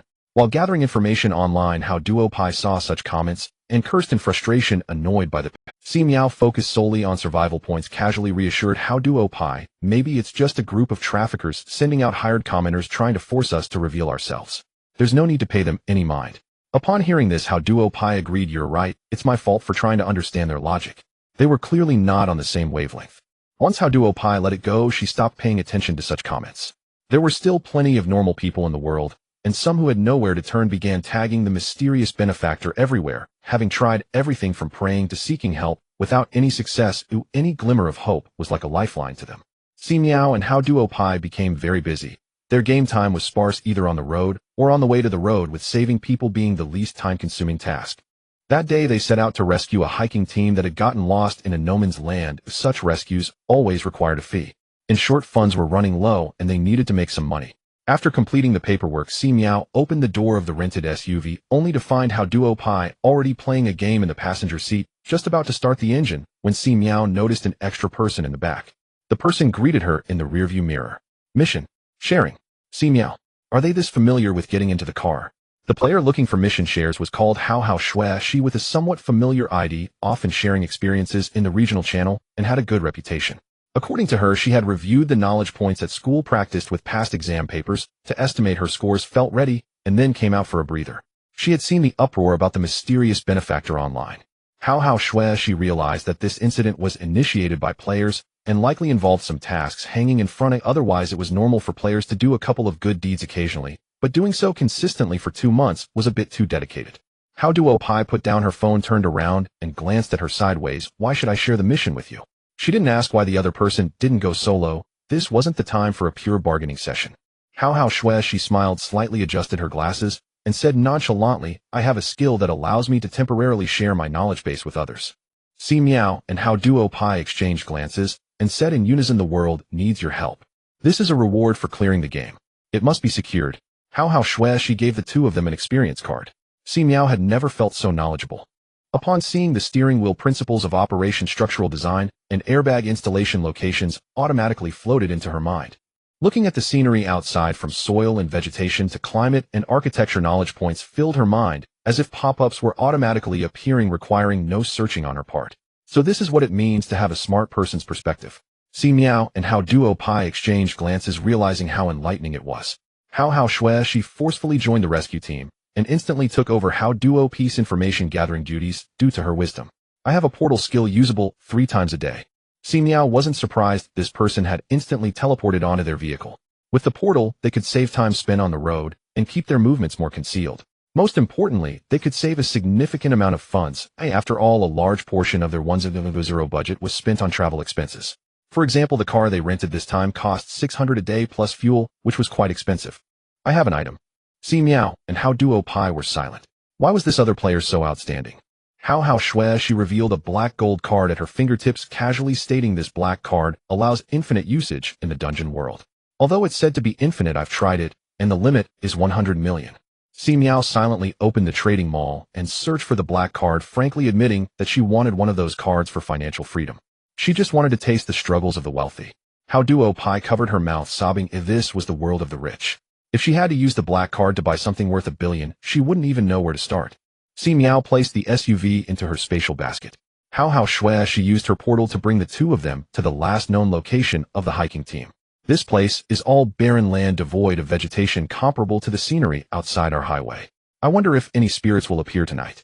Si Miao fixed her hair, which had been blown about by the wind, took out a dandelion seed, and used her powers to induce growth, letting the seeds disperse in the wind. Weak light points appeared in her mind, and by concentrating, she could vaguely sense the surrounding environment. How is it? Any luck? How Duo Pai asked. Si Miao shook her head. No, let's look in the direction. Folks, we've successfully contacted the mysterious rescuer, and we'll be documenting the entire rescue process. The man set up his camera on a tripod, delivered his opening lines, and returned to the tent chatting and laughing with his companions, speculating on how many rescuers the mysterious figure had brought. At least 5, otherwise it'll be tough going in. We've put up a rescue fee of 5,000. If we can capture their real faces, the traffic will explode. Si Miao, who was lying at the edge about to hasten the growth of the hallucinogenic flower, and How Duo Pai were both speechless. After a brief silence, How Shui, she slowly spoke up. I have a skill. Si Miao and How Duo Pai turned their heads in unison, eyes gleaming. Moments later, a strange gale suddenly swept across the Gobi Desert, stirring up sand and stones. All the tents of the hiking team were blown away, freshly cooked steak flew into the air, and the lightweight camera was inevitably knocked to the ground. The group screamed in panic, stumbling about to salvage their gear. Si Miao's hallucinogenic flower's classic purple buds had already silently blanketed the camp. 10 minutes later, the strange wind ceased, leaving the camp in chaos. Si Miao stepped over an unconscious NPC, crushed the camera underfoot, picked it up, and stuffed it into her backpack grid. The system likely had its own calculation method. Most items not obtained through system rewards would be cleared upon settlement. Otherwise, with How Shui's unlimited black card in hand, they would have long grown rich by reselling dungeon supplies. Si Miao tied everyone up with vines and waited until around 3 or 4 in the morning. How Shui, she opened a portal and dragged the whole group directly to the entrance of the local police station, took photos, uploaded them, and collected the final payment. If those bastards dare to delay the final payment, they'll crawl over in the middle of the night to settle the score. How Duo Pai's expression was ferocious. Perhaps due to the overwhelmingly mysterious nature of their rescue method, the group woke up in the hospital 3 days later after the drug wore off, immediately paid the balance, and were gesticulating wildly with flushed faces. To be honest, it was the best sleep I've ever had. I felt euphoric with a smile on my face. Soon after How Shui, she noticed an endless stream of online rescue requests and numerous posts seeking calming medicine. How Duo Pai doubled over with laughter. Ha, you could make a fortune from this. Si Miao was speechless. The hallucinogenic flower was a mutated plant from the zombie world. Its fragrance lured targets into deep sleep, trapping them in sweet dreams. Aside from being consumed as nutrients, it had no other side effects. Later domesticated by humans, it became a beneficial herb. With How Shui's addition, efficiency greatly improved. Confirmed, the target obtained the location, teleport, rescue, deliver to the local police station, job done. On smooth days, they could handle 2 cases in a single day. So productive that the outside world's term for the mysterious rescuer gradually shifted to a mysterious organization, speculating that its members were spread across various regions, each with their own duties, numbering at least in the hundreds or thousands. Later, scammers began using their name to swindle people. Si Miao and her team traced them through the internet, successfully dismantled an telecom fraud den, and earned over 1,000 survival points. These are good people. How Duo Pai's eyes sparkled. After finishing this job, the trio decided to take a break, basking in the luxury of How Shui's unlimited black card, experiencing a taste of a rich woman's life. On a luxury cruise ship, they encountered a player nicknamed Gambling King, who was losing his entire fortune in the casino, his hair disheveled, and his mental state far from pleasant. He's been on the ship for months, staying in the casino 247. Our staff are afraid he'll drop dead. And every time he lost everything, he would pull out gold bars to exchange for chips. A big spender. Si Miao and the others exchanged glances. Was his addiction really that strong? The Gambling King also noticed them 3 players, and his eyes lit up like a starving dog spotting a meaty bone. He ran his fingers through his hair, casually toying with a chip as he approached. How about a round? Si Miao shook her head. After the moon encounter incident, her vigilance had skyrocketed. Even goodwill towards someone could become a stake, let alone direct bets like this. Who knew if the Gambling King had some related skill? The 3 refused, but the Gambling King was unwilling. What's there to fear? Losing a bit is just a drop in the bucket for us players.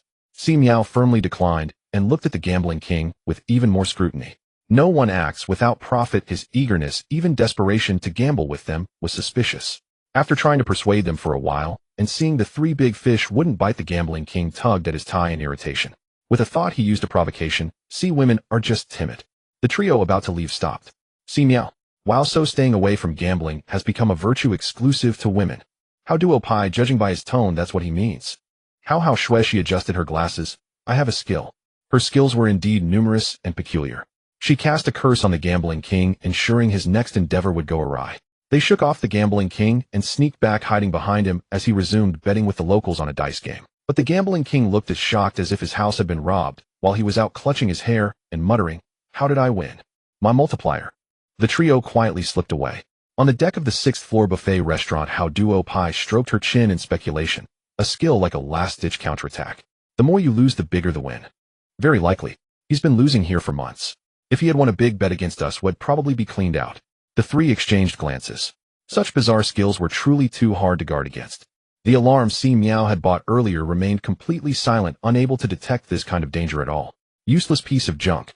They relaxed on the cruise for a few days, but the gambling king was a persistent shadow, always trying to lure them into a bet. They joined forces to drive him away, and finally the world was at peace. After that it was rescue after rescue, traveling far and wide. During this time, Si Miao and How Duo Pai used the knowledge base shared by How Shui to take a mock exam at school. Emerging from the exam hall, both held their heads high, never feeling so intelligent. "I even solved the last big math problem." How Duo Pai gesticulated excitedly to How Shui. "If you could mass sell your skills in the future, you could sell the knowledge base. If I were a woman, I'd sell the calming incense. Wed rake in a fortune. So what would you sell?" How Duo Pai fell into thought. Damn, she didn't seem to have any special skill. After the exam, they decided to grab a free meal at the cafeteria. The dungeon was quite generous, loading a year's worth of meal expenses onto their meal cards in one go. The cafeteria was packed with people bustling with diners. It seemed that aside from the players and a few NPCs responsible for their class, everyone else was quite normal, each busy with their own lives. Si Miao stood in line to get food, her appetite enormous, filling her plate to the brim, with many of her classmates using similar tactics. I must say, free food always tastes better. Although Si Miao had a variety of food contributed by kind-hearted individuals in her space basket, most of it consisted of plain steamed buns and dumplings. She couldn't possibly eat buns and dumplings for every meal, so she had to spend money on food. "Hey, over there are 2 players, and there's another one. The player count here is off the charts. They can't all be here just to mooch off the food, right?" How Shui calmly replied, "It's normal. I just inquired, and there are still 6 players attending classes. The rest have either run away or scattered, but they occasionally come back to mooch food and stay in the dorms." Si Miao. After finishing her meal, she and How Shui curiously asked to be shown the dorms. The dorm conditions were quite good, surprisingly, featuring 4-person rooms with bunk beds and independent bathrooms, better than most university dorms. With many players abandoning their journey at the start, the beds were never fully occupied. No wonder players would mooch. While Si Miao and How Shui wandered outside, they often stayed in tents or RVs. They spent the night in the dorms and the next day set out to earn survival points. Time flew by, and before they knew it, it was time for the final exam. Si Miao entered the exam room using the knowledge base shared by How Shui, taking advantage of her sharp mind to tally the income from this instance. The survival points accounted for 2,730, and she had spent 237 points on skills and equipment. The net profit was 2,493. Including her historical balance, she had a total of 3,835. Additionally, she had consistently used her replication skill to clone heavy machine guns, and now she had accumulated 300 of them. Even if she sold them back to the system at a discounted rate, 30,050 would yield 15,000 points. This was far more profitable than her efforts to save people all over the place. Si Miao could already imagine how the players who lost their replication skills must have felt, lamenting and spitting blood in frustration. Unfortunately, the heavy machine gun was the most expensive and compact item she could purchase at her current level, otherwise she could have earned a bit more. Aside from survival points, Si Miao also became proficient in various skills through repeated rescues, especially her wood-type abilities, which she mastered with ease. As soon as the exam ended, Si Miao was immediately kicked out of the instance, skipping the subsequent process of checking scores and enrolling. Congratulations, player, for completing the instance sprint class task. Reward experience, 200 survival points, 100 copper chest 1. Si Miao originally wanted to continue the task, but she was reminded that players could only participate in 3 instances per day. She felt a moment of regret as she pushed through the crowd to the 4th-floor cafeteria, ordered a cup of mango juice, and opened the chest. Opening the copper chest yielded experience double card 1. Skill cheat tips 1. Si Miao clicked on the experience double card, which could be used during instant settlements. She definitely wouldn't be crazy enough to double 200 experience. She would save it for a time when she encountered a similar experience instance like the Island Survival 1 to strike rich. Cheat tips: after use, players have a chance to receive a clue consuming 100 survival points each time.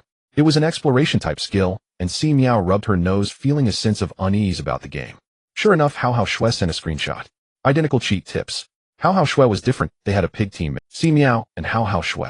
Double the uncertainty, double the damage. The instance rewards were minor, but Si Miao's major income came from using the replication skill more than 300 times in the instance. She opened her personal showcase, and the items she had previously listed, including the heavy machine guns, had been traded away, earning her 3 attribute cards, 2 vehicle upgrade cards, 31-hour power cards, 24 30-minute power cards, 6 vehicle expansion cards, and 1 skill. Skill versatile hairstyle players can change their hairstyle at will. Si Miao. A bug card to sell wigs. Although she complained, Si Miao swiftly listed 6 heavy machine guns again, filling all her product slots. The remaining machine guns were kept on her to be sold later when she needed money to avoid having too much money in her account, raising the cost of mission failures. Si Miao spent a hefty 1,000 survival points to repurchase a space equipment, a wallet-like mark placed on the inner side of her left wrist with an internal space of 1,000 cubic meters. She then spent another 1,000 to purchase a locking card to secure it, putting all her important resources inside, hoping that in the next instance where resources were penalized, the items in her space would escape a glitch. Piggy bank activated, granting a rebate of 20 survival points. That's fine. Even a fly is meat that can pay for 2 instance tickets. After spending, Si Miao used the attribute cards, adding 3 points to each of the 4 attributes. Final data: player nickname, I am a woman, level LV. 7112000200000. Race human, talent fishing system 2. 0 abilities wood type physique, 42 agility, 42 strength, 42 spirit, 45 survival points, 1955 distributable attributes, 42 equipment space basket, mini bamboo house, kidnapped little fish, green ghost resource, exchange station, little yellow duck, mutated military shovel, honor certificate, angel wings, honor medal, alarm talisman 2, stasis space, 86 servings of food, fishing rod, net, diving pearl, turtle shell, 300 children's songs, voluntary overtime application, rest area. Tickets 2, instance tickets 1, piggy bank, treasure mouse for experience, double card, wallet space, skills, golden words, my rules are rules, crave, fireball, close range gossip, go ahead, I just need to sleep light, as a swallow looks straight at my spawn, crade, thunder technique, shadow, hey, I'm out, grade, water, arrow, hardening, shield, pilot, replication, cheat tips, versatile hairstyle, title, just work hard, teammates have already barfed for 3 days, and an eye. How shwe, quick look at the regional channel, it seems several players who joined us in the sprint class have dropped out. I am a woman. Si Miao hurriedly opened the regional channel, knowing that while the penalties for death in instances were heart-wrenching, there hadn't been any direct drops yet. I see you like a big watermelon. I had originally arranged to explore instance tickets with a player tonight, but I found her icon grayed out. How shwe, I've noted down the nicknames of 30 players, 4 of them are grayed out. For player nicknames were Si Miao randomly used close range gossip on 2 of the players. ID Queen is here was in the lab, while ID Dashing Young Master was in a closed space. Si Miao curiously elevated her view and was shocked to see a skull, a mourning hall, a funeral, and several women crying and fighting over inheritance while holding children. The skull was knocked to the ground in the chaos, forgotten by all. After a brief moment of using her skills, Si Miao saw a flurry of messages refreshing in the regional channel. Gambling King, I've encountered this flirtatious young man before. He was spreading his seeds everywhere in the dungeon, claiming he wanted to scatter his lineage across every world. I wonder if he got into trouble and was torn apart by those women. Gambling King, and then there's this queen who has come to power, dominating a backward tribe as a local emperor, even giving herself the title of Daughter of God. She sure knows how to play. A crowd of onlookers was left dumbfounded. Windy Pig, what dungeon are you guys in? The freedom level is so high, how did this happen? Unskilled Potato, isn't it going to turn everything upside down? Big Gold Chain, they're selling fruits by the roadside. I saw 2 players setting up stalls. Windy Pig. Unskilled Potato. Terrifyingly strong. Who is this? So plain and unadorned. Si Miao felt an arrow pierce her knee. What was wrong with selling fruits by the roadside? Many Pies had been privately messaging her sister, don't worry. I did this all by myself. None of your business. Si Miao smiled, and the next moment, she saw Big Gold Chain continuing to spill the beans in the regional channel. Big Gold Chain, yes, that's me, the woman selling fruits by the roadside. And there's some sycophant named Many Pies next to me. They both robbed me of my money. This is utterly despicable. Si Miao covered her face. Many Pies had already launched a counterattack. Many Pies, what's wrong with selling fruits? No stealing, no robbing, honest labor is the most glorious. Besides, you're using the X-ray tool for scratch cards, so be careful of this Big Gold Chain in the dungeon. Who knows what kind of perverse things they might be doing with that X-ray tool. Lanua, thanks for the reminder. Terrifyingly Strong, thanks for the reminder. Black Bear, thanks for the reminder. Seeing the fire coming towards him, Big Gold Chain quickly slipped away. Not long after he hung the X-ray tool in his personal display. Si Miao was a step too late, as she wanted to have such a tool, just to experience the freedom of scratch cards. Many Pies was pounding his chest in private messages. Who is this, so quick with their hands? Picking my peaches. Good Learning was playing with a lens and sneezed feeling good as he melded the lens with his glasses. She chose to use a group card inviting all the female players she had collaborated with recently to join the group, naming it Break the Game. Si Miao saw that it was an invitation from Good Learning and joined without hesitation. Although Good Learning looked young and appeared to have just reached adulthood, Si Miao, who had shared the knowledge base with her, had no doubts about her intelligence. There were several familiar IDs in the group: Mini Pies, Terrifyingly Strong, Unskilled Potato, and Fat Ant, with the number of members steadily increasing, all at levels 56. Currently, Si Miao, at level 7, was the highest. Everyone was very excited. Messages were flying quickly, and the atmosphere was much more harmonious than in the regional channel. Unskilled Potato: exciting. Unbelievable. I can't believe I joined the Great Ant group. Fat Ant: when will the group leader sell the knowledge base sharing? It's so useful for learning. Si Miao chimed in. The topic quickly veered to a hot discussion. Terrifyingly Strong: looking at what they're saying, the dungeon is just an ordinary world. With this much freedom and the trading mall functioning normally, even if players crash, they won't be suppressed by the locals. Good Learning: indeed, I lean more towards the idea that they touched the game's taboos and were punished by the game. Si Miao thought of the skill she just acquired. Cheating tip: after use, players have a chance to gain a clue, consuming 100 survival points each time. If Si Miao used the skill, she received nothing the first 2 times, but got a result on the last attempt. Clue: over entanglement with the dungeon world's causal relationship will lead to failure upon exit. Si Miao felt a chill run down her spine, realizing the severity of the situation as cold sweat broke out. She had sold a massive amount of supplies in the zombie world and had saved many people in the last dungeon. To some extent, she had also interfered with many causalities. She sent the clue to the group, wiping off her. Mini Pies was sweating profusely. Luckily at that time, we were too lazy to deal with anything else, just save people. We couldn't be bothered to kill those who were truly vicious, otherwise we would have been trapped. Si Miao gradually regained her composure and comforted: not necessarily, we received legitimate system tasks. In the group, everyone was evidently shaken by this news. Si Miao shared what happened to the flirtatious young man and the queen, prompting a group of people to start searching for reasons. Terrifyingly Strong: no arguments for the flirtatious young man. He already has several kids. There's no way he's getting out of this. Unskilled Potato: what about the queen? Did she change the local situation as a leader? Everyone speculated wildly, and after seeking Si Miao's permission, Good Learning posted several clues in the regional channel to alert the players. Even though they possessed superpowers, appearing omnipotent as they flew through the skies and burrowed into the earth, they were still just small players beneath the game, easily subject to punishment. Expansion is not permissible. Si Miao enjoyed a sumptuous dinner in the resting area, leaving at 5:30 and returning to the highway. The smart driving system took over, and Si Miao relaxed in a massage chair, stopping to use vines to kill monsters and collect treasures whenever she encountered treasure chests. Before long, it was 6 p.m., the green ghost clocked in on time, eagerly starting its shift after finishing pet food. Souls began to refresh on both sides of the highway, approaching like wandering spirits. With chilling winds and anguished cries, the green ghost pounced on one, excitedly squeaking. Si Miao went to the second-floor lift platform, surveyed the surroundings, and charged 100 points to the vehicle's defense value, since she had the money. She hastily created a peachwood arrow, attempting a physical attack on the wandering souls. The effect was minimal, but it was useful. However, it paled in comparison to her fireball technique. Si Miao could now cast 90 fireballs and 90 thunder strikes, hitting 100% of the time. After exhausting her spells, most of the wandering souls had been wiped out. 50 minutes had passed, and an additional 10 minutes was added. Si Miao turned around in surprise. The green ghost had devoured most of the wandering soul it had caught. Was it the effect of the pet food and soul pearls? Si Miao was no longer anxious, sitting on the terrace, curiously watching when the green ghost would finish eating the wandering soul. Green ghost. It dragged the wandering soul closer, almost desperate to speak. Si Miao smiled and urged, hurry up, there are soul pearls all over the ground that haven't been picked up yet. Be careful, they blow away in the wind. Upon hearing this, the green ghost perked up, immediately opened its mouth wide, and swallowed the remaining half of the wandering soul whole. Its body grew 2 sizes, and it hurriedly scrambled to pick up all the soul pearls on the ground, all of them belonging to it. Si Miao found it amusing using vines to collect the fallen chests, piling them up on the empty space of the terrace: 22 wooden chests and 7 iron chests.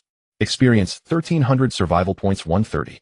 Si Miao minimized the regional channel and the game penetration page, hanging them in the upper right corner of her vision, and began her box opening venture.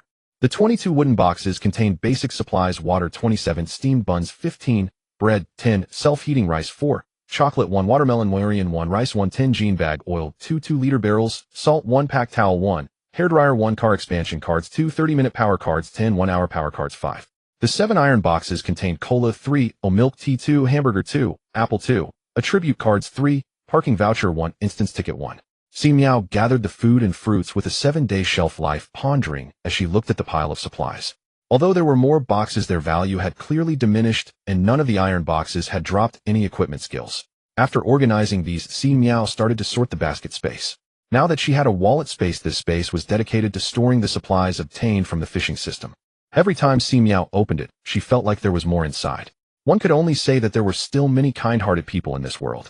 She discarded all the items inside that were not needed, especially the steamed buns and dumplings that would expire in 7 days. As usual, she kept 7 days' worth of food and fruit, selling off surplus items for 346 survival points, akin to picking them up for free. She sold a heavy machine gun displayed in her personal showcase, all paid for with power cards. Additionally, she bought supplies that Xiao Tao had sent her, sharing 80 of the profits from the information sale. Message from Xiao Tao: sis, the personal positioning card you wanted hasn't arrived, but you should still need this thing. She received 2 mail packages. Si Miao opened them to find a rest card and a voluntary overtime application. She accepted them and gave the sender 2 attribute cards as a reward. Holding the small rest card, Si Miao revealed an evil smile, planning to use it on Lan Yue as soon as midnight struck.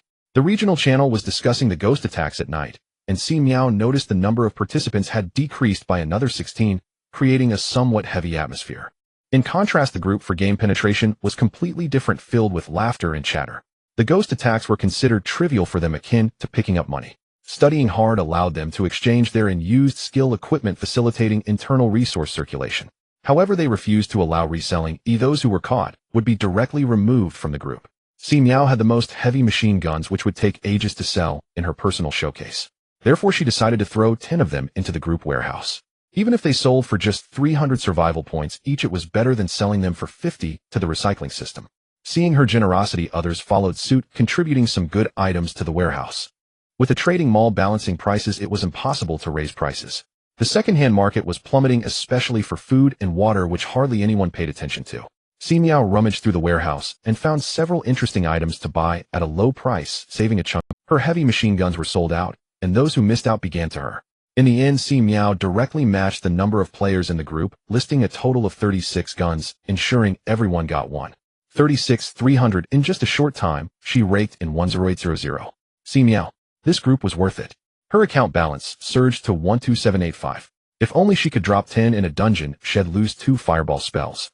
Si Miao sighed as she opened the trading mall, lamenting that having too much money with no place to spend it was a wealthy person's dilemma. Never mind, let's upgrade the vehicle first. With her cash power, Si Miao quickly gathered 20 vehicle upgrade cards, leveling the vehicle to level 5. A new turret defense tower was added, which could autonomously attack for survival points. Si Miao generously charged 500 points, boosting the vehicle's defense to 500 points, eagerly anticipating the ghost attack the next day. Using the car expansion card, Si Miao adjusted the layout, allowing the left and right compartments to extend, ultimately forming an invincible RV that was 10 meters long and 6 meters wide, fully equipped with various living facilities, with separate bedrooms, kitchens, and living rooms. Finally, she no longer had to keep rearranging beds and tables. Si Miao was satisfied as she strolled around the RV, relaxing in the massage chair. Just then, Shui Fengzhu sent a message along with a group invitation. Shui Fengzhu, sis, I created a group, the Life-Saving Squad. Shui Fengzhu, our principle is that we can die, but we must not die in vain. She recounted the events that occurred during the fishing dungeon, saying earnestly, when you are certain you have no chance of winning, you must cut your losses and monetize your life in advance. Black Bear, who was also pulled into the group, pointed out the issue. The reason we succeeded last time was that I am a woman and was willing to pay. If we encounter someone unreasonable who kills directly, what can we use to negotiate? Exactly, Shui Fengzhu replied. That's why we need to band together to promote the Life-Saving Squad. In the future, when entering dungeons, we can encounter teammates to huddle together for warmth. When we suspect we have no chance of winning and our lives are still worth something, we can unite and find strong players to sell our lives to minimize losses. What are we relying on? Relying on moral coercion will only backfire, won't it? Black Bear didn't think this was a good path, believing it foolish to pin hopes on the mercy of the strong. Shui Fengzhu rolled her eyes. Why are you so stubborn? I've already said it's just a line of thought. Isn't it good to have multiple paths? Si Miao watched the two exchange ideas in the group, thoroughly entertained. These two had entirely different styles in the fishing dungeon. Shui Fengzhu was quick-witted and unburdened, while Black Bear had her own set of logic and remained unwavering. Black Bear, I must speak frankly, you are encouraging everyone to abandon the game and directly sell their lives for peace. Over time, everyone will lose their fighting spirit and only think about taking shortcuts.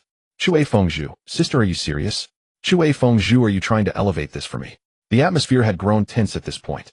Si Miao took out a watermelon to liven things up. Shui Fengzhu had created a group and was ready to make a big push, but then Black Bear came in with cold water, throwing shade and ruining the mood, which was quite unpleasant. Max aggression.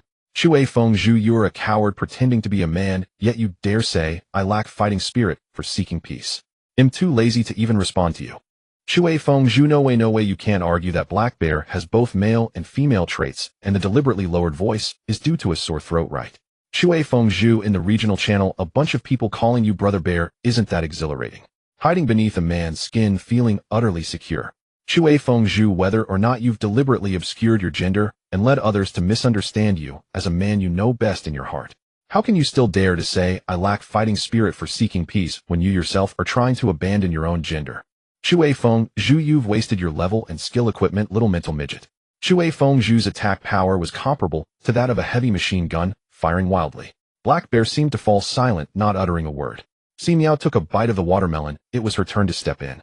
I am a woman, we are all sisters. Fighting is not good. Be careful, or others will say you are causing a split.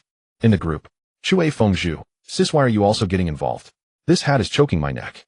Si Miao had already received the title rewarded by the fishing system.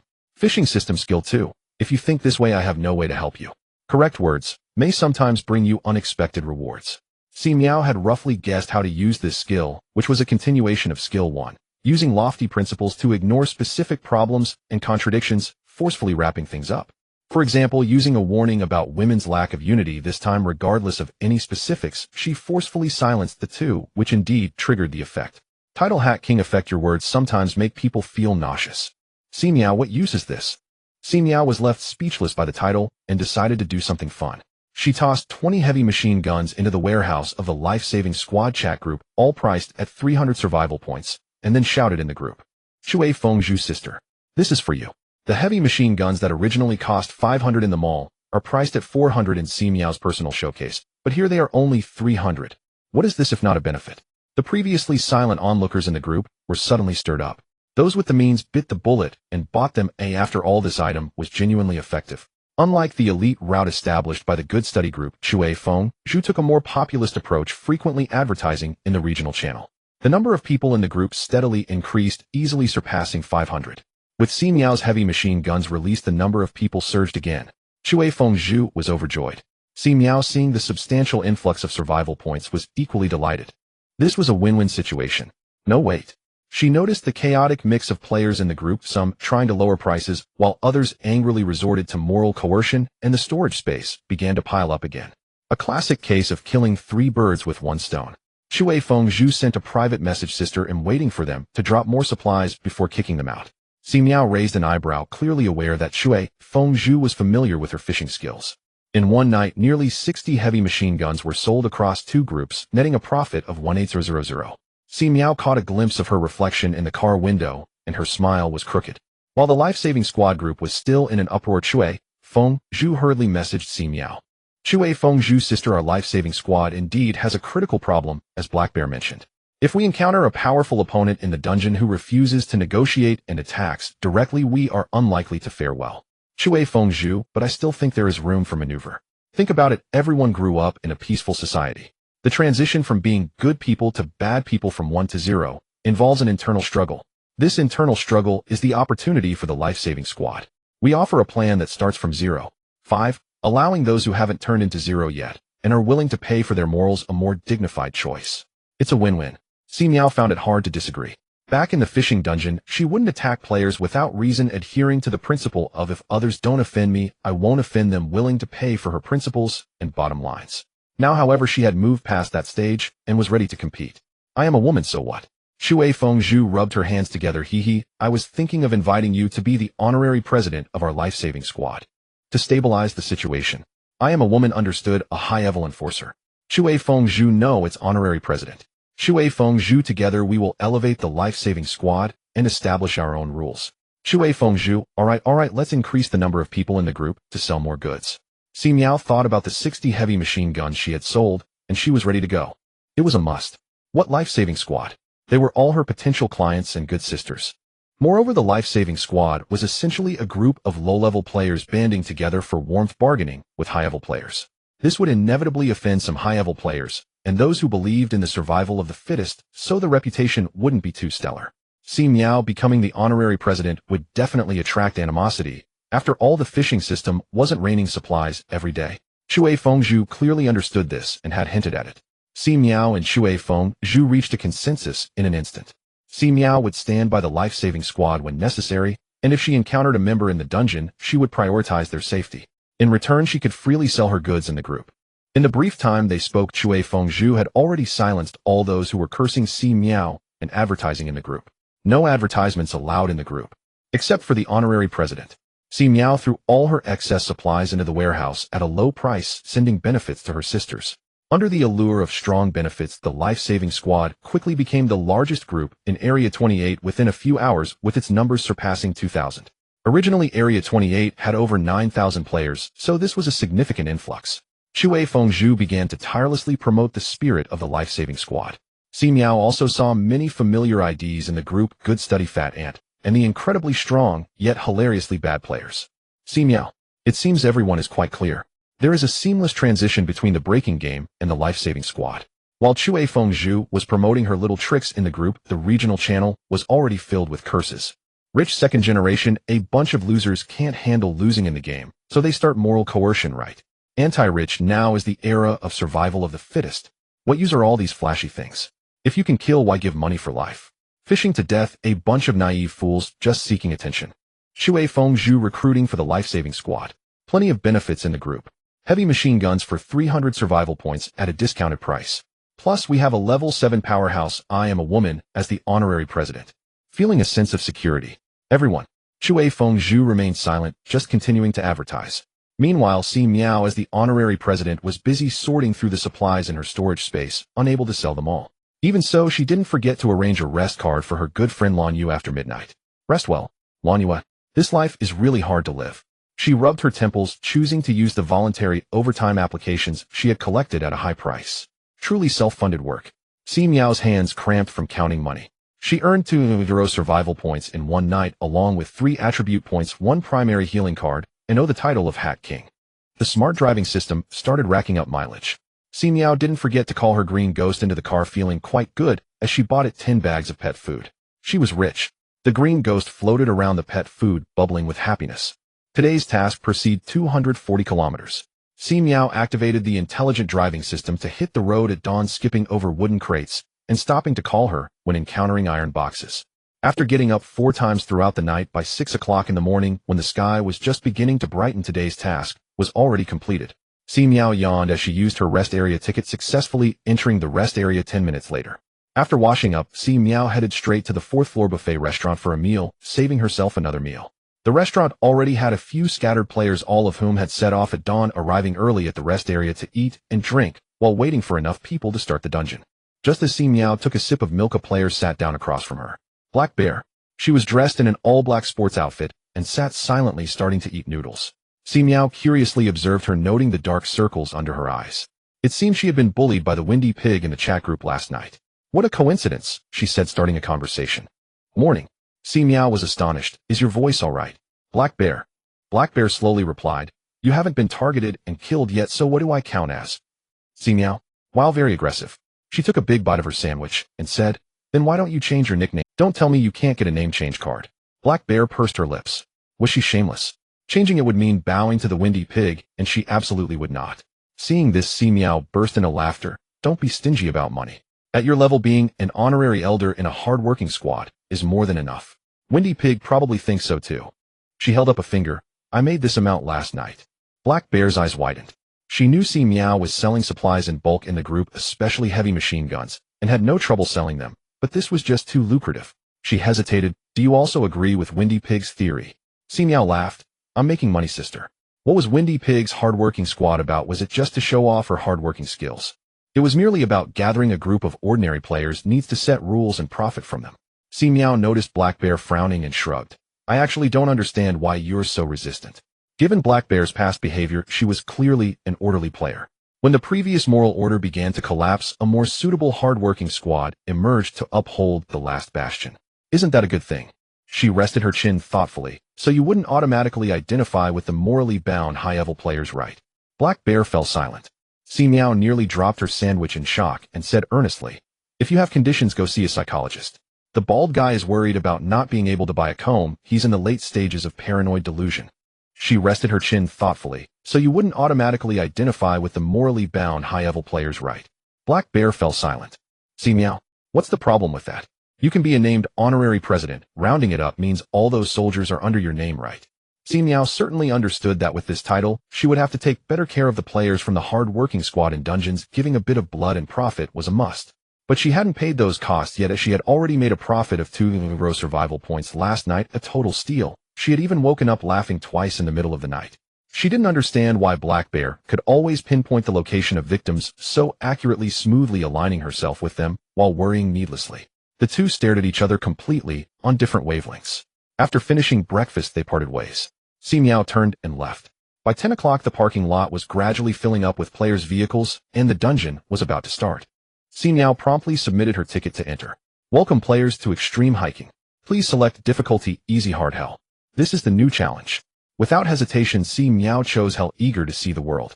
Hell mode active. Skills disabled, equipment disabled, talents disabled, abilities disabled, shop disabled, backpack space items disabled. Si Miao, this is maddening. This isn't going into battle unarmed. She wiped her face. Rule 1, 10 players must hike forward. The top 3 players with the most kilometers will receive rewards. Rule 2, death abandoning the game deducts 50 of resources. Rule 3, supplies will drop along the way, be sure to collect them. At a glance, Si Miao could tell this dungeon was an experience dungeon similar to Island Survival, where survival time would double the experience proportionally. Here it seemed the kilometers would also double the experience based on a certain ratio. Si Miao loved this kind of dungeon, and she still had an experience doubling card. She would definitely walk in. Looking around, Si Miao saw no other players, just a road beneath her feet similar to a rural path, 3 meters wide, with lush green farmland on either side, and no signs of human life. There was also a forward progress marker beneath her feet. Si Miao took a step forward, and the marker displayed 0.0005 kilometers. She stepped aside, and the kilometers remained unchanged. When she stepped back half a step, it reset to 0. Stepping back further turned it into a negative number. It seemed only forward movement counted towards the score. Si Miao began to walk forward. A normal adult can walk 46 kilometers in an hour, but with her boosted stats, she could easily cover 10 kilometers. She tried to leave the road to gather supplies from the farmland on either side, thinking even a sip of water would do, but no matter how hard she tried, she couldn't cross over, so she had no choice but to walk straight ahead. An hour later, the kilometers turned to 10. Si Miao spotted a bottle of water not far ahead, hurried over to pick it up. It looked exactly like the bottled water rewarded outside, and she opened it to drink and replenish her hydration. This was truly survival on the outside. Even in the dungeon, she still had to survive on foot. There were vehicles outside, but in the dungeon, she had only her legs. Under the blazing sun, Si Miao got hot and took off her sports jacket, draping it over her head as she endured and walked forward. Once she had a good friend named MP3. Upon reaching 20 kilometers, Si Miao found a piece of bread and stuffed it into her mouth to soothe her grumbling stomach. After walking for more than 2 hours, Si Miao finally crossed the farmland and arrived at the foot of a mountain. The good news was there was shade from the trees. The bad news was she had to climb. Climbing slowed her speed inevitably. Si Miao panted and trudged forward, picking up leaves from the road and pocketing them. At the 30-kilometer mark, she found a pack of spicy strips. At 40 kilometers, a bottle of mineral water. At 50 kilometers, a multifunctional small pot. At 60 kilometers, as the sun set, Si Miao found a pack of cookies. Truly a despairing supply drop. Is this what hell difficulty is like? Si Miao, dizzy from hunger, wolfed down the cookies with half a bottle of water. Gritting her teeth, she continued forward. At 70 kilometers, there was half a bottle of water left, but she found a mobile phone. The phone only had an app for the hiking group. Si Miao opened it and discovered 3 players had already lost. The sky is falling, so hungry, triple. A so thirsty heart thief, so tired. Si Miao licked her dry lips. Good, it seemed everyone was the same. The sky is falling, another newbie has arrived. The sky is falling, what difficulty? I'm on hard mode with heart thief, AAA is on easy. I'm a woman, hell. The sky is falling, tough person. AAA, tough person. Heart thief, tough person. Si Miao smiled, young and unaware of the heights of heaven and depths of earth. After finding the organization, Si Miao was no longer isolated and alone. Although the chat was filled with trivialities, it was at least a place to communicate, and watching the nonsense was quite amusing in moments of boredom. Soon another player joined the group chat. They exchanged information within the chat. Every player's initial map was the same farmland country roads entering the forest and climbing hills after a few hours. The difference was that players selecting easy dungeons could unlock 2 skills or items, while players in hard dungeons faced similar conditions, and those in hell dungeons entered unarmed. The supply of resources also varied slightly. In the easy mode, resources dropped every 5 kilometers. In hard mode, it was 8 kilometers, and in hell mode, it was 10 kilometers. Upon seeing this, Si Miao felt numb all over. If she didn't receive rewards that multiplied several times during the dungeon settlement, she would report it to the central authority. Her phone lacked a flashlight function, providing only a faint glow from the screen. Si Miao trudged on in the dark for another 10 kilometers, finding a bottle of water, which she quickly drank to replenish her hydration. After an exhausting trek of 80 kilometers, thirsty and hungry, her clothes soaked with sweat multiple times the temperature dropped at night. The wind howled, the forest was eerie, and the occasional sound of birds echoed. Even Si Miao, utterly fatigued, decided to stop here for the night and rest to regain her strength. Lying on the ground, the group chat had reached 10 members, bustling with activity. Si Miao watched for a while before drowsiness hit her. She turned on her side, using her arm as a pillow, and fell asleep. The next day, she woke up sore and in pain. After doing a series of stretching exercises and washing her face, she resumed her journey. At the 90-kilometer mark, Si Miao found a pack of compressed biscuits which she ate to stave off hunger, but resources were barely sustaining. At the 100-kilometer mark, she found a sleeping bag, very light, at only 500 grams, slung over her back, as if it were weightless, causing no burden. At the 110-kilometer mark, just as others in the group were enjoying self-heating hot pots, Si Miao stumbled upon a water bag, holding 10 liters, equipped with a tap at the bottom for easy access. It was a good find, but it would be even better if it were filled with water. At the 120-kilometer mark, Si Miao climbed to the halfway point of the mountain, turned a corner, and the view suddenly opened up, allowing her to see the farmland she had traversed yesterday. A cool breeze blew in, and Si Miao couldn't help but stretch out her arms, feeling much of her fatigue ease. She plopped down on the ground, picked up an apple beside her, wiped it on her clothes, and ate it directly. The apple was crisp and sweet, large in size, and as she ate, she glanced at the messages in the group. AAA, it's so hard to choose. A tent sleeping bag and moisture-proof mat add up to 10 gene, plus a case of mineral water, 2 watermelons, and 3 cantaloupes. Can't take it all, really can't take it all. Tintail, get lost. Thief of hearts, get lost. Cola chicken wings, get lost. Si Miao also expressionlessly sent a message saying get lost. It was indeed a case of drought and flood. After finishing the apple, Si Miao sighed and continued her ascent. As she walked, she sensed something was amiss. Were there too many graves by the roadside? It resembled a trip she took to the south for work, where she passed a winding road with graves lining one side. Some were relatively intact, built with stone bricks, while others were just bare yellow earth graves, the front half cut off by the road, and some had collapsed, leaving only an indistinct shape. Even more absurd, some were mere burial holes where the urns lay on display, like merchandise visible to anyone passing by. It left a deep impression on Si Miao at the time. She had not expected to encounter something similar today. Small graves every 3 meters, larger ones every 5 meters, and if she was lucky, she might see an urn. Si Miao began to reminisce about the green ghost. The green ghost was still adorable. She asked the group if anyone else was experiencing the same situation. Shared hardships. Tintail, grave by the roadside. It seems there's one ahead. Tintail, help. Should I offer a tribute before moving on? AAA. Haven't you heard the saying? Offer tribute, and you establish a connection, they'll follow you. Tintail, don't say anything more, I'm already getting scared. Si Miao also felt a chill run down her back. Although there were ghost attacks outside the road, those were visible entities that could be defeated. The rows of graves silently lined the roadside, and the unknown was the most terrifying. Si Miao took a deep breath and quickened her pace. The blazing sun she had complained about yesterday had now become her warm light. How wonderful the sun was. Warmth. At the 130-kilometer mark, Si Miao looked at the 3 incense sticks in her hand and fell into silence. She got up and surveyed the graves by the roadside. She was afraid that an overly luxurious grave would be too much to handle, given that she currently had no skills, relying solely on physical combat to deal damage. If it was too shabby, she feared a poor ghost would appear, wasting the 3 incense sticks. Si Miao ultimately chose a grave that was not too big, not too small, neither new nor broken, placing the 3 incense sticks in front of it. She took her tribute. Shouldn't she offer something in return? The 3 incense sticks ignited spontaneously, a pungent smell wafting toward her. Si Miao took a step back, fully alert. As the incense burned out, a card appeared. Si Miao was overjoyed and rushed to pick it up. Wild card can be used to leave the road for 10 minutes. Upon seeing this, Si Miao immediately turned around and ran back. The kilometers under her feet were rapidly decreasing, but Si Miao felt no regret.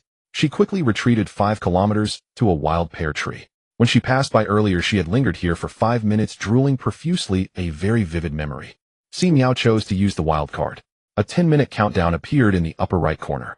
She immediately climbed up the pear tree agile as a monkey crazily picking pears, and for those she couldn't reach, she simply broke the branches.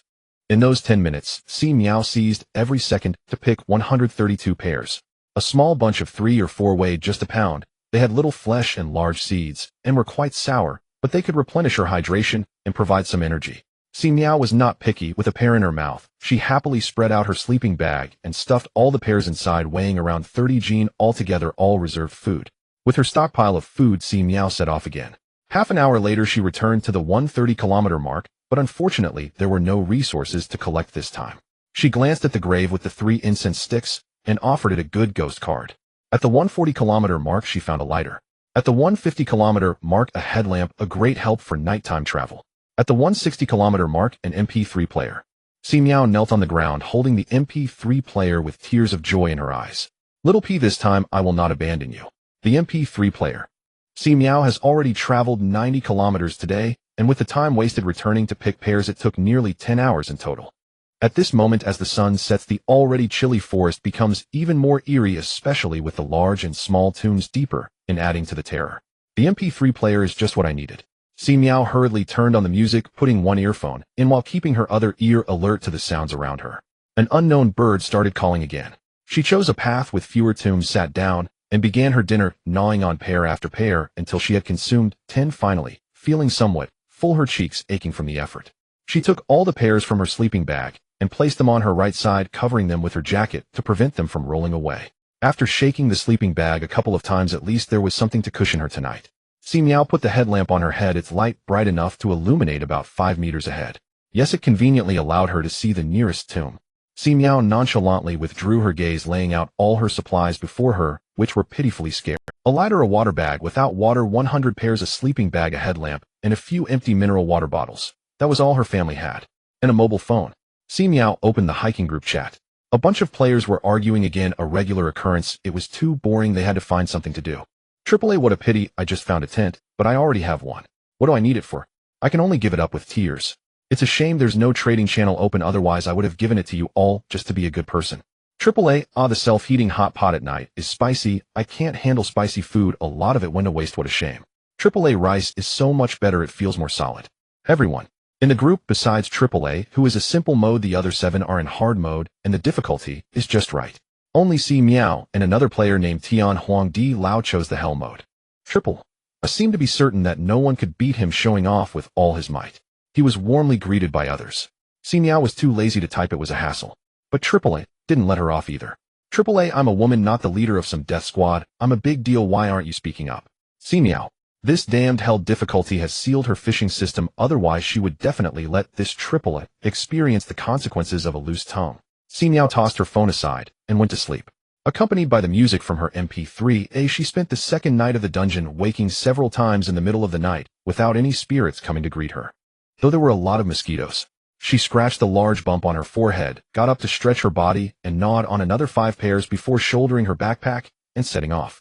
Having not bathed for 2 or 3 days, Si Miao could faintly smell an unpleasant odor emanating from her scalp itching unbearably, and her socks smelled terrible, making her feel like a refugee. She climbed up with great effort. The slope of the mountain path was about 10 degrees, and it continued to rise gradually. Often after climbing one mountain, she would immediately see another higher mountain, leaving onlookers in despair. Most of the time, Si Miao focused on the kilometers she was progressing. Each step was an achievement, and only in this way did she feel a sense of purpose. At 170 kilometers, she found a loaf of bread. At 180 kilometers, a set of windbreakers.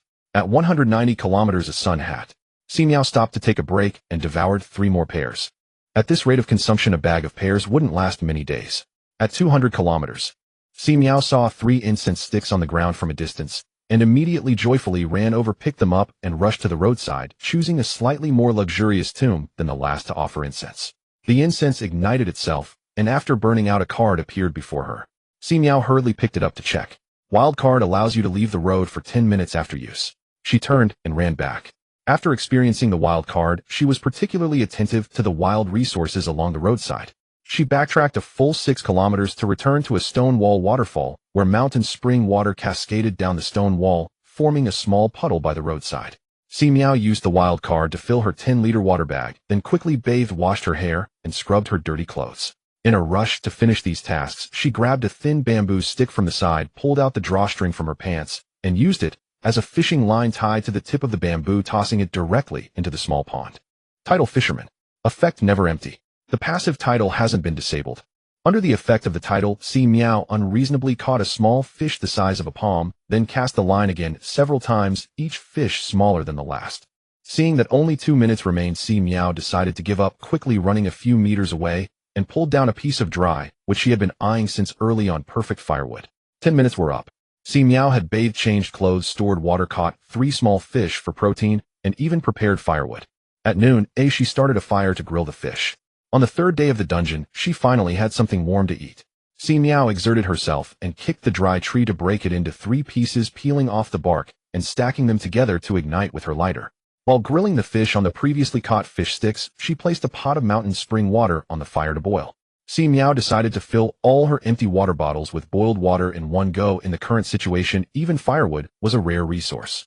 With this delay, 2 hours had passed. Si Miao's load increased by 20 pounds of water, and with the pears and other items, she reached a total weight of 45 pounds. She huffed and puffed as she set off again, taking half an hour to return to the 200-kilometer mark. Although this back and forth was a waste of time, Si Miao was uncertain how far ahead appropriate wild resources would be, so she could only choose to retreat. After all, it still came down to insufficient supplies. However, she now had 10 liters of water and a large bag of pears, no longer facing the risk of going hungry. Because of this, Si Miao now felt a sense of familiarity when looking at the tombs along the roadside. They were all good spirits.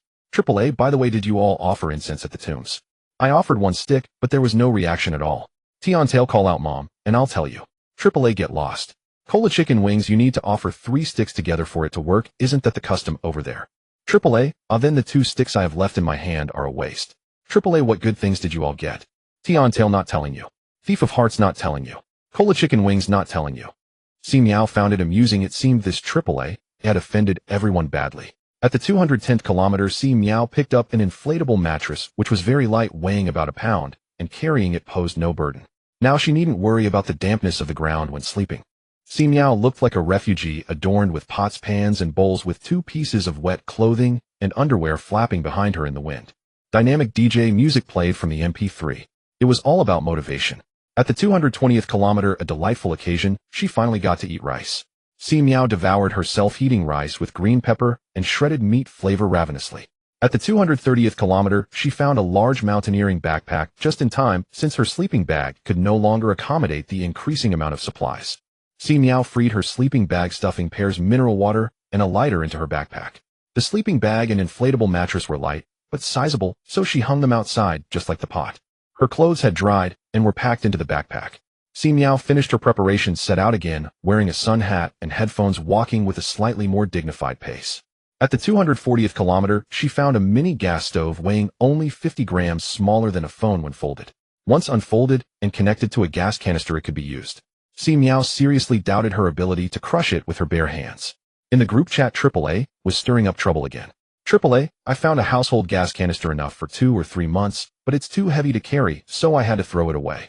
Everyone. How unlucky. At the 250th kilometer, she found an umbrella. While walking and munching on pears, she had reduced her load by 10 pounds after a day of walking, feeling lighter and moving faster. Even climbing a slope, she could cover about 13 kilometers in an hour. She rose at dawn to hurry along, resting for 2 hours at noon when the sun was at its peak, then continuing her journey until dark, trekking for 10 hours. A feat that even the mules of the production team wouldn't dare to attempt. After deducting the time spent returning for a wild excursion, Si Miao advanced roughly 110 kilometers, bringing her total to 270 kilometers. It was dark. Si Miao sat down heavily on the ground, removing all her gear. In the last 20 kilometers, she had acquired a bottle of chewing gum, melon-flavored, perfectly paired with her walk, and a bottle of cola, her mental sustenance. She had no staple food, and after gnawing on pears until it was tiring, her expression remained blank. She spread out the inflatable mattress on the ground, shook out the sleeping bag, and laid it on top, using her backpack as a backrest, and began scrolling on her phone. The sky is falling. I can't take it anymore. I keep feeling like something in the tomb is peeping at me. The sky is falling. I want to see what's in this tomb.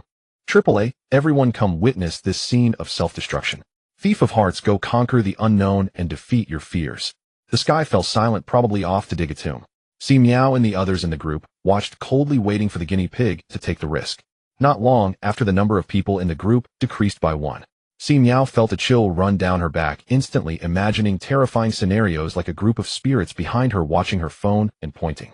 She took a deep breath and suddenly turned around, only to be met with the pitch-black night. The group fell silent for a moment before someone spoke up. "AAA, I told you not to engage in self-destructive behavior. Isn't it better to just walk peacefully? Thief of hearts, do you think the sky fell because it walked in, or was it lured? The world has changed, to be honest. I often feel restless, wanting to break open the tomb to see what's inside for reassurance. The unknown is the greatest fear. AAA, no, a tomb is just a tomb. What else is inside besides ashes? Thief of hearts, do ordinary tombs really yield resources?" Si Miao watched the group discuss back and forth, feeling quite heavy-hearted. At that moment, she envied A.S. thick skin, who only thought about showing off supplies and stirring up hatred every day. She lay down, closed her eyes, and after some random thoughts, drifted off to sleep. The next day at dawn, Si Miao got up to pack her bedding, washing her face and rinsing her mouth with the unboiled spring water from her water bag while munching on a pear along the way. She didn't hold back on eating, reducing her load to walk faster, as there might be even better supplies ahead. At the 280th kilometer, Si Miao climbed over a hill and saw an even taller mountain. It felt as if there was an endless despair, as if she would never escape this life. She sighed, glanced down at the kilometer count under her feet for a bit of comfort, and bent down to pick up a packet of pickled vegetables nearby. At the 290th kilometer, she found a bottle of milk. At the 300th kilometer, she discovered a stress relief toy, a white cat head that could be squished into various shapes, indeed relieving stress. As Si Miao squeezed the cat head while munching on pears along the way, the white cat head soon turned a milky color due to her excessive sweating. Next time I can take a shower, I'll take you with me." She continued to squish the cat head nonchalantly. At the 310th kilometer, she found a pack of instant noodles. Without any combustible materials, Si Miao's pot and water were useless. She could only open the pack to eat it dry, saving the seasoning for later. Oil, salt, and vegetables, all good things. At the 320th kilometer, she found a 250G gas canister compatible with the mini gas stove, capable of burning for 34 hours. "Si Miao, I was hasty. I ate the instant noodles too early. The sun was high in the sky, and it was time for a break." Si Miao stopped, pulled out the inflatable mattress from her backpack, and prepared to rest well to regain her strength. "AAA, so annoying. I have a dilemma over choices. Should I take a pack of cola or a pack of beer? I really can't carry anymore." "Si Miao, if the fishing system were in AAA's hands, the other party would have become rich long ago." Si Miao thought that she could also use this trick when necessary. 2 hours later, Si Miao set off again.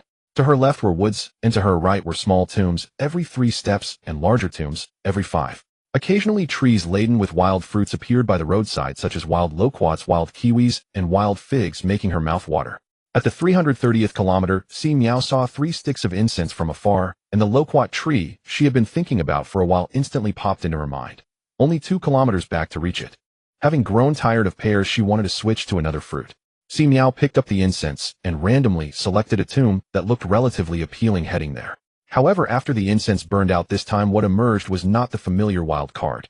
Instead, it was the legacy of the sky falling. Si Miao looked at the small package labeled with the nickname "The Sky is Falling" and opened it. Good, it wasn't a piece of the people's fragments inside. The Sky Falling had chosen a difficult version, which could carry 1 skill item and provide resources every 8. Now several options lay before Si Miao.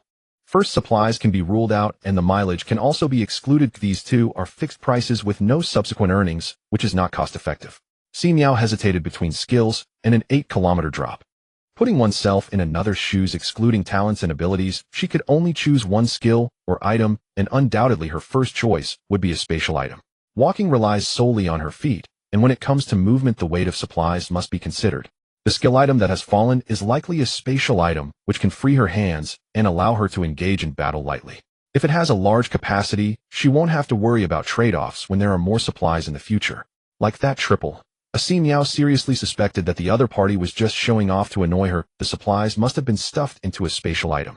It makes no sense that they didn't choose a spatial item in both opportunities. But the 8-kilometer drop was indeed too tempting.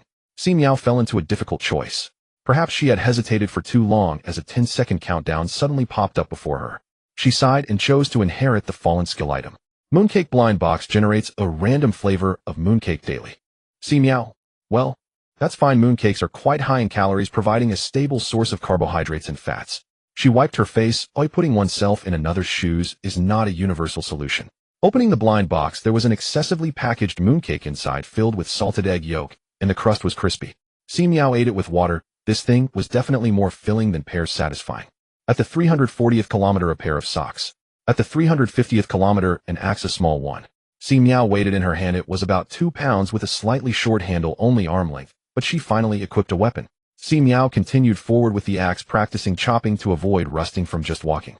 At the 360th kilometer, 3 incense sticks. Si Miao ran over excitedly, offering them. Rest card, you will not accumulate mileage for the next 24 hours. Si Miao's smile froze on her face. Silence was the tombstone tonight. Sure enough, this rest card was a disaster both inside and out. What kind of rest card is this?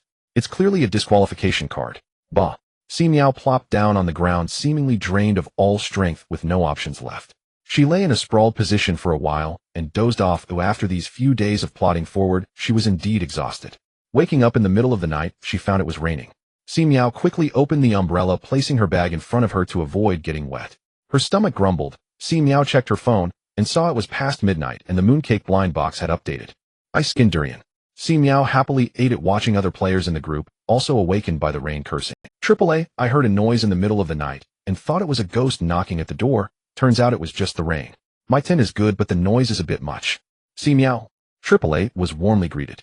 Heart-stealing thief, without an umbrella, I can only squeeze with the ghosts. Cola chicken wings. What do you mean? Did you go rest in a tomb? Heart-stealing thief, yes, didn't you notice? Open tombs are accessible. Cola chicken wings. But there are urns of ashes in the open tombs. It's an exaggeration to call it a tomb, it's just a cave in the hillside with an urn inside. Anyone going in has to squat down. Heart-stealing thief, so what? Just squeeze in. Everyone. A true warrior.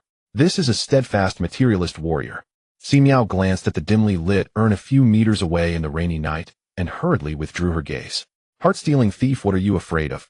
Didn't you go up the mountain to pick wild chestnuts and gather ferns when you were young? There are usually the most on tombs, often crawling around the tomb slopes, and picking up whatever falls next to the urn. Si Miao. Oh no, this is a local who has seen the world. She silently finished her mooncake. The slope was already wet from the rain, making it impossible to sit. However, she couldn't squat all night, so Si Miao could only take out the inflatable mattress, which was waterproof, and just clean it up if it got dirty later. The mattress was 3 fingers high, and the rainwater couldn't easily get in. Si Miao lay on the bed, curling up with the umbrella propped beside her, shielding her head and upper body. The bag filled with supplies was squished next to her stomach, while her lower legs were left exposed to the rain. The umbrella was too small. It was all about giving up. The pot was left outside to collect rainwater. Si Miao, listening to music, unknowingly fell asleep. A few hours later, dawn broke and the rain was drizzling. Si Miao sat up and dazed for a while, since her walking wouldn't count towards her score before 5 a.m. She might as well stay put and rest. The pot collected a good amount of rainwater, and Si Miao's water supply was relatively sufficient, so she simply used it to wash her face and tidy up her appearance. After a night of rain, the road became a mess, and the dried branches and leaves were washed in, creating a desolate scene. Si Miao set up a butane stove to boil some hot water to warm herself up in case she caught a cold. There were still 67 pears left, 3 packets of instant noodle seasoning, and she had already eaten the mooncake for today in the early morning. Unless something unexpected happened, it would be another day relying on pears to fill her stomach. Si Miao crunched on pears, playing a song suitable for rainy days that evoked melancholy. Another person in the group was gone. Si Miao's eyes brightened. Wasn't there another inheritance to be claimed? Unfortunately, she was disqualified for 24 hours. Si Miao angrily pounded her chest and stomped her feet. On the other side, the heart-stealing thief was making rapid progress. So fragrant. She had burned incense yesterday and received the fallen inheritance, inheriting 1 option among 3. She faced the same difficulty as the fallen one, both refreshing supplies at 8 kilometers, so she chose to inherit the fallen kilometers. Her total score directly exceeded 500 kilometers. So fragrant. Truly too fragrant. The heart-stealing thief was worried about how to eliminate other players from a distance to inherit their legacies, but didn't expect it to rain in the middle of the night. Truly a blessing from above. Without hesitation, she used her skill. Lies affect. The more people believe your lie, the more persuasive it is, with a certain chance of coming true. She casually downplayed the situation of the urn being part of the tomb, making it sound trivial, as natural as eating and drinking. Under the pressure of the heavy rain, a player truly couldn't withstand it, and entered the tomb. The earlier fallen one had perished while exploring the tomb. Now the heart-stealing thief just wanted to quickly collect 3 incense sticks to offer and inherit the other party's legacy. She mustered her strength to run 30 kilometers drenched in sweat, and finally fulfilled her wish, excitedly lighting the incense. Rest card: you are too tired and need to rest. Your score will not be counted for the next 24 hours. Heart-stealing thief. I'm not tired, I'm not tired. During the forced rest, Si Miao ate and slept to the sound of rain, finally enduring until 5 p.m. to set off again. She quickened her pace and pressed forward. At the 370th kilometer, a travel-sized grooming kit containing shampoo, shower gel, laundry detergent, toothpaste, and a foldable toothbrush, each bottle weighing only 50 g, or light enough to carry. Although it was not food, it significantly improved quality of life. Si Miao was in a good mood, immediately opening the toothpaste and toothbrush, brushing her teeth with water from her water bag. Fresh breath starts with me. After brushing her teeth, the pair tasted even more delicious. At the 380th kilometer, a pack of pork jerky, 100 g. Si Miao opened it and chewed while on the move, picking up speed. The sky had darkened, and she was walking with a headlamp while holding an umbrella. At the 390th kilometer, a pack of toilet paper. Si Miao immediately stuffed it into her backpack to prevent it from getting wet. It's bittersweet to say, but for the past few days she had been using leaves to wipe herself, collecting fresh ones whenever she found them for emergencies. She still had a bunch in her pocket, feeling tired. At the 400th kilometer, a pack of instant noodles. After trudging through the rain for 40 kilometers over 3.5 hours, Si Miao decided to stop and rest for a bit, cooking the noodles to warm herself up. With the camping stove and gas canister set up, she poured mountain spring water into the pot to boil, then added the noodle cake and seasoning. Soon a delicious aroma filled the air as Si Miao, with the umbrella tucked under her neck, ate the noodles with the bamboo chopsticks left over from grilling fish, burning her mouth. This is too delicious. In the group, everyone was chatting amicably.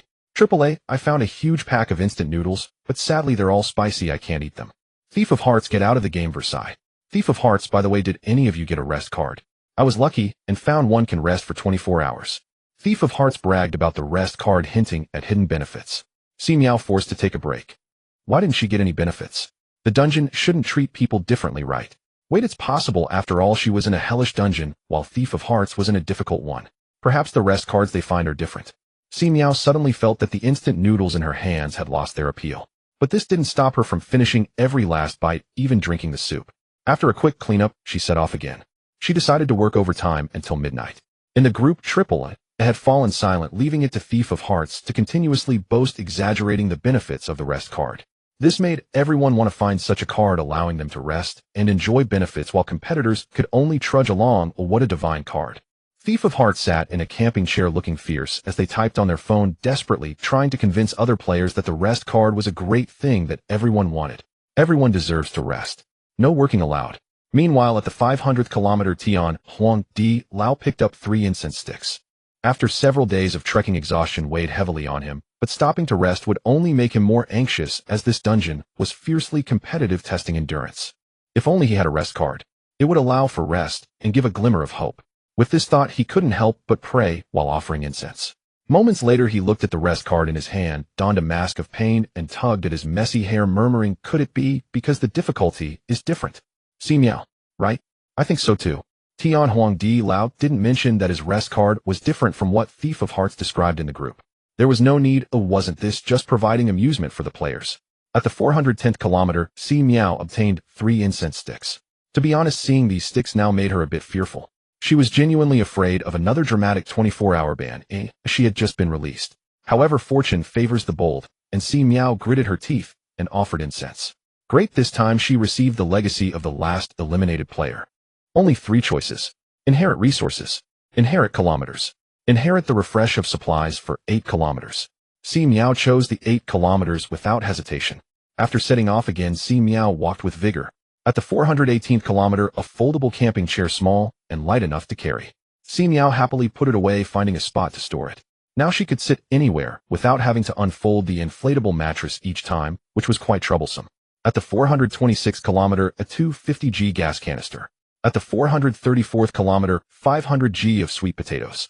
At the 442nd kilometer, 500 g of salt. Si Miao stopped, having covered 80 kilometers today, which was decent. If she didn't rest now, she would delay her progress for tomorrow. The rain continued to fall from the sky. Si Miao could only repeat last night's sleeping position, curled up on the sleeping mat with an umbrella propped up. Before sleeping, she took out the refreshed mooncake blind box and decided to unbox it for some joy. Flour cake. Si Miao recalled the nauseating effects of the vegetable dish, unpleasant memories flooding back, and she complexly stored away the flour cake. A night passed without incident. The next morning, Si Miao used the rainwater collected in the pot to brush her teeth and wash her face. She chopped the sweet potatoes into small pieces with an axe and threw them into the pot to cook. During the waiting time, Si Miao was not idle, taking advantage of the rain to have a natural bath. After changing into clean clothes, she sat in the chair, sipping hot sweet potato soup. She also had to eat the flour cake for survival, no shame in that. A new day began, and Si Miao set off again. There were still 8 players left in the group, and the atmosphere was not pleasant. Si Miao noticed a player resembling a flower butterfly suspected of using mental attacks to eliminate competitors. The attack method involved widespread declarations of love, sending cheesy lines. For example, AAA, I accidentally ate cilantro, so annoying, why does this grilled fish have cilantro? Flower butterfly, hurry, spit me out little as saliva is fragrant, and another example. Thief of hearts, it would be great to get another rest card soon. Flower butterfly game. Quickly satisfy her. Yes, Si Miao. Any player who speaks would be glued to flower butterfly like a disgusting sticky plaster that couldn't be shaken off. With her own strength, flower butterfly instantly overwhelmed AAA, becoming the most annoying player in the group. Si Miao remained quiet, not bothered, but rather enjoying the spectacle. Flower butterfly, why aren't you speaking as a woman? Are you secretly crying? I really want to fly to your side and tell you how warm I am in my arms, Si Miao. There's a feeling of powerlessness, as if unable to reach through the internet. At kilometer 450, 100 milliliters of cooking oil. At kilometer 458, a thermos cup for hot water. At kilometer 466, a raincoat. Joyful news, finally no need for an umbrella. Si Miao's arm was tired from holding it up, so she quickly packed it away and put on her raincoat, which was quite large, fully covering her backpack on her back. Si Miao's supplies were increasing, but the pears and water were depleting, resulting in a lighter load. The sleeping bag, mattress, portable stove, and cookware were all outdoor gear, very lightweight, bringing her total weight to around 20 pounds, a fairly comfortable burden. At kilometer 474, a set of sports underwear. At kilometer 482, a hiking pole. At kilometer 490, a package of pre-made Yangzhou fried rice, 300g. Food at last. Si Miao took a quick glance at the time. It was just after 10 o'clock, and she continued her journey. At kilometer 498, 3 incense sticks. Si Miao lit the incense as an offering. It was neither a frustrating rest card nor a player's inheritance, but rather an ordinary wild card. This time Si Miao didn't turn back, but instead stored the card for later use when she encountered suitable wild resources. She was a woman with Yangzhou fried rice in her pocket with food and water, so there was no rush. In the group chat, amidst the chaotic messages from Butterfly, a normal player's comment suddenly appeared. Normal player, I'm so tired. Is there any big shot who can tell me what rewards await after walking a certain distance? Give me something to look forward to. Butterfly, be good, take a nap. You can have anything in your dreams, including me. Normal player, get lost. Butterfly, the scent that arrives before the applause is that of my sister. AAA, get this person out of here. I'm about to vomit. Normal player, I second that. Get both of you out of here. Thief, I reached 400 kilometers without any rewards. Is there anyone stronger to share their experiences? Tian Huang Di Lao, I also got nothing at 500 kilometers. Si Miao's gaze quickly fell upon Tian Huang Di Lao's ID. This was a formidable opponent. AAA, no way. You beasts, I've only reached 300 kilometers. How did you all manage that? Are you Butterfly? Who told you to carry too many supplies? You've made yourself fat. But even if my baby is chubby, she's still my precious. Si Miao. This group of players, how many days has it been? Their mental states are all over the place. Luckily she had her MP3. At kilometer 506, a package of pickled vegetables. Si Miao stopped to start a fire and cook. All the ingredients for the Yangzhou fried rice were prepared, and she just needed to heat them up to eat. Soft and mushy, the taste was mediocre, but it was still rice. Si Miao finished every last grain, then had a pear for dessert, and opened her inflatable mattress, propping the umbrella beside her to take a nap. Half an hour later the rain intensified, and the wind picked up, causing the umbrella to fly away. Si Miao woke up and hurriedly ran after it. After all that fuss, she lost the mood to sleep and set off again. The wind grew stronger, creating resistance, and the raindrops stung her face. Si Miao squinted her eyes and trudged forward with difficulty. At kilometer 514, a folding cart with 2 wheels, a handlebar, and a base weighing around 3 pounds, but estimated to carry up to 100 pounds without issue. This was a shoulder-saving artifact. She unloaded her backpack, secured it onto the cart, and dragged it forward instantly, saving a lot of effort. Now she no longer had to worry about having too many supplies to manage. To prevent her supplies from getting wet in the rain, Si Miao took off her raincoat and covered her backpack with it, holding the umbrella while moving forward. At kilometer 522, a folding fruit knife. At kilometer 530, a 2-person tent. Si Miao was overjoyed and cried. She had finally become a woman who owned a tent. No more sleeping in the open. At kilometer 538, a pair of water shoes. At kilometer 546, a package of snail noodles. Night fell. Si Miao chose a roadside spot with a tree overhead for shelter, set up the tent tarp, sat on the camping chair, and started a fire to boil the snail noodles. The kilometers logged by Tian Huangdi Lao gave her a sense of urgency. She decided to eat, and then strive for another 3 hours. The flavor of the snail noodles was incredibly robust. Si Miao was sweating as she ate, while keeping an eye on her phone for messages. Even though Butterfly was being obnoxious in the group chat, no players chose to ignore the ongoing updates. Si Miao also occasionally took out her phone to check. This kept her informed of Tian Huangdi Lao's kilometers. After several days of travel, it was clear that players would not converge, which meant she had to find a way to eliminate her competitors. After all, the survival conditions in this dungeon were too harsh. One had to endure loneliness and withstand fear, a dual test of body and spirit. Si Miao had a clear goal, aiming for double experience for kilometers walked, so the duration didn't matter, she could focus. But the other players exuded impatience in every word. When would this end? AAA was flaunting wealth and Butterfly was being annoying. Finally, another player went crazy at night, starting to tell ghost stories in the group chat. The story began with a group of players entering a dungeon, unable to escape a country road with more and more graves. Si Miao. This is a spontaneously crafted ghost story. This was too immersive. Si Miao suddenly felt the surroundings grow eerie. She finished the broth from the snail noodles, quickly cleaned her bowl and chopsticks with rainwater, packed her things, and continued on her way. Advance. Advance. Images of ghost stories from the group chat involuntarily surfaced in her mind. She hurriedly pulled out her MP3 and searched for a few upbeat songs to boost her spirits. Beijing welcomes you, opening up the world for you. At kilometer 552, a large cabbage. At kilometer 560, a package of face towels. At kilometer 568, the mobile phone parts. Si Miao curiously placed the mobile phone parts together with her phone. After a while of studying, she found it had gained an additional function, sending voice messages in the group. What use is this? Si Miao shook her head and dismissed it from her mind. At kilometer 576, she could barely move anymore. Si Miao decided this would be her stopping point for the day. The last item was a mini heating device. It could be used with a gas canister small enough to warm her hands and feet. After she fumbled in the darkness to set up the tent, it was already midnight. Si Miao lay inside, having changed into dry clothes, finally no longer wet. She placed the pot outside to collect water. Zipped up the tent, she opened a mooncake blind box. Inside was a red bean paste mooncake reminiscent of the wife cakes she had as a child. Si Miao set it aside to eat for breakfast tomorrow. Out of habit, she took a look at the group chat before bed, only to find a terrifying photo, a silhouette standing in front of a grave, light shining up from the chin with a twisted smile on its face. Oh, why can photos be sent? Si Miao sat up, abruptly deciding to take revenge on society by putting the MP3's headphones next to the phone speaker and playing a horror song. Let everything be destroyed. On this day, everyone felt very weary. First, they were dazzled by a show of wealth, then chased by a flower butterfly, followed by an immersive ghost story, at night a horror film in the middle of the night, and finally, out of curiosity, clicked on a voice message titled, "I am a woman," thinking it would be someone standing up to reform the workplace, only to be hit hard again. The background music has started. The horror atmosphere is at its peak. One player could no longer endure this twisted ambience and angrily quit the game. No more playing. Si Miao noticed that a player was missing from the group, wearing a twisted smile, while beginning to contemplate the other's inheritance. With this matter on her mind, Si Miao woke up early the next morning at dawn, boiled water, and prepared mooncakes, filled her thermos, and packed her belongings to set off again. It was another day of pouring rain. The warmth artifact she got last night was used by Si Miao to dry her underwear, otherwise she would have had no piece of clothing on her body that was dry. She held an umbrella, put on rain boots, and dragged a small cart filled with supplies through the heavy rain, inevitably slowing her pace.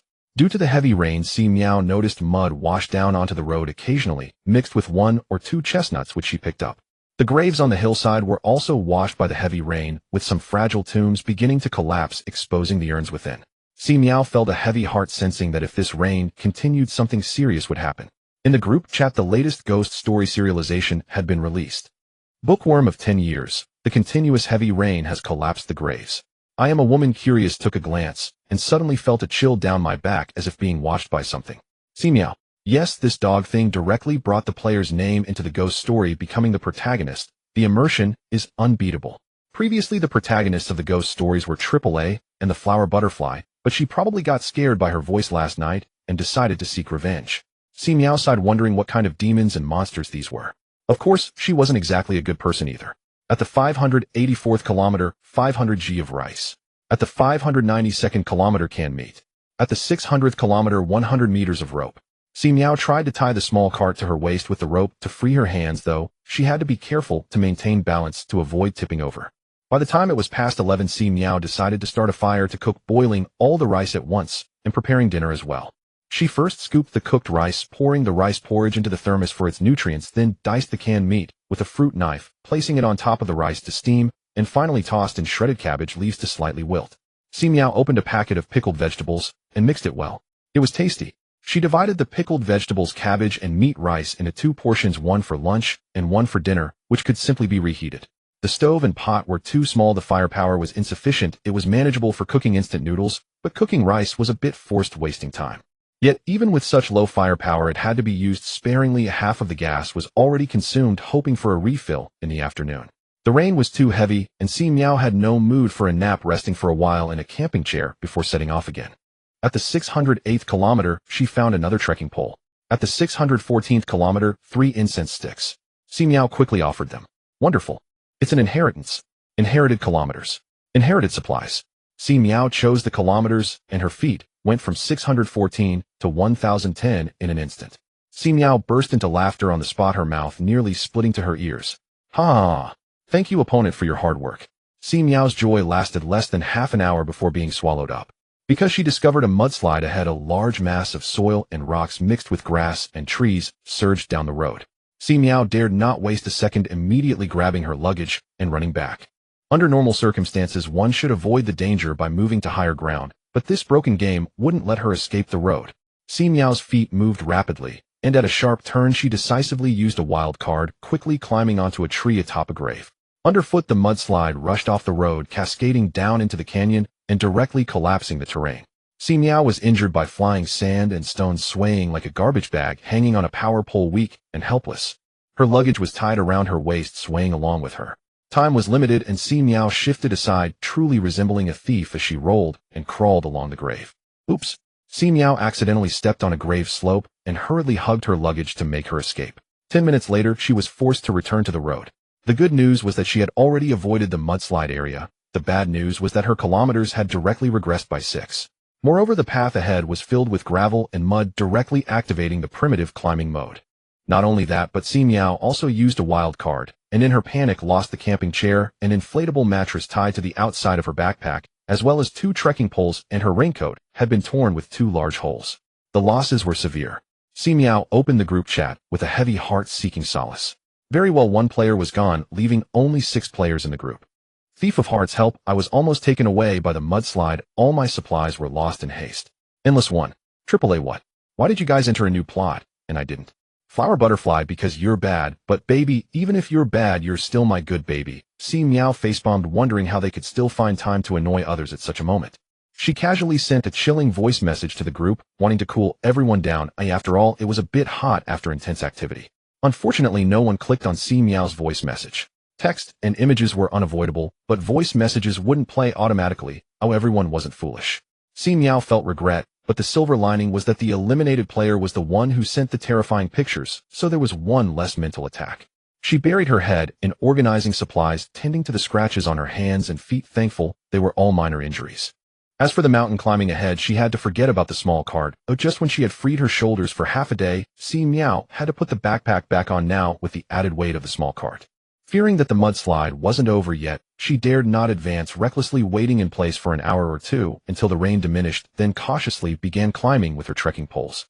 Each step was a mix of mud and gravel along with scattered trees. Si Miao estimated that making progress of 1 or 2 kilometers in an hour would be quite good. She needed to hurry and cross the mudslide area before nightfall. She couldn't spend the night on it, or she might be swept away in the middle of the night. As she walked, she couldn't help but stop to start picking chestnuts. The wild resources outside the road were coming in. Si Miao felt she needed a pair of gloves, as picking chestnuts was quite difficult. After a busy period, she harvested 5 pounds of chestnuts, all high-quality carbohydrates. Si Miao wiped the rain from her face, glanced at her raincoat, which was covered in various mud stains, shook her head, and continued forward. Si Miao struggled to climb over the mudslide, grateful for the guiding markers beneath her feet. While climbing a rocky slope, she heard a creaking sound and discovered a little squirrel trapped in the stones. The drenched squirrel squeaked in fright. Si Miao thought it was too small to be worth her time. Yet after taking a few steps, she turned back and rescued the squirrel, thinking it would be nice to have a cute little The squirrel trembled in Si Miao's hands, its tail and feet injured. Without any medicine, she cleaned its wounds with water, wrapped it in a washcloth, and continued on her way. The squirrel poked its soft head out. "Hang in there, don't die on me."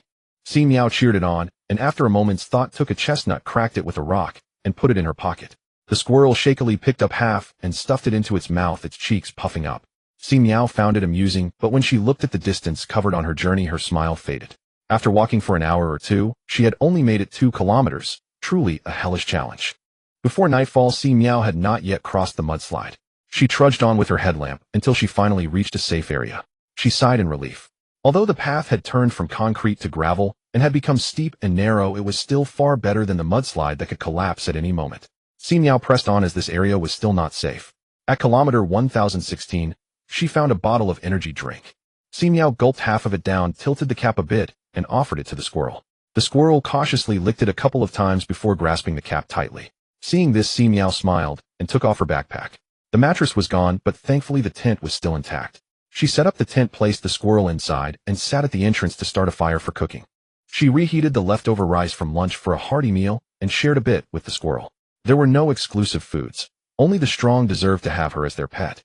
The squirrel, with a strong will to survive, eagerly ate its meal.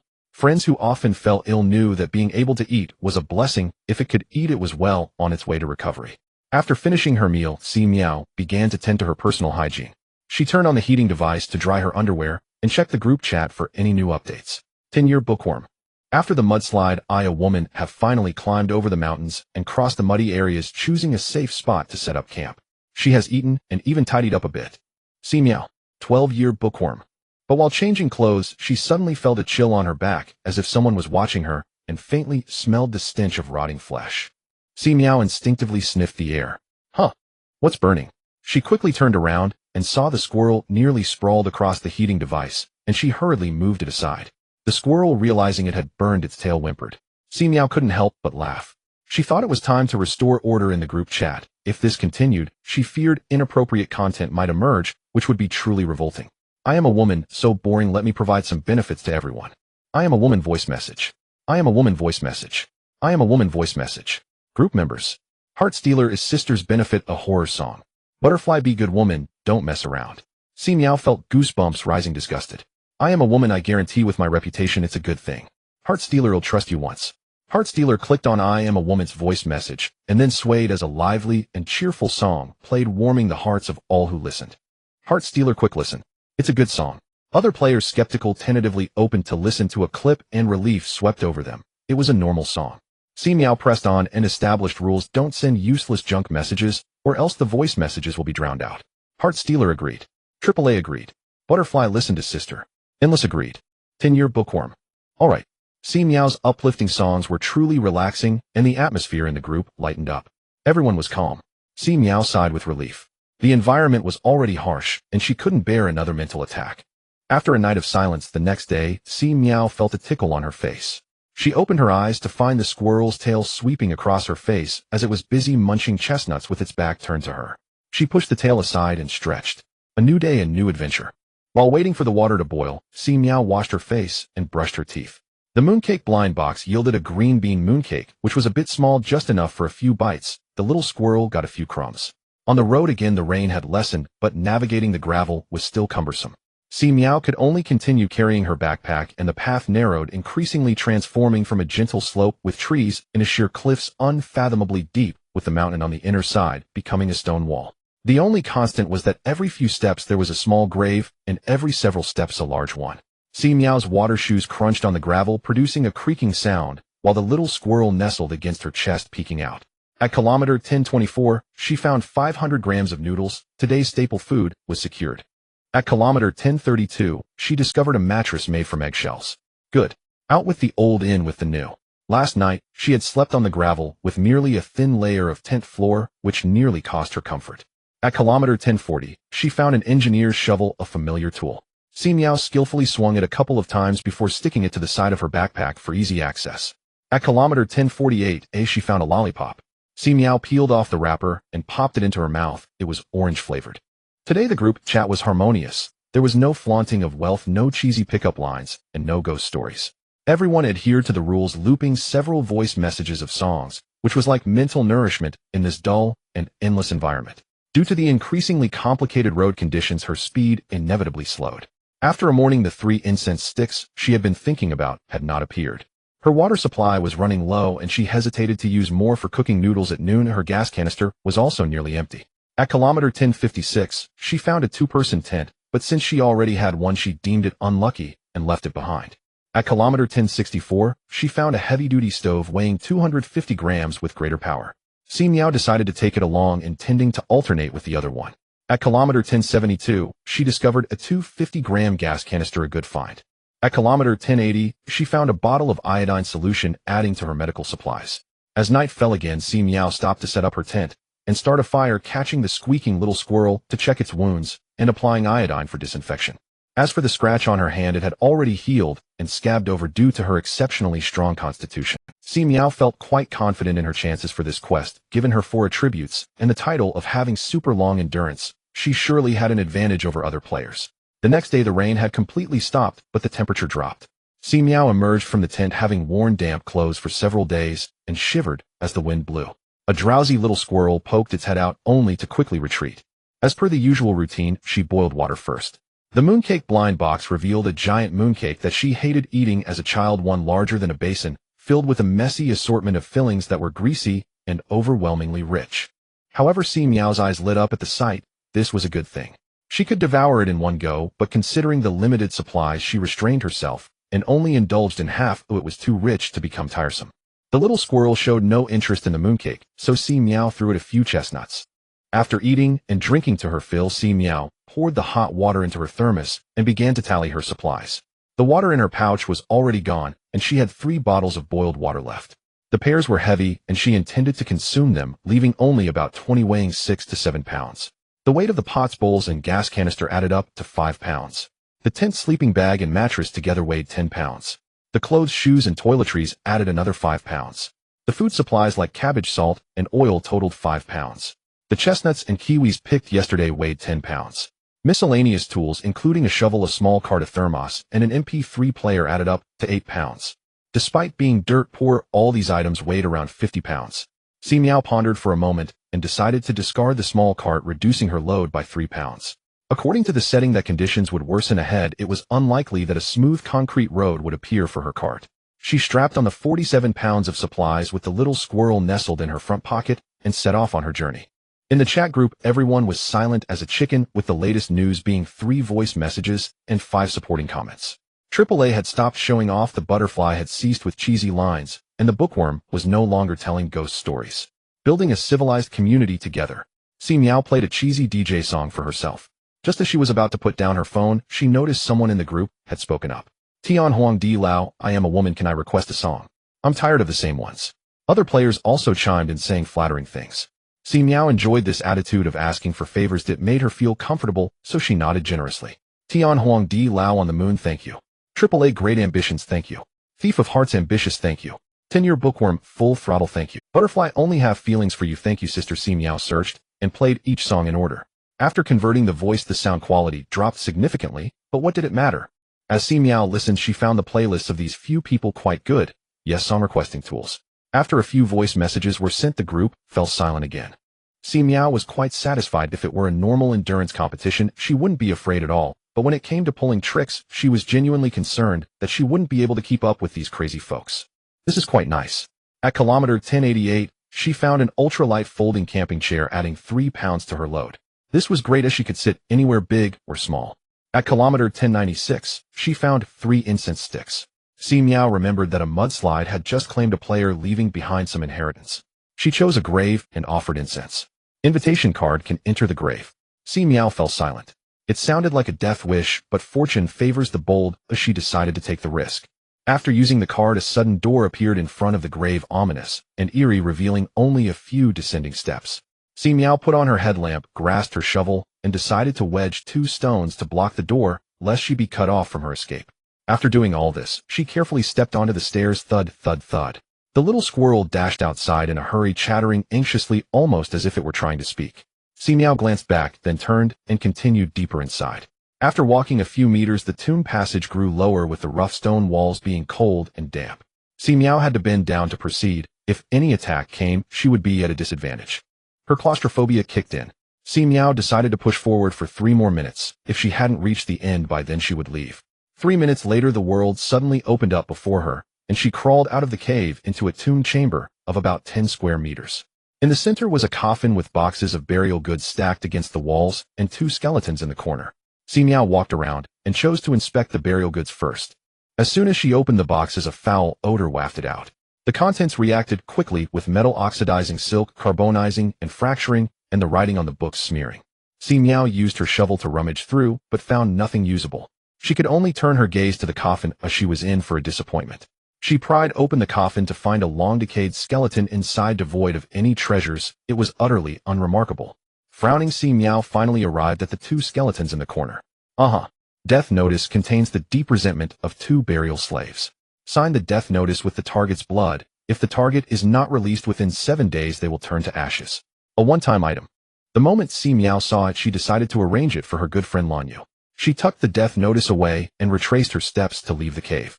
As the canyon wind blew, Si Miao took a breath of fresh air. The cave door closed and the 2 stones she had placed were crushed, proving to be unnecessary. The little squirrel climbed up to Si Miao's chest pocket and sat down. At kilometer 1104, she found a self-heating hot pot. At kilometer 1112, she found windproof glasses. Si Miao halted. A lunch would be the self-heating hot pot, with a tomato flavor her favorite. It contained noodles, meat, and dehydrated vegetables, which could barely be considered a balanced diet. At kilometer 1120, she found a 250G gas canister. At kilometer 1128, she found an ultralight down jacket. At kilometer 1136, she found an energy drink. At kilometer 1144, she found a cantaloupe. Si Miao's face contorted in pain. She was allergic to cantaloupe, and it made her mouth itch. With a long sigh, she stepped away. At kilometer 1152, she found 500G of potatoes. Si Miao decided to stop here for today, using her fruit knife to dice the potatoes before boiling them to save fuel. Due to the canyon's outer walls, the wind was strong, and the small stove's flame was blown out. She could only use a high-power stove while shielding it from the wind. Si Miao had serious doubts about whether her tent would be blown away as she set it up. The environment was tough. At night, Si Miao lay in her tent, watching the tent being shaped into various forms by the wind, filled with anxiety. The little squirrel lay on her chest, already fast asleep. Before dawn, the wind swept away Si Miao's tent, but fortunately she had secured it tightly last night, so it could still be salvaged. She put on windproof glasses, tucked the frightened little squirrel into her pocket, and diligently packed her belongings. Breakfast consisted of cold water paired with half a mooncake left over from yesterday. The mooncake blind box was saved for a surprise to be opened during moments of boredom. After setting off again, the strong wind posed a significant obstacle for Si Miao, slowing her down.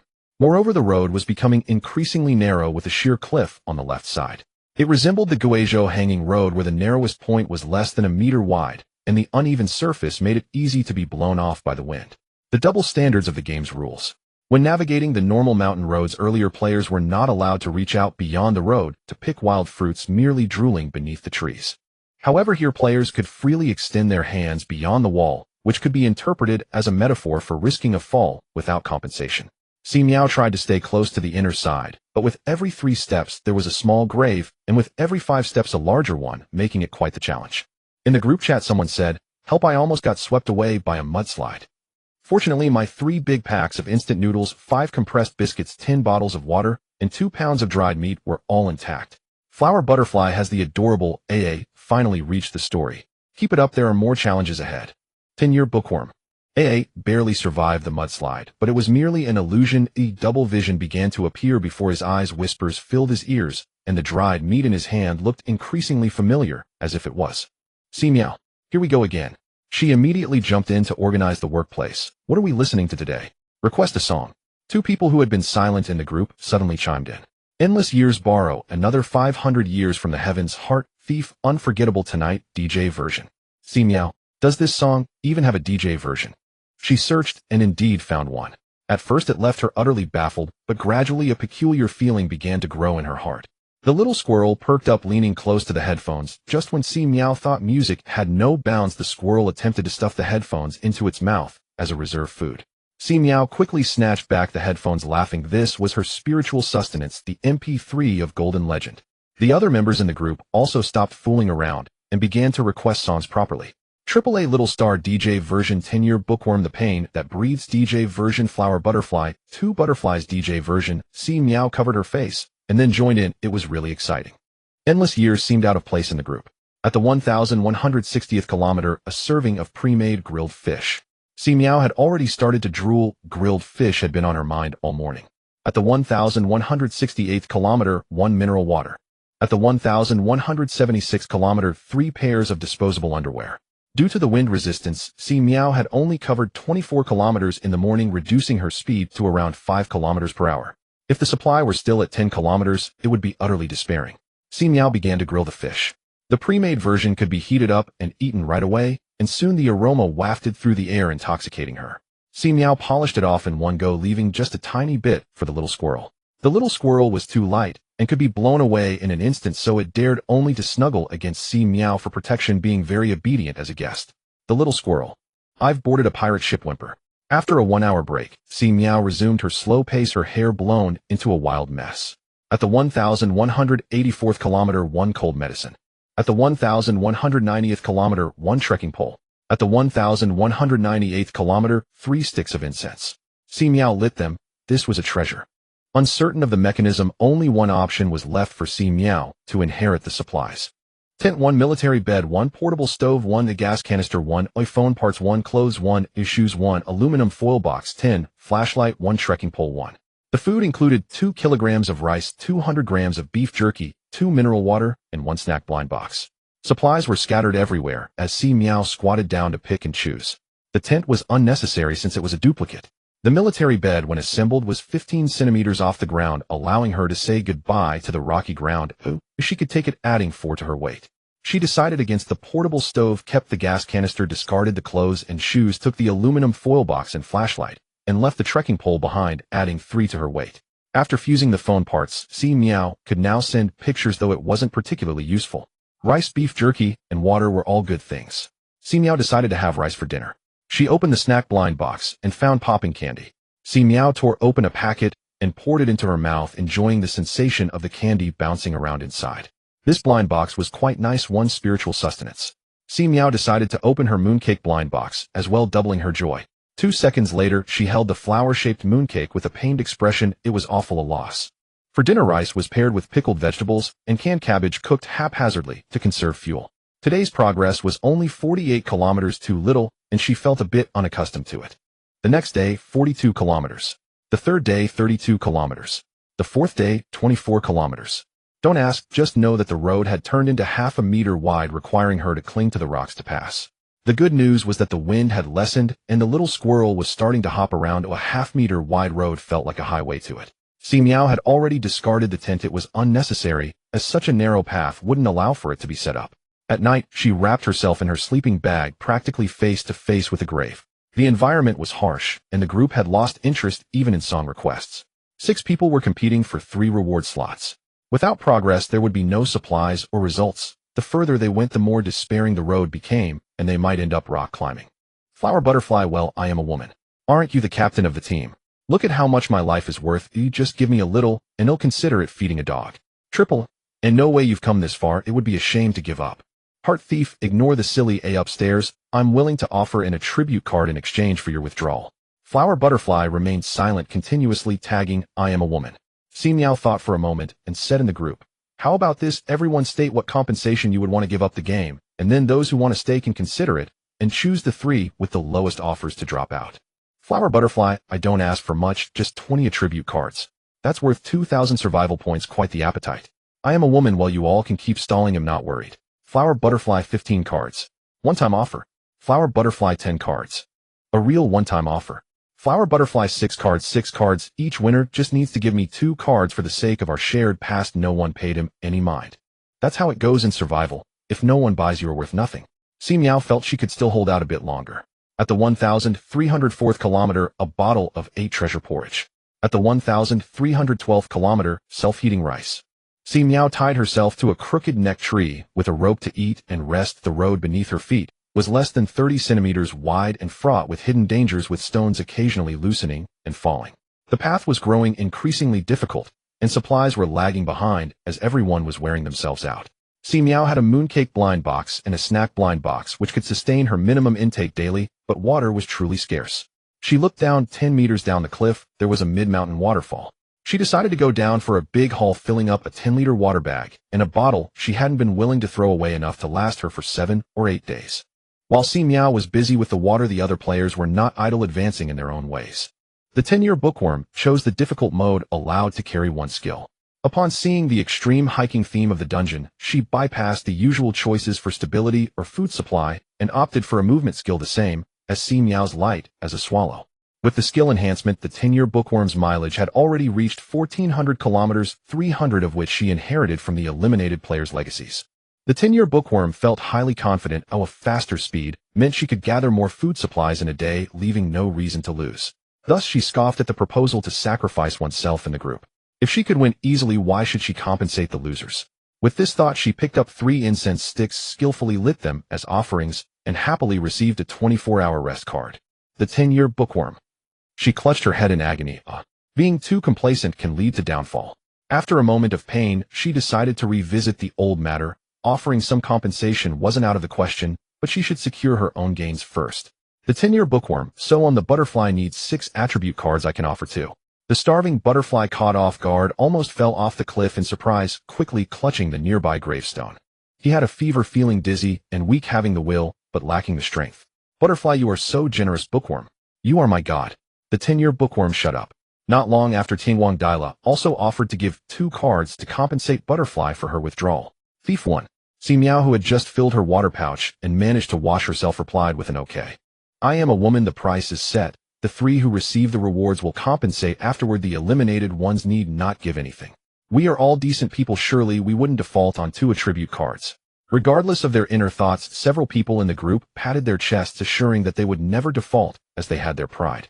Butterfly, boo-hoo, it's still Sister Woman's words that carry weight. I declare you my only true god from now on. Si Miao frowned and told him to get lost. I am a woman. Anyone else want to withdraw? What's the offer? AAA, anyway, I've decided to survive to the end. I don't agree with any compensation plan. Don't count me in. AAA felt he had a great chance of winning. He chose the simple mode, with supplies replenishing every 5 kilometers. This alone outclassed the other players. He had 2 skills, one for space to solve the weight problem and one for attack, but unfortunately there was no opportunity to use them. He walked slowly but steadily. For a guaranteed win, why should one compensate the losers? Butterfly decided to abandon the game. Competitor 1. Heritage 1. After refilling her water, Si Miao began to push forward with all her might. 1,320 kilometers. Phone components. Si Miao frowned as she combined it with her phone, and her eyes brightened. She could check the status of players in the group. The one with the highest mileage wasn't Tingwang Daila after all, but the 10-year bookworm, who was keen on fabricating ghost stories. Si Miao was taken aback. Indeed, one shouldn't judge by appearances. 10-year bookworm, 1416 kilometers. I am a woman, 1320 kilometers. Tingwang Daila, 1280 kilometers. Thief, 1267 kilometers. AAA, 800 kilometers. Si Miao clicked on the mileage of the eliminated players, and Butterfly had 1012 kilometers. Her breathing quickened. If she could inherit Butterfly's mileage, she could turn the tables. She didn't sleep at all, leveraging her long standby bonus to advance overnight, moving laboriously like a mouse. The little squirrel was already doing well and gradually adapted to the environment, becoming bold, jumping around on Si Miao's shoulders. Si Miao swatted away its fluffy tail from her face and tossed it 2 chestnuts to play with. The little squirrel indeed played around, occasionally bringing back some hazelnuts and pine nuts for Si Miao. They were great for snacking. At 1328 kilometers, she found a bottle of Red Bull. Si Miao sat closely at the grave, her feet dangling off the cliff, gazing at the sunrise in the east, surrounded by a sky full of rosy clouds, as she opened the mooncake blind box and snack blind box. Red bean cake. A pack of white sun-dried peanuts, 300 grams. All good things for filling the stomach. Si Miao finished the mooncake, sipped water slowly, and ate a few sour kiwis. She discarded everything except for food, throwing away pots, stoves, chairs, and camping beds, all unnecessary. After replenishing her energy, she resumed her journey. At 1336 kilometers, Si Miao walked from sunrise to sunset over these 8 kilometers, slipping off the cliff several times in the process. But heaven rewards the diligent. 3 incense sticks. Huh. She howled toward the sky for a while and planted the incense beside the grave on her right. Butterfly, am I not your god? Let's make offerings to the god. Butterfly was indeed very trustworthy. 3 options appeared before Si Miao. Inherit skills. Inherit supplies. Inherit 8 kilometers of supply drop. But the mileage she wanted most was missing. She wore a mask of pain and trembled as she opened the group members' data. 10-year bookworm 1416. I am a woman 1336. King Wong Dila 1300. Thief 2279. AAA 834. Si Miao's last glimmer of hope disappeared. She nearly broke down. Although she was in third place and would receive a reward, she was unwilling. Taking a deep breath, she looked at the 3 options before her again. 8 kilometers of supplies can go away. Inheriting supplies, what good is it when Butterfly has already abandoned the game? Si Miao chose to inherit the skills. Finally, it was a spatial item. Si Miao tossed the supplies hanging on her body into the space, causing the little squirrel to drop the chestnuts from its mouth in surprise, curiously climbing around her, especially in the spot where she had placed the chestnuts. Where are my reserves? Si Miao smiled upon seeing this, exhaling a breath of foul air. At 1344 kilometers, an invitation card. Si Miao entered the tomb disregarding everything else and fell asleep first. These days, hanging on the cliff half awake and half asleep, she couldn't get enough rest. Upon waking, she found that the little squirrel had turned the tomb upside down. It dragged a piece of parchment to Si Miao's side. Si Miao checked it. Skill book, this is no longer a bother. Si Miao sprang up like a carp. Save effect, 1 save slot. Can sacrifice 1 skill to return to the save time point limited to dungeon use. Si Miao blinked. She immediately set the current time node to save and tried to revert. Good news, the sacrifice skill is not limited to the current dungeons carrying. Si Miao's entire skill library can be used. It seems she needs to buy some cheap skills as backups in the future. She then attempted to save a new slot, overriding a previous time node, but failed. Si Miao felt a bit disappointed as she had to keep going back and forth, but this wasn't too bad. It represented countless opportunities for trial and error. Si Miao smiled broadly and secretly resolved to bring this skill book out of the dungeon. Si Miao calmed down and began to think about how to eliminate her competitors. Currently, there are 5 players left competing for 3 reward slots. The kilometers of eliminated players will be inherited by the remaining players, meaning only the last 3 standing will have results and participate in the final ranking. Si Miao opened the group chat, wavering between the IDs of the 4 players. Stealing Heart Thief 2279. No, it has refreshed to 2,283 kilometers. As long as I don't die from falling or starvation, I will secure my win. The bookworm of 10 years runs this fast, likely having some skills to back it up. Dauntless and choosing hell mode must mean they have some tricks up their sleeve. Si Miao ultimately focused on the player with the least kilometers, AAA. At 5 kilometers, they would receive material supplies, a contestant for a prolonged battle. However, with such a significant deficit in kilometers, it ruled out the possibility of having too many supplies, leading to weight gain or laziness from sleeping. Their level must be low and their attributes have dropped significantly. After pondering for a moment, Si Miao sent a message in the group. Setting a trap. I am a woman, I can see your kilometers. Stealing Heart Thief 2283. A just inherited the kilometers from Flower Butterfly. The bookworm of 10 years has been stuck at 1416 for a while, must have drawn a rest card. Dauntless and choosing hell mode 1306. AAA 842. The group instantly erupted. AAA, how did you all move? Did you fly? The bookworm of 10 years. Stealing Heart Thief. I hate luck. Stealing Heart Thief, ha ha ha, then I'm guaranteed to win. I want move, I can just stay by the waterfall and drink water, dragging you all down. Dauntless and choosing hell mode. AAA, that's fake. You must be tricking me. AAA, I am a woman, what about your own results? Si Miao shamelessly replied 1760. The bookworm of 10 years, impossible, you are in hell, difficulty skills fully sealed, how could you possibly be faster than me with no gear? Si Miao opened her mouth to speak nonsense, my agility is 88. The crowd gasped in shock. It glanced at their own 28 agility points, thinking they had stumbled into heaven. Si Miao thought to herself, with the distributable attributes, 88 points wasn't a lie, and she continued to send messages. I am a woman, I will report your results daily, so everyone has an idea.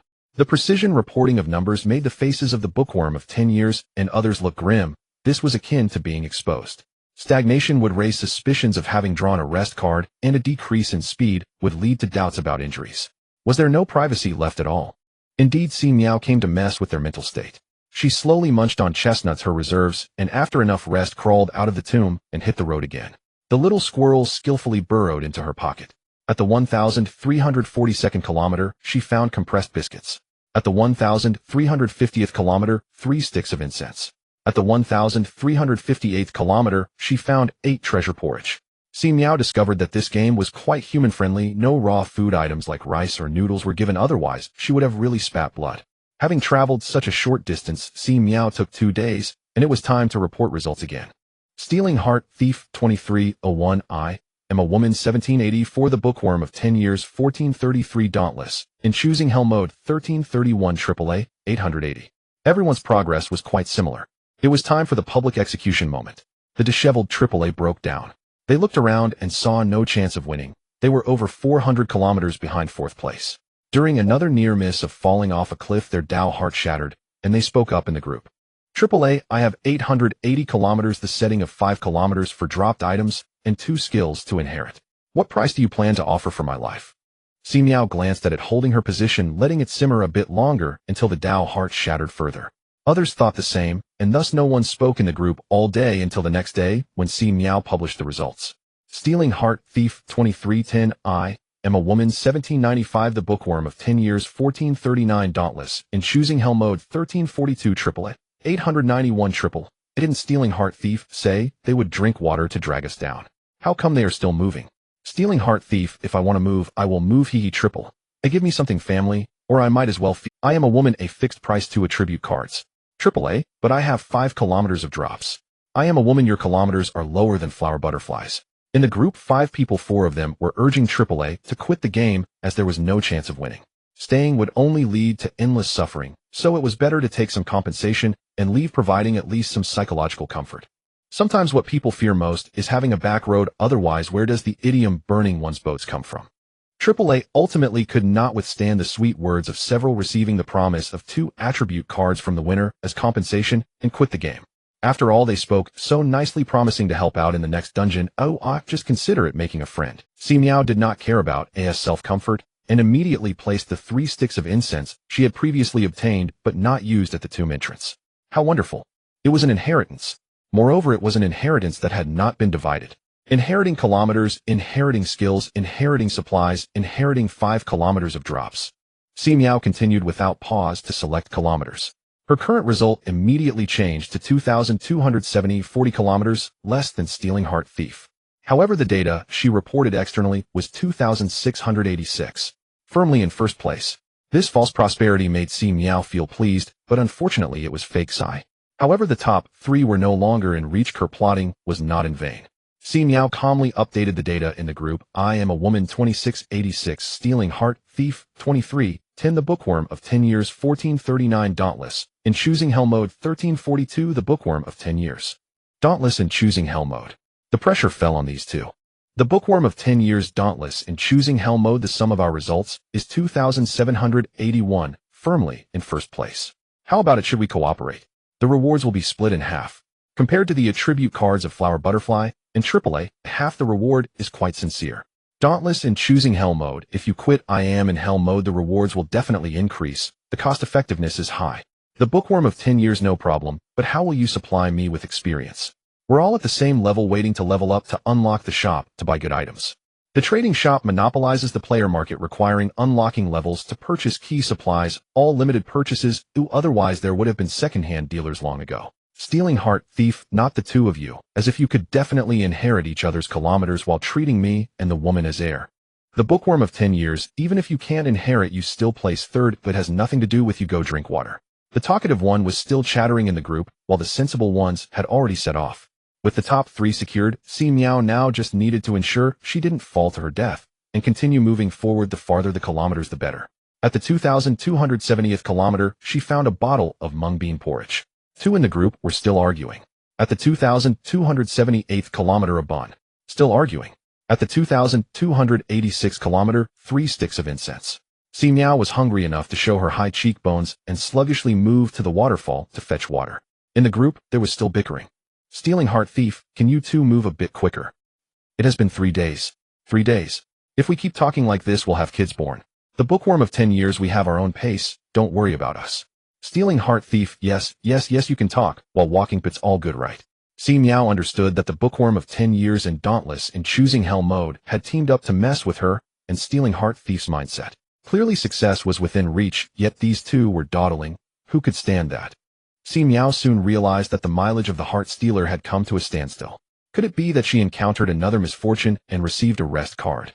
She put away her phone, idly guessing, as a little squirrel nimbly jumped down from the cliff above, landing on Si Miao's shoulder and began to dig into its chubby cheeks, pushing all sorts of nuts like pine nuts and hazelnuts into Si Miao's palm. Si Miao couldn't help but laugh and cry at the same time. This little squirrel had a conscience, fearing she would starve. However, on the other hand, her own situation was not optimistic. With high-intensity exercise and tense nerves coupled with insufficient food and poor sleep, it was only her strong constitution that allowed her to endure. Now all she had left were a mooncake blind box, a snack blind box, and a 10-liter water bag collected from the waterfall along with 2 bottles of water. She might not thrive, but she wouldn't starve either. The next day, the heart stealer had not updated her mileage. Si Miao immediately guessed that something had gone wrong. Either she was injured or the road ahead was obstructed. The heart stealer was feeling troubled. She had stopped at a small platform facing a large, protruding rock with no foothold, requiring a risky climb around it, where one misstep could lead to a fall. Weighing the pros and cons, the heart stealer felt that continuing forward was no longer cost-effective, so she decided to sit down and guard her current achievements until the quest concluded. She took stock of her supplies: 1 cake blind box to replenish energy, approximately 6 liters of water in the water bag, enough to sustain her for 10 days to half a month. If worst came to worst, she could retreat a few kilometers back to the previous waterfall to guard the water source and make do with the cake blind box. It was the anxious feeling of hunger that was truly unbearable. The heart stealer thought about spending some money to avert disaster, so she expressed her willingness to be generous while bargaining in the group with the 10-year bookworm and the everlasting. Heart stealer, you two hurry up. No matter who wins, I'll cover the attribute cards for flower butterfly and triple. Si Miao immediately agreed. I am a woman 1. According to the agreement, the 3 victors need to provide a total of 12 attribute cards for flower butterfly and AAA, which means each person has to contribute 6 cards totaling 600 survival points. For Si Miao, who had a balance of over 2,000, that was just pocket change. She was worried about any subsequent changes, such as a skill that could influence the situation. It was better to secure the gains quickly. 10-year bookworm, finally willing to splurge on gold coins. You two are really patient. Si Miao rolled her eyes in annoyance, almost pouting as her hunger made her hands and feet tremble. Her condition was deteriorating, and the probability of falling to her death increased significantly with every step forward. In short, she could hardly move. Si Miao held 3 incense sticks, waiting for an opportunity. Once either 10-year bookworm or everlasting abandoned their game, she would immediately light the incense as a tribute. If luck was on her side, she might inherit their mileage. That would be a windfall. For the next, while Si Miao remained motionless, just staring at the group chat, 10-year bookworm and everlasting were indeed quite talkative, already reminiscing about their childhood experiences of climbing mountains to pick chestnuts. Si Miao didn't dare to miss a single message. There must be something unusual behind this. Everlasting had been quieter than her, and now suddenly became excessively verbose, indicating there was likely some agreement hidden within the chatter. In the group chat, private messages were not allowed. They could only communicate in this manner to agree on when to abandon the game, after which the other person would immediately insert the incense to inherit the mileage. Similar to when Si Miao had squatted by AAA earlier. From the perspective of those who had been through it, her intentions were too easy to guess. Si Miao's eyes widened like saucers.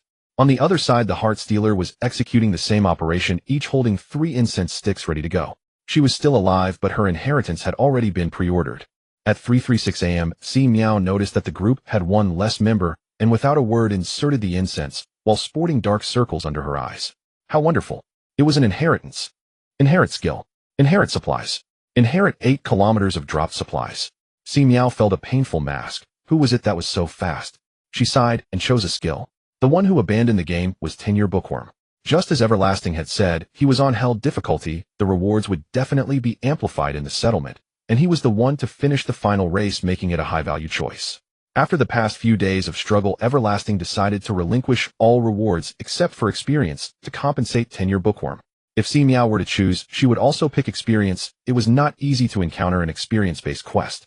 10-year bookworm's skill was as light as a swallow. Si Miao's eyes lit up upon seeing it. What an excellent skill. She felt motivated to move forward again, and since the dust had settled, the option to exit had appeared. It would be fine to exit before falling to her death. The situation was reshuffling now with the group data.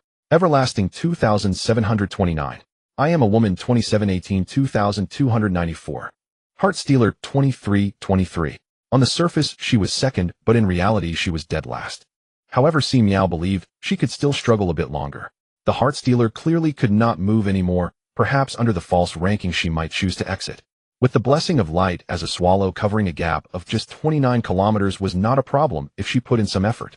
Sure enough, in the next second, the heart stealer saw that she was nearly 400 kilometers away from I am a woman, and immediately quit and fled, starving to death and deciding not to play anymore. Only 2 people remained in the group. It was just Si Miao and Everlasting, both on hell difficulty. After securing her gains, Si Miao's heart calmed down, as well, no longer feeling anxious. She put her phone in her pocket and began to forge ahead. Thanks to 10-year bookworm's light as a swallow, it was truly useful. At kilometer 2302, she found a bottle of 8 treasures kanji. At kilometer 2310, 3 incense sticks were obtained, and she received 10-year bookworm's 8 kilometers of dropped supplies, which made Si Miao smile. At kilometer 2318, she found a bun. At kilometer 2326, she found self-heating rice. At kilometer 2334, she found self-heating hot pot, and also happily claimed second place. Si Miao took a moment to glance at the group chat. Oh, Everlasting was advancing at a speed of 5 kilometers per day, and this person must have had some amazing luck inheriting 5 kilometers of drop supplies. Upon reaching this point, she finally experienced a taste of pushing her limits. Si Miao finished her hot pot and sighed comfortably. By kilometer 2500, Oh, Everlasting's total score of 2,903 was gone. Si Miao ate the pine nuts that the little squirrel brought over, feeling delighted in her heart. At kilometer 2550, Si Miao obtained 3 incense sticks, happily receiving a 24-hour competition card, and the mooncake blind box yielded a small piece of mooncake. She conserved her energy by lying down for a day, and the next day the mooncake blind box still only contained a small piece. She truly felt she could not go on. Si Miao sighed and trudged forward, choosing to end the quest before she fell off the cliff when a stone underfoot loosened. The little squirrel, who had hurried back after overcoming mountains and rivers to find food, exclaimed, "Such a big person. Congratulations. Player ranked 2nd in extreme hiking mileage. Congratulations. Player gained 20 experience, 200 survival points, and can carry items 2 mileage, 2550 experience, 2550 held difficulty, rewards tripled. Detected that the player has an experience doubling card. Would you like to use it? Yes, yes, yes. Congratulations. Player gained 306 experience, 600 survival points, and can carry items 6. Please select the items you wish to take out of the quest. A list of options popped up in front of her MP3. Little squirrel save file light as a swallow, 10 square meters of space, mooncake blind box, snack blind box, 3 incense sticks, death notice, dropped supplies from hiking 10 kilometers, dropped supplies from hiking 8 kilometers, phone parts, voice phone parts, images, phone parts, view data, and the rest were tent, sleeping bags, and some miscellaneous items. Si Miao quickly dragged the save file into one of the 6 available slots, occupying a position. Only then did she leisurely begin to select. Little Squirrel 1. After walking 8 kilometers, resources dropped. Si Miao opened to check the details. Similar to a passive title, it wouldn't take up a skill slot and would drop environment adapted resources. Si Miao felt this was a good item and checked it off. 4 slots were filled. Si Miao opened her phone. Phone for use only in Dungeon World, can generate up to 5 phones for group chat. Isn't this a communicator, a tool for team formation? Checked it off. For the last slot, Si Miao reluctantly gave up the MP3 and chose 3 incense sticks. MP3. Heartless Bad Woman. With the resource selection completed, Si Miao left the dungeon. She returned to her vehicle to tally her gains. She also sent the promised compensation to AAA. She had discussed it with the Heart Stealer in the dungeon. She would give AAA 6 attribute cards, while the Heart Stealer would give Flower Butterfly 6 attribute cards. Si Miao believed her credibility was worth more than 6 attribute cards, so she was straightforward in her dealings. Experience 306,000. Total experience 419,647. Leveling up twice to level 9, with 6 attribute points to allocate. Most players were still at levels 35. Elite players like Black Bear were around level 67. Si Miao was galloping ahead, feeling quite accomplished. She allocated 10 to each of the 4 attributes, resulting in the final stats. Player nickname: I am a woman, level LV 94196478000. Race: human, talent fishing system 2. 0 special ability wood element constitution 52 agility 52 strength 52 spirit 55 survival points 20585 allocatable attributes 0. Equipment: spatial basket, mini bamboo house, kidnapped fish, green ghost resource, exchange point, little yellow duck, mutated weapon, shovel, honor certificate, angel wings, honor medal, alarm amulet, X2 stasis space, 86 servings of food, fishing rod, net, diving pearl, turtle shell, 300 nursery, rhymes, voluntary, overtime application, rest area ticket X1, a dungeon ticket X1, piggy bank, treasure, mouses, fur wallet space, 3 incense sticks, phone, death notice, skills, golden word set. My rules are my rules. Clevel fireball technique, close range, watermelon eating, go, rest assured, I just need to sleep light, as a swallow staring at my child. Clevel thunder technique, shadow, hey, am out, level water arrow, hardening shield, aviator, copy, cheating tips, ever-changing hairstyle, save game, 8-kilometer resource drop titles, just focus, and work teammate has already puked for 3 days and nights. Let me open the mic. If you don't speak, no one will take you for a mute fisher. Long S. Little squirrel suddenly found itself in an unfamiliar environment, dropping the pine nuts from its mouth. However, upon seeing the familiar bipedal creature, it was filled with joy, climbing onto her shoulder and sweeping Si Miao's ear with its fluffy tail. Si Miao couldn't resist this test and immediately poured a bowl of universal pet food for it. From now on, I will call you Chestnut. Chestnut buried its face in the pet food, eating quietly. Si Miao suddenly sensed a mournful gaze. Looking up, she saw the green ghost perched on a potted plant. Green ghost crying. JPG. Si Miao laughed heartily, sharing a bowl with it, as well ensuring everyone had something. As the green ghost enjoyed its favorite pet food, it occasionally glanced at Little Squirrel, forming a finger to poke Little Squirrel's head. Little Squirrel turned fur bristling and dove into Si Miao's clothing, trembling. The green ghost retracted its hand and floated away, saying, "Coward not worth fearing." Si Miao couldn't help but chuckle. Little Squirrel was just an ordinary little squirrel with no skills. Si Miao bought it a nest for a comfortable retirement. Glancing at the time, it was already 10:30. There was still plenty of time. Si Miao opened the trading mall, searching for the cheapest skills, beginning her stock acquisition for the saved skills. Ultimately, she selected a level water balloon technique, costing 300 survival points, buying 10 at once, spending 3,000. The previously set slots from the walking dungeon had automatically vanished. Si Miao attempted to set the current time as a new slot, but the setting failed, confirming it could only be used in the dungeon. What a pity, otherwise this skill would be invincible. After completing these tasks, Si Miao leisurely began to research what good items had been unlocked in the level 9 trading mall.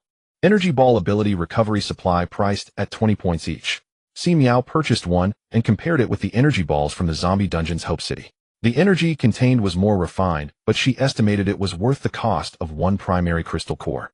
In other words, the mall acquires it from players at a price of 1 survival point, then processes it and sells it back to players for 20 survival points. What a scheming merchant. Si Miao clicked her tongue. Back then she had brought out 527 energy balls from Hope City with a rich reserve, so she didn't buy any. Si Miao continued to look at other unlocked items. Rest area ticket priced at 10 survival points. Rest card priced at 100 points, limited to 1 purchase per day. Voluntary overtime application priced at 200 points, limited to 1 purchase per day. Group creation card, 500 points. Contract, 10 points. Such cheap items, Si Miao had to take a look. Contract, a document drafted by both players effective upon signing, endorsed by the game, can be carried into the dungeon without occupying equipment slots. It seemed like a high-volume item. Si Miao immediately shared it with Windy Pig. With such a contract as assurance, the hardworking team wouldn't fear that high-level players would back out later. Windy Pig was online and immediately waved his hand, asking her to purchase 50 pieces and toss them into the group warehouse. Of course, group members couldn't receive them for free. They needed to exchange them for contribution points. Si Miao took a moment to glance at the situation of the hard-working team and found it was taking shape similar to a guild in a game. Members completed various tasks to earn contribution points, which could then be exchanged for cheaper items or rare goods in the warehouse. Si Miao held the title of honorary president with 100 contribution points, administrative privileges allowing her to prioritize selecting precious resources and freely advertise and sell goods in the group. Ordinary members did not have this privilege. Senior members, wholesalers. Windy Pig, and other administrators, the platform. Ordinary members, consumers. Si Miao checked the task list. The simplest task was to cheer 10 times in the regional channel, earning 1 contribution point. Si Miao, isn't this just a score farming team? There were also tasks for collecting lists of deadbeats, referring to players who backed out later. Deadbeat database. It looked quite organized. Si Miao saw Windy Pig actively responding to players' confusion in the group and shook her head. If it were her, she would definitely be impatient and wouldn't have the ability to manage such a large affair. However, everyone has their own strengths. Si Miao just needed to ensure that her level remained at the forefront. With the platform of the life-risking squad, Si Miao could bypass the system's mercenary nature and sell the vast amounts of basic supplies obtained through the fishing system. In order to clear inventory and quickly cash out, she directly sold at a 3-fold discount, earning twice as much as selling to the recycling system at a 1-fold discount. The cunning Shui Feng Zhu included buying items from the warehouse as a task, earning contribution points, albeit not much, receiving 1 point of contribution for every 100 survival points spent, with a daily limit of 3 orders. Encouraged by the cheap discounts and contribution points, players in the life-risking squad with needs would prioritize placing orders in the warehouse. Especially after Shui Feng Zhu congratulated Si Miao on leveling up to level 9, everyone was even more excited. Life-risking first place. Congratulations to our life-risking squad's honorary president. I am a woman for leveling up to a level 9 powerhouse. Si Miao felt as if she had stumbled into some sales settlement group. However, seeing that she had earned so much in just a few hours in the group, Si Miao decided to remain the honorary president as long as the benefits from the life-risking squad outweighed the troubles. Chui Fengzhu thoughtfully prepared a flawless response for her. Chui Fengzhu, don't worry, I won't bother you unless absolutely necessary. The divine anchor should remain mysterious, and trivial matters we will handle ourselves. Si Miao thought Chui Fengzhu was incredibly considerate. She pasted the response into the group and then went incognito to check what had been unlocked in the trading mall. Very expensive bow ranged attack. The first arrow costs 1 survival point, the second arrow costs 2 survival points, the third arrow costs 4. The fourth arrow costs 8. The fifth arrow costs 16. Damage increases accordingly. As long as you have money, you can pierce through the world. Si Miao calculated with her fingers that with her current account balance of 17597, she could only fire 15 arrows. Terrifying. Indeed, it was a very expensive bow. Suitable for mutual destruction. After finishing this, she would be bankrupt and not want to live anymore. Si Miao glanced at the very expensive bow's price, 500 survival points. She took a deep breath and ultimately gritted her teeth to buy it, also spending 100 survival points on a binding card that could not be dropped. With 600 survival points spent, the piggy bank returned 1, immediately replenishing 60 survival points, bringing her account balance to 11675. Si Miao chose to buy 30 attribute cards with the balance going to 300 and the piggy bank returning. The original Si Fireball and Si Thunderbolt spells were thrown into the life-risking squad's group warehouse, purchasing B Fireball and B Thunderbolt spells balance at 200 piggy bank return 20. Control Technique 2, balance 200 rebate 20. Dispel Technique 2, balance 300 rebate 30. After a bulk purchase, the account balance reached 1757, a very poor yet reassuring number. Si Miao solemnly took out the notice of death. She bought the very expensive bow and so many controlling and dispelling skills, of course, to find Lan Yu for a friendly spar. Buying news from Xiao Tao Sis, here's the nest card you wanted.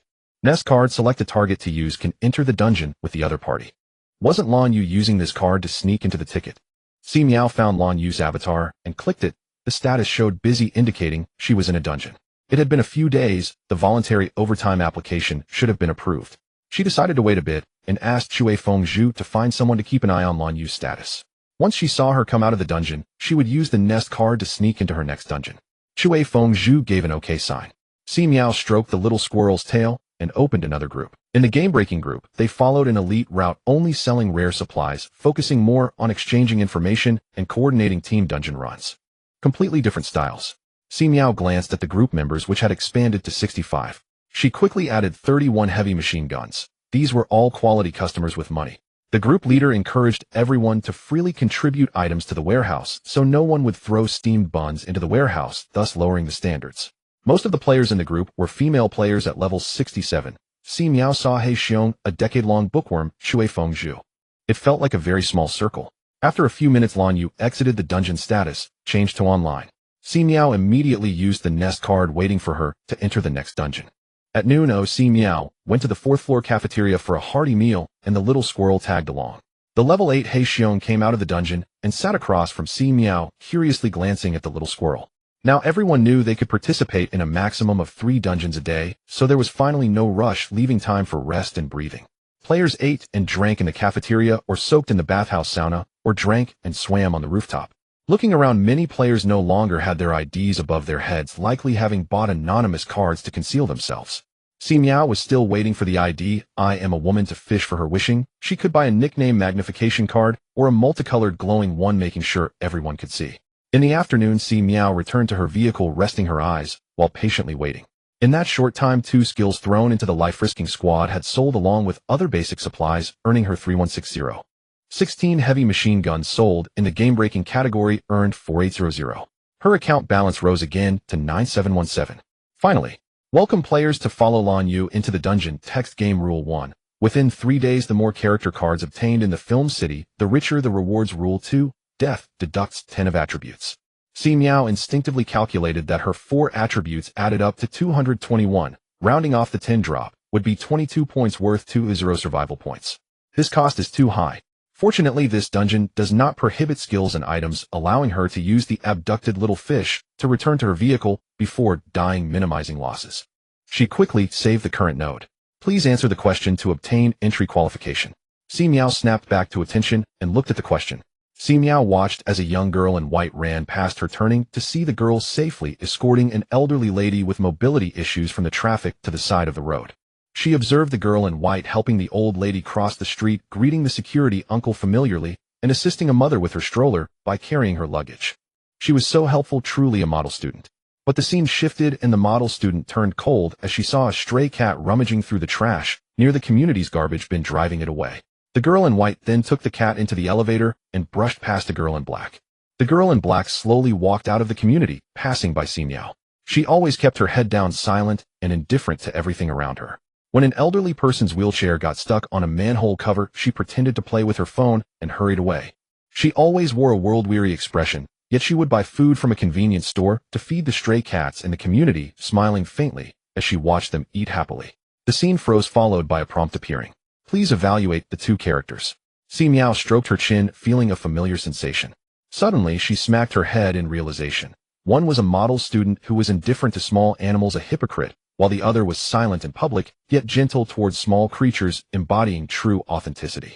Generally speaking, when these two character types are placed alongside each other, the one criticized would surely be the girl in white, with the usual rhetoric being someone who can't even treat small animals well. If they can't be kind in small matters, how could they be good people? Their usual enthusiasm for helping others must be a facade merely to earn praises. On the other hand, the girl in black would receive compliments, with the common saying being that someone who treats small animals kindly cannot be a bad person. She just struggles to express herself. A clever play on words, lifting and then suppressing. Si Miao pondered and replied, the girl in white is a good person, while the girl in black is a good cat. After a brief pause, a prompt sounded. Congratulations, you have qualified for entry. The environment shifted and Si Miao silently blended into a bustling city. She looked up at the city gate ahead, where the words Film City were written in large letters. There was no trace of. She checked and found that the trading mall was closed and the private message and email functions were disabled, but her skills and equipment were all usable, offering her a high degree of freedom. Si Miao remained cautious.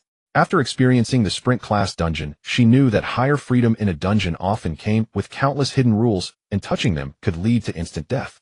Si Miao did not forget her purpose and immediately used close-range melon eating, silently reciting the ID Lan Yue, but unlike previous successful attempts, her mind was blank this time, seeing nothing. Not ready to give up, she used cheating technique in hopes of gaining clues about Lan Yue, but still failed. Si Miao was impressed. No wonder she was such a bad woman who targeted others early on, slick and elusive. Extra! Extra! Casting for extras. A woman shouted with a loudspeaker on the roadside. After failing to locate her target, Si Miao decided to take up a task, as being an extra was also a role, so she went to apply. Being an extra requires acting skills too. Here, take this test. Not 998. Not 899. Just 499, guaranteed pass, and you'll get the certificate. Si Miao. Isn't this a scam? Whatever, it's just a task. Si Miao skillfully pulled out a gold coin, and under the gaze of the group leader Cheng Liang, she forcefully pried off a piece. After paying the training fee, the empty taskbar in the upper left corner of Si Miao's screen updated immediately. Character card extra acquiring. She thought there would be 1 or 2 training sessions, but the group leader went straight to practical training, assigning her roles such as a corpse, a background character, and a small maid kneeling and listening to the emperor and his favored consort. In short, she did all the work while the group leader collected the money, taking a cut from both sides. Si Miao was left speechless, tossing aside her worn embroidered shoes, feeling miserable. However, hard work pays off. 8 kilometers triggered 6 drops, yielding 1,200 cash. Not only that, Si Miao successfully obtained the extra character card and gained the group leader's appreciation, who recommended her for a role as a current scene actor. In short, she could now share the screen with the main character, and with some luck, she might even get a line or 2. But Si Miao had come with a mission of revenge, and looking at the time passing with half the day gone and not a single trace of Lan Yue, she felt anxious. She attempted to take a different approach. I've had a dream of being an actor since I was young, wanting to experience being an extra, a guest star, and a leading role. The group leader remained unmoved. Every person coming to the film city as an extra had an actor's dream. Si Miao decided to use her wealth, placing a bag of gold in the group leader's hand. I just want to experience it, even if it's just for a second per shot. The group leader glanced at the gold, her eyes shining, but she still resolutely refused. What do you take me for? I have professional ethics. Si Miao failed to exploit the bug. She honestly took up the role of a scene actor, the type with only one line, sir, the lady has run away again. The main character's acting was worse than hers, and there were a lot of troubles. With such a minimal amount of plot, they filmed for a long time, and by the time Si Miao left the crew it was already dark. She held her newly acquired character card, a white card with the words "Scene Actor" printed on it. Si Miao reflected on a day of being a lowly worker and felt the urge to reward herself, so she found a hotel to freshen up. The previous role as a maid had left her hair styled with at least half a can of hairspray, making it stiff and hard, likely due to poor quality products, and her scalp was starting to itch. After finishing her shower, the late-night snack she ordered was delivered. When Si Miao went out to retrieve it, she spotted a player with an ID of cotton candy in the corner sneaking around with a camera. A paparazzi. Si Miao raised an eyebrow. Cotton Candy noticed Si Miao, and her eyes lit up as she immediately approached, pushing her way into Si Miao's room. "I'm an active member of the auxiliary troop. I even bought your heavy machine gun from the president. Oh, this is a client." Si Miao shut the door and opened her dinner box, which looked quite appealing. "Who are you planning to take candid photos of?" Cotton Candy almost leaned out of the window, replying, "It's a rising star living next door. As long as I can capture a close-up of him with his assistant, the task is complete." As she spoke, she had already climbed onto the air conditioning unit outside the window, skillfully jumping onto the adjacent unit and crouching to take pictures. The curtains were a thin layer of white lace, barely allowing a glimpse of the figures inside, curled up together, but their faces were unclear. Cotton Candy was extremely anxious. Normal paparazzi would wait for another opportunity. Player paparazzi, however, break the window to enter. Cotton Candy directly shattered the window, then used a control skill on the startled couple, snapping pictures, completing the task, and leaving. Si Miao was dining next door when she suddenly heard the sound of breaking glass. Curious, she stepped outside to see Cotton Candy had already climbed out the window and jumped off the third floor, escaping swiftly. Nearby NPCs gasped in shock. From the adjacent room came ghostly screams. Si Miao was taken aback. This was too brutal, wasn't it? Was such behavior allowed in the dungeon? In Si Miao's view, the game had a strong sense of control and was a place that emphasized order. Players could only play within its rules.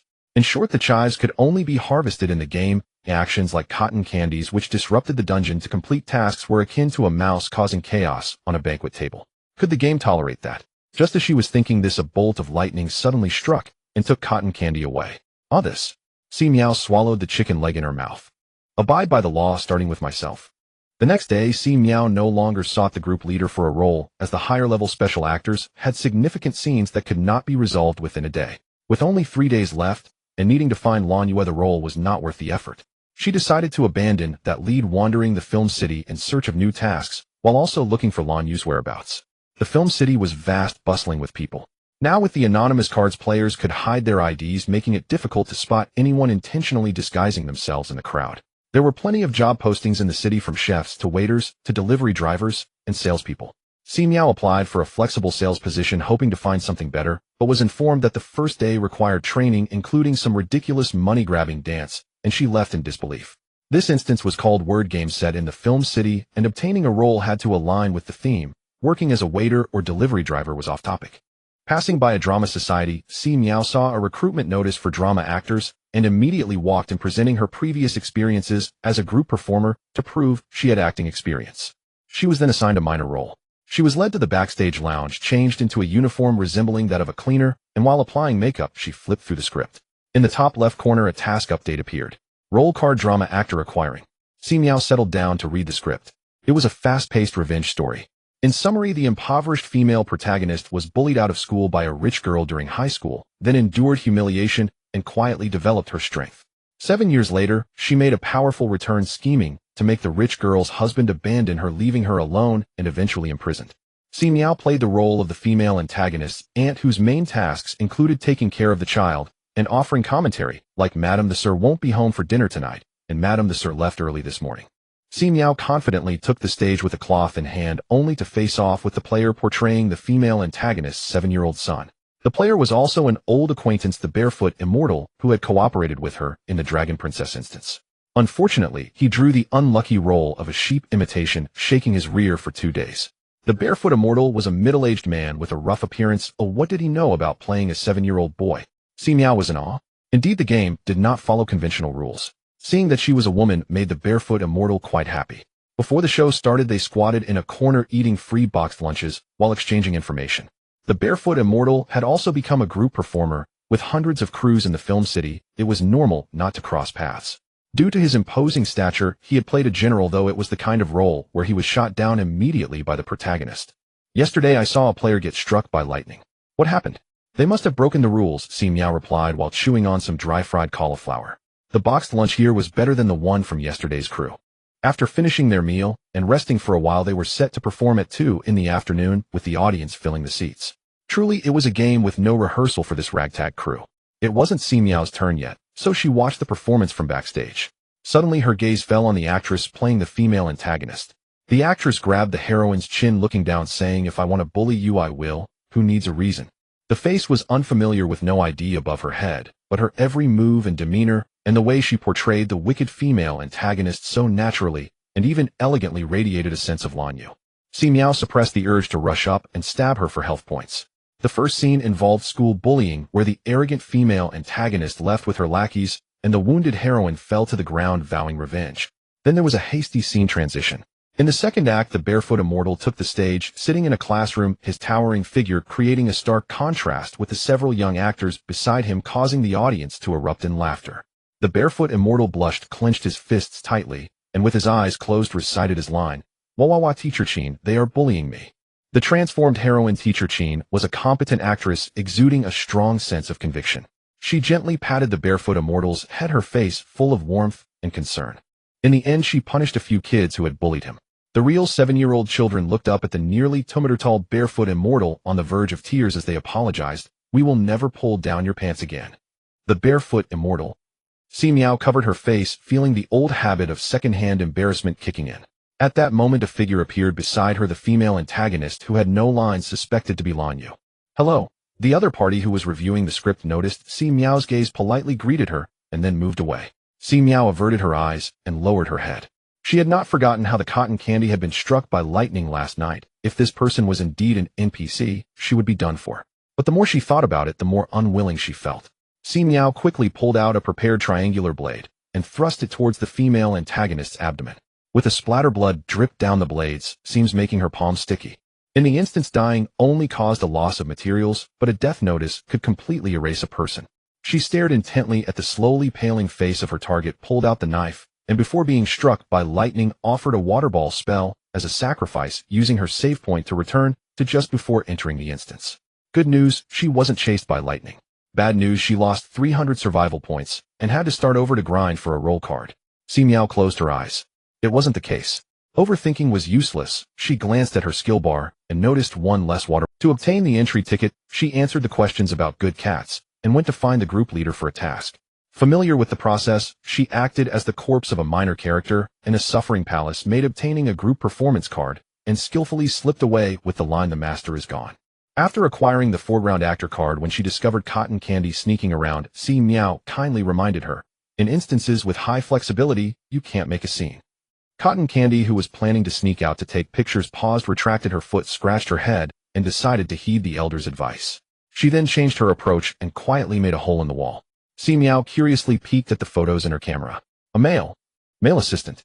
After finishing the photos, Cotton Candy intended to submit them to the newspaper and shared the task with Si Miao. Si Miao noted the location of the newspaper office, nodding along. Cotton Candy worked hard to seal the hole, and despite the large project, she didn't wake anyone next door. What skill was she using? With such a useful skill, why not use it in the previous instance? Si Miao was confused and decided to give up on pursuing the matter. She couldn't reveal her save point skills to Cotton Candy. The next day, Si Miao skillfully returned to the Drama Society to audition, still for a minor role. The barefoot immortal was still holding the script for the 7-year-old child. After eliminating the female antagonist from suspicion, Si Miao no longer paid her any attention and focused on her task. "Teacher Ning Qin, it's almost your scene." A staff member approached and quietly reminded the supporting actress. Then he turned to Si Miao and said, "The housekeeper also needs to go on stage." Si Miao chuckled, her expression changing. The stage transformed from a school setting into the luxurious mansion of the supporting actress. The barefoot immortal returned home after school, recounting his experiences of being bullied. He sat at the dining table, making the supporting actress and her husband appear petite and delicate. Si Miao, the cooking maid, brought the prop dishes to the table and stood by as a background figure. This served to highlight the wealth of the supporting actress family.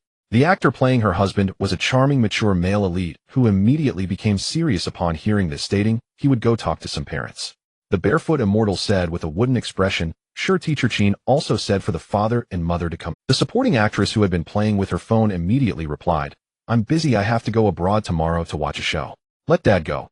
The supporting actress' husband showed a flash of displeasure in his eyes, not wanting to argue with his wife in front of their child, so he nodded and agreed, "I will go." The barefoot immortal immediately raised his hand, exclaiming, "Great. Dad is really great." Si Miao, standing in the background, had already noticed that the barefoot immortal was digging his toes into the ground. In the following scenes, Si Miao had no lines as she waited offstage. When the supporting actress went abroad to watch the show, her husband took the barefoot immortal to the school for the parent-teacher meeting, naturally leading to contact with the female lead. During several chance encounters outside the school, the supporting actress' husband discovered that the female lead was truly a kind and cultured woman, unlike his wife, who only knew how to shop at beauty salons or play around with her frivolous friends, showing no qualities of a wife or mother. As for the female lead, she was fond of history and could speak eloquently about economics and politics. What was even more commendable was that she volunteered at a nursing home on weekends. When the supporting actress' husband represented his company for a charity event to visit the elderly, he spotted the shining female lead in the crowd, feeling a stir in his heart, especially as his son kept mentioning Teacher Chin, which unconsciously fueled certain thoughts in him. He began to unconsciously compare Teacher Chin with his wife, ultimately concluding that aside from her privileged family background, his wife was utterly lacking. Initially a couple formed through an arranged marriage, they had no real feelings for each other. His patience with his wife gradually diminished, and he preferred to take his son out for outdoor activities, although he often encountered the female lead. At this time, the supporting actress also sensed something was wrong, with Si Miao playing a crucial role. While driving her BMW to the supermarket for groceries, she unexpectedly bumped into a heartwarming scene of the female lead and the supporting actress' husband shopping with their son, and she secretly took a photo. Yes, Si Miao believed this was the most important role her character played in advancing the plot. After seeing the photo, the supporting actress went mad with anger, confronting the female lead, and suddenly realizing that the female lead was the pitiful girl she had bullied years ago. After various twists and turns, the villainous supporting actress became infamous, ending up in prison. Both her family and in-laws abandoned her, and even her son was unwilling to acknowledge such a bad mother. Meanwhile, the female lead, having avenged herself, finally found peace. When faced with the confession of the supporting actress' ex-husband, she shook her head in silence and left the city alone. The curtain fell on stage and applause erupted. Si Miao, as a minor character, went on stage to take her bow, busy checking the progress of her character card, when suddenly the host called her, ushering her into the next interactive segment. Si Miao was filled with questions. Does a minor character really have to share their thoughts? However, she soon stopped smiling, because she discovered that aside from the host, there were only 3 other people left on stage. It was her, the barefoot immortal, and the actress playing the supporting role. Both she and the barefoot immortal were players, so this special segment could not randomly bring in a local native. Si Miao squinted her eyes. Had she been deceived? The sudden shift in Lan Yu's smile caught her off guard, as she never expected such a segment. A hint of regret flashed in her eyes as she quickly said to Si Miao, who was about to make a move, "You can't kill me, I'm now a genuine native." Parasite Effect can sign a contract with the natives of the Instance World, act in the capacity of a native, and be protected by the rules. As a cost, you will pay 1 year's lifespan in one go. After entering the survival game, players aren't even sure if they have any lifespan left, so Lan Yu searched for a suitable candidate, without any burden, finding a terminally ill patient in the hospital, and used 1 year of lifespan as compensation to take over her body. Now she acted using the identity of a native. The benefits were hers, but the drawbacks had to be borne by the native. Si Miao looked deeply at Lan Yue, who had taken on the guise of a native, offering the water ball technique. Rewind. Returning to the very beginning of the instance after answering the good person and good cat question to obtain an entry ticket, she refreshed at the entrance of the film city and immediately used close-range melon eating, quietly reciting the name and appearance of the native Ning Qin. Returning to the very beginning of the instance after answering the good person and good cat question to obtain an entry ticket, she refreshed at the extras hiring extras. Si Miao seized the group leader and asked, "Where is the hospital in the film city?" The group leader instinctively replied, "Changhua Avenue." Si Miao, such a familiar avenue. She let go of the other person and hurriedly rushed over. Si Miao decided to lie in wait, intercepting before Lan Yu and Ning Qin could make a deal. On the way, she triggered an 8-kilometer drop, gaining 200 cash, securing funds for a hotel. Hurriedly arriving at the ward, Si Miao, with her ID overhead, had no anonymous card saved. Staying nearby might alert the natives, so she only left a section of an ability-induced plant on the ward balcony before hurriedly leaving. She applied for a waitress position 500 meters from the hospital, shaking milk tea while sensing the dynamics of the ward. After her ability upgraded, she gained a remote control skill, allowing her to sense the surrounding environment and handle simple tasks. This time it finally came in handy. Because Si Miao worked efficiently, she was assigned to pound lemons, and after making 100 cups of lemonade, movement finally occurred in the ward. A gust of wind blew through the ward's curtains, and a purple figure appeared by the bed, Lan Yu. Si Miao immediately activated her ability, and the fantasy flower on the balcony bloomed a small bud, releasing a fragrant scent. Lan Yue, who was trying to tempt Ning Qin into signing a contract, suddenly changed color. She only had time to throw a 1-minute control skill before her eyes rolled back, fainting on the ground. Si Miao, feeling a stomach ache, dropped the half-pounded lemons and rushed to pick her up. She had plenty of strength and means. Si Miao walked boldly into the hospital room, carrying a bag of fruit, feigning a visit to a patient. Inside the room, one person lay on the bed, another on the floor, while the hallucinogenic flower on the windowsill continued to release its fragrance. As the owner, Si Miao was unaffected by the hallucinations. She closed the door and from a distance cast a control skill on Lan Yue, who was unconscious on the ground. My rules are the rules. Enhanced by her rambling, the effect lasted a full minute. Si Miao began to sing a nonsensical song. As she sang, she pulled out an extremely expensive bow, a dazzling golden longbow that automatically conjured golden arrows when she drew the string. The first arrow cost 1 survival point. A purple light flashed across Lan Yu's violet attire, deflecting the damage. Unfazed, Si Miao quickly knocked another arrow. The second arrow cost 2 survival points. The second, the third. By the 7th arrow, Lan Yu's defensive garment finally shattered, but another blue light flared up to absorb the harm. Si Miao was speechless. It was like a nested doll. However, she boldly speculated that the queen's outfit Lan Yu had given her earlier had a defense value of 100, and the cumulative damage from 7 arrows of the expensive bow was 127 survival points. From this, she deduced that the survival points consumed by the bow equaled the damage dealt. Si Miao multitasked, singing, calculating rapidly in her mind, all while continuing to draw and release arrows. Under the accumulating damage, the 8th arrow struck with a force of 128, and the 9th with a devastating 256. This directly breached the defenses of Lan Yu's 2 garments. After a succession of blue and white flashes, the golden arrow pierced through Lan Yu's heart. The golden radiance vanished, but the wound remained, real blood gushing out with each heartbeat. Si Miao stowed the expensive bow and instead gripped the turtle shell in her palm. A phantom shell materialized around her, costing 1 minute or 1 survival point, whichever was greater for durations under a minute. Facing Lan Yu, Si Miao could not have been more cautious. She hummed a chaotic tune as she approached to collect. Just as her hand was about to touch the wound, Lan Yu's eyes snapped open.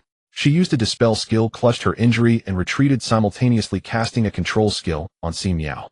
Si Miao dispelled it and cast her own control. Lan Yu dispelled it and cast hers. Si Miao dispelled and cast. Lan Yu dispelled and cast. Si Miao dispelled. After 6 rounds, Lan Yu, having exhausted her dispel skills, was utterly defeated. Si Miao shouted, "Hands up!"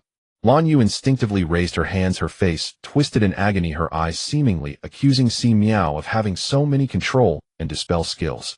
Si Miao chuckled. She had come prepared. Her original control skills were golden words, freeze, and my rules are the rules, and she had bought class and hands up, giving her a total of 10 control uses per day. Her original dispel skill was hey, I'm out, and she had purchased after school and off work, granting her 9 dispel uses daily. If she couldn't take down Lan Yu with this arsenal, she would eat her own words. Gripping the turtle shell, Si Miao approached violently to extract blood. Then right in front of Lan Yu, she pulled out a death notice and wrote down her ID. Under control, Lan, you could only watch as a new notification appeared. A mysterious friend has issued a death notice for you.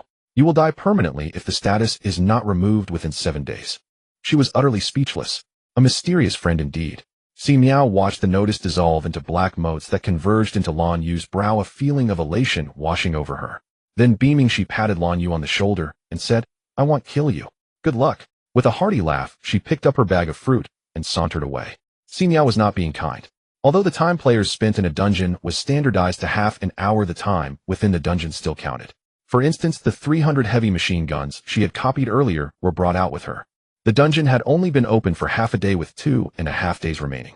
If Lan Yu chose to stay and complete tasks, she would lose that time to find an antidote, especially since the dungeon's trading hub and regional chat were disabled, cutting off 2 major channels. If she chose to end the dungeon and return to the outside world, she would have to inflict a wound on herself. For someone like Lan Yu, being killed was a matter of victory and defeat, a twist of fate, allowing her to shift the blame. But placing the choice in her own hands added an extra layer. Weighing the pros and cons, she would be forced to choose self-harm. The resulting frustration and humiliation would be doubled. It was akin to having one's father killed, which only required grief and revenge. But being compelled to kill one's own father would bring grief, struggle, guilt, self-doubt, psychological trauma, and then revenge. Seconds later, Lan Yu regained her composure. She lowered her hands, glanced at her bleeding chest, and emotionlessly used a basic healing card. A soft light enveloped her, and the wound gradually healed, leaving only torn clothes and bloodstains. She clicked her tongue, stripped off the 3 garments that had lost their defense, and pulled 3 new ones from her space, gaining 300 defense. If the game didn't limit her to a maximum of 3 layers, she would have wrapped herself up like a bear. It was akin to having one's father killed, which only required grief and revenge. But being compelled to kill one's own father would bring grief, struggle, guilt, self-doubt, psychological trauma. Truly terrifying. Meanwhile, humming a tune, Si Miao returned to the milk tea shop to continue pounding lemons. Once the progress bar for acquiring the character card hit 100, she immediately quit, earning a wage of 72 yuan. Si Miao examined the gray card, confirming her earlier speculation. As expected, these off-topic character cards were of low value. The extra and foreground actor cards she got from the first 2 files were at least white cards. Si Miao shook her head and headed to the city gate to find extras taking on tasks with practiced ease. Due to the different time, the recommended extra roles shifted from dead Japanese soldiers and palace maids to dead Japanese soldiers and zombies. The foreground actor role also changed from a maid who shouted that the master and mistress had run away to a frenzied fangirl clinging to her idol's leg and screaming. Si Miao felt her own skin thickening. That evening at the hotel, Cotton Candy appeared again, sneaking around with a camera. Si Miao casually reminded her not to disrupt the order. Cotton Candy was overwhelmed with gratitude. She then furtively completed her task and shared the paparazzi mission. Si Miao thanked her, but chose to go to the theater the next day to play a housekeeper. At the theater, she saw Barefoot Immortal and Lan Yue, who was wearing the face of the native Ningqin. Si Miao raised an eyebrow slightly. She hadn't left. Lan Yu approached with a script, acting as familiar as an old friend without any hint of the stabbing from. She said, "I tried to steal your talent, and you cleverly escaped. That's your skill. I won't beg for your forgiveness just because you're fine. Likewise, if I can lift the death notice on my own, shall we call it even?" Si Miao rolled her eyes. "In your dreams." Of course she would keep pursuing and killing. "I got a secret recipe. It can forge one's physique using dragon's blood. You're probably also limited by your bonus inability to digest, which is why your stat growth is slow, right?" Si Miao's mind stirred. It was true. She wasn't short on survival points, and she had dozens of stat cards in her account. But she was struggling to digest them, forced to add points, slowly tempering her body after each dungeon before adding more. After all, even eating requires time to digest. Lan Yu pulled out a secret recipe and handed it directly to Si Miao. Si Miao didn't take it rashly. Instead, she took a contract from her space. Of course, she had to be prepared for such a good thing. A single secret recipe isn't enough. You also need to reimburse me for the cost of 6 skills, several rest cards. Those were good stuff, I didn't even get to use them. Plus compensation for mental anguish and loss of work. Oh, and I used 1328 points fighting you earlier, so that needs to be added too. Si Miao began padding the bill, eventually writing out a compensation claim worth 500 survival points, along with a demand for an upgrade book as an apology. The physique forging recipe was just a bonus. Lan Yu was speechless. Si Miao looked at her sideways, arms crossed, and said coldly, "Can you do it or not? If not, go die quickly." Lan Yu remained silent.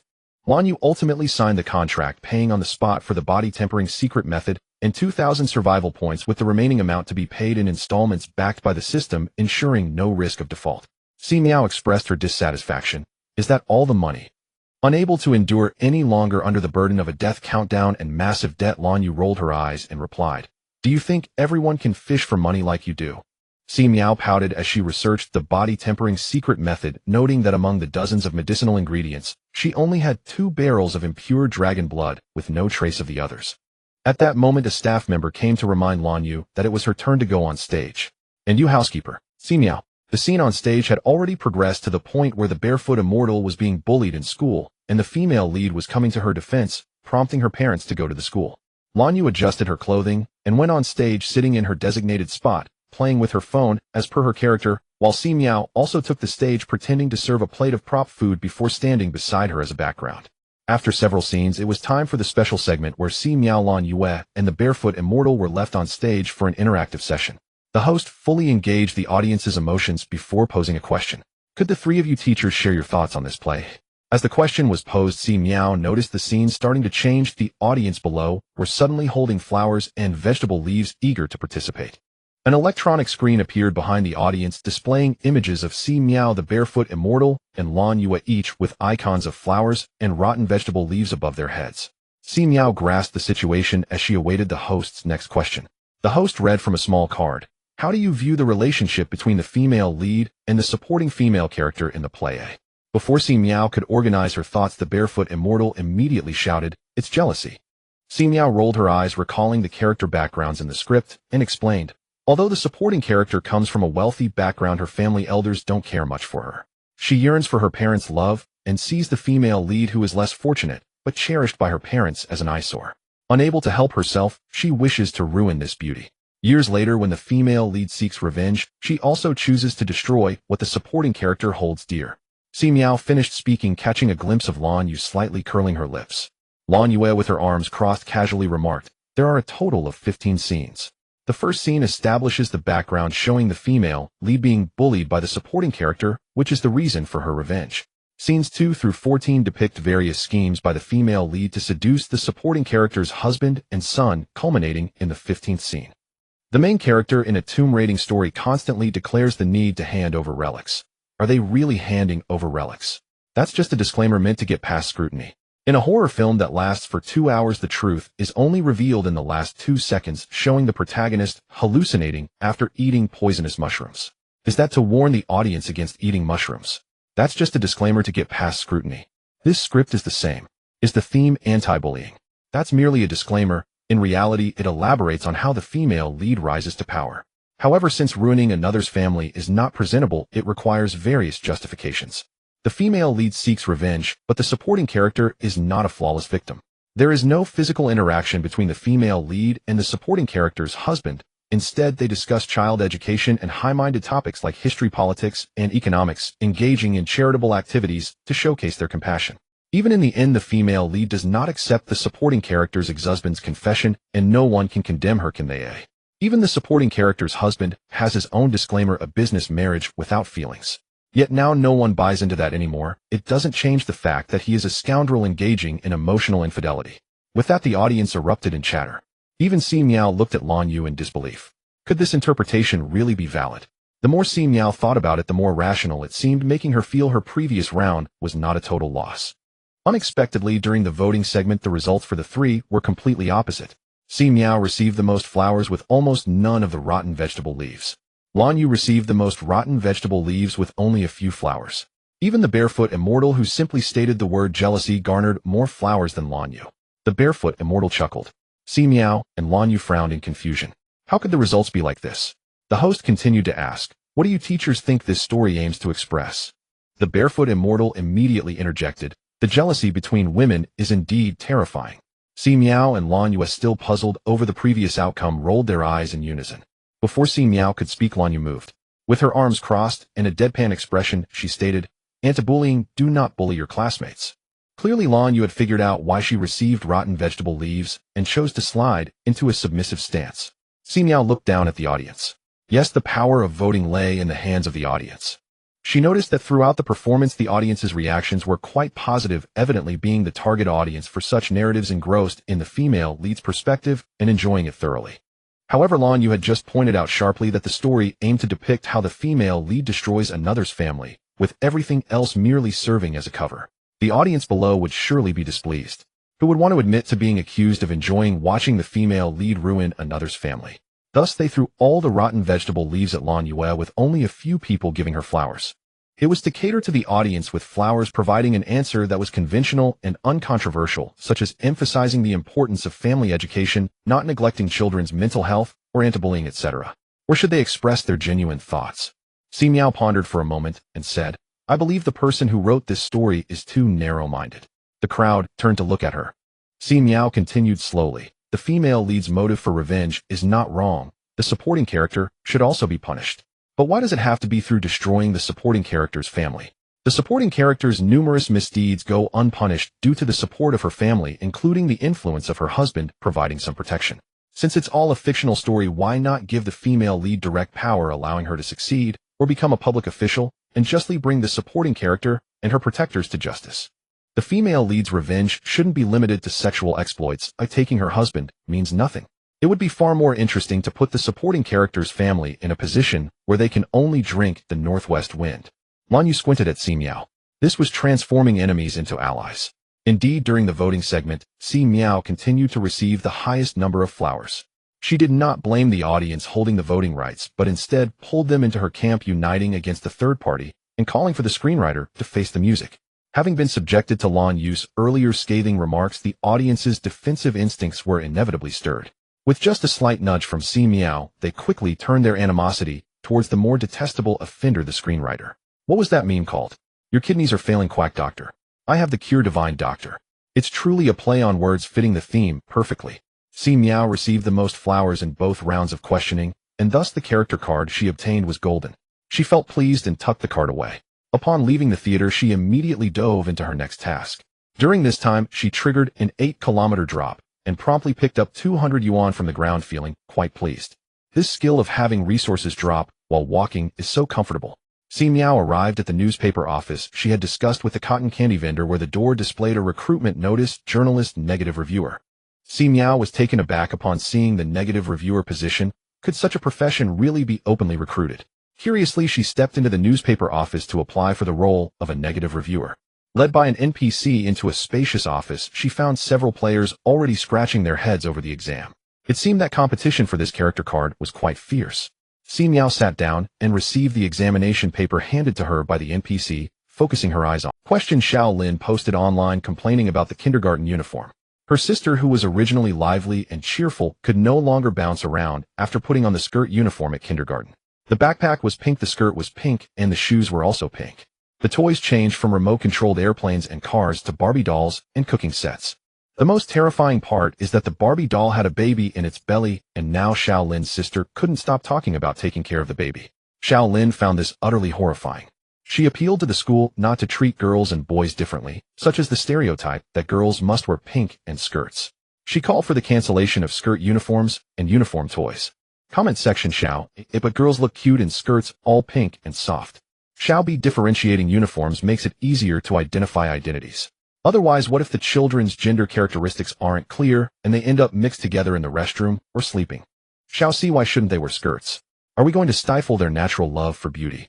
Question 1. Please analyze the criticism points of Xiao A, B, and C. Si Miao. So it turns out that negative reviewers first learn from their predecessors' experiences. She rested her chin on her hand, writing and sketching. Xiao's notion of pink softness doesn't apply to all children. Not every child looks cute in a pink skirt. For example, a chubby child would look darker in pink, instantly appearing a shade darker. Xiao A effectively excludes ugly children from the category, generalizing unfairly. In comparison, Xiao B's criticism is more sophisticated, addressing real-life issues to justify girls wearing skirts. However, Xiao B only mentioned the benefits and conveniently ignored the drawbacks, such as the risk of skirts being unflattering, the potential for injury, difficulties in restroom use, and attracting inappropriate attention. All these greater crises were left unmentioned by Xiao B. Xiao C. The freedom to love beauty resurfaces, which is an old tactic equating pink skirts with beauty and transforming enforced rules into personal rights of choice. Question 2. Please analyze the stance of Xiao A, B, and C's criticisms. Si Miao thought without hesitation, pouring out manufacturers of pink skirts, those who love to wear pink skirts, wanting to show their intelligence while knowing they cannot change anything, and unwilling to admit their incompetence, trying to gloss over the truth with nonsense, as well as the conniving individuals. After answering the exam paper, immediately switch content. Having learned from her predecessor's experiences, it was now time to directly tackle negative reviews. Question: A female driver rushing to get her nails done accidentally rear-ends another car. Please edit 3 negative reviews. Si Miao didn't need to think hard. A plethora of phrases automatically floated into her mind. Besides, was there even a need for negative reviews? The title already glaringly concealed malice. Female driver getting nails done. Combining these 2 words is like an atomic bomb, instantly detonating the fragile hearts of certain people, leading to chaos. Si Miao thought for a moment and wrote, "See, this is what happens to women who lack money." If they had directly invited a nail technician to their home, they wouldn't have encountered such a hassle. Second review: women really can't be without money. They can't even afford a driver. Third review: can we please not occupy public spaces? The probability of men getting into accidents while driving is 8 times that of women. Write more news about male drivers getting into accidents. I'd love to see it. The exam paper switched to another question. Question: a female university student rejects stable work, fails in entrepreneurship, and returns home to grow sweet potatoes. Si Miao: fool, find a good husband to support my aspirations, if not just ask around online. Question: a woman was harassed late at night, allegedly after attending a cosplay exhibition. The arrested man said she looked too much like it. Ew, I couldn't control myself. Si Miao, if you can't control yourself, just find a dog leash to restrain yourself, preferably near a restroom, to avoid starvation. Question: on the day of the wedding, the mother-in-law frowned at the groom for not preparing a large red envelope for her son, displaying a face devoid of smiles throughout. Si Miao, that was the groom's fault. If I were marrying her son and didn't receive a red envelope, I wouldn't be smiling. Question: a man was scammed out of 1000 by his online girlfriend, crying drunkenly and questioning whether there are any decent girls left in the world. Si Miao, stop crying. Who knows if your online girlfriend is actually a food fetishist? Decent girls and boys are a rarity. As the questions on the exam paper sped up, Si Miao's writing also accelerated, and she couldn't help but chuckle. The other players nearby observed Si Miao's shoulders shaking with her lewd grin. After completing 100 questions, Si Miao obtained the negative reviewer character card, a golden card. It seemed she had truly mastered the art, feeling as if she could start 10 arguments once she stepped outside. She left the office with high spirits. After taking a few steps, she returned to exchange information with the other players. There's a recruitment for editors down the street. Si Miao hurried off, but not before picking up a task from the newspaper office to capture a photo of a trending young man undergoing hemorrhoid surgery. She planned to write an eye-catching title after getting the photos. With high freedom, Si Miao nodded repeatedly, picked up the camera provided by the newspaper office, and left. She rushed to the hospital and quietly left her vines in the greenery not far from the hemorrhoid surgery door, setting up a 24-hour surveillance. Then she hurried to the editor recruitment location, but unfortunately, they had already closed for the day. Si Miao sighed, picked up the 200 yuan on the ground, and noticing it was only 6:30, decided to find a job that was still open. Even a gray card would suffice. As Si Miao passed by a Liangpi stall, she suddenly had a bright idea. She walked to a place without surveillance and set up a stall to sell fruits. Sure enough, character card mobile vendor being acquired. Who said one must work for someone else? Starting her own business is also a role. Si Miao sold all the fruits to Lan Yue, acquiring a gray roll card mobile vendor. She patted her backside, stood up, and left with a swish. Hello, I'm here for the screenwriter interview. The new receptionist. She yawned, had Si Miao fill out a form, and then asked her to wait in the lounge for the interview. Si Miao filled in the information, casually sitting in the lounge while her mind couldn't help but monitor the surgery room door for hemorrhoid removal. At 9:30, the interview still hadn't started, and a few more applicants joined, including Barefoot, Immortal Cotton Candy, and Lanyu. It seemed that they only started the interview once enough players were gathered. An NPC immediately came out to escort them to the office for the interview. These are our company's best-selling works. After reading, please summarize the core and selling points of the novels. Si Miao glanced at the books lining the walls, randomly picked one to flip through the title, reading The Beloved of the Prosperous World. The cold young master's wife runs away with his child. At that moment, it was no exaggeration to say that goosebumps erupted all over Si Miao's body. Beside her, Cotton Candy and Lanyu didn't look much better. Si Miao, with a stiff expression, flipped through the book, summarizing its core. A mother's worth is measured by her children. She took out another one, her scalp tingling. 6 treasures from one birth. The Marquis, shocked by his 9 generations of inheritance. A mother's worth is measured by her children. After being divorced due to infertility, I became pregnant. A mother's worth is measured by her children. The Central Su Sherlin, saved by Nyangzi. A mother's worth is measured by her children. For the dragon's energy, I had 2 babies in the harem for 3 years. A mother's worth is measured by her children. Si Miao could hardly recognize the words "a mother's worth is measured by her children" anymore, and hurriedly switched to another wall of books. Strategy system: you will die if you don't fall in love. Forced to date a rich handsome guy. To save the world, I made a contract with the Demon King. Forced to date a rich handsome guy. The domineering CEO has a physiological reaction only to me. Forced to date a rich handsome guy. A marriage alliance between 2 nations. I married the prince of the enemy country in a grand ceremony. Forced to date a rich handsome guy. Si Miao wore a pained expression. Why can't we just date directly? Si Miao decided to change to another bookshelf. 9 grandsons and 1 granddaughter. The favored one. After acknowledging my relatives, my 3 campus heartthrob brothers. The favored one. Starting with the ancestor, every villain disciple loves me. The favored one plus poverty alleviation. Change again, change again. Si Miao was sweating profusely. The villain disciple cried again. Save the man. The world-destroying demon lord turned into a kitten. Save the man. I shared life and death with the prince of the cold palace. Save the man. Si Miao wiped her sweat in a frenzy. After the divorce, my ex-husband went crazy and begged me to remarry. I felt wronged when seen. After being reborn, I decided not to love him anymore. Not loving him means winning.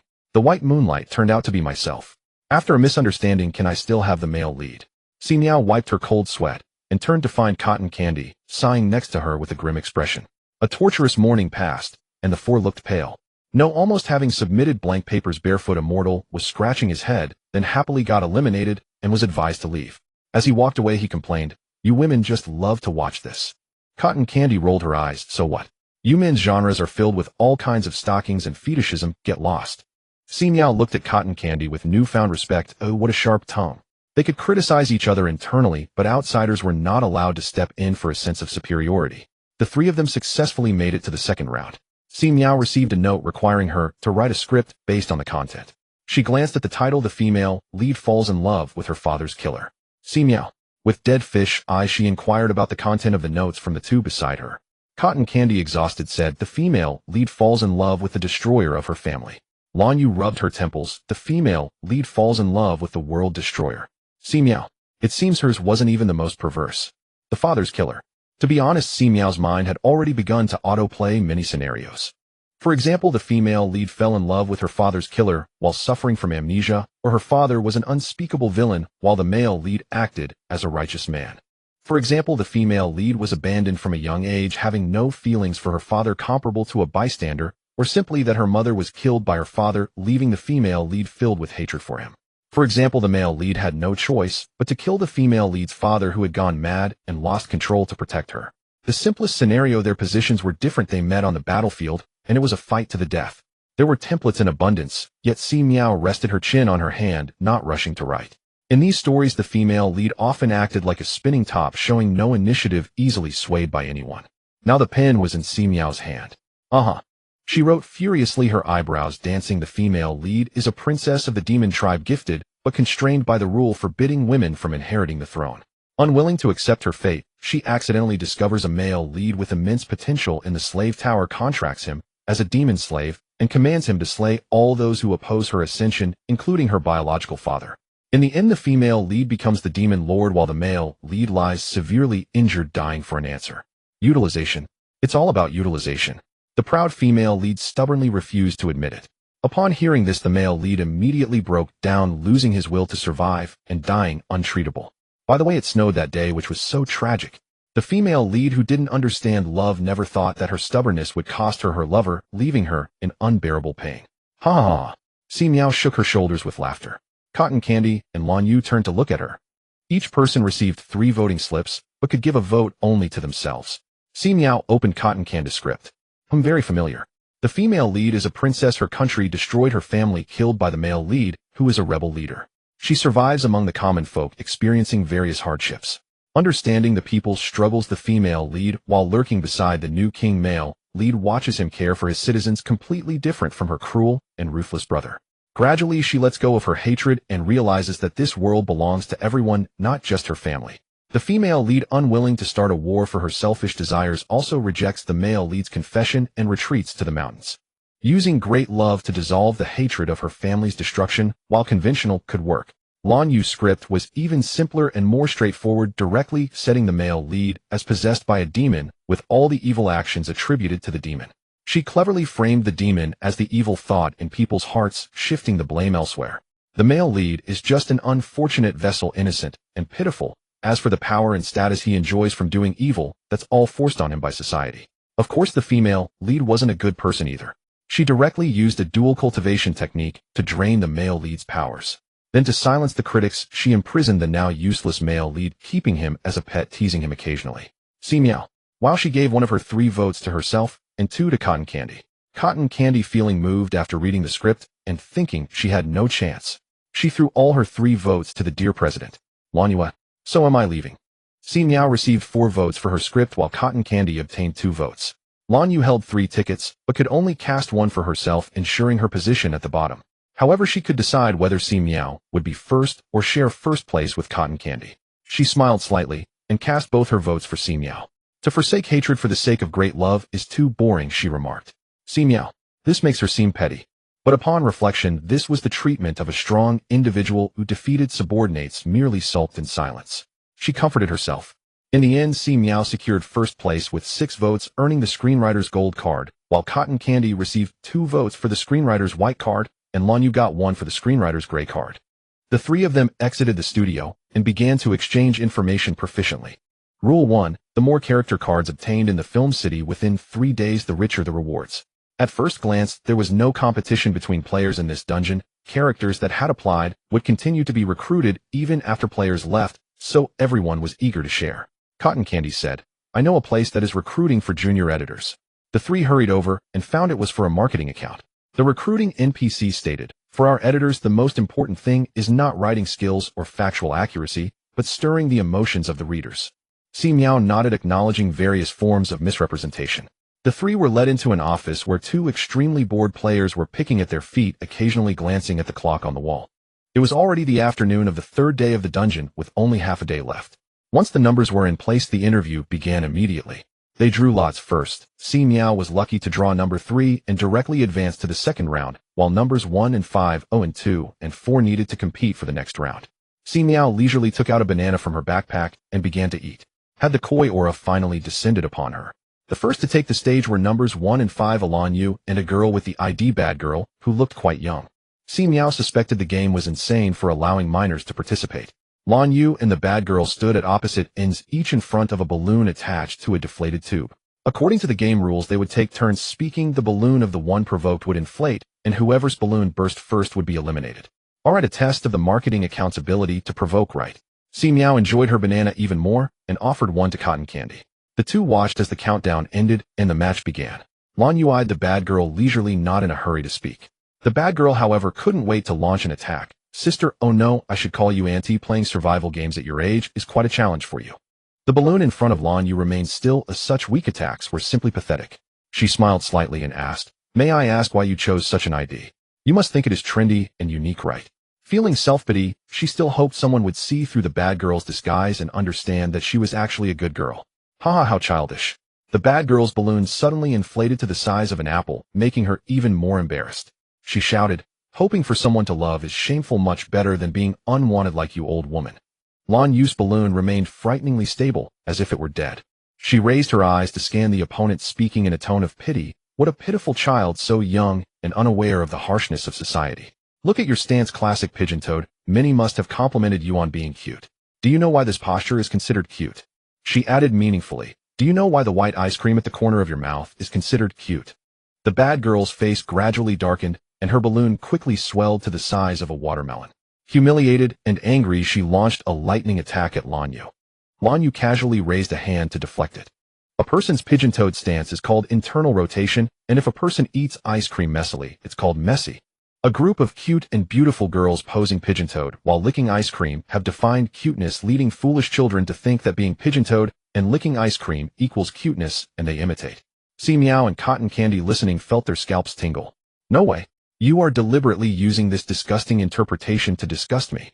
The bad girl, Lan Yu, crossed her arms and shrugged. Of course you can think that way.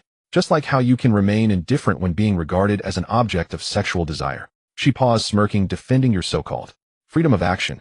With a bang, the balloon burst. The furious bad girl had no time to add any defenses and was directly eliminated from the dungeon. Pieces of the balloon fell to the ground and the office fell into a quiet hush. Cotton Candy rubbed her arms and whispered to Si Miao, it's over, I feel like I can't take it anymore. As a fellow woman, she felt deeply humiliated listening to this, let alone the bad girl who was publicly How terrifying. Lan Yu stepped down. Cotton Candy moved 8 feet away, facing a male player with the ID, Ask the Heavens. As soon as the countdown ended, Ask the Heavens eagerly asked, Cotton Candy, do you love ice cream too? The balloon in front of Cotton Candy suddenly inflated. It was truly overwhelming. She took a deep breath. Come on, let's fight. Whoever loses has to roll out of here. The dungeon had not intervened when the bad girl attacked Lan Yu earlier. Upon hearing this, Ask the Heavens felt underestimated and immediately began to fight Cotton Candy. They quickly discovered they could only stand and output, unable to leave behind the balloon. Si Miao secretly attempted to cast a control skill on Ask the Heavens, which failed. Various skills flew chaotically in the small office, while the two kept bantering. This game really knows how to stir trouble. My mom taught me not to hit women since I was little. That's hilarious. Don't give yourself a gentleman's halo just because hitting people is illegal. Indeed, sharp tongue. I hit hard. If you said something nice and called me brother, I might just let you win this. Men talk the most nonsense when they are weak. Si Miao pinched the turtle shell to avoid accidental injury, watching the two trade blows until they both fell. Not bad. With only 2 left, they could directly enter the finals. Rounding it off could also count as a bye to the next round. Si Miao and Lan Yu stood behind their respective balloons. After a brief silence of 2 seconds, Lan Yu smiled and said, don't be nervous. I definitely won't use any vulgar attack methods against you. Si Miao chuckled, then I thank you. She skillfully drew out an expensive bow preparing to shoot. Lan Yu quickly added, "We're engaging in a literary duel. If my equipment breaks, I'll have to fix it, which would delay my debt repayment." Unmoved, Si Miao decisively shot her first golden arrow. Lan Yu's expression changed suddenly, as she raised her hand to block only to discover that the arrow dealt minimal damage, not even piercing her clothing. She frowned in confusion, "Or it shouldn't be this weak." Si Miao continued to draw her second arrow, saying, "You don't think that just because you've signed that debt agreement it'll protect you until the debt is cleared, do you? What are you thinking? I can easily earn back my losses by chatting in the regional channel." Lan Yu blocked the second attack. Damage too, was it doubled? Calculating in her mind, she quickly remarked, "Speaking of which, your talent is truly enviable. It's a pity to be stuck with such a timid master as you, a person as dull as you would have faded into obscurity long ago if it weren't for your special talent." Si Miao unleashed her third attack. "Here we go again, not worthy of your talent. Talent is born from me." She aimed to disrupt her Dao heart. "What a joke. Am I unworthy while you are? Don't be too possessive over others' belongings." The golden arrow struck Lan Yu's sleeve. Damage 4. Lan Yu's expression grew serious. She looked up and smiled. "Yes, it's my fault. But do you understand that feeling? Seeing precious items in the hands of someone who doesn't know how to use them is truly heart-wrenching, like watching a stray dog with $100 in its mouth. Don't you want to claim it for yourself? You should be stronger. You still don't realize the power you hold." Si Miao shot her fifth arrow. Women talk too much when they're not capable. Damage 8. Lan Yu had already deduced the pattern of damage increase. It was double the previous arrow's damage, and her layered 300 defense garment could withstand at most 8 arrows. Her tone sharpened as she quickly replied, "But you could clearly grow faster. Yet you cling to those ridiculous boundaries and principles. Utterly foolish. In a survival game, strength is respected. As long as you're the strongest, that's your principle." Si Miao continued her assault. Damage 16, feeling somewhat puzzled. "Earlier when you robbed me of my talent, it rebounded on you. Do you know how that skill came about? It was because a player killed someone while I was there, and then to clear his name, he spouted nonsense about the weak being prey to the strong, criticizing me for being indecisive and unable to take charge. I don't understand why he was so eager to encourage me to let go of my boundaries. It's like you right now. If I turn dark, the first one to suffer would definitely be you." Si Miao didn't quite understand their reasoning. Is letting go of your boundaries to become a villain something to be proud of? You wouldn't consider yourself enlightened looking down on the mundane, and then rush to preach to me expecting me to agree with your philosophy and forgive your previous offenses, would you? A flash of golden light. Damage 32. "You're avoiding the issue." Lan Yu fixed her gaze on Si Miao's eyes sternly, saying, "You are clearly the strongest player in Zone 28, yet you don't form your own faction, merely taking a nominal position as the honorary president of some lackluster squad, not even managing it, always at risk of being discarded. So what? I can also kick the other party away at any moment." Si Miao said, feeling a bit tired. "Don't joke. You thoroughly enjoy the order you found hiding beneath the structure built by others unable to carve your own path." Damage 64. One piece of defensive clothing was rendered useless. That's laughable. The theater game clearly shows that those who recognize voting rights lie in the audience's hands can easily fall flat. Do you think you have the right to say such things? Si Miao's balloon remained steady as a rock. Lan Yu's balloon showed no signs of movement either. Aside from the real damage, everything else was just nonsense passing through one ear and out the other. Si Miao released her 8th golden arrow. Damage 128. Suddenly smiling, she said, "Lan Yu, why do you think you're very clever, believing you've seen through the rules of the world? That all moral boundaries are fake. Just like that screenwriter game with a few added settings, making the female protagonist fall in love with her father's killer seem reasonable and just. You've grasped this point, so after losing your sense of reverence you play around with the game, laughing at those who live by the rules is foolish." Lan Yu's 2 garments were rendered useless, hanging like rags, exposing the last piece of her defensive clothing underneath. Indifferently, she shook her sleeves and pulled out a protective talisman from her backpack, holding it in her palm. "Mental attacks won't work on me. Is that so?" Si Miao doubted. "You mock me for yearning for order, for sacrificing greater personal interests to protect order. You think it's just because I'm foolish, overly disciplined, and irredeemable. But that's because you see rules as obstacles, failing to realize that their existence is meant to uphold interests." Whose interests? Si Miao never flaunted what kind of person she was, whether good or bad. For her, maintaining a stable order maximized her interests, allowing her to harvest a group of diligently growing leaks at any time, which could then be sold through stable channels for profit. She held an advantage in the order. Why shouldn't she support it? After all, it's about satisfying my hunger every meal, and I keep that in mind. Lan Yu forcibly imposed her own philosophy onto Si Miao before mocking her for being foolish. Si Miao felt nothing but bewilderment. Why do gang leaders exhaust themselves to wash white and go ashore in the later stages? Is it because they suddenly grew a conscience? It's because a stinking pile of dung can never be brought to the table. Si Miao is currently the head of the righteous path, sitting firmly on the fishing platform with no time to wash white again after a hearty meal. Lan Yu's seemingly reasonable spiritual questioning translated to foolish cuteness. Like a bad student extorting classmates, she laughed at the top student who was disciplined by parents and school, calling her a good baby, truly pitiful. Isn't this pure insanity? Where does the sense of superiority come from? Si Miao bent her bow, suddenly recalling the entrance exams assessment, and thoughtfully asked, do you think you're a hypocrite or a true villain? Lan Yu looked confused, but did not rashly answer the question.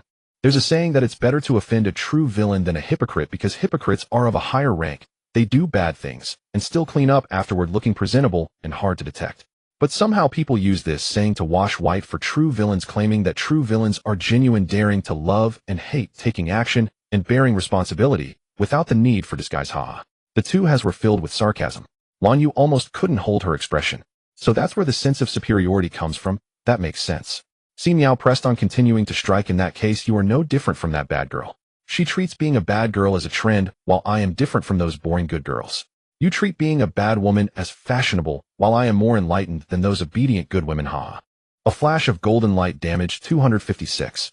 Lan Yu's protective talisman shattered in her palm. She was somewhat broken, and incredulously said, you compare me to that fool. Si Miao glanced at her inflated balloon, raising an eyebrow. Slightly sorry, my mistake. She looks just barely of age, young and ignorant, which is understandable. Yet you, after living 20 more years, still don't understand. TSK.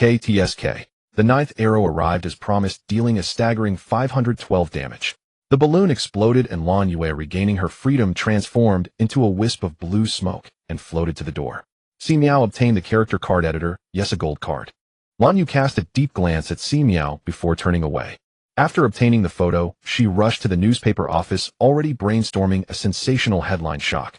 The popular young star actually went to the hospital for this kind of thing concerning his butt. Upon seeing the photo and title, the NPC immediately handed her a character card gold. The instance ended here. Entering the settlement page. After 3 busy days, Si Miao received a gray card waiter street vendor, a white card extra background actor, a gold card drama actor, screenwriter, critic, editor, journalist. Congratulations, player, for completing the instance text game. Rewards: experience 2,000 survival points, 2,000 copper chests, 5. Thrown out of the instance, Si Miao pondered. It seems the gold card corresponds to the copper chests. Back at her vehicle, the little squirrel immediately approached, skillfully squatting on her shoulder, its little face rubbing against her. Si Miao scratched its chin, preparing to open the chests. Opening 4 copper chests, she obtained skill 1, title 1, item 1, instance tickets 2, experience doubling card 1, rest area tickets 3, contract 10, 1 hour electric card 5, pet food 10. The value of these copper chests had plummeted. Si Miao helplessly complained and first checked the title. Leak King. Congratulations, player, for understanding the principles of sustainable development. The difference between being full and being satisfied. Title effect passive. For every 10 points of attributes randomly increase by 1 point. Although she couldn't agree with the title of Leak King, she was very satisfied with the effect of this title. After enjoying it, Si Miao thoughtfully stroked the little squirrel's tail. Sustainable development indeed. The fishing system is far too easy to harvest resources. However, aside from the 2 significant cuts she made at the beginning of the game, Si Miao seldom used it deliberately. It seemed that using it would lead her off track. Why? She often contemplated this question, thinking while fishing, during survival on the island, pondering while hanging on a cliff in the walking instance, and her mind was particularly active in the text game instance, subconsciously still considering. Why? Si Miao recalled feeling uneasy during the sprint class instance, where player freedom was immensely high, while feeling particularly at ease when witnessing mischievous cotton candy being struck by heavenly lightning in the text game. Si Miao faintly arrived at an answer. Because within the order constructed by survival games, she was far ahead, holding a significant advantage, thus any behavior that would disrupt the game order posed a threat to her position, including her own fishing behavior. The rest area instance requires a sufficient number of players to start, and although the game seems to grant individuals extraordinary abilities, as if they could transcend the group, all signs indicate that the players collectively are the main body. If they were to overfish, the basic resources would dwindle, disrupting her leak economy. Her gaze fell upon the skill book reward. Skill domain of the king: worship the rules, question the rules, uphold the rules. Players begin to show the attributes of an emperor. Using this skill, beings within the domain must not defy the king's commands if the range and duration of the domain are determined by player energy. Si Miao. While such a domineering skill, she stared at the words worship, question, and uphold, a slight smile forming on her lips. How fitting. The problem has never been with those who follow the rules, but with the rotten rules. The last item. Magical script adds settings to the script, temporarily change external perceptions duration, 3 minutes cost 10 survival points each time. This seems to be quite an extraordinary item. Si Miao glanced at the clock. It was only around 2:40 p.m. She decided to take a break and enter the last instance of the day at 3:30 p.m. Having resolved the issue with Lan Yue, Si Miao felt a weight lifted off her heart. She opened the group for her dedicated team and restocked supplies. During her 3 days in the text game, she had not forgotten to replicate the heavy machine gun. A truly clever and diligent player. Final personal data player nickname, I am a woman level LV. 9439647800000. Race human talent fishing system 2. 0 ability wood element physique, 52 agility, 52 strength, 52 spirit, 55 survival points 10421 distributable attributes 30 equipment space basket mini bamboo, hut kidnapped, small fish green ghost resource exchange little yellow duck mutant military shovel honor certificate surprise blind box angel wings honor medal alarm amulet 2 stasis space 79 portions of food fishing rod scoop net diving pearl turtle shell 300 nursery rhymes voluntary overtime application. Rest area tickets 2 instance tickets 3 oi piggy bank treasure mouses fur wallet space mobile phone 3 incense expensive bow magical script experience doubling card 1 skills golden words fixed my rules are rules grade fireball technique close range watching go rest assured ill just sleep light as a swallow stare at my spawned grade thunder technique shadow hey amount grade water arrow hardening shield aviator replication cheating tipsy. In half an hour of participating in the instance the two groups earned over 600. Unable to spend it all, the money was simply unspendable. Si Miao opened the trading mall and searched for the materials for the body refinement secret formula, only finding 3 kinds with 6 still missing. She sent the missing materials to Chui Fengzhu. Chui Fengzhu responded very positively, don't worry sister, I'm already posting tasks in the group, categorizing it as the highest priority. Chui Fengzhu acted quickly, immediately posting the task in the group taskbar, offering a good amount of contribution points, and soon collected 2 kinds phoenix flower peacock tail. Si Miao collected the materials, still lacking 4 kinds. It seemed that it wouldn't be easy to gather them all, so she temporarily set this matter aside. With nothing to do, she got out of the car to enjoy some food, only to coincidentally encounter Black Bear. In the future, if you encounter a player named Lan Yue, don't listen to her nonsense, just run. Black Bear, who was gnawing on chicken legs. Si Miao looked at him with pity. This child clearly took everything to heart, even pondering Chui Fengzhu's dedication philosophy. If he encountered Lan Yu's ideological bomb, he would surely be blown away. Black Bear. I feel like this is not good advice. She left with her tray, leaving him with the back of his head. Si Miao smiled. At 3:30 p.m., Si Miao arrived at the entrance of the instance, paying 10 points to enter. Black Bear followed behind with a dark face, pretending not to know her. Welcome player to the instance role-playing. Please draw your character card. Si Miao first used save to create a save point, then looked at the 3 cards in front of her, choosing the one in the middle. Congratulations player, you have obtained the character Wanderer. Upon seeing these 3 words, Si Miao felt a bad premonition, a chill running down her back. Rule 1. Survive for 30 days in the urban area of B City. Rule 2. Abide by the law and be a good person. Rule 3. Failure death deducts 50 of resources. In addition to the 3 basic rules of the instance, the Wanderer also has its own settings. Setting 1. Cannot obtain resources through money labor exchange gift begging. Setting 2. System resources are prohibited. Setting 3. If the restoration degree is below 60, a being imprisoned or sent to a rescue station is considered a mission failure. Si Miao. Life is hard.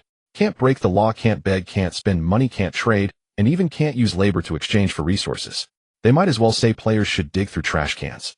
This is for 30 days. Not 3 days. Si Miao wiped her face. Looking around, she found herself in a secluded park, not seeing anyone in the distance. However, there was a cat basking in the sun on the lawn, appearing peaceful and content. Si Miao felt distressed, pacing in place, hesitating whether to sacrifice a water ball technique to return to before the card draw. Money is meant to be spent. Let's do it. Sacrificing to revert. Please draw your character card. This time, Si Miao chose the one on the left. Congratulations player, you have obtained the character Wanderer. Si Miao. This is not scientific. She sacrificed another water ball technique and chose the one on the right. Congratulations player, you have obtained the character Wanderer. Si Miao scratched her hair, feeling trapped. It was truly a waste to expend 2 water ball techniques without getting results. No point in talking more. Si Miao began experimenting with the resource prohibition method. She found that she could not take out items from her backpack and space, only able to receive. She pondered for a moment, using the replication skill to copy the sports jacket she was wearing, but the replication failed. She tried to replicate a leaf she casually picked up nearby, but it also failed. Cheating failed. She began to walk briskly around the park. She had the setting for 8 kilometers of dropped resources, so she had to see if the items collected through this method could be used. When she reached the lakeside, she looked around to see no one, and immediately picked up a small branch using willow as fishing line, casting down the first line of hope. Under the effect of the tidal fisherman, which guarantees a catch, Si Miao successfully landed a small fish with her rough mimicry gear not much larger than a palm. She strung it up with willow branches and continued on her way looking for a place to roast it and eat. Si Miao was in good spirits, having walked half a day without encountering a single person, realizing she was in a large forest park. At the 8-kilometer mark, 2 paper tickets suddenly appeared ahead. Si Miao walked over with a long face to pick them up. Good news, at 8 kilometers supplies dropped. Bad news, the drop was worthless paper money. Si Miao was speechless, holding money she couldn't use that was just too frustrating. She decided to walk another 8 kilometers and see what happened. Skills need to be adaptable, right? Xiao 8. Half an hour passed, and Si Miao saw a figure and also picked up $200. She held the money. She could loudly declare that money isn't everything. Oh, well, having fish is something. Si Miao hid in a remote camera-free spot to cook her fish. Just as the fire started, barely having cooked the fish skin, an administrator approached. No fires allowed here. Don't run. Don't run. Si Miao ran off quickly. Getting caught and sent to prison would mean elimination. What a shame for such a good way to scavenge food and drink. By the way, it was lighting a fire in the park against regulations. As Si Miao ran, she pondered aimlessly. Just as she thought this, she noticed the left corner showing her 100 restoration silently dropped by 1 point, becoming 99. Si Miao. Conspiracy. It must be a conspiracy. Not only did the fishing title penalize her for open flames, but the 8-kilometer drop meant she had money she couldn't spend. Si Miao left the forest park in tears and arrived at the street. While waiting for the traffic light, she saw a van pass by with a promotion for a certain mall's grand opening. Si Miao's eyes lit up. Grand openings often have many tasting events. Si Miao couldn't afford to ride the bus, relying only on her legs to move forward. Without a local phone, she navigated by asking directions until she reached the newly opened mall. The mall was bustling with people coming and going, mostly parents with children. Dressed in black sportswear, Si Miao, with only a desire for food in her eyes, entered the mall. To her left was a bakery hosting an event staffed by youthful, handsome boys smiling and inviting passersby to taste samples. Si Miao stood at the tasting table, sampling everything from left to right without missing a single item. The staff were speechless. With thick skin, she finished and commented that the flavor was good, encouraging them to keep it up. She moved on to the next tasting spot. The supermarket on the negative first floor had even more events. There were also more people. She had to queue for tastings. As Si Miao queued, the bread that had just filled the gaps in her teeth was nearly digested. Milk, soy milk, yogurt, cookies, mooncakes, roast duck. There were even samples of fruit. It was so thoughtful. Si Miao used a toothpick to spear 3 pieces of pineapple and casually left under the salesman's speechless gaze. Exiting the mall, Si Miao couldn't say she was full, but her stomach had something to cushion it, alleviating her anxiety. She sat on a bench beside the mall square, resting her chin in thought. 30 days, how would she survive these 30 days? She sighed and touched the only supply provided by the instance, her ID card. Truly a legal drifter. She found a city map at the library, enjoying the air conditioning, free hot water, and even disposable cups. Si Miao drank a cup of warm water, feeling great. She began memorizing the map, especially the mall locations, as they would be her food supply for the coming month. City B was bustling with a population of over 10 million, and almost every 3 to 5 kilometers had a comprehensive mall. Countless supermarkets existed. Si Miao marked the streets with the highest concentration of malls and numbered the 57 malls. Of course, she couldn't visit the same mall every day, as she had to rotate her visits. Si Miao checked her skill library and found a skill called transformative hairstyles that allowed her to change her hairstyle at will. She secretly experimented in the restroom and found she wasn't restricted. This way, even if she repeatedly visited the same mall, she could change her hairstyle and slightly lower her head to conceal her identity. 57 malls, visiting 2 each day, would fill her schedule for the month.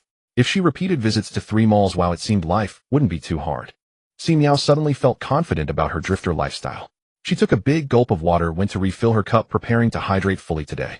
Passing by a reading area, she noticed 2 sheets of draft paper floating on the ground and quietly bent down to pick them up. They appeared to be discarded drafts. She borrowed a pen from the service desk. Why memorize notes when she could write them down? Si Miao began jotting down notes on the back of the draft paper, marking streets and malls. Thanks to the orderly planning of City B with its straight and level roads, she wouldn't get lost. Si Miao stayed in the library until 5:30, then left, heading toward the nearest mall with her rumbling stomach. She discovered that only a few merchants frequently held events, bakeries, and milk beverage shops. Sometimes if lucky she'd find dessert shops hosting events along the way, allowing Si Miao to eat as she walked. In a state of not quite full, but not starving either. After finishing her meal, she returned to the library to enjoy the air-conditioning restroom and water. With ample time, Si Miao selected some useful skill books to supplement her knowledge base. Encyclopedia of Medicinal Materials Tool Making Geological Analysis. Si Miao read with great interest. At 9 o'clock the library began to clear out.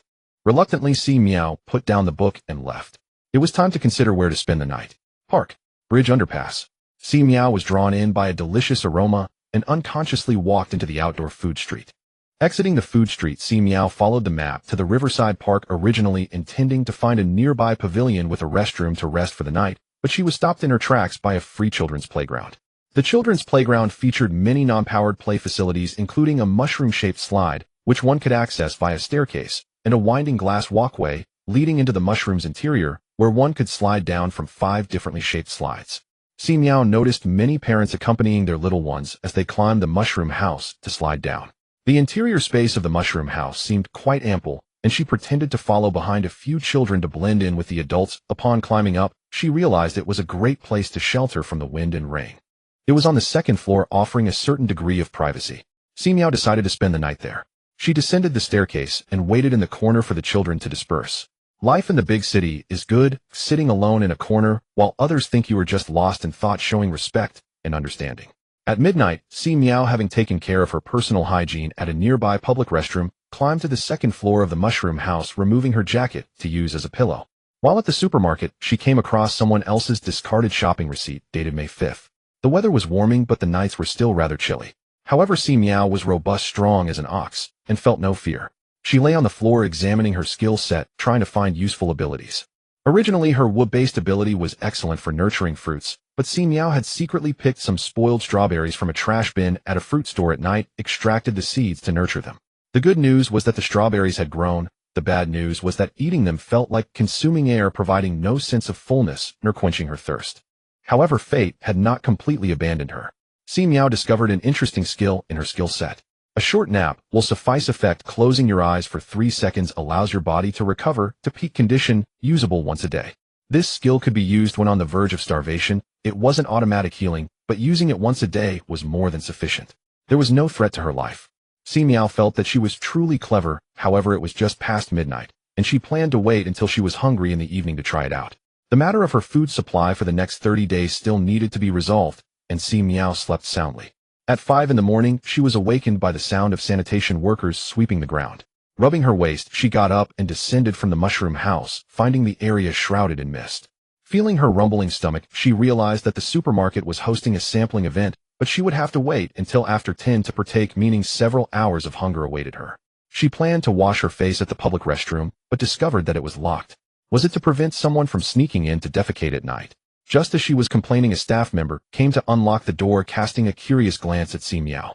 Si Miao smiled politely. She washed her face and rinsed her mouth, looking at her serious reflection in the mirror. With a potential food source inside, her health was no longer a concern, but she still needed to consider the cleanliness of her clothes. With some time on her hands, Si Miao decided to check the donation closet for some clothes to change into.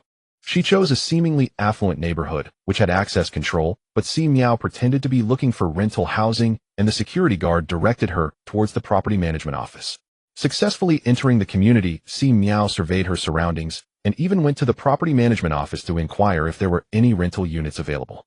The property manager looked her over. Si Miao was dressed in a black tracksuit provided by the system, completely unbranded, essentially akin to a no-name product. Yes, we have apartments, but they start at 4000, and there are no studio units available. Immediately, Si Miao expressed that she would take a look around, and then left. She headed straight for the donation closet she had marked earlier, reaching in to pull out some clothes.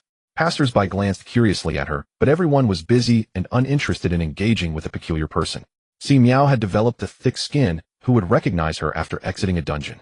Click! Si Miao suddenly turned her head as she caught sight of her target. Black bear. Help! Her toes began to dig into the ground. The black bear was holding a phone, and it was the first time Si Miao saw her smiling so brightly. The black bear snapped a couple more photos, contemplating how to bring the pictures out of the dungeon. Such embarrassing moments, of course, would be kept as mementos. Si Miao took a deep breath and pulled out a yellow hiking backpack from the donation closet. Embarrassment is temporary, as she still needed to find supplies. She discovered that she was quite lucky. The backpack contained plenty of outdoor clothing, including a windbreaker and quick-dry clothes. Wait, this is indeed the donation from the affluent district. Everything comes in sets. Si Miao was perplexed, and the black bear walked over to clarify. Last night, there was some gossip in the community group, something about parents being dissatisfied with their daughter hiking outside every day, which almost cost her life. They were asking if anyone needed the equipment. These clothes probably came from their family. Si Miao was shocked. Does this community have a secondhand trading group too? The black bear chuckled. Yes, and some people are even selling secondhand toys for 10 yuan. This dungeon's timeline is a good 7 or 8 years earlier than the world they lived in before the game. It has only been 30 years since their rise to affluence, and the frugal older generation hasn't passed away yet, so having a secondhand group isn't surprising. Si Miao accepted the large gift, but felt a headache coming on, saying, I still don't know where to find undergarments. Surely she couldn't wear secondhand underwear, even if she wanted to pick it up. The black bear was speechless. She put away her phone and asked, what role are you playing? A garbage collector. Si Miao corrected her. Please call me a wanderer. What's the difference? The black bear inquired. Si Miao exclaimed, doesn't it sound more impressive? To be honest, I'm conducting a study on how long one can live in a city without spending money in contemporary society. I might as well be a performance artist. The black bear seemed to ponder this and nodded. A cultured garbage collector. Si Miao ground her teeth in frustration. The black bear smirked. In that case, I'll go organize some clothes for donation. You can wait to pick them up. Instantly, Si Miao found the black bear looking more attractive.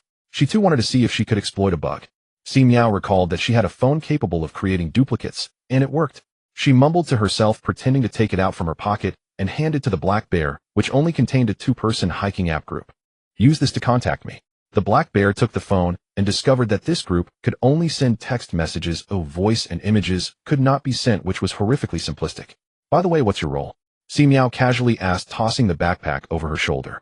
The black bear's expression was subtle for a moment as she was about to speak when someone approached. It was the property manager from earlier, who scrutinized Si Miao and then glanced at the backpack on her back, deliberating. Mr. Chen, your friend. Si Miao was greatly puzzled, looking up and down at the black bear, long hair and curves. How did she become Mr. Chen? The black bear calmly replied, yes, my friend. The property manager walked away, still skeptical. They couldn't just follow the owner around questioning whether his friend was in the community to steal clothes. Mr. Chen. The black bear sighed. Let's go. First, let's head to my place. There shouldn't be any regulations preventing a performance artist from entering someone else's home, right? Of course not. Si Miao followed her upstairs, feeling a sense of admiration. The security door was wider than she could spread her arms, and upon entering, she was greeted with an unbeatable view of the river, the living room measuring at least 100 square meters, luxuriously decorated, exuding the scent of wealth. Si Miao was in awe. Why was there such a vast difference between players? Si Miao sat on the leather sofa, rolling comfortably for a couple of times. Last night she had slept on the cold and hard mushroom room, nearly suffocating her. Heiyun went to the bar to grab a drink, and also took a phone call, responding to the other party with an impatient expression. Something came up. You all just have fun. Him hanging up. Si Miao glanced at the drink in front of her, a brand she had never seen before, but it looked expensive at first sight. She waved her hand. I want drink. It will deduct points. Earlier, a bag taken from charity had already cost her some restoration points. Stealing clothing from charity donations is also illegal. Si Miao felt it was unnecessary to gamble her restoration points over a sip of water. She could just stay on the sofa a little longer. Heiyun looked at her with pity, truly feeling sorry for her. However, as she thought of the role she was playing, she couldn't smile anymore. Why did that property manager just call you Mr. Chen? Heiyun explained expressionlessly. The role drawn is a wealthy, second-generation internet celebrity. Despite not transforming, everyone around simply assumed she was a man. Isn't that great? It's much better than me wandering around eating free samples at supermarkets and sleeping in parks. Heiyun asked, does your character have daily tasks to check in on? Si Miao nodded. Yes, I'm constantly troubled about how to manage my eating, drinking, and other needs without breaking the law. What tasks do you have? Heiyun took out her phone and tossed it to Si Miao. Her task was to post a message or comment online every day that fit her character's persona. Si Miao curiously opened the homepage. Yesterday, she criticized a certain drama for being eye-searing, and today, she liked a scandalous post about a certain rising star's child crawling all over the floor. The comment section was bustling with activity, easily racking up tens of thousands of likes, making her even more popular than the main subject. This scenario is here to fulfill your wishes, isn't it? Si Miao made a cheeky remark, immediately receiving a glare from Heiyun, who impatiently snatched the phone back. Indeed. In just 2 days, Heiyun had already experienced how comfortable life could be as a wealthy second-generation man. The timeline of this scenario was still early, housing prices hadn't collapsed, the employment rate was decent, and everything was thriving. The personas of wealthy second-generation sons and daughters were still in vogue, unlike the public opinion environment of their original world, where flaunting wealth would lead to investigations into the legitimacy of one's family's money. Daring to complain would lead to demands for one to disclose their family wealth. The tolerance for the rich was continually shrinking, causing many originally active wealthy second-generation individuals to adopt a low-profile lifestyle. Now it was different. Hae-yoon scrolled through the previous posts made by the original owner. Even if she made cutting remarks about celebrities or trending events, the comment section was filled with sycophants. For the first time, Hae-yoon experienced a life where everything she did would be met with wild praise. While eating late-night snacks with the original owner's friends at a roadside stall, she was complimented for being down-to-earth. Crossing the street and waiting for a red light, she was praised for obeying the law. Even smoking in a designated area would earn her compliments for being cultured. Hae-yoon seriously suspected that if one day she committed murder while disguised as this identity, someone would justify her actions as upholding justice. Hae-yoon did not find this pleasant at all. With a swipe of her finger, she saw that the trending topic of the day was last night's red carpet event, where a certain actress showcased her assets in a revealing outfit. Indeed, this was an era where it was openly accepted to refer to a woman's cleavage as a career line. Many female stars didn't find it offensive. Instead, they eagerly gathered their bosoms together, flaunting their figures to gain attention. If this were to occur in a future social context, they would be condemned relentlessly. Hae-yoon shook her head and opened the trading mall, asking Si Miao, "What supplies do you need?" Her trading mall was still usable. "Of course payment is required." "That's for sure." Si Miao immediately began listing. "I need 2 new sets of sportswear, an umbrella, a tent, a sleeping pad, a portable stove, and plenty of gas canisters." Si Miao was also thinking about her grilled fish. In such a large city, there must be places where one can legally camp for free. "Also, I need disposable underwear. It's inconvenient to wash and dry. And get more convenience food." Hae-yoon placed the order and ended up with a heavy bag weighing 50 pounds. The assorted items added up to a value of 300 survival points. Si Miao quickly transferred the money. "We can't throw away charity donations. If I get caught picking them up, it will deduct points. Let's find a deserted place to test it out." Hae-yoon was quite agreeable, picking up the car keys and heading out along with the bag of supplies. Si Miao carried the yellow hiking backpack she had stolen from the charity donation. She decided that if she successfully exploited a bug, she would ask Hae-yoon to help her return the bag to charity, wondering if it would restore her points. The two of them took the elevator straight to the underground parking lot. Si Miao placed the bag in the back seat and was about to go to the front passenger seat when Hae-yoon stopped her, saying, "Just sit in the back." Si Miao was about to wave her hands, saying it was impolite. Just then Hae-yoon, who was fastening her seatbelt in the front, said blandly, "There are paparazzi following me. If you don't want to become the headline of tomorrow's news as the scandalous female lead." Si Miao immediately sat in the back seat, shocked. "Wait, but you're not even a celebrity. How could there be paparazzi following you?" "It's because the original owner's father is getting remarried and many netizens are eager for gossip." Si Miao gloatingly replied, "Looks like your life as a wealthy second generation isn't smooth sailing either." Hae-yoon shrugged and pressed the gas pedal, saying the stepmother is 2 years younger than the original owner. Si Miao nodded repeatedly. "I understand that for love knows no age. But why is no one praising the love story between the martial emperor and her 50-year younger toy boy? That's just so tasteless." Hae-yoon's lips twitched.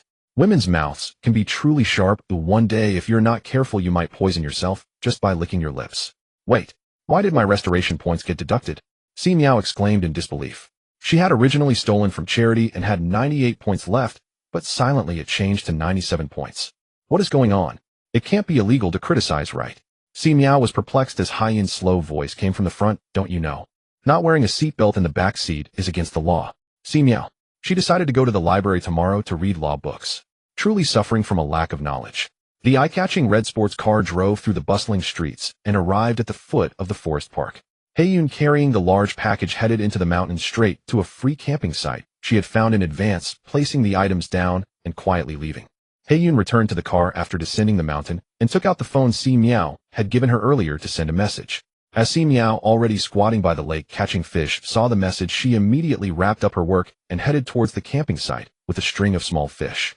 Following the information Hae-yoon had provided, Si Miao arrived at the camping site. As her hand just touched the backpack, a prompt popped up, deemed as donated supplies invalid. Si Miao's hand froze midair, her smile vanished, and she angrily clenched her fist, shouting loudly, "No, I paid for this. Why is it called a donation?" The scenario remained unmoved. Si Miao's attempt to exploit the bug failed, and she finally accepted the harsh reality of having to scavenge for food and rummage through trash cans. Hae-yoon felt deep sympathy for her predicament. "Shall I take these things back? Want to come with me and see if we can?" Si Miao rubbed her growling stomach and weakly replied, Let's see, I'll let you know in advance if I'm going over. She offered the freshly caught small fish to two stray cats peeking from the corner. Now she had to go to the supermarket and mall to scrounge for food and drink. Heiyun watched as Si Miao hurriedly left with the yellow backpack, her figure looking as desolate as could be. The black bear shook its head and drove back to its mansion.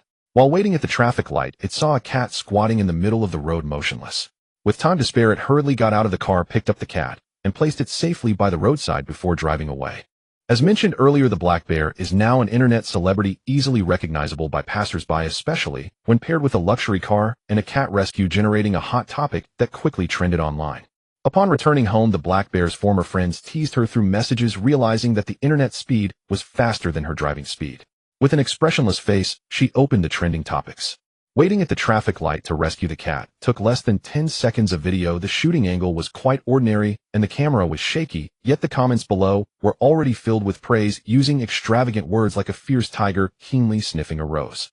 The black bear put down her phone and gazed out the window. To be honest, she had done similar things before the game and had even been filmed and posted online, but back then the comment section was far from harmonious, with people criticizing her for being a saint, violating traffic regulations, and even fabricating accidents to scold her. The black bear felt that the world was a vast Edinburgh. Just as she was questioning her life, Si Miao had already snuck into a supermarket to grab some free meatballs.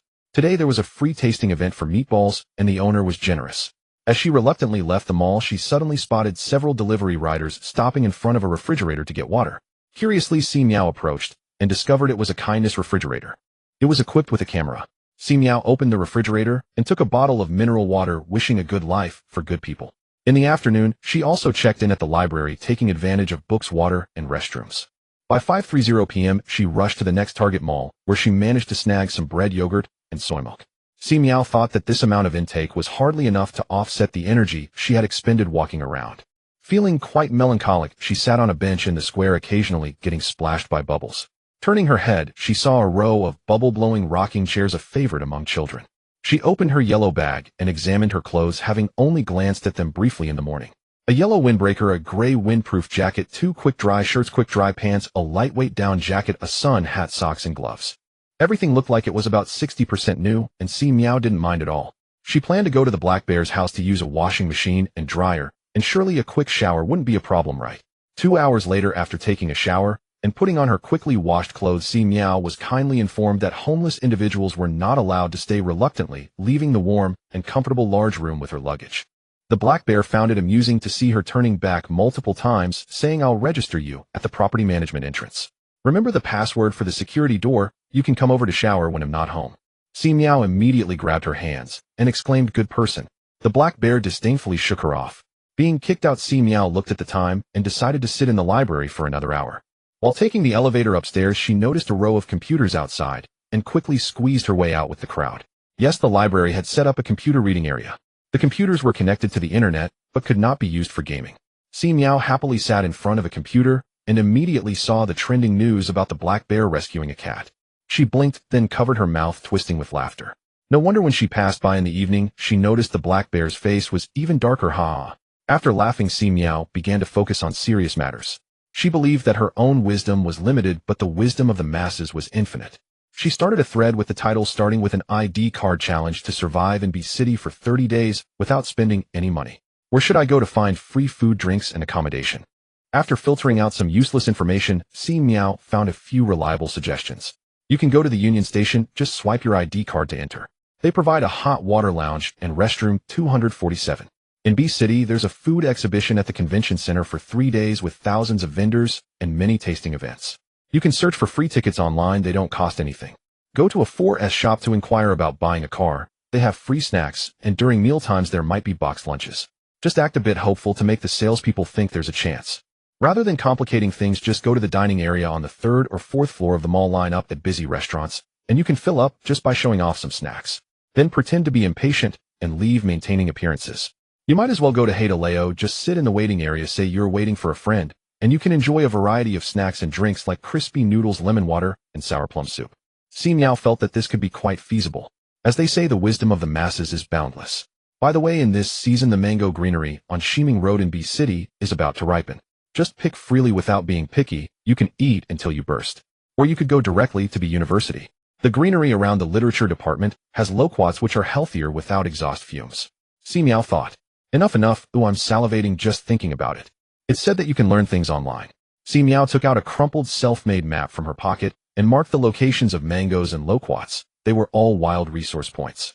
After a flurry of busy activity, the library's closing time arrived. Si Miao was once again forced to leave the warm room, standing on the street for a moment to watch the traffic before heading to the nearest Union station. Once she arrived, she curiously swiped her ID card at the verification area, and the door opened. The station was quite spacious, divided into reading, resting, and media areas, where she could even watch TV. With hot water, tea, disposable cups, restrooms, refrigerators, microwaves, and medical kits, everything was available. In the charging area, several delivery riders were resting and charging. Si Miao quietly walked around and sat down at a booth in the resting area, casually picking up a magazine nearby to read. She decided to spend the night there. By now it was already 10 p.m., and Si Miao's stomach was growling unbearably. She closed her eyes and used "I'll feel better after a nap." 3 seconds later, she opened her eyes, touched her stomach, and realized she wasn't hungry anymore. Truly amazing.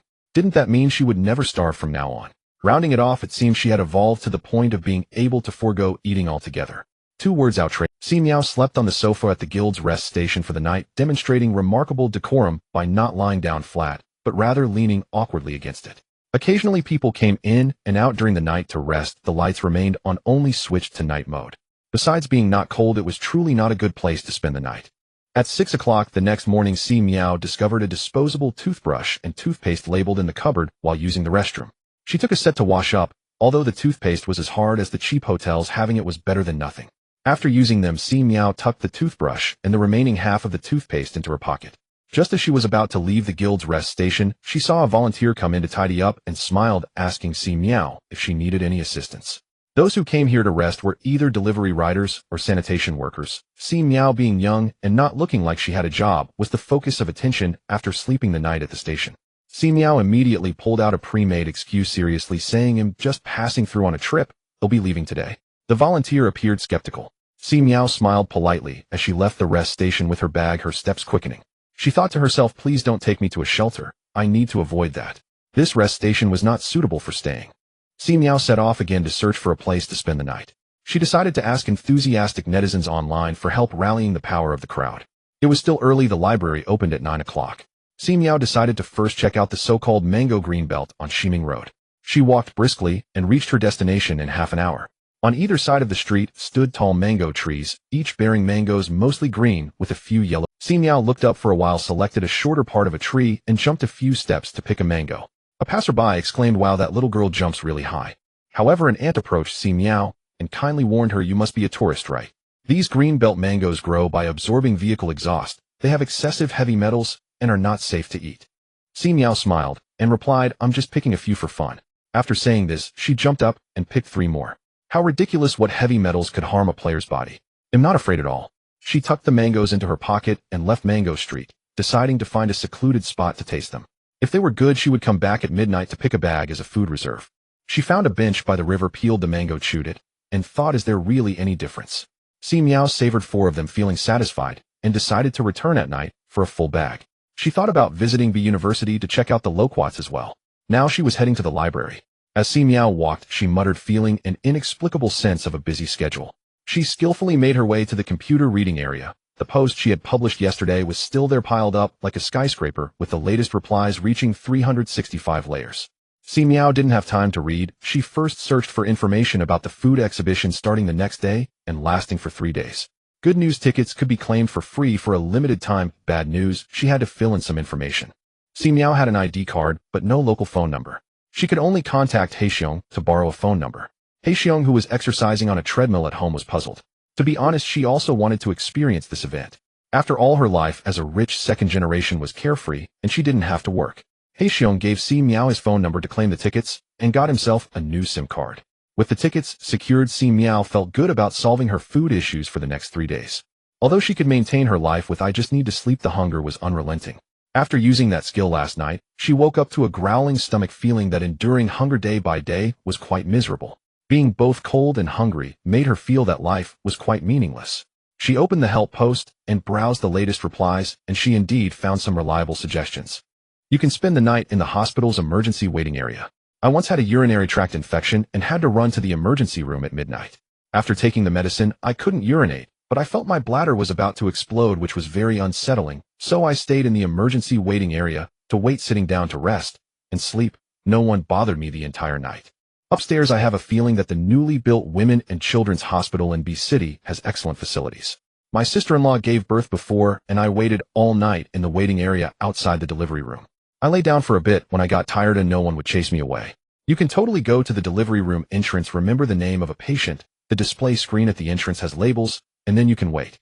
In the university classrooms, the doors are basically not locked at night, and there's a restroom and hot water supply. But you have to leave before 8 a.m. If you stay too long, someone might see you, and the security will chase you away. Si Miao's eyes lit up as she decided to indulge in the university classroom tonight and gather loquats. She took notes in her notebook. At noon, Si Miao glanced at the supermarket itinerary she had arranged earlier, which would take 40 minutes to walk to. Including tasting samples, it would take 2 hours round trip. Those little samples couldn't even cover the calories burned on the way there. After pondering for a moment, she decided to skip lunch and go with a fruit fast. At 5:30, she left the library and headed for the mall nearby university, where she managed to snag some yogurt, grilled sausages, and bread. In those large chain bakeries, you could find tasting stations with closed eyes. Si Miao sampled the bread and drinks from their own brand one by one, then pretended to browse around the shop before leaving. At 7 o'clock, Si Miao pretended to forget her student ID and blended into the crowd at the university. Sure enough, the literature college had a patch of loquat trees, and many students were picking them. Si Miao smoothly joined in fabricating a story when asked which department she was from. The loquats were not very large, and even more sour than those on the market, but what did it matter? Si Miao filled her bag to the brim. Leaving the loquat garden, she passed by the sports ground and noticed an event with a crowd gathered, and the sponsors' banners were enormous. She quickly changed direction and walked over. It turned out to be a social event between the foreign language and civil engineering departments with yogurt sponsorship, fun games, and a snack buffet. Si Miao expertly stood at the snack area sipping yogurt and munching on a small piece of bread, thinking to herself that this was really nice. She didn't dare to eat too much and quietly left before attracting attention. Choosing a public study room, she sat in the back row daydreaming with no one bothering her. In the study room, there weren't many people left. By 11 o'clock, only Si Miao remained. She heard what seemed to be a security guard checking the classrooms and quickly packed her things to slip into the restroom, waiting until she could no longer hear footsteps before carefully returning to the classroom. She didn't dare to turn on the lights lying on the chair in the glow of the streetlights outside. Si Miao kept her promise. Although her backpack was filled with several pounds of loquats, she stealthily left the classroom at 4 in the morning. With her lightness like a swallow climbing over the wall was a mere child's play, and soon she arrived at Mango Street.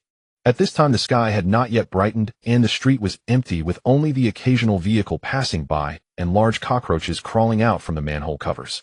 Si Miao nimbly climbed the tree to pick the fruit, taking a few ripe ones and a few semi-ripe ones, stopping after gathering about 10 pounds. She jumped down from the tree, dusted off her hands, and was about to plan her next move when she suddenly squinted her eyes, noticing a sneaky player approaching from across the street.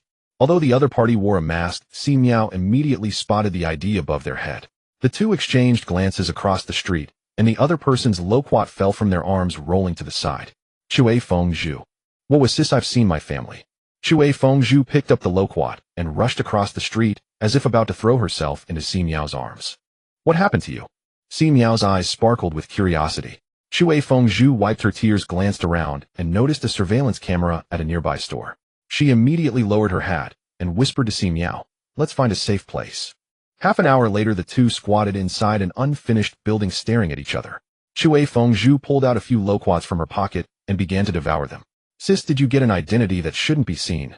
Do you want to see what it's like to eat green loquats?" Si Miao shook her head. "I have my ID." Chui Fengzhu looked on with envy. She had drawn the role of a criminal suspect, starting off in a messy office with a body lying on the floor, still warm, the safe pried open, and a stack of confidential documents in her hands. "The mission doesn't allow me to destroy the scene, only to run away, and I have to survive in City B for 30 days without being caught to complete it." Upon hearing this, Si Miao suddenly felt that her vagrant identity wasn't the worst after all.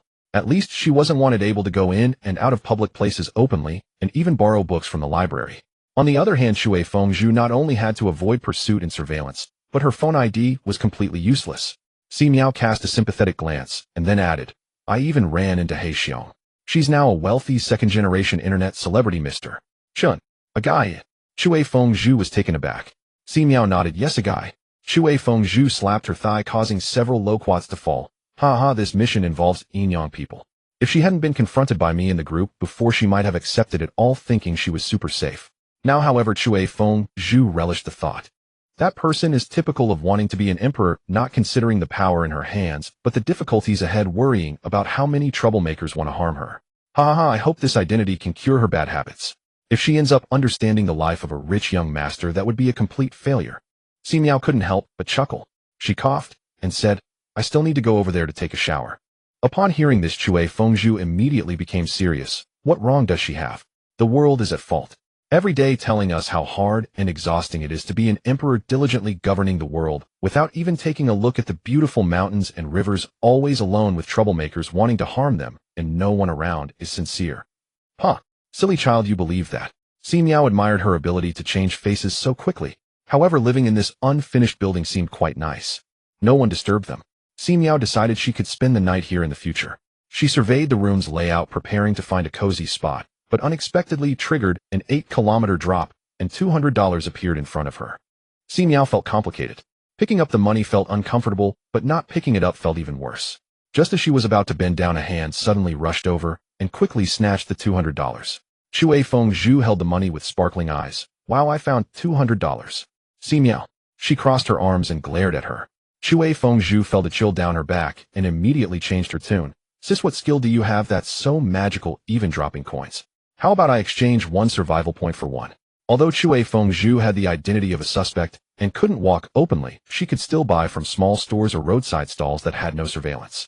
Upon hearing that she could exchange, Si Miao immediately pulled out all the cash she had dropped in the past few days. After all, she couldn't take the money with her when leaving this mission. Not much, only $2,000. Chui Fengzhu. Actually, I misspoke earlier, it's 101. Si Miao had no problem with that. 101 still meant 200 survival points, and she couldn't let this pig run away. After Chui Fengzhu's wallet became rich, she immediately went out to spend. Her trading market was banned, and the crackdown on illegal activities would intensify. After hiding for these days, she had fallen to eating green loquats. Taking advantage of having cash, now she hurried to buy some equipment. Si Miao still planned to attend a buffet at the fair today, so she left the loquats and lychees in the unfinished building. Noticing it was getting late, she walked quickly to the fair to meet He Xiong. She used her ID to collect a paper ticket and turned around to see He Xiong getting out of a green sports car, looking as if switching to luxury cars was easier than picking up trash. He Xiong wore sunglasses exuding an aura that said, "Leave me alone." The two met up. Si Miao entered with a paper ticket, while He Xiong scanned her phone. The venue was divided into 2 halls with 120 merchants participating and a large number of visitors. The promotion claimed over 100 views, and there were performances and speeches on the central stage. Si Miao embraced the atmosphere and immediately began to scout for delicious food. The vendors at the fair were very generous with tasting samples overflowing, and sausages were given one by one. Unlike in supermarkets where everything was cut into thin slices, Si Miao felt like a mouse falling into a rice vat, eating here and there, and He Xiong followed beside her, going from being reserved to joining in. Spicy fish slices, spicy duck necks, beef pies, seafood, fried noodles, Buddha jumps over the wall, and spicy soup. One bowl after another. Si Miao was truly amazed. She couldn't finish it all, there was just too much. It took 2 hours to finish one exhibition hall, and her stomach was already full. And such good days would last another 2 days. Si Miao decided to save the remaining exhibition hall for tomorrow as a surprise, so she would stop here today. After leaving the fair, Si Miao went to the library to replenish her knowledge, while He Xiong, having nothing to do, followed along.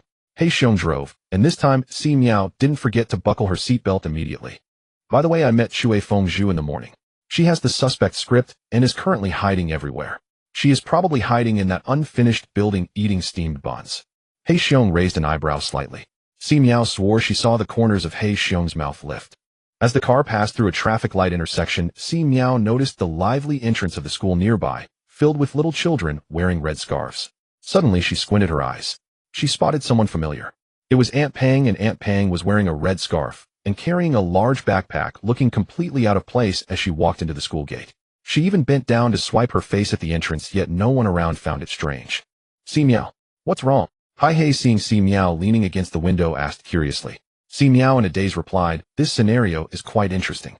Hai He had turned into a man. Aunt Pang had become a primary school student, and she had transformed into a pitiful little garbage collector. Upon hearing that a player had drawn a primary school student card, Hai He showed a sympathetic expression, imagining her spending 30 days in class with the chattering little students, and began to feel irritated. Watching Aunt Pang's figure with a high ponytail disappear at the school gate, Si Miao decided to wait for school to end before coming back. The green light was on and Hai continued driving.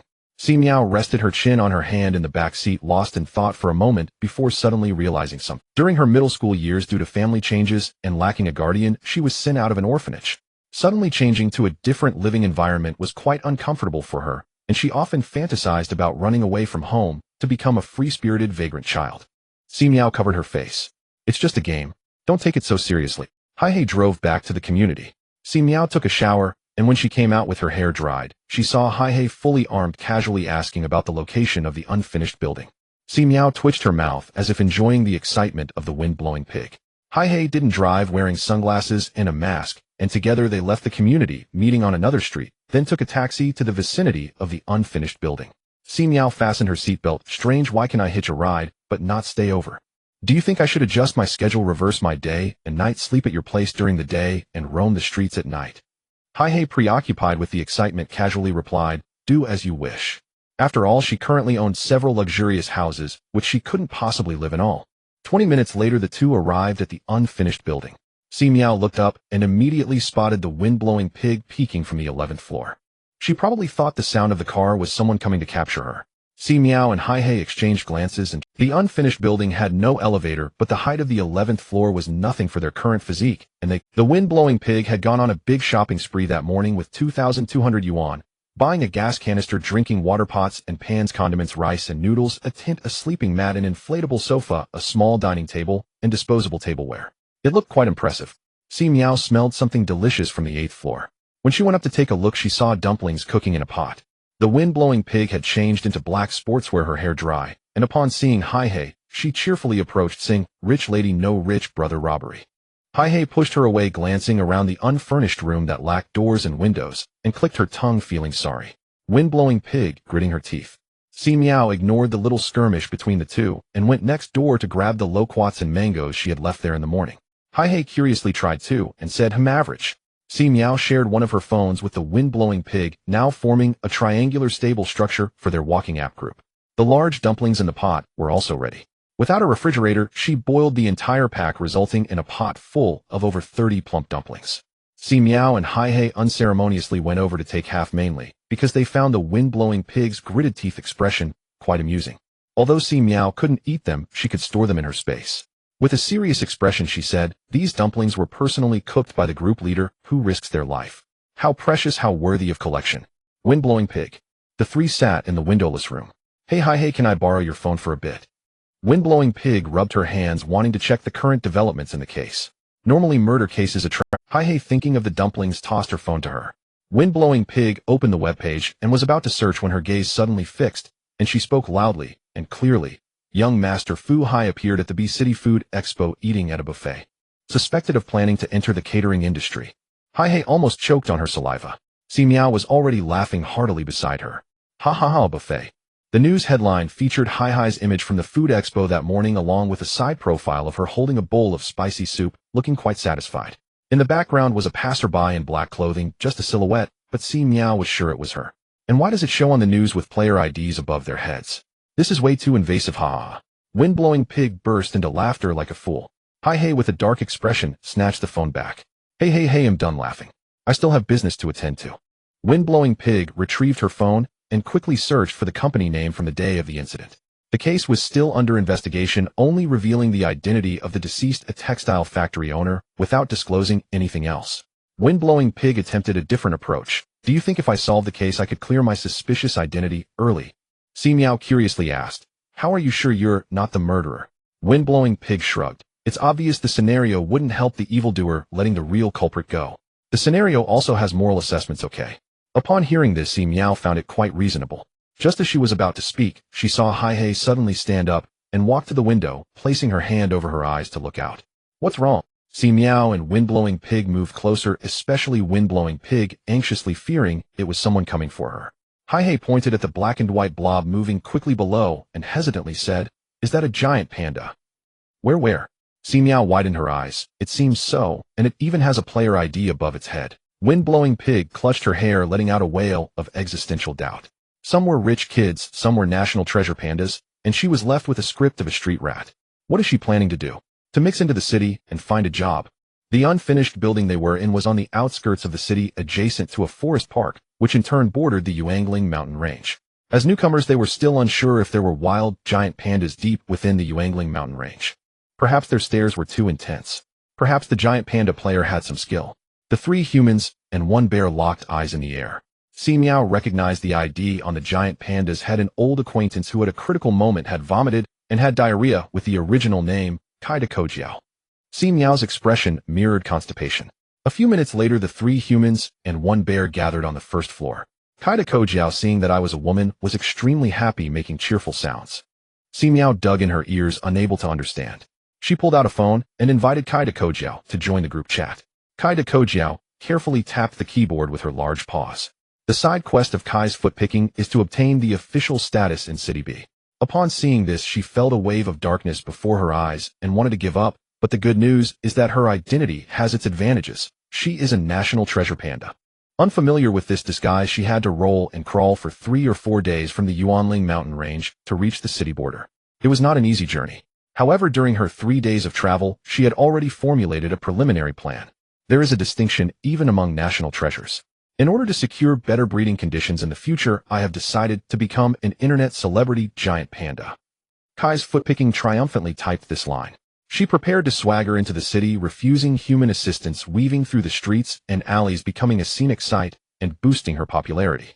The most important thing is to have a gimmick. As a seasoned spectator, Kai's footpicking knew exactly how to create excitement. Gimmicks are universal, such as giant pandas crossing the road at traffic lights, giant pandas helping sanitation workers clean up trash, giant pandas stealing takeout. These are the plots that spectators find most delightful. Kai's footpicking touched her round head, and upon remembering something, she hurriedly asked Si Miao and the others to take pictures of her to find her camera angle. She began posing in various cute, silly, and majestic stances. Si Miao, Black Bear, Windy Pig. So much drama. Among them, only Black Bear had a local phone, and she took several dozen pictures of Kai's footpicking. Kai's footpicking leaned in with her big head, nodding repeatedly, finding herself cuter the more she looked, her round face, shiny fur, and chubby paws. She tapped on the phone screen. I'm so cute, don't you want to pet me? Si Miao saw this and immediately reached out to touch the round panda head, tugging at its ears and cheeks. It was just too adorable. The 3 of them surrounded the giant panda for half an hour. The now smaller Kai's footpicking exclaimed, "So stylish." Si Miao suddenly moved her ears. A car is coming. There are quite a few. Windy Pig immediately became nervous. Oh no, what if they are here to catch me? I'll turn into a little bee and hide for a bit. Black Bear calmly searched the nearby area on the internet and said, the giant panda's location has been spotted and posted online. Spectators were already rushing over. After all, seeing a giant panda in the wild is an incredible stroke of luck, and witnessing a wild giant panda appear on the city's edge is a first in history. Now it was Kai's footpicking's turn to feel nervous. It's time to start her act. She waved goodbye to the others and quickly left. Si Miao and the others didn't stop her, as they were all players, each with their own style of completing tasks, respecting each other while being spectators. Windy Pig sighed. I just got settled and now I have to move again. The sudden appearance of a giant panda in an unfinished building would surely attract a lot of attention. Now she is a suspect. Si Miao looked at her with sympathy. Black Bear smirked slightly and said slowly, I know a place that has better conditions. Windy Pig immediately hugged Black Bear's arm. Sister, you are my second sister. Black Bear twitched her mouth, thinking this person has no shame. She sighed and said, it's another unfinished building, but it's a villa area and the windows and doors are all installed, shielding from wind and rain. Upon hearing this, Windy Pig wasted no time and quickly packed her things to relocate. After they hurriedly left the unfinished building, more spectators flocked over after seeing panda videos online. Kai's footpicking needs exposure. She cannot be caught and taken to a zoo in one fell swoop, nor can she appear to pose a threat to humans or public order. The demands for her performance are high. She curiously walked along the sidewalk, grinning to deter anyone from getting too close, but she did not attack humans, stopping to nibble on bamboo leaves from the roadside greenery when hungry. Videos related to the giant panda instantly flooded the internet. It was everywhere. In the face of such a top-tier event, even rich second-generation individuals enjoying buffets had to step back. The citizens of City B were in an uproar, and people nationwide, even overseas, were paying attention to the wild giant panda that had suddenly appeared in the city. Indeed, they had ruled out the possibility of a panda escaping from the zoo, as the 2 round pandas in the zoo were peacefully basking in the sun. Some had captured images of the round panda passing by from their balconies. Some filmed the round panda eating in a bamboo grove at the park. Others saw the round panda scavenging for trash at the market. The whole world was encountering the round panda. When the fire department in City B received the emergency call, they repeated it several times. Are you saying there is a wild giant panda scavenging for trash at the market? Kai's food picking. She only saw a few bamboo shoots on the ground and went over to scratch around a bit, not scavenging. In just one afternoon, the news of the giant panda entering the city broke all the records online. Back at the library, Si Miao was astonished at the sight, as expected, of a national treasure. The official account was live streaming the giant panda's movements from various angles with aerial shots, and an excited host turning red in the face urging citizens not to approach the panda or feed it. Si Miao even saw traffic police clearing the way for Kai's food picking, ensuring her safety. Experts who had flown from the Panda Rescue Center came to take samples of the feces Kai's foot-picking left in the flower bed for testing. Here is the news hotspot of City B. At 1423, a wild giant panda was spotted in the direction of the City B Forest Park, currently inspecting the Jina district. Citizens, please do not panic, surround, provoke, or feed. Ensure the safety of both humans and pandas. Preliminary tests on the feces indicate that the giant panda is a 10-year-old adult female, weighing 150 kilograms, and is in good health. Si Miao covered her face.